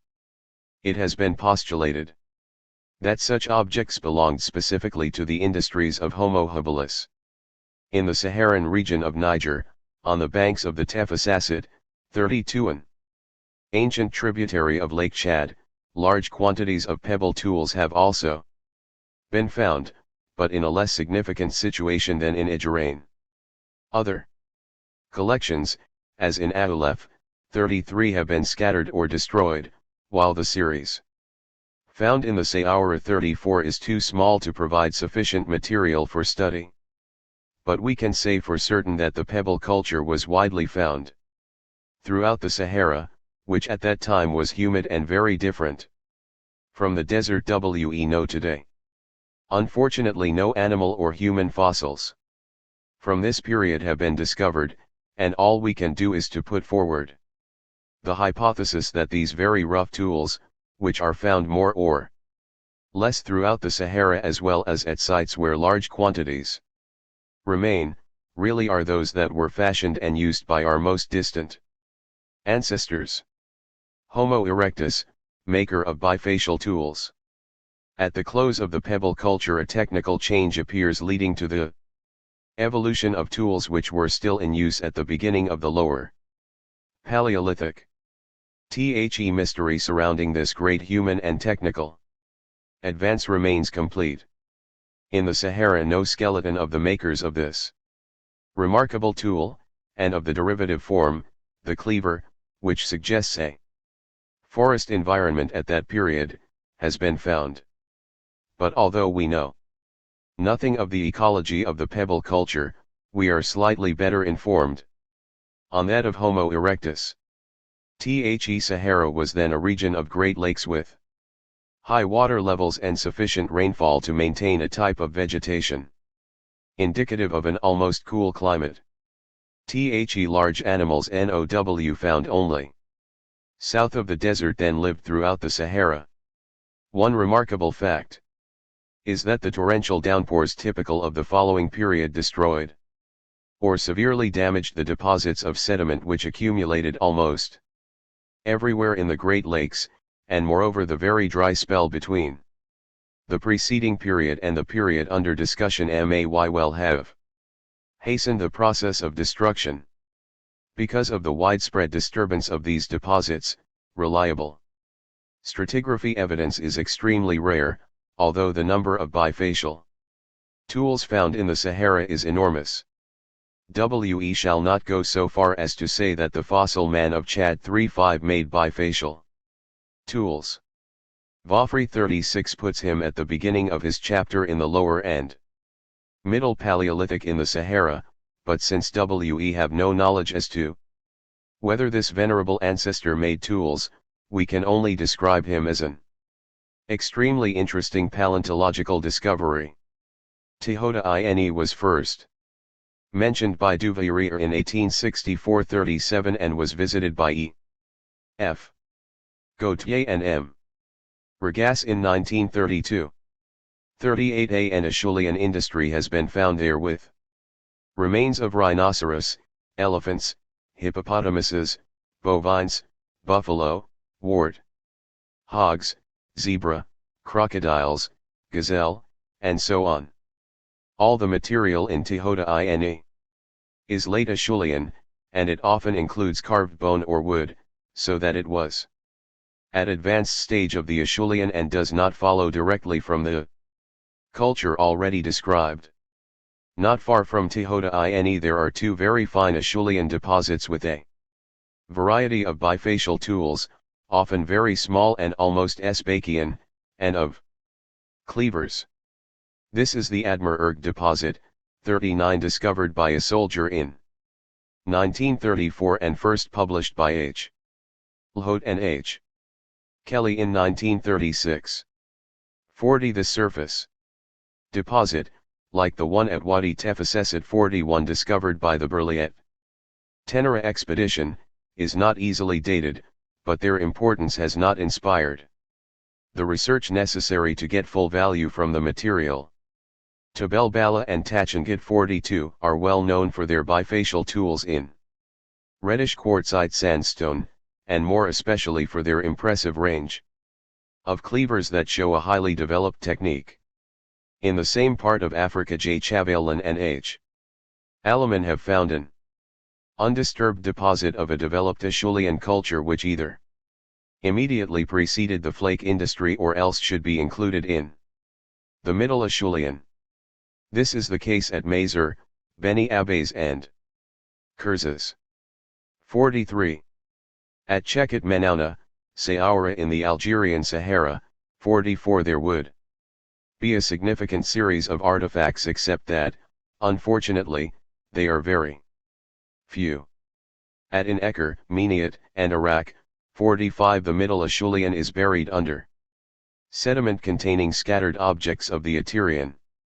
A large number of Acheulean objects have also been found at Aoulef, 46 at Shirdat, 47 at El Bays, 48 at Esh Shahinab, 49 in the western Sahara at Kargat, 50 and in the Libyan desert.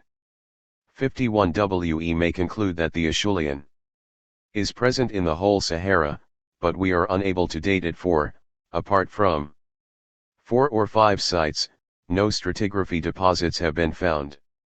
The most important work, careful excavations and observations, remains to be done. An obscure point, the flake industries. Both in Europe and in the Sahara the Lower Paleolithic is characterized by the basic bifacial tool, which began in extremely rough forms that were at first called chelline, and developed into elegant, balanced, perfectly chipped and finished pieces like those found at Mykoke. In the Sahara the precursors of bifacial tools are small worked pebbles, but we soon find a radical change in the techniques used in stone flaking, and to this new mastery of the difficult art of stone preparing the refinement and perfection of form is partly due. In Europe and the Sahara such progress was made possible only by the discovery of the virtues of using a more pliable striker, made of bone or wood, rather than a stone hammer, which could not be used with great precision because of the force of impact it required. But although the bifacial tool is in a sense the characteristic, or fossil, director of the Lower Paleolithic, it is far from being the only object made by Homo erectus. We have many reasons for believing that as soon as the technique was evolved flakes were used too, and also a large number of the many chips that came off the core. That is why it is quite normal to find a preponderance of flake tools at the dawn of the Middle Paleolithic. 52 The flake tool is thus a development rather than a discovery, a development which also takes the form of reducing bifacial tools in size as well as using them more and more as weapons. On the other hand, what is revolutionary is the widespread use of the Laval-Lois technique. It appears very early in the Sahara, and influenced the techniques used in the making of certain bifacial tools from Tachangat, 53, as well as at Broekhout and Timbreurine. But despite the very early appearance of the Laval-Lois technique, it does not seem to have changed the style of life of its inventors, who were certainly not Neanderthal men, or they would have adopted a different style of life, requiring lighter tools and weapons, quite opposite in conception to the heavy bifacial tool and cleaver. The really striking fact, although it has hardly been noticed, is not so much the absence of any Mousterian or Mousteroid period in the Sahara, but that the Aterian period that takes its place, and which in fact has a Mousterianizing influence, is above all an industry providing weapons for hunting.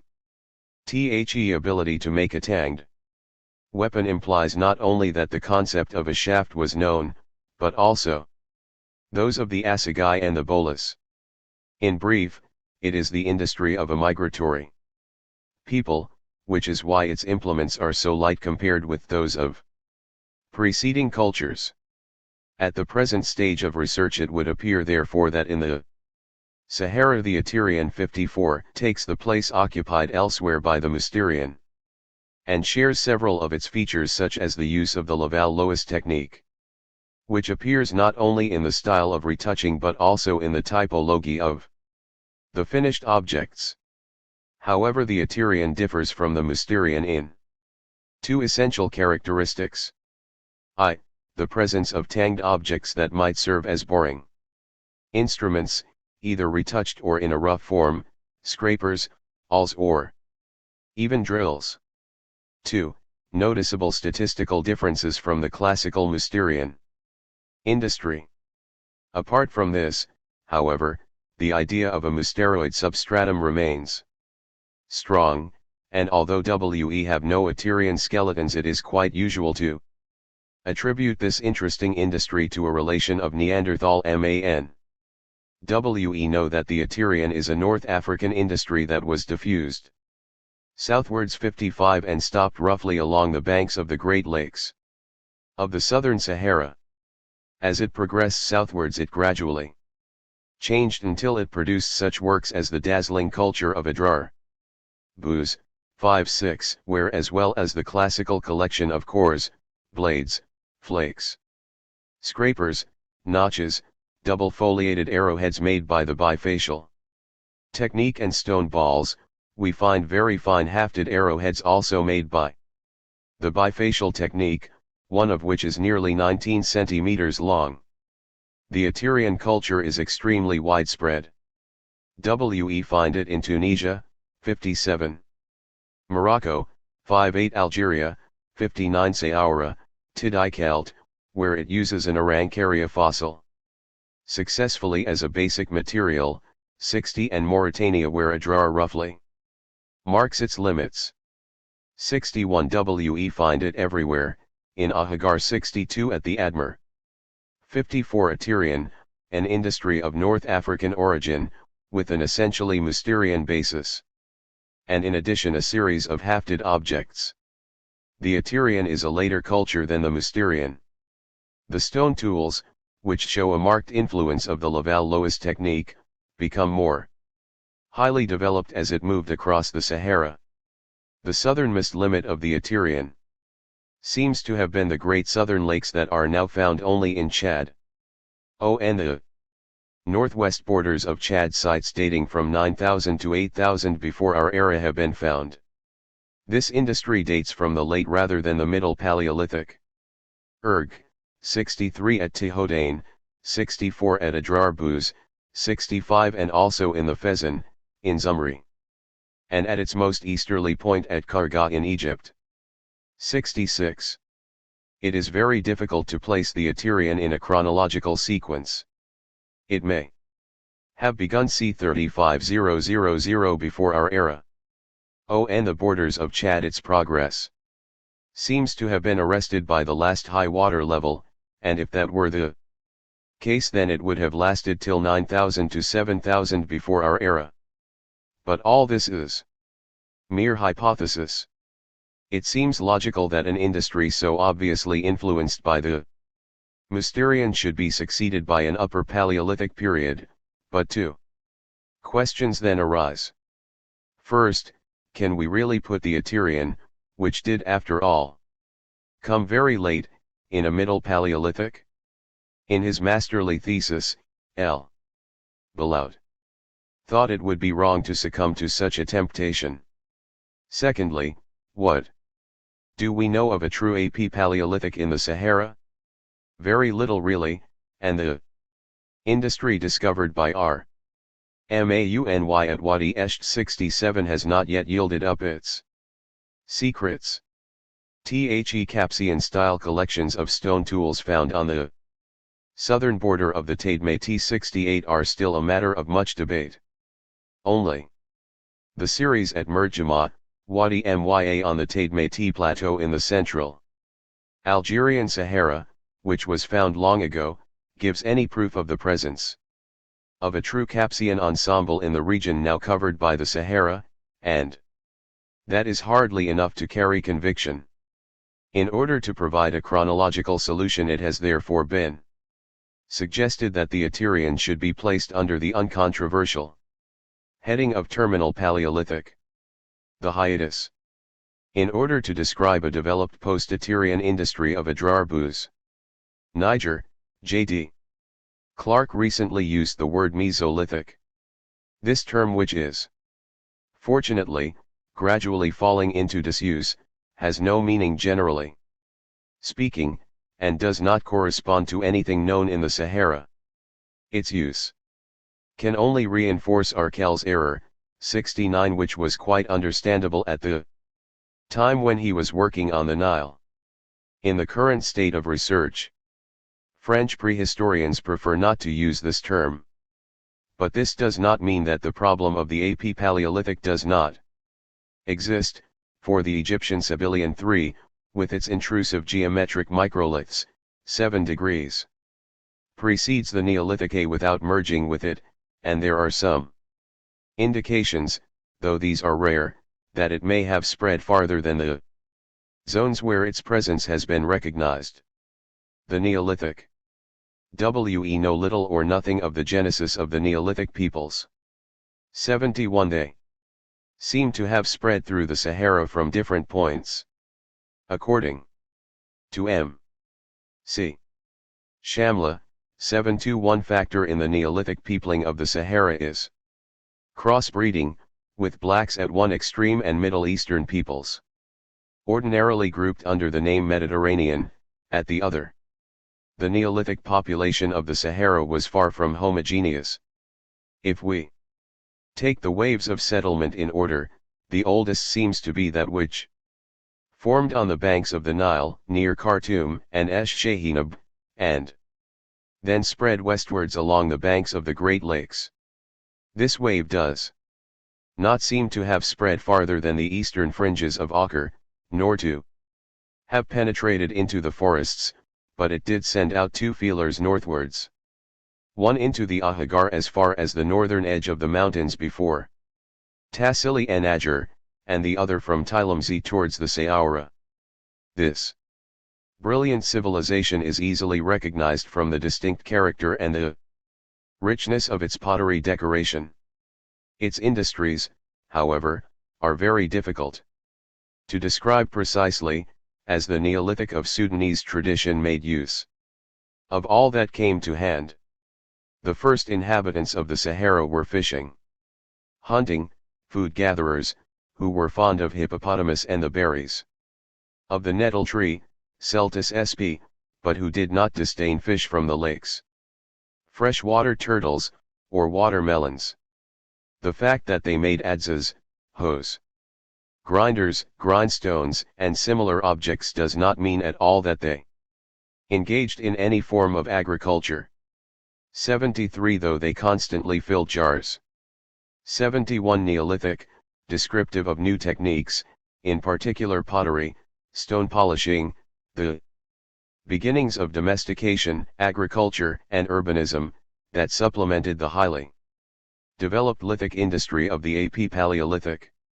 The oldest Neolithic sites in the Sahara can, it seems, be attributed to the 5th and 6th millennia before our era. The term Neolithic does not necessarily presuppose a knowledge of all the techniques mentioned above. However, one of the most remarkable phenomena, which merits some consideration, is the cooking of food. The chemical changes resulting from this had a decisive influence on the physiological development of man. The Saharan Neolithic in its various forms is a technical explosion, rather than a revolution as it has often been called. With nettle tree berries, and though imprints of gourd seeds are often found during the excavation of sites, this gives rise at most to the hypothesis of a proto-cultivation.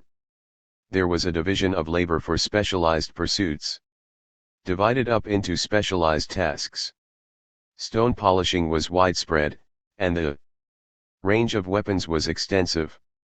Hunters used bows and slash or throwing spears, bone harpoons and fishhooks were used. Polished stone axes, hoes, and adzes formed an important part of their equipment. They were adept at making beads from hard stones such as amazonite, chalcedony, hematite, and carnelian, specialists had perfected very clever drilling equipment. 74.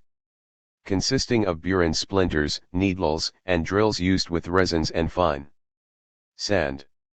A lot of grinding equipment has been found, and it is often very fine. It proves that even if there was no true milling, at least the art of grinding was known.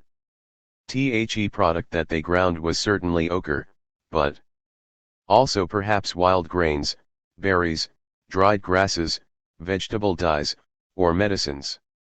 Their pottery deserves special mention, not only for its richness of decoration but also for its beauty of form.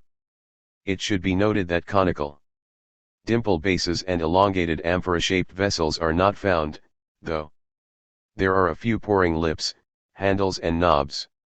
We are quite well informed, therefore, on the first wave of settlers. It was followed, farther to the south, by another African people which spread into the forests, where it was so well hidden that despite its importance this Neolithic culture remained for long undiscovered. It has been identified quite clearly in Guinea, hence its name of Guinean Neolithic, though in fact it probably originated in Central Africa. 75. A little later the Neolithic in the Capsian tradition, the result of the Neolithization of the old North African Capsian culture, began moving southwards. It reached Mauritania from the northeast, and got as far as Ahagar, since at Miniat it has been found just below the surface on Sudanese Neolithic sites. We are less certain of its eastern limits, as there are no usable monographs for Libya. The Capsian Neolithic tradition is more austere than the Sudanese Neolithic. Its pottery has little, if any, decoration. But while the Sudanese lithic industry is often hackneyed, the Capsian uses a very rigorous technique and in the Sahara is enriched with a dazzling proliferation of weapons and arrowheads.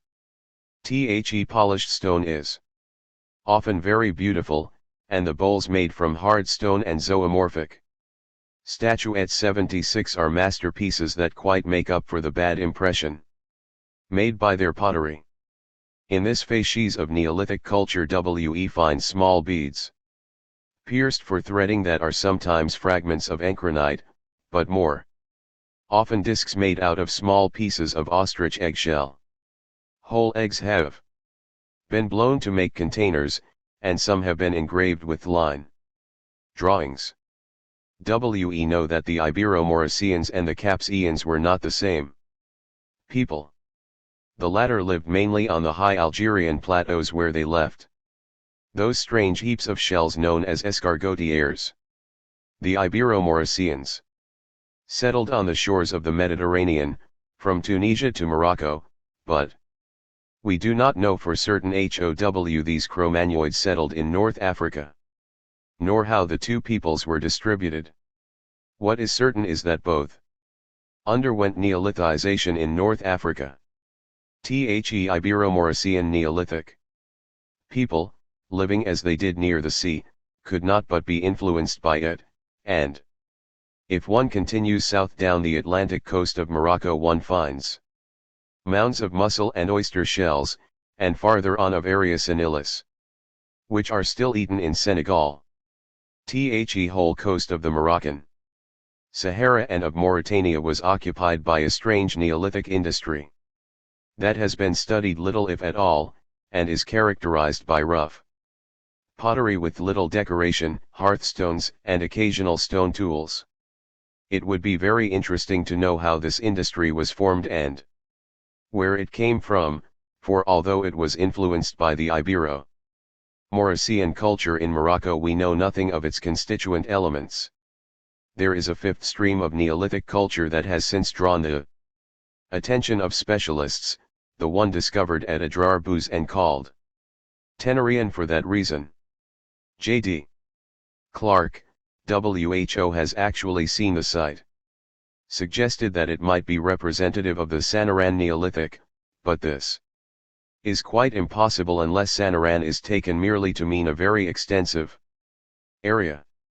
The Tenerian, discovered by Joubert in 1941-77, is characterized by lotus-shaped projectile points, thick concave scrapers, elementary saws, and hafted axes, as well as by its typology and statistical composition, and it is, again, impossible to call it a classical Saharan Neolithic culture, as that term is reserved exclusively for the two cultures, Sudanese and Capsian, which cover most of the Sahara. Vaufry, WHO, was often tempted to relate everything to the Capsian Neolithic. 78 says that the Egyptian influences that can be recognized in the Algerian Sahara spread, in their most highly perfected form, as far as the Ahagar, and, further on, the Tenerian sites represent the apex of the Saharan Neolithic industry and evoke irresistibly the pre-dynastic Egyptian culture. 79 We should however point out that outside Tenera there is no clear Egyptian influence to be found, despite Vaufry's assertion. We still have to find out, therefore, how the obvious outside influences reached the magnificent Tenerian industry with its characteristic beautiful green jasper artifacts. One should however be careful not to take the notion of a facies too far.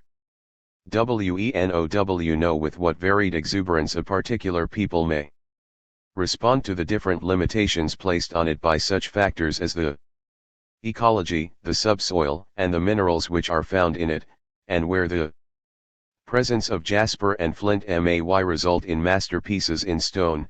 Quite different results will be obtained where the only material is a fragile sand stone. Adrarbuz and Gosalaram 80 are the same, but one has to study the pottery, the discs, and the axes in order to realize this, for all that the two industries have in common is the quality of the stoneworking. A few words remain to be said on a very fine Neolithic facies found in southeast Mauritania along the course of the Dartichit. 81 Extensive excavation in this region has shown that this rather late industry is linked to an exceptional group of dry stone villages which are of great interest because of the extent of urbanization. 82 and the skill in fortification which they show.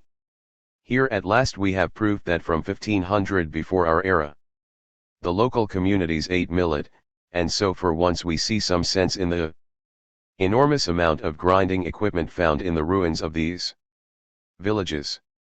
The Dartichit culture is African, as can be seen from its pottery and other characteristics. It may have come from the east, most likely from neighboring Tilemsi, but that is only a working hypothesis. It may thus be seen that the Neolithic involved a number of influential secondary currents acting on a common foundation which can be identified in the pottery and less often from the particular techniques used in their stone or bone industries.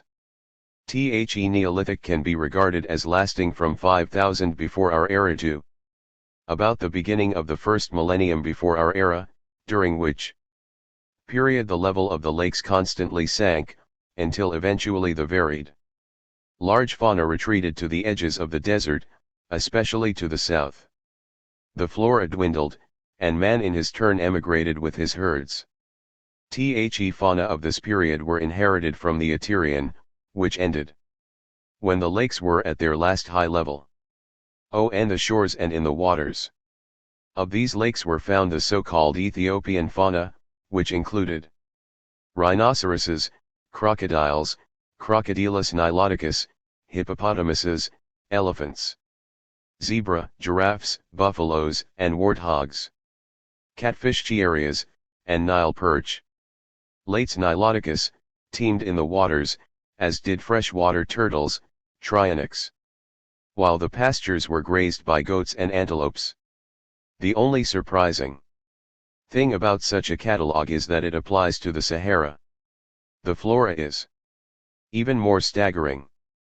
At the beginning of the Neolithic the hazel, the lime tree, the willow, and the ash were still to be found. A limicolaous shell. Found at Miniat, at Mutter in the Algerian Sahara, indicates an annual rainfall of at least 500 millimeters, and that heather-covered parts of the mountains. However, this vegetation soon dwindled and was replaced by one characteristic of a more arid zone with cedars, Aleppo pines, junipers, olives, and the gum and nettle trees that were such an important feature in the diet of the population. The lakes were also well provided with shellfish, and in some places the remains of enormous collections of Unio shells are found. One of the characteristics of the Sahara at the beginning of the Neolithic culture was the string of lakes all isolated from each other. The Sudanese Neolithic populations tended to migrate along the shores of the lakes, which offered suitable sites for settlements as well as varied food resources. The idea that the Sahara was a cradle of agriculture has been put forward on a number of occasions, often without considering that this might be a misuse of such a significant term. Agriculture cannot be said to be proved by the presence of tools or other objects of possible agricultural application. Proof is provided only when fossil grains or pollens bear out the hypothesis put forward concerning the application of tools or objects. Collections of millet grains found at Tichet in Mauritania confirm Munson's 8.3 and Monod's 8.4 ideas on this subject. Apart from that, we know that the Saharan Neolithic people collected large quantities of berries, Celtis sp and nettle tree berries, which they certainly used for food, and at Miniat and Tichet cucurbitaceae seeds, probably of watermelons though not Citrullus colocynthis, have been found. These two plants provide the staple of food gathering or, at the most, indications of proto-cultivation, but not of agriculture, which means preparing the soil deliberately in order to grow selected plants. In this definition we do not have much evidence to offer. At Miniat, 85.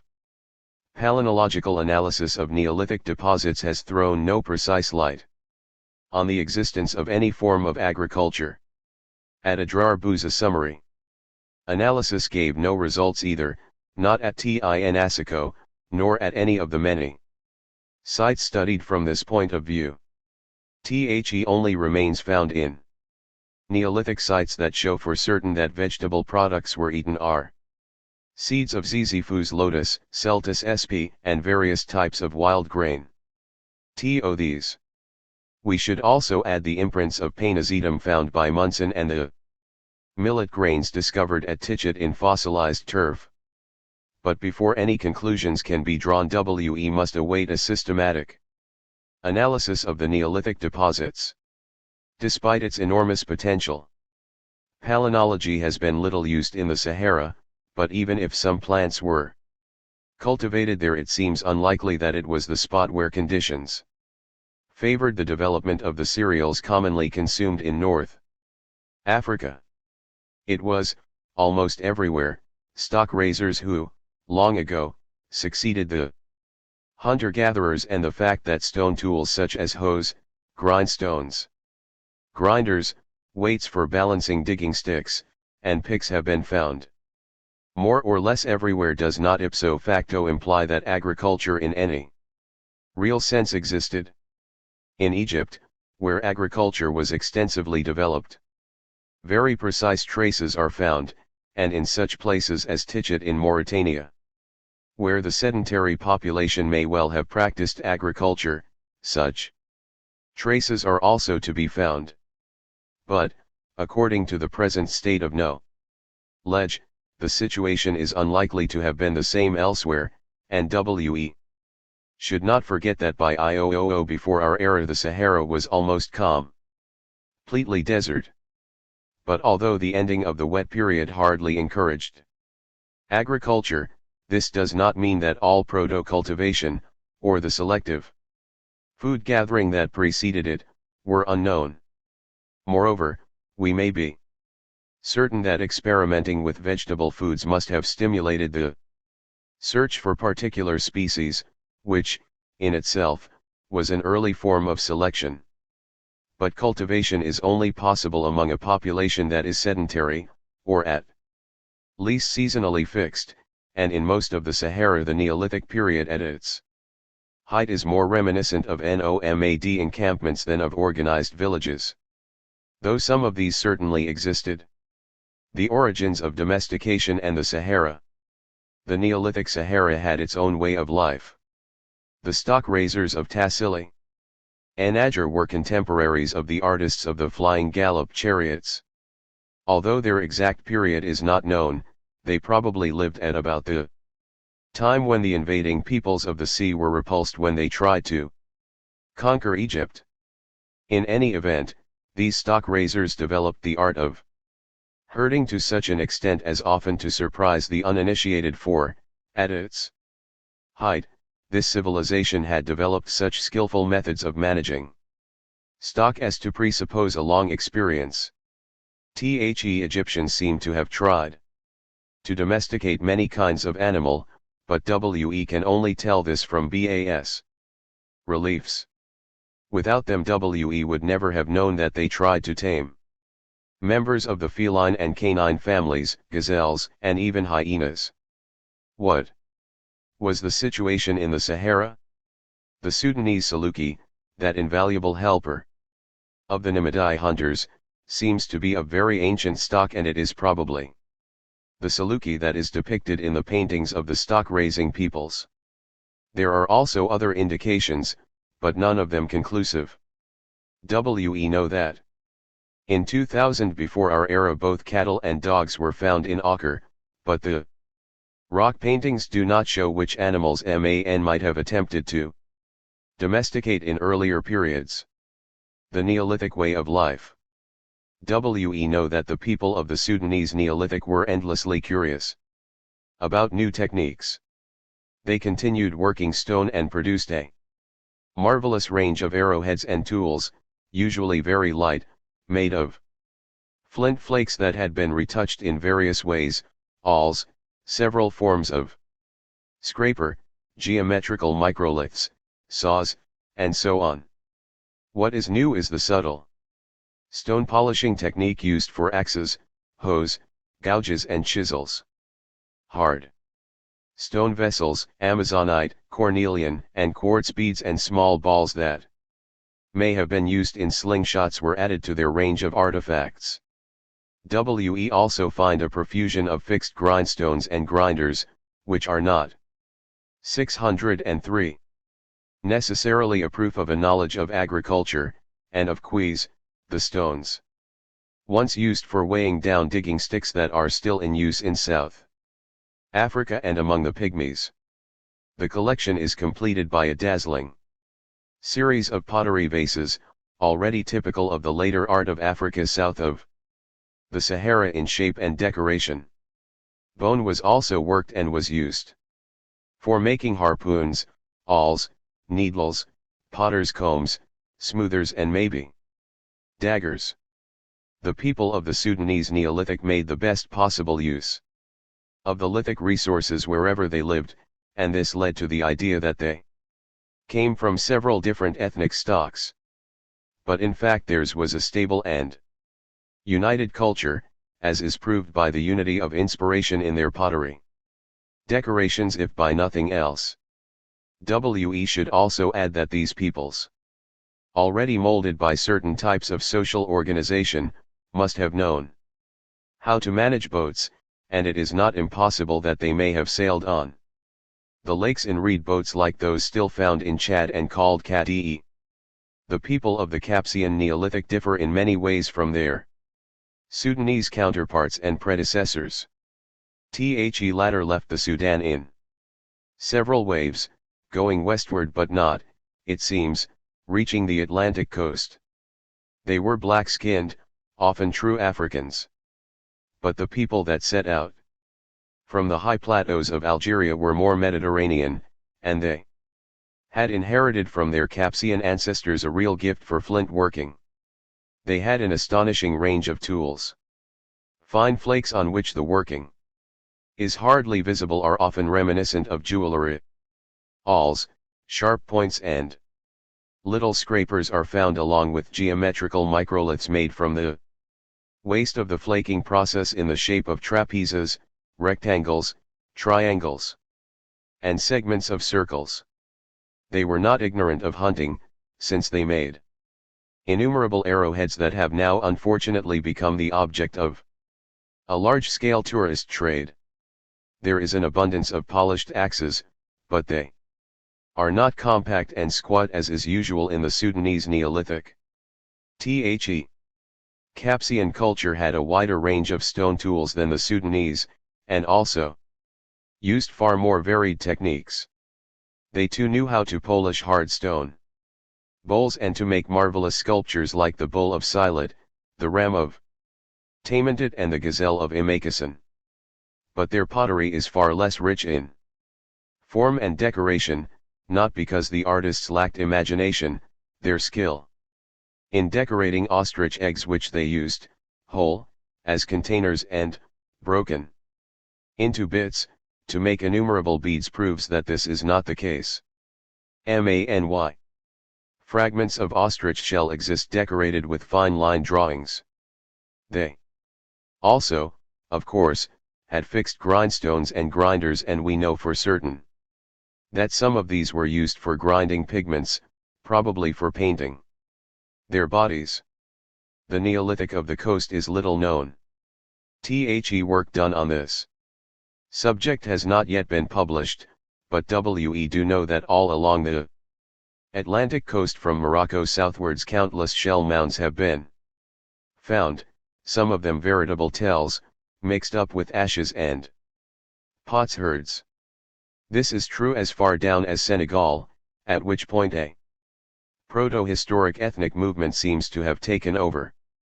It still remains to 604 be explained why at the frontier between Mauritania and the Rio de Oro, the round or flat-bottomed pottery common in the Sahara is replaced by a marvelous pottery with distinctly conical bases. As yet, however, nothing has been published on this problem. Farther east, at Adrar-Buz in Air, there is a stratum that cuts right through all the other known aspects of Saharan Neolithic cultures, whatever their origin.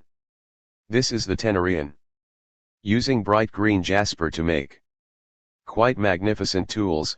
Many of the shapes found are reminiscent of the Egyptian Neolithic. It is true that common forms such as flat discs, lotus-shaped projectile points, nick scrapers known as crescents, and hose polished by use might just be coincidental, but they occur so often that this seems unlikely. Certain fixed grindstones associated with this brilliant culture are similar to those found in Egyptian bas-reliefs, so that one is almost led to believe that Adrar-Buz was colonized by people who had close links with the Nile, although it is strange that they used pottery similar in all respects to the Sudanese Neolithic.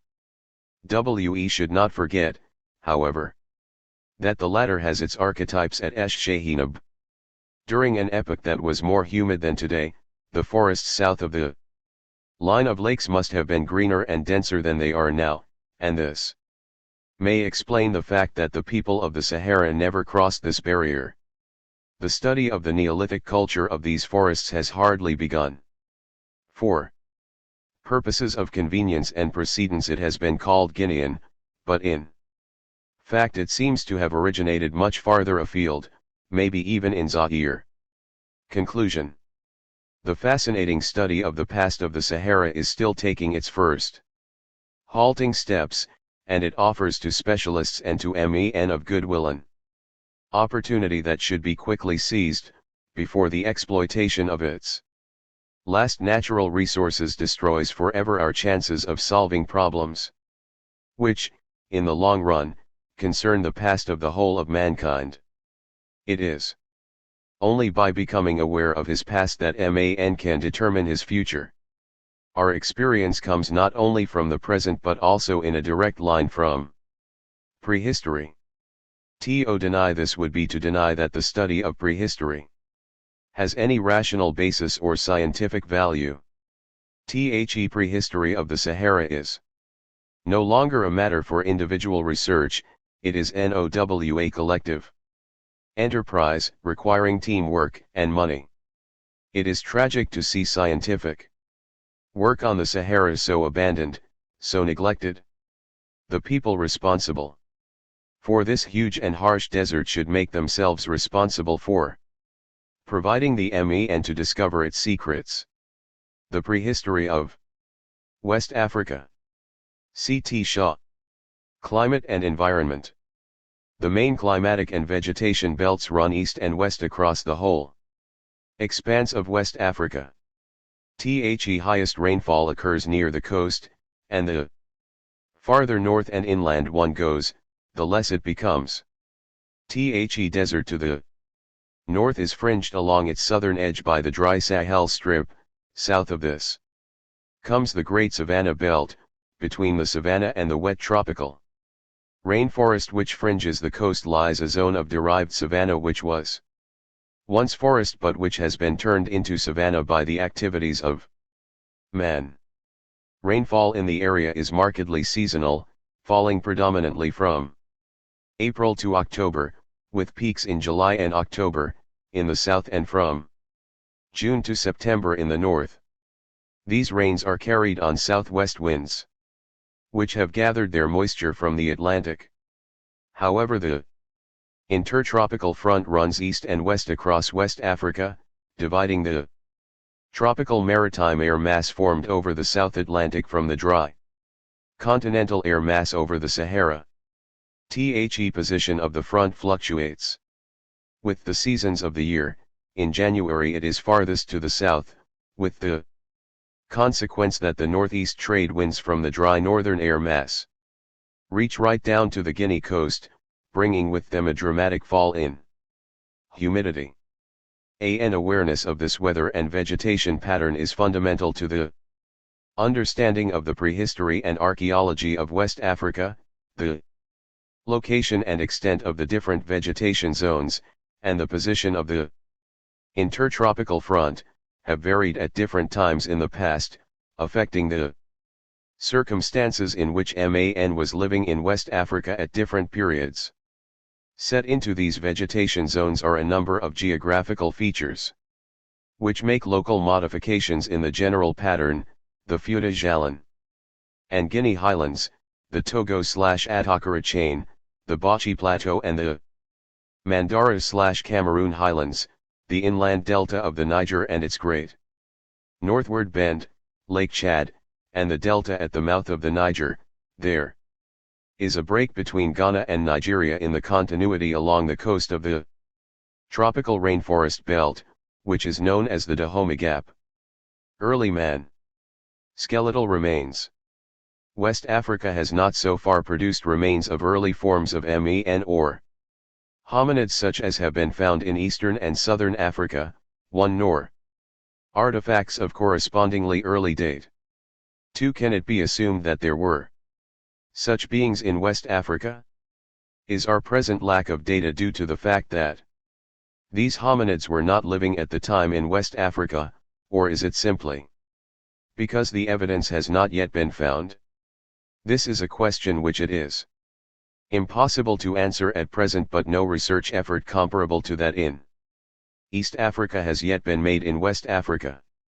It also has to be admitted that deposits of the right age appear to be scarcer in West Africa, and it is notorious that in the prevailing conditions of high humidity and soil acidity, preservation conditions are very much worse. 3. This fact is illustrated by data of a much later age. A distribution map of Africa plotting finds of skeletal remains of the late Stone Age shows a complete blank in the Zaire, West Africa area.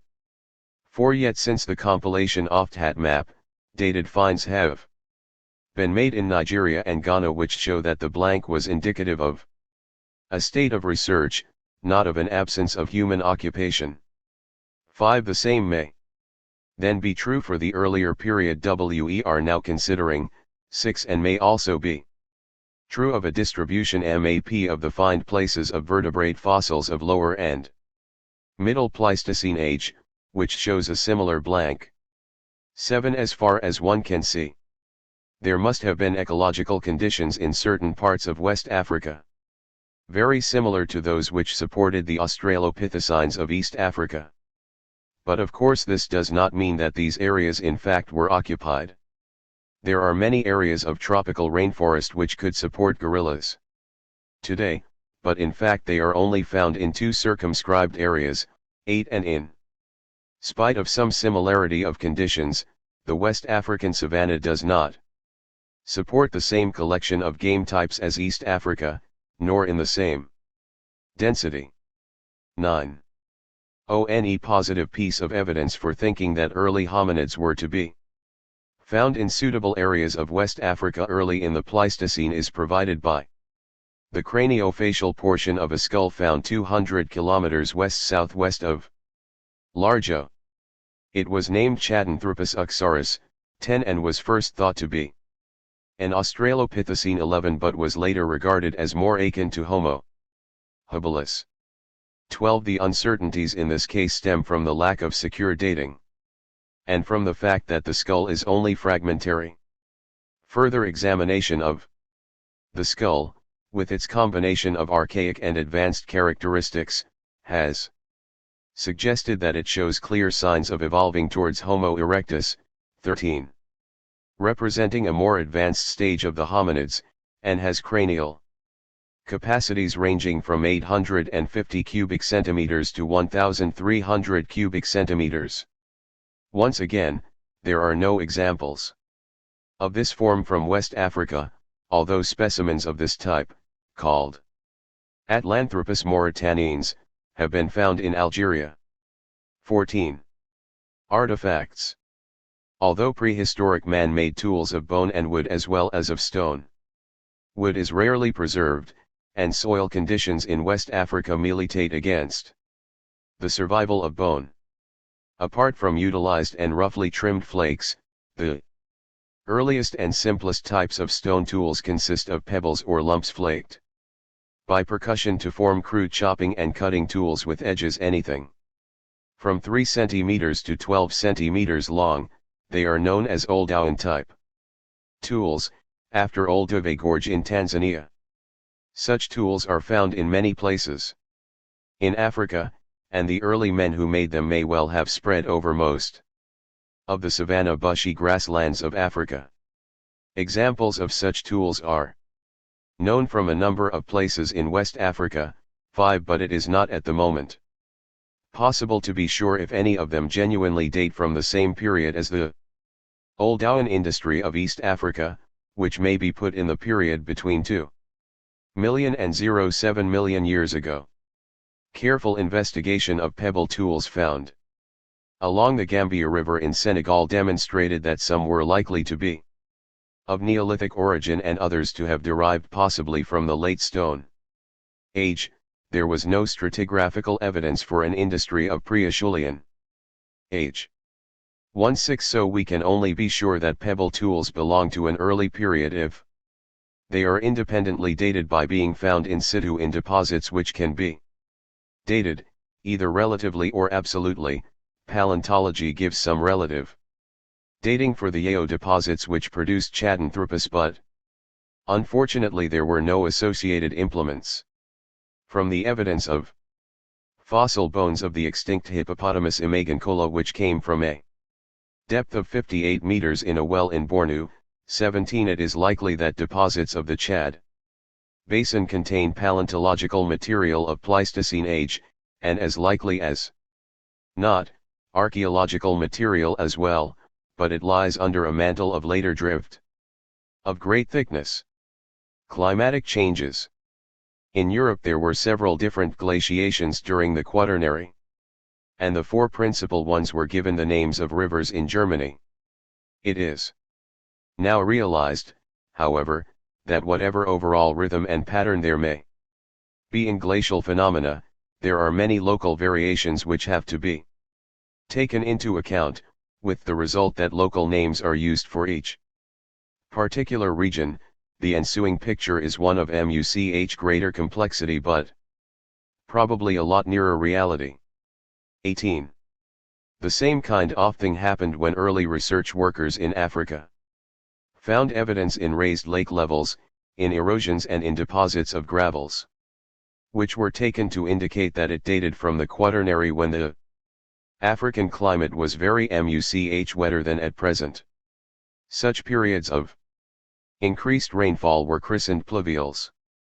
Since the concept of glacial periods was already evolved for the north temperate zones, what more natural than the idea that when there was a glacial period in Europe and North America there was a corresponding pluvial period in the warmer tropics. 19. In time, the idea of 3, and then 4, African pluvials became orthodox belief. 20. And it was supposed that they corresponded to the glaciations of the European Ice Age. 2. Although an alternative theoretical scheme was put forward suggesting that one African pluvial corresponded to 2 northern glaciations. 22. That it was possible to put forward a view of this kind illustrates how almost non-existent was any true chronological correlation.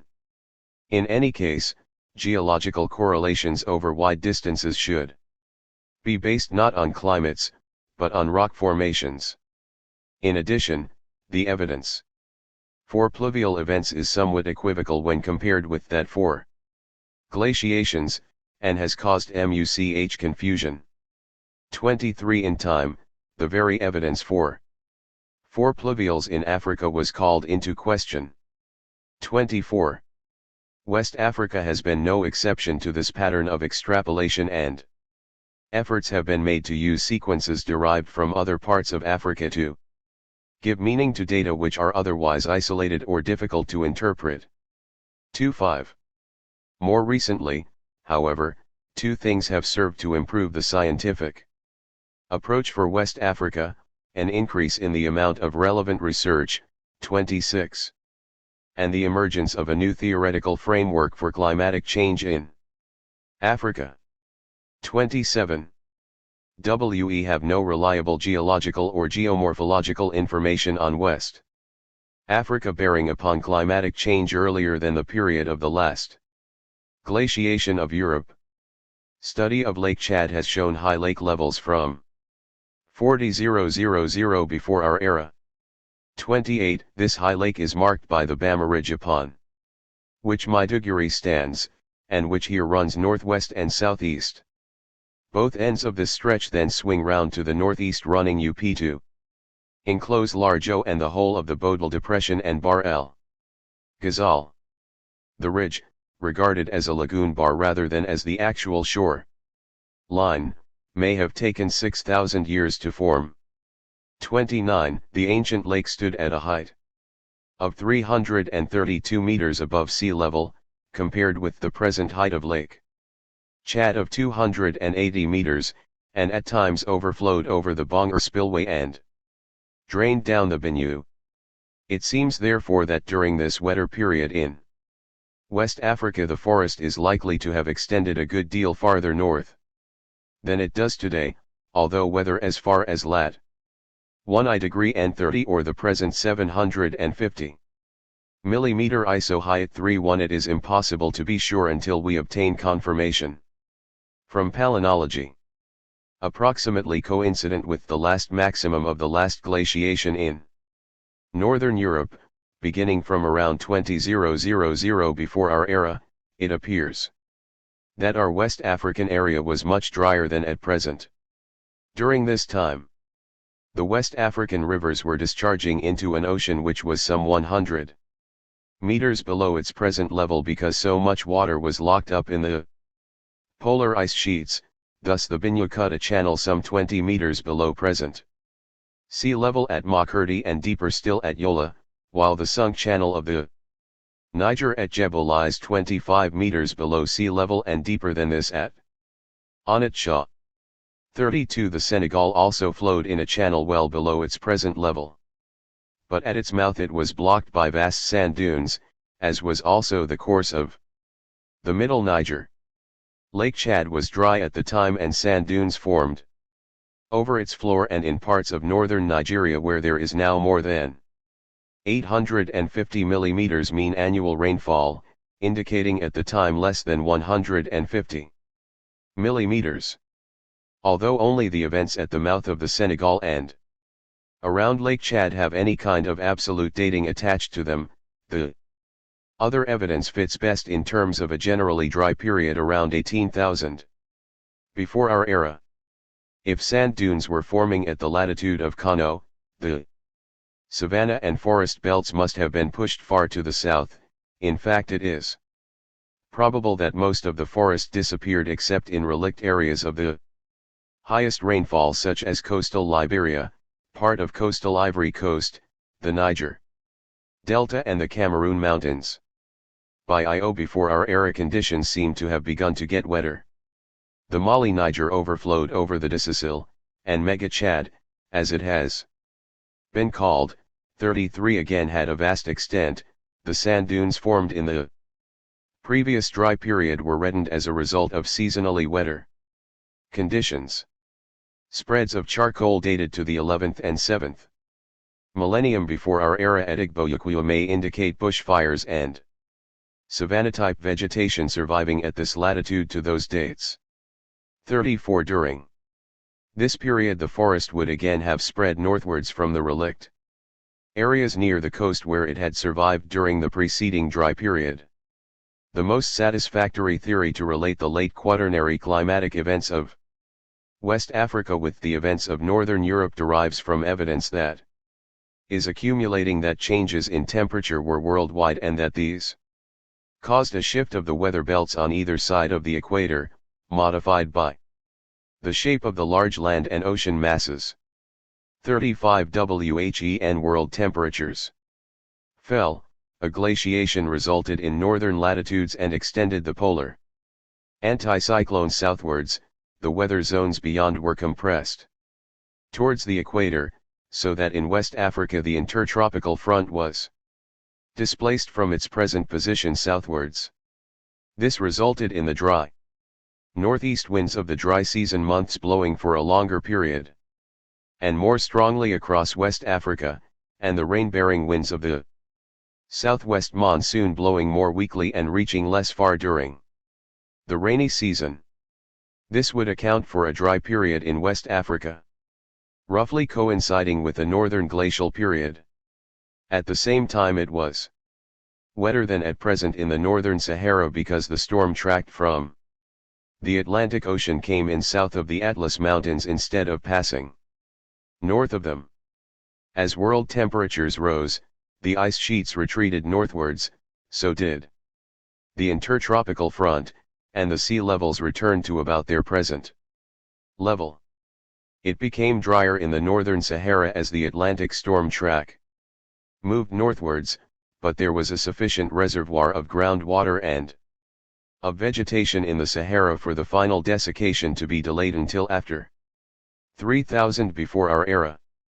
WHEN it became too dry in the Sahara for the people living there to continue their way of life. Naturally this had repercussions in the areas lying to the south. Found it more valid to use their own terminology, derived from the realities of the continent and not from a European system imposed from outside. This new terminology was officially endorsed by the Third Pan-African Congress on Prehistory 20 years ago. Hence the terms Early Stone Age, Middle Stone Age and Late Stone Age will be used. 36 The chronological boundaries of these divisions of the Stone Age in sub-Saharan Africa vary somewhat from area to area, but very roughly they may be thought of as 2500-000-50000 before our era for the Early Stone Age, 5000-15000 before our era for the Middle Stone Age and 15000-500 before our era for the Late Stone Age. As new knowledge accumulates, such simple divisions and datings come to be modified and demand a more complex picture. The use of the term Neolithic has come under increasing criticism when applied to sub-Saharan Africa, since it is ambiguous whether it indicates a period, a type of technology, or a type of economy or a combination of the three. 37. The Acheulean. In eastern, southern and northwestern Africa, the old Owen industrial complex was succeeded by that known as the Acheulean, characterized by bifaces. These are tools of oval or pointed oval shape with a cutting edge all round, carefully trimmed from both sides.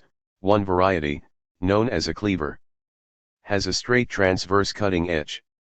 Although women and children probably still provided at least half the food intake by means of collecting wild fruit, nuts, and roots, MENNOW banded together in cooperative activities to hunt large game animals.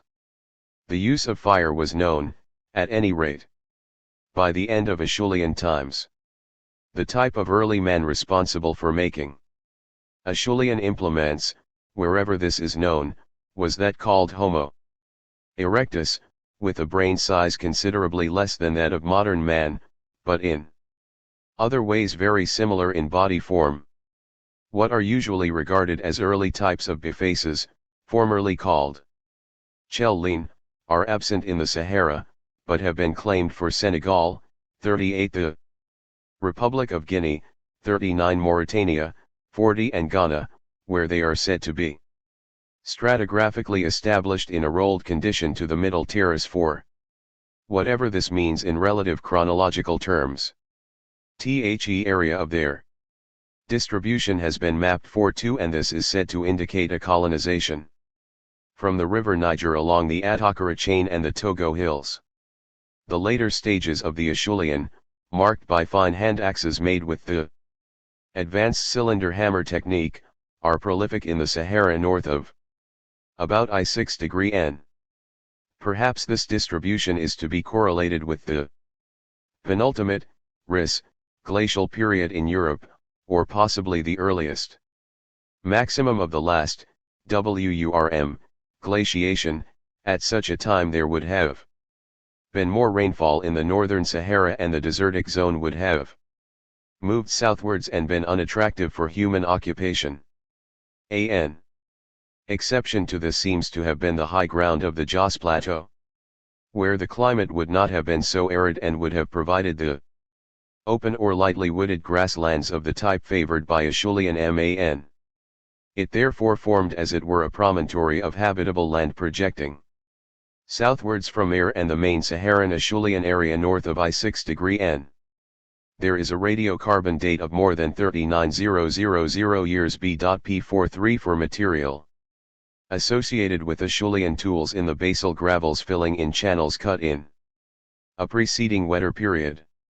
At a time when Acheulean man favored the Jos Plateau, it is likely that the Foudijalon Massif would also have been suitable for human occupation, and a certain amount of Acheulean material has been found in this area.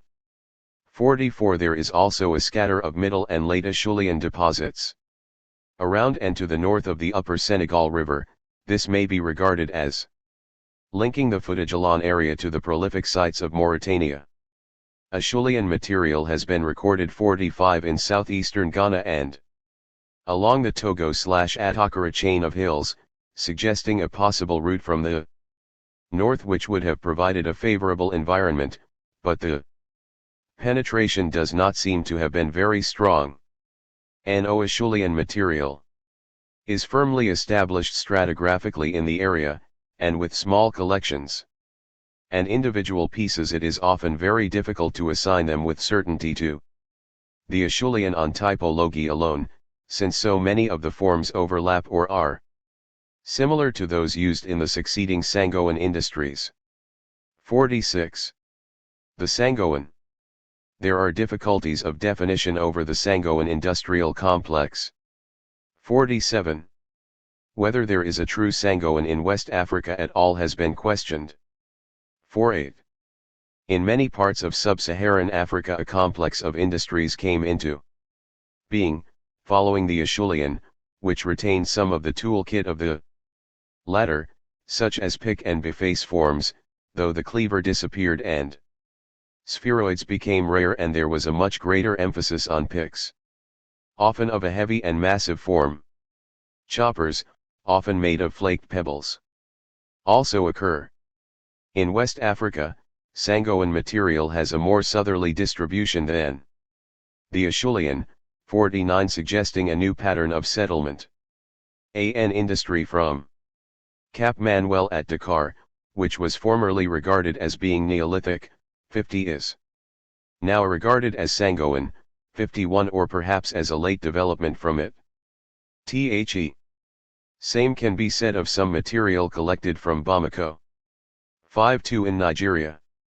Sangoan material is found particularly in the stretch of country south of the Jos Plateau and north of the tropical rainforest, associated with river valleys.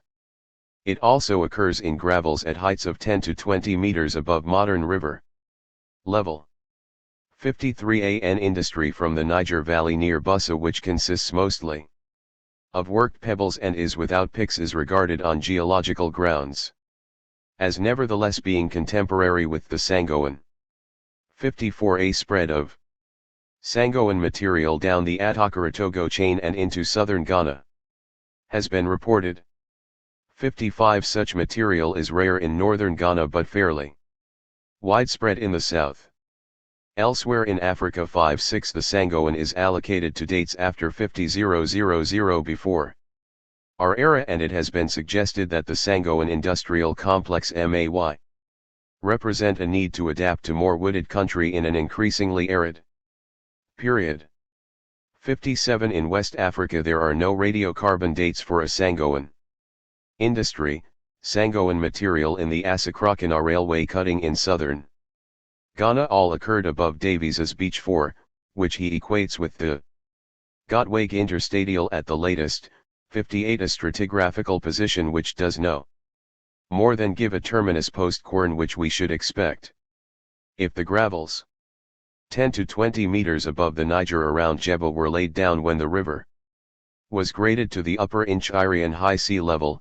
59. The presence in them of unrolled Sangoan artifacts suggests a date of about 30,000 before our era, while the rolled specimens could be contemporaneous or older.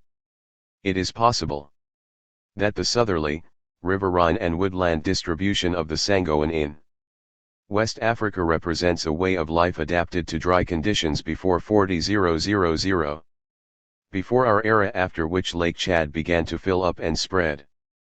Perhaps the game which had formerly been hunted became scarcer and moved southwards, and the emphasis on picks may have indicated the need both to dig up roots and tubers and to dig pit traps for animals which could no longer be so easily hunted in the open. Middle Stone Age in West Africa. The term Middle Stone Age is used to describe a group of industrial complexes covering roughly the time span 35,000 to 15,000 before our era. In West Africa, industries belonging to the Middle Stone Age have been identified with less certainty than in the rest of sub-Saharan Africa. Rare specimens of Lupumban type have been found in Ghana 60 and Nigeria 61, but none which give satisfactory stratigraphical indication of their date. On the Jos Plateau and in the Lairu Hills to the north of it, considerable collections of material characterized by the faceted butts of the prepared core technique have been found, which have been classified as belonging to the Middle Stone Age, 6-2, stratified at NOK between the basal gravels containing Acheulean material and the later deposits containing the Nok culture. 63. They do not have affinities with the Lupumban industrial complex, but rather with Middle Paleolithic industries of northern Africa, of generalized Musteroid type, and probably belonging to a more open savanna way of life. Comparable industries have been reported from Ghana and the Ivory Coast, 64, from Dakar 65, and from the Central Sahara 66. There is a radiocarbon date from a piece of wood from the deposits at Zanibi in northern Nigeria, one of the alluvial sites producing Musteroid material, of 3,485 plus or minus 110 before our era, but the precise position of This piece of wood in relation to the stone artifacts is unrecorded, and the date is a good deal younger than would be expected for an industry of this type.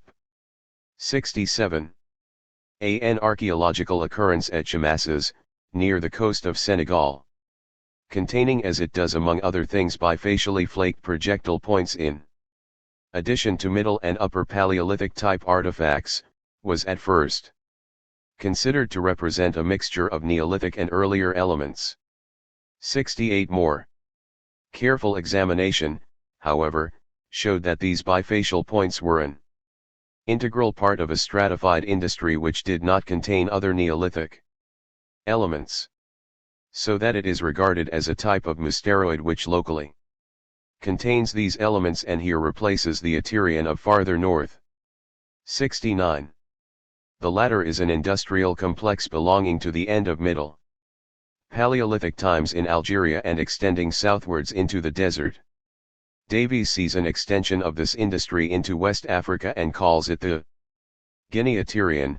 70 But the evidence adduced is not convincing and is doubted by most workers. 71.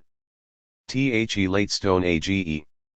Over most of Africa the Late Stone Age is characterized by the development of very small stone tools, called for that reason microliths. These are tiny pieces carefully trimmed to be slotted into arrow shafts to form points and barbs, and to make other kinds of composite implements. They demonstrate that their makers were possessors of the bow and that hunting with it formed an important part of the economy.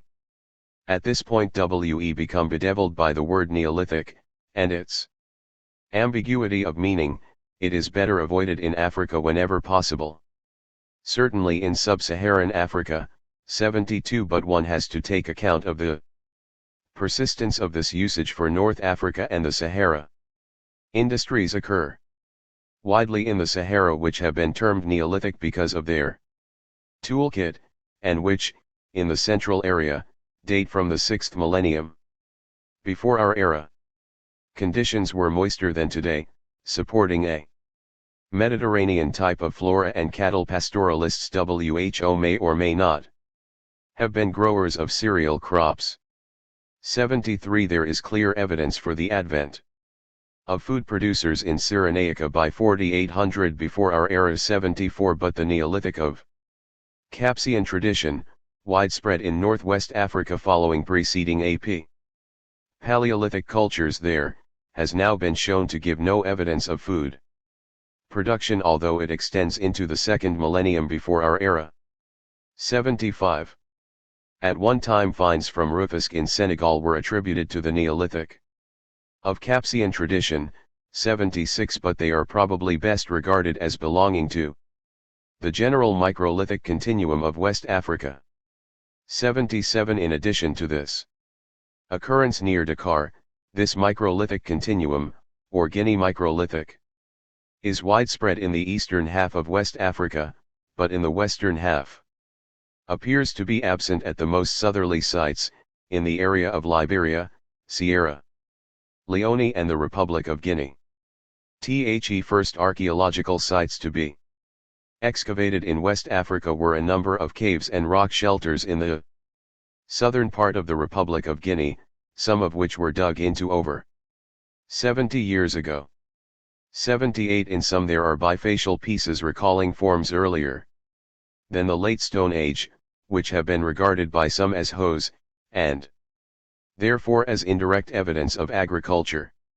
This possibility must certainly be borne in mind, as rice replaced yams as the staple crop in the western half of West Africa, and African rice, Oryza glaberrima, was probably domesticated in the area of the middle Niger Delta. 79 Flat, broad pieces of quartzite roughly chipped into shape are also regarded as hoes and as evidence of cultivation in Ghana. 80 But there are no clear associations or dates for these. The majority of the Republic of Guinea sites produced microliths, ground stone axes, grinding stones, and pottery, as did also a site in Guinea-Bissau, 81 Some of the Guinea sites had pottery, although in the Grotto de Cacamban pottery is said to occur only in the upper level. 82. Excavations in the rock shelter at Blanda, in the southeast corner of the Republic of Guinea, also produced an industry with ground stone axes and pottery together with large bifacial tools reminiscent of the Kindia and Footajalon caves, but without a microlithic element. 83 Microliths were similarly absent from the cave site of Yengama, in Sierra Leone, where the lowest level produced a small flake industry in quartz, compared by the excavator to the Ishanan of Lake Edward, middle level bifially flaked picks and hoes resembling some of the material from the caves in the Republic of Guinea and which the excavator assigns to Olupamban industrial complex, and the upper level ground stone axes and pottery, from which there are two thermoluminescent dates indicating the period 2000 to 1750 before our era. 84 A microlithic element is present, however, in two other rock shelters excavated farther north in Sierra Leone at Yagala and Kamabai, with radiocarbon dates indicating a span of the late Stone Age here from 2500 before our era up to the 7th century of our era. 85. It looks therefore, as if in this western part of West Africa there was some kind of Middle Stone Age tradition, which may also be present at Dakar and at Bamako, which survived comparatively unchanged in the most southerly sites and did not adopt or develop the microlithic technique. The reasons for this may well be ecological, since the microlithic technique is associated with a savanna zone economy in which hunting played an important part.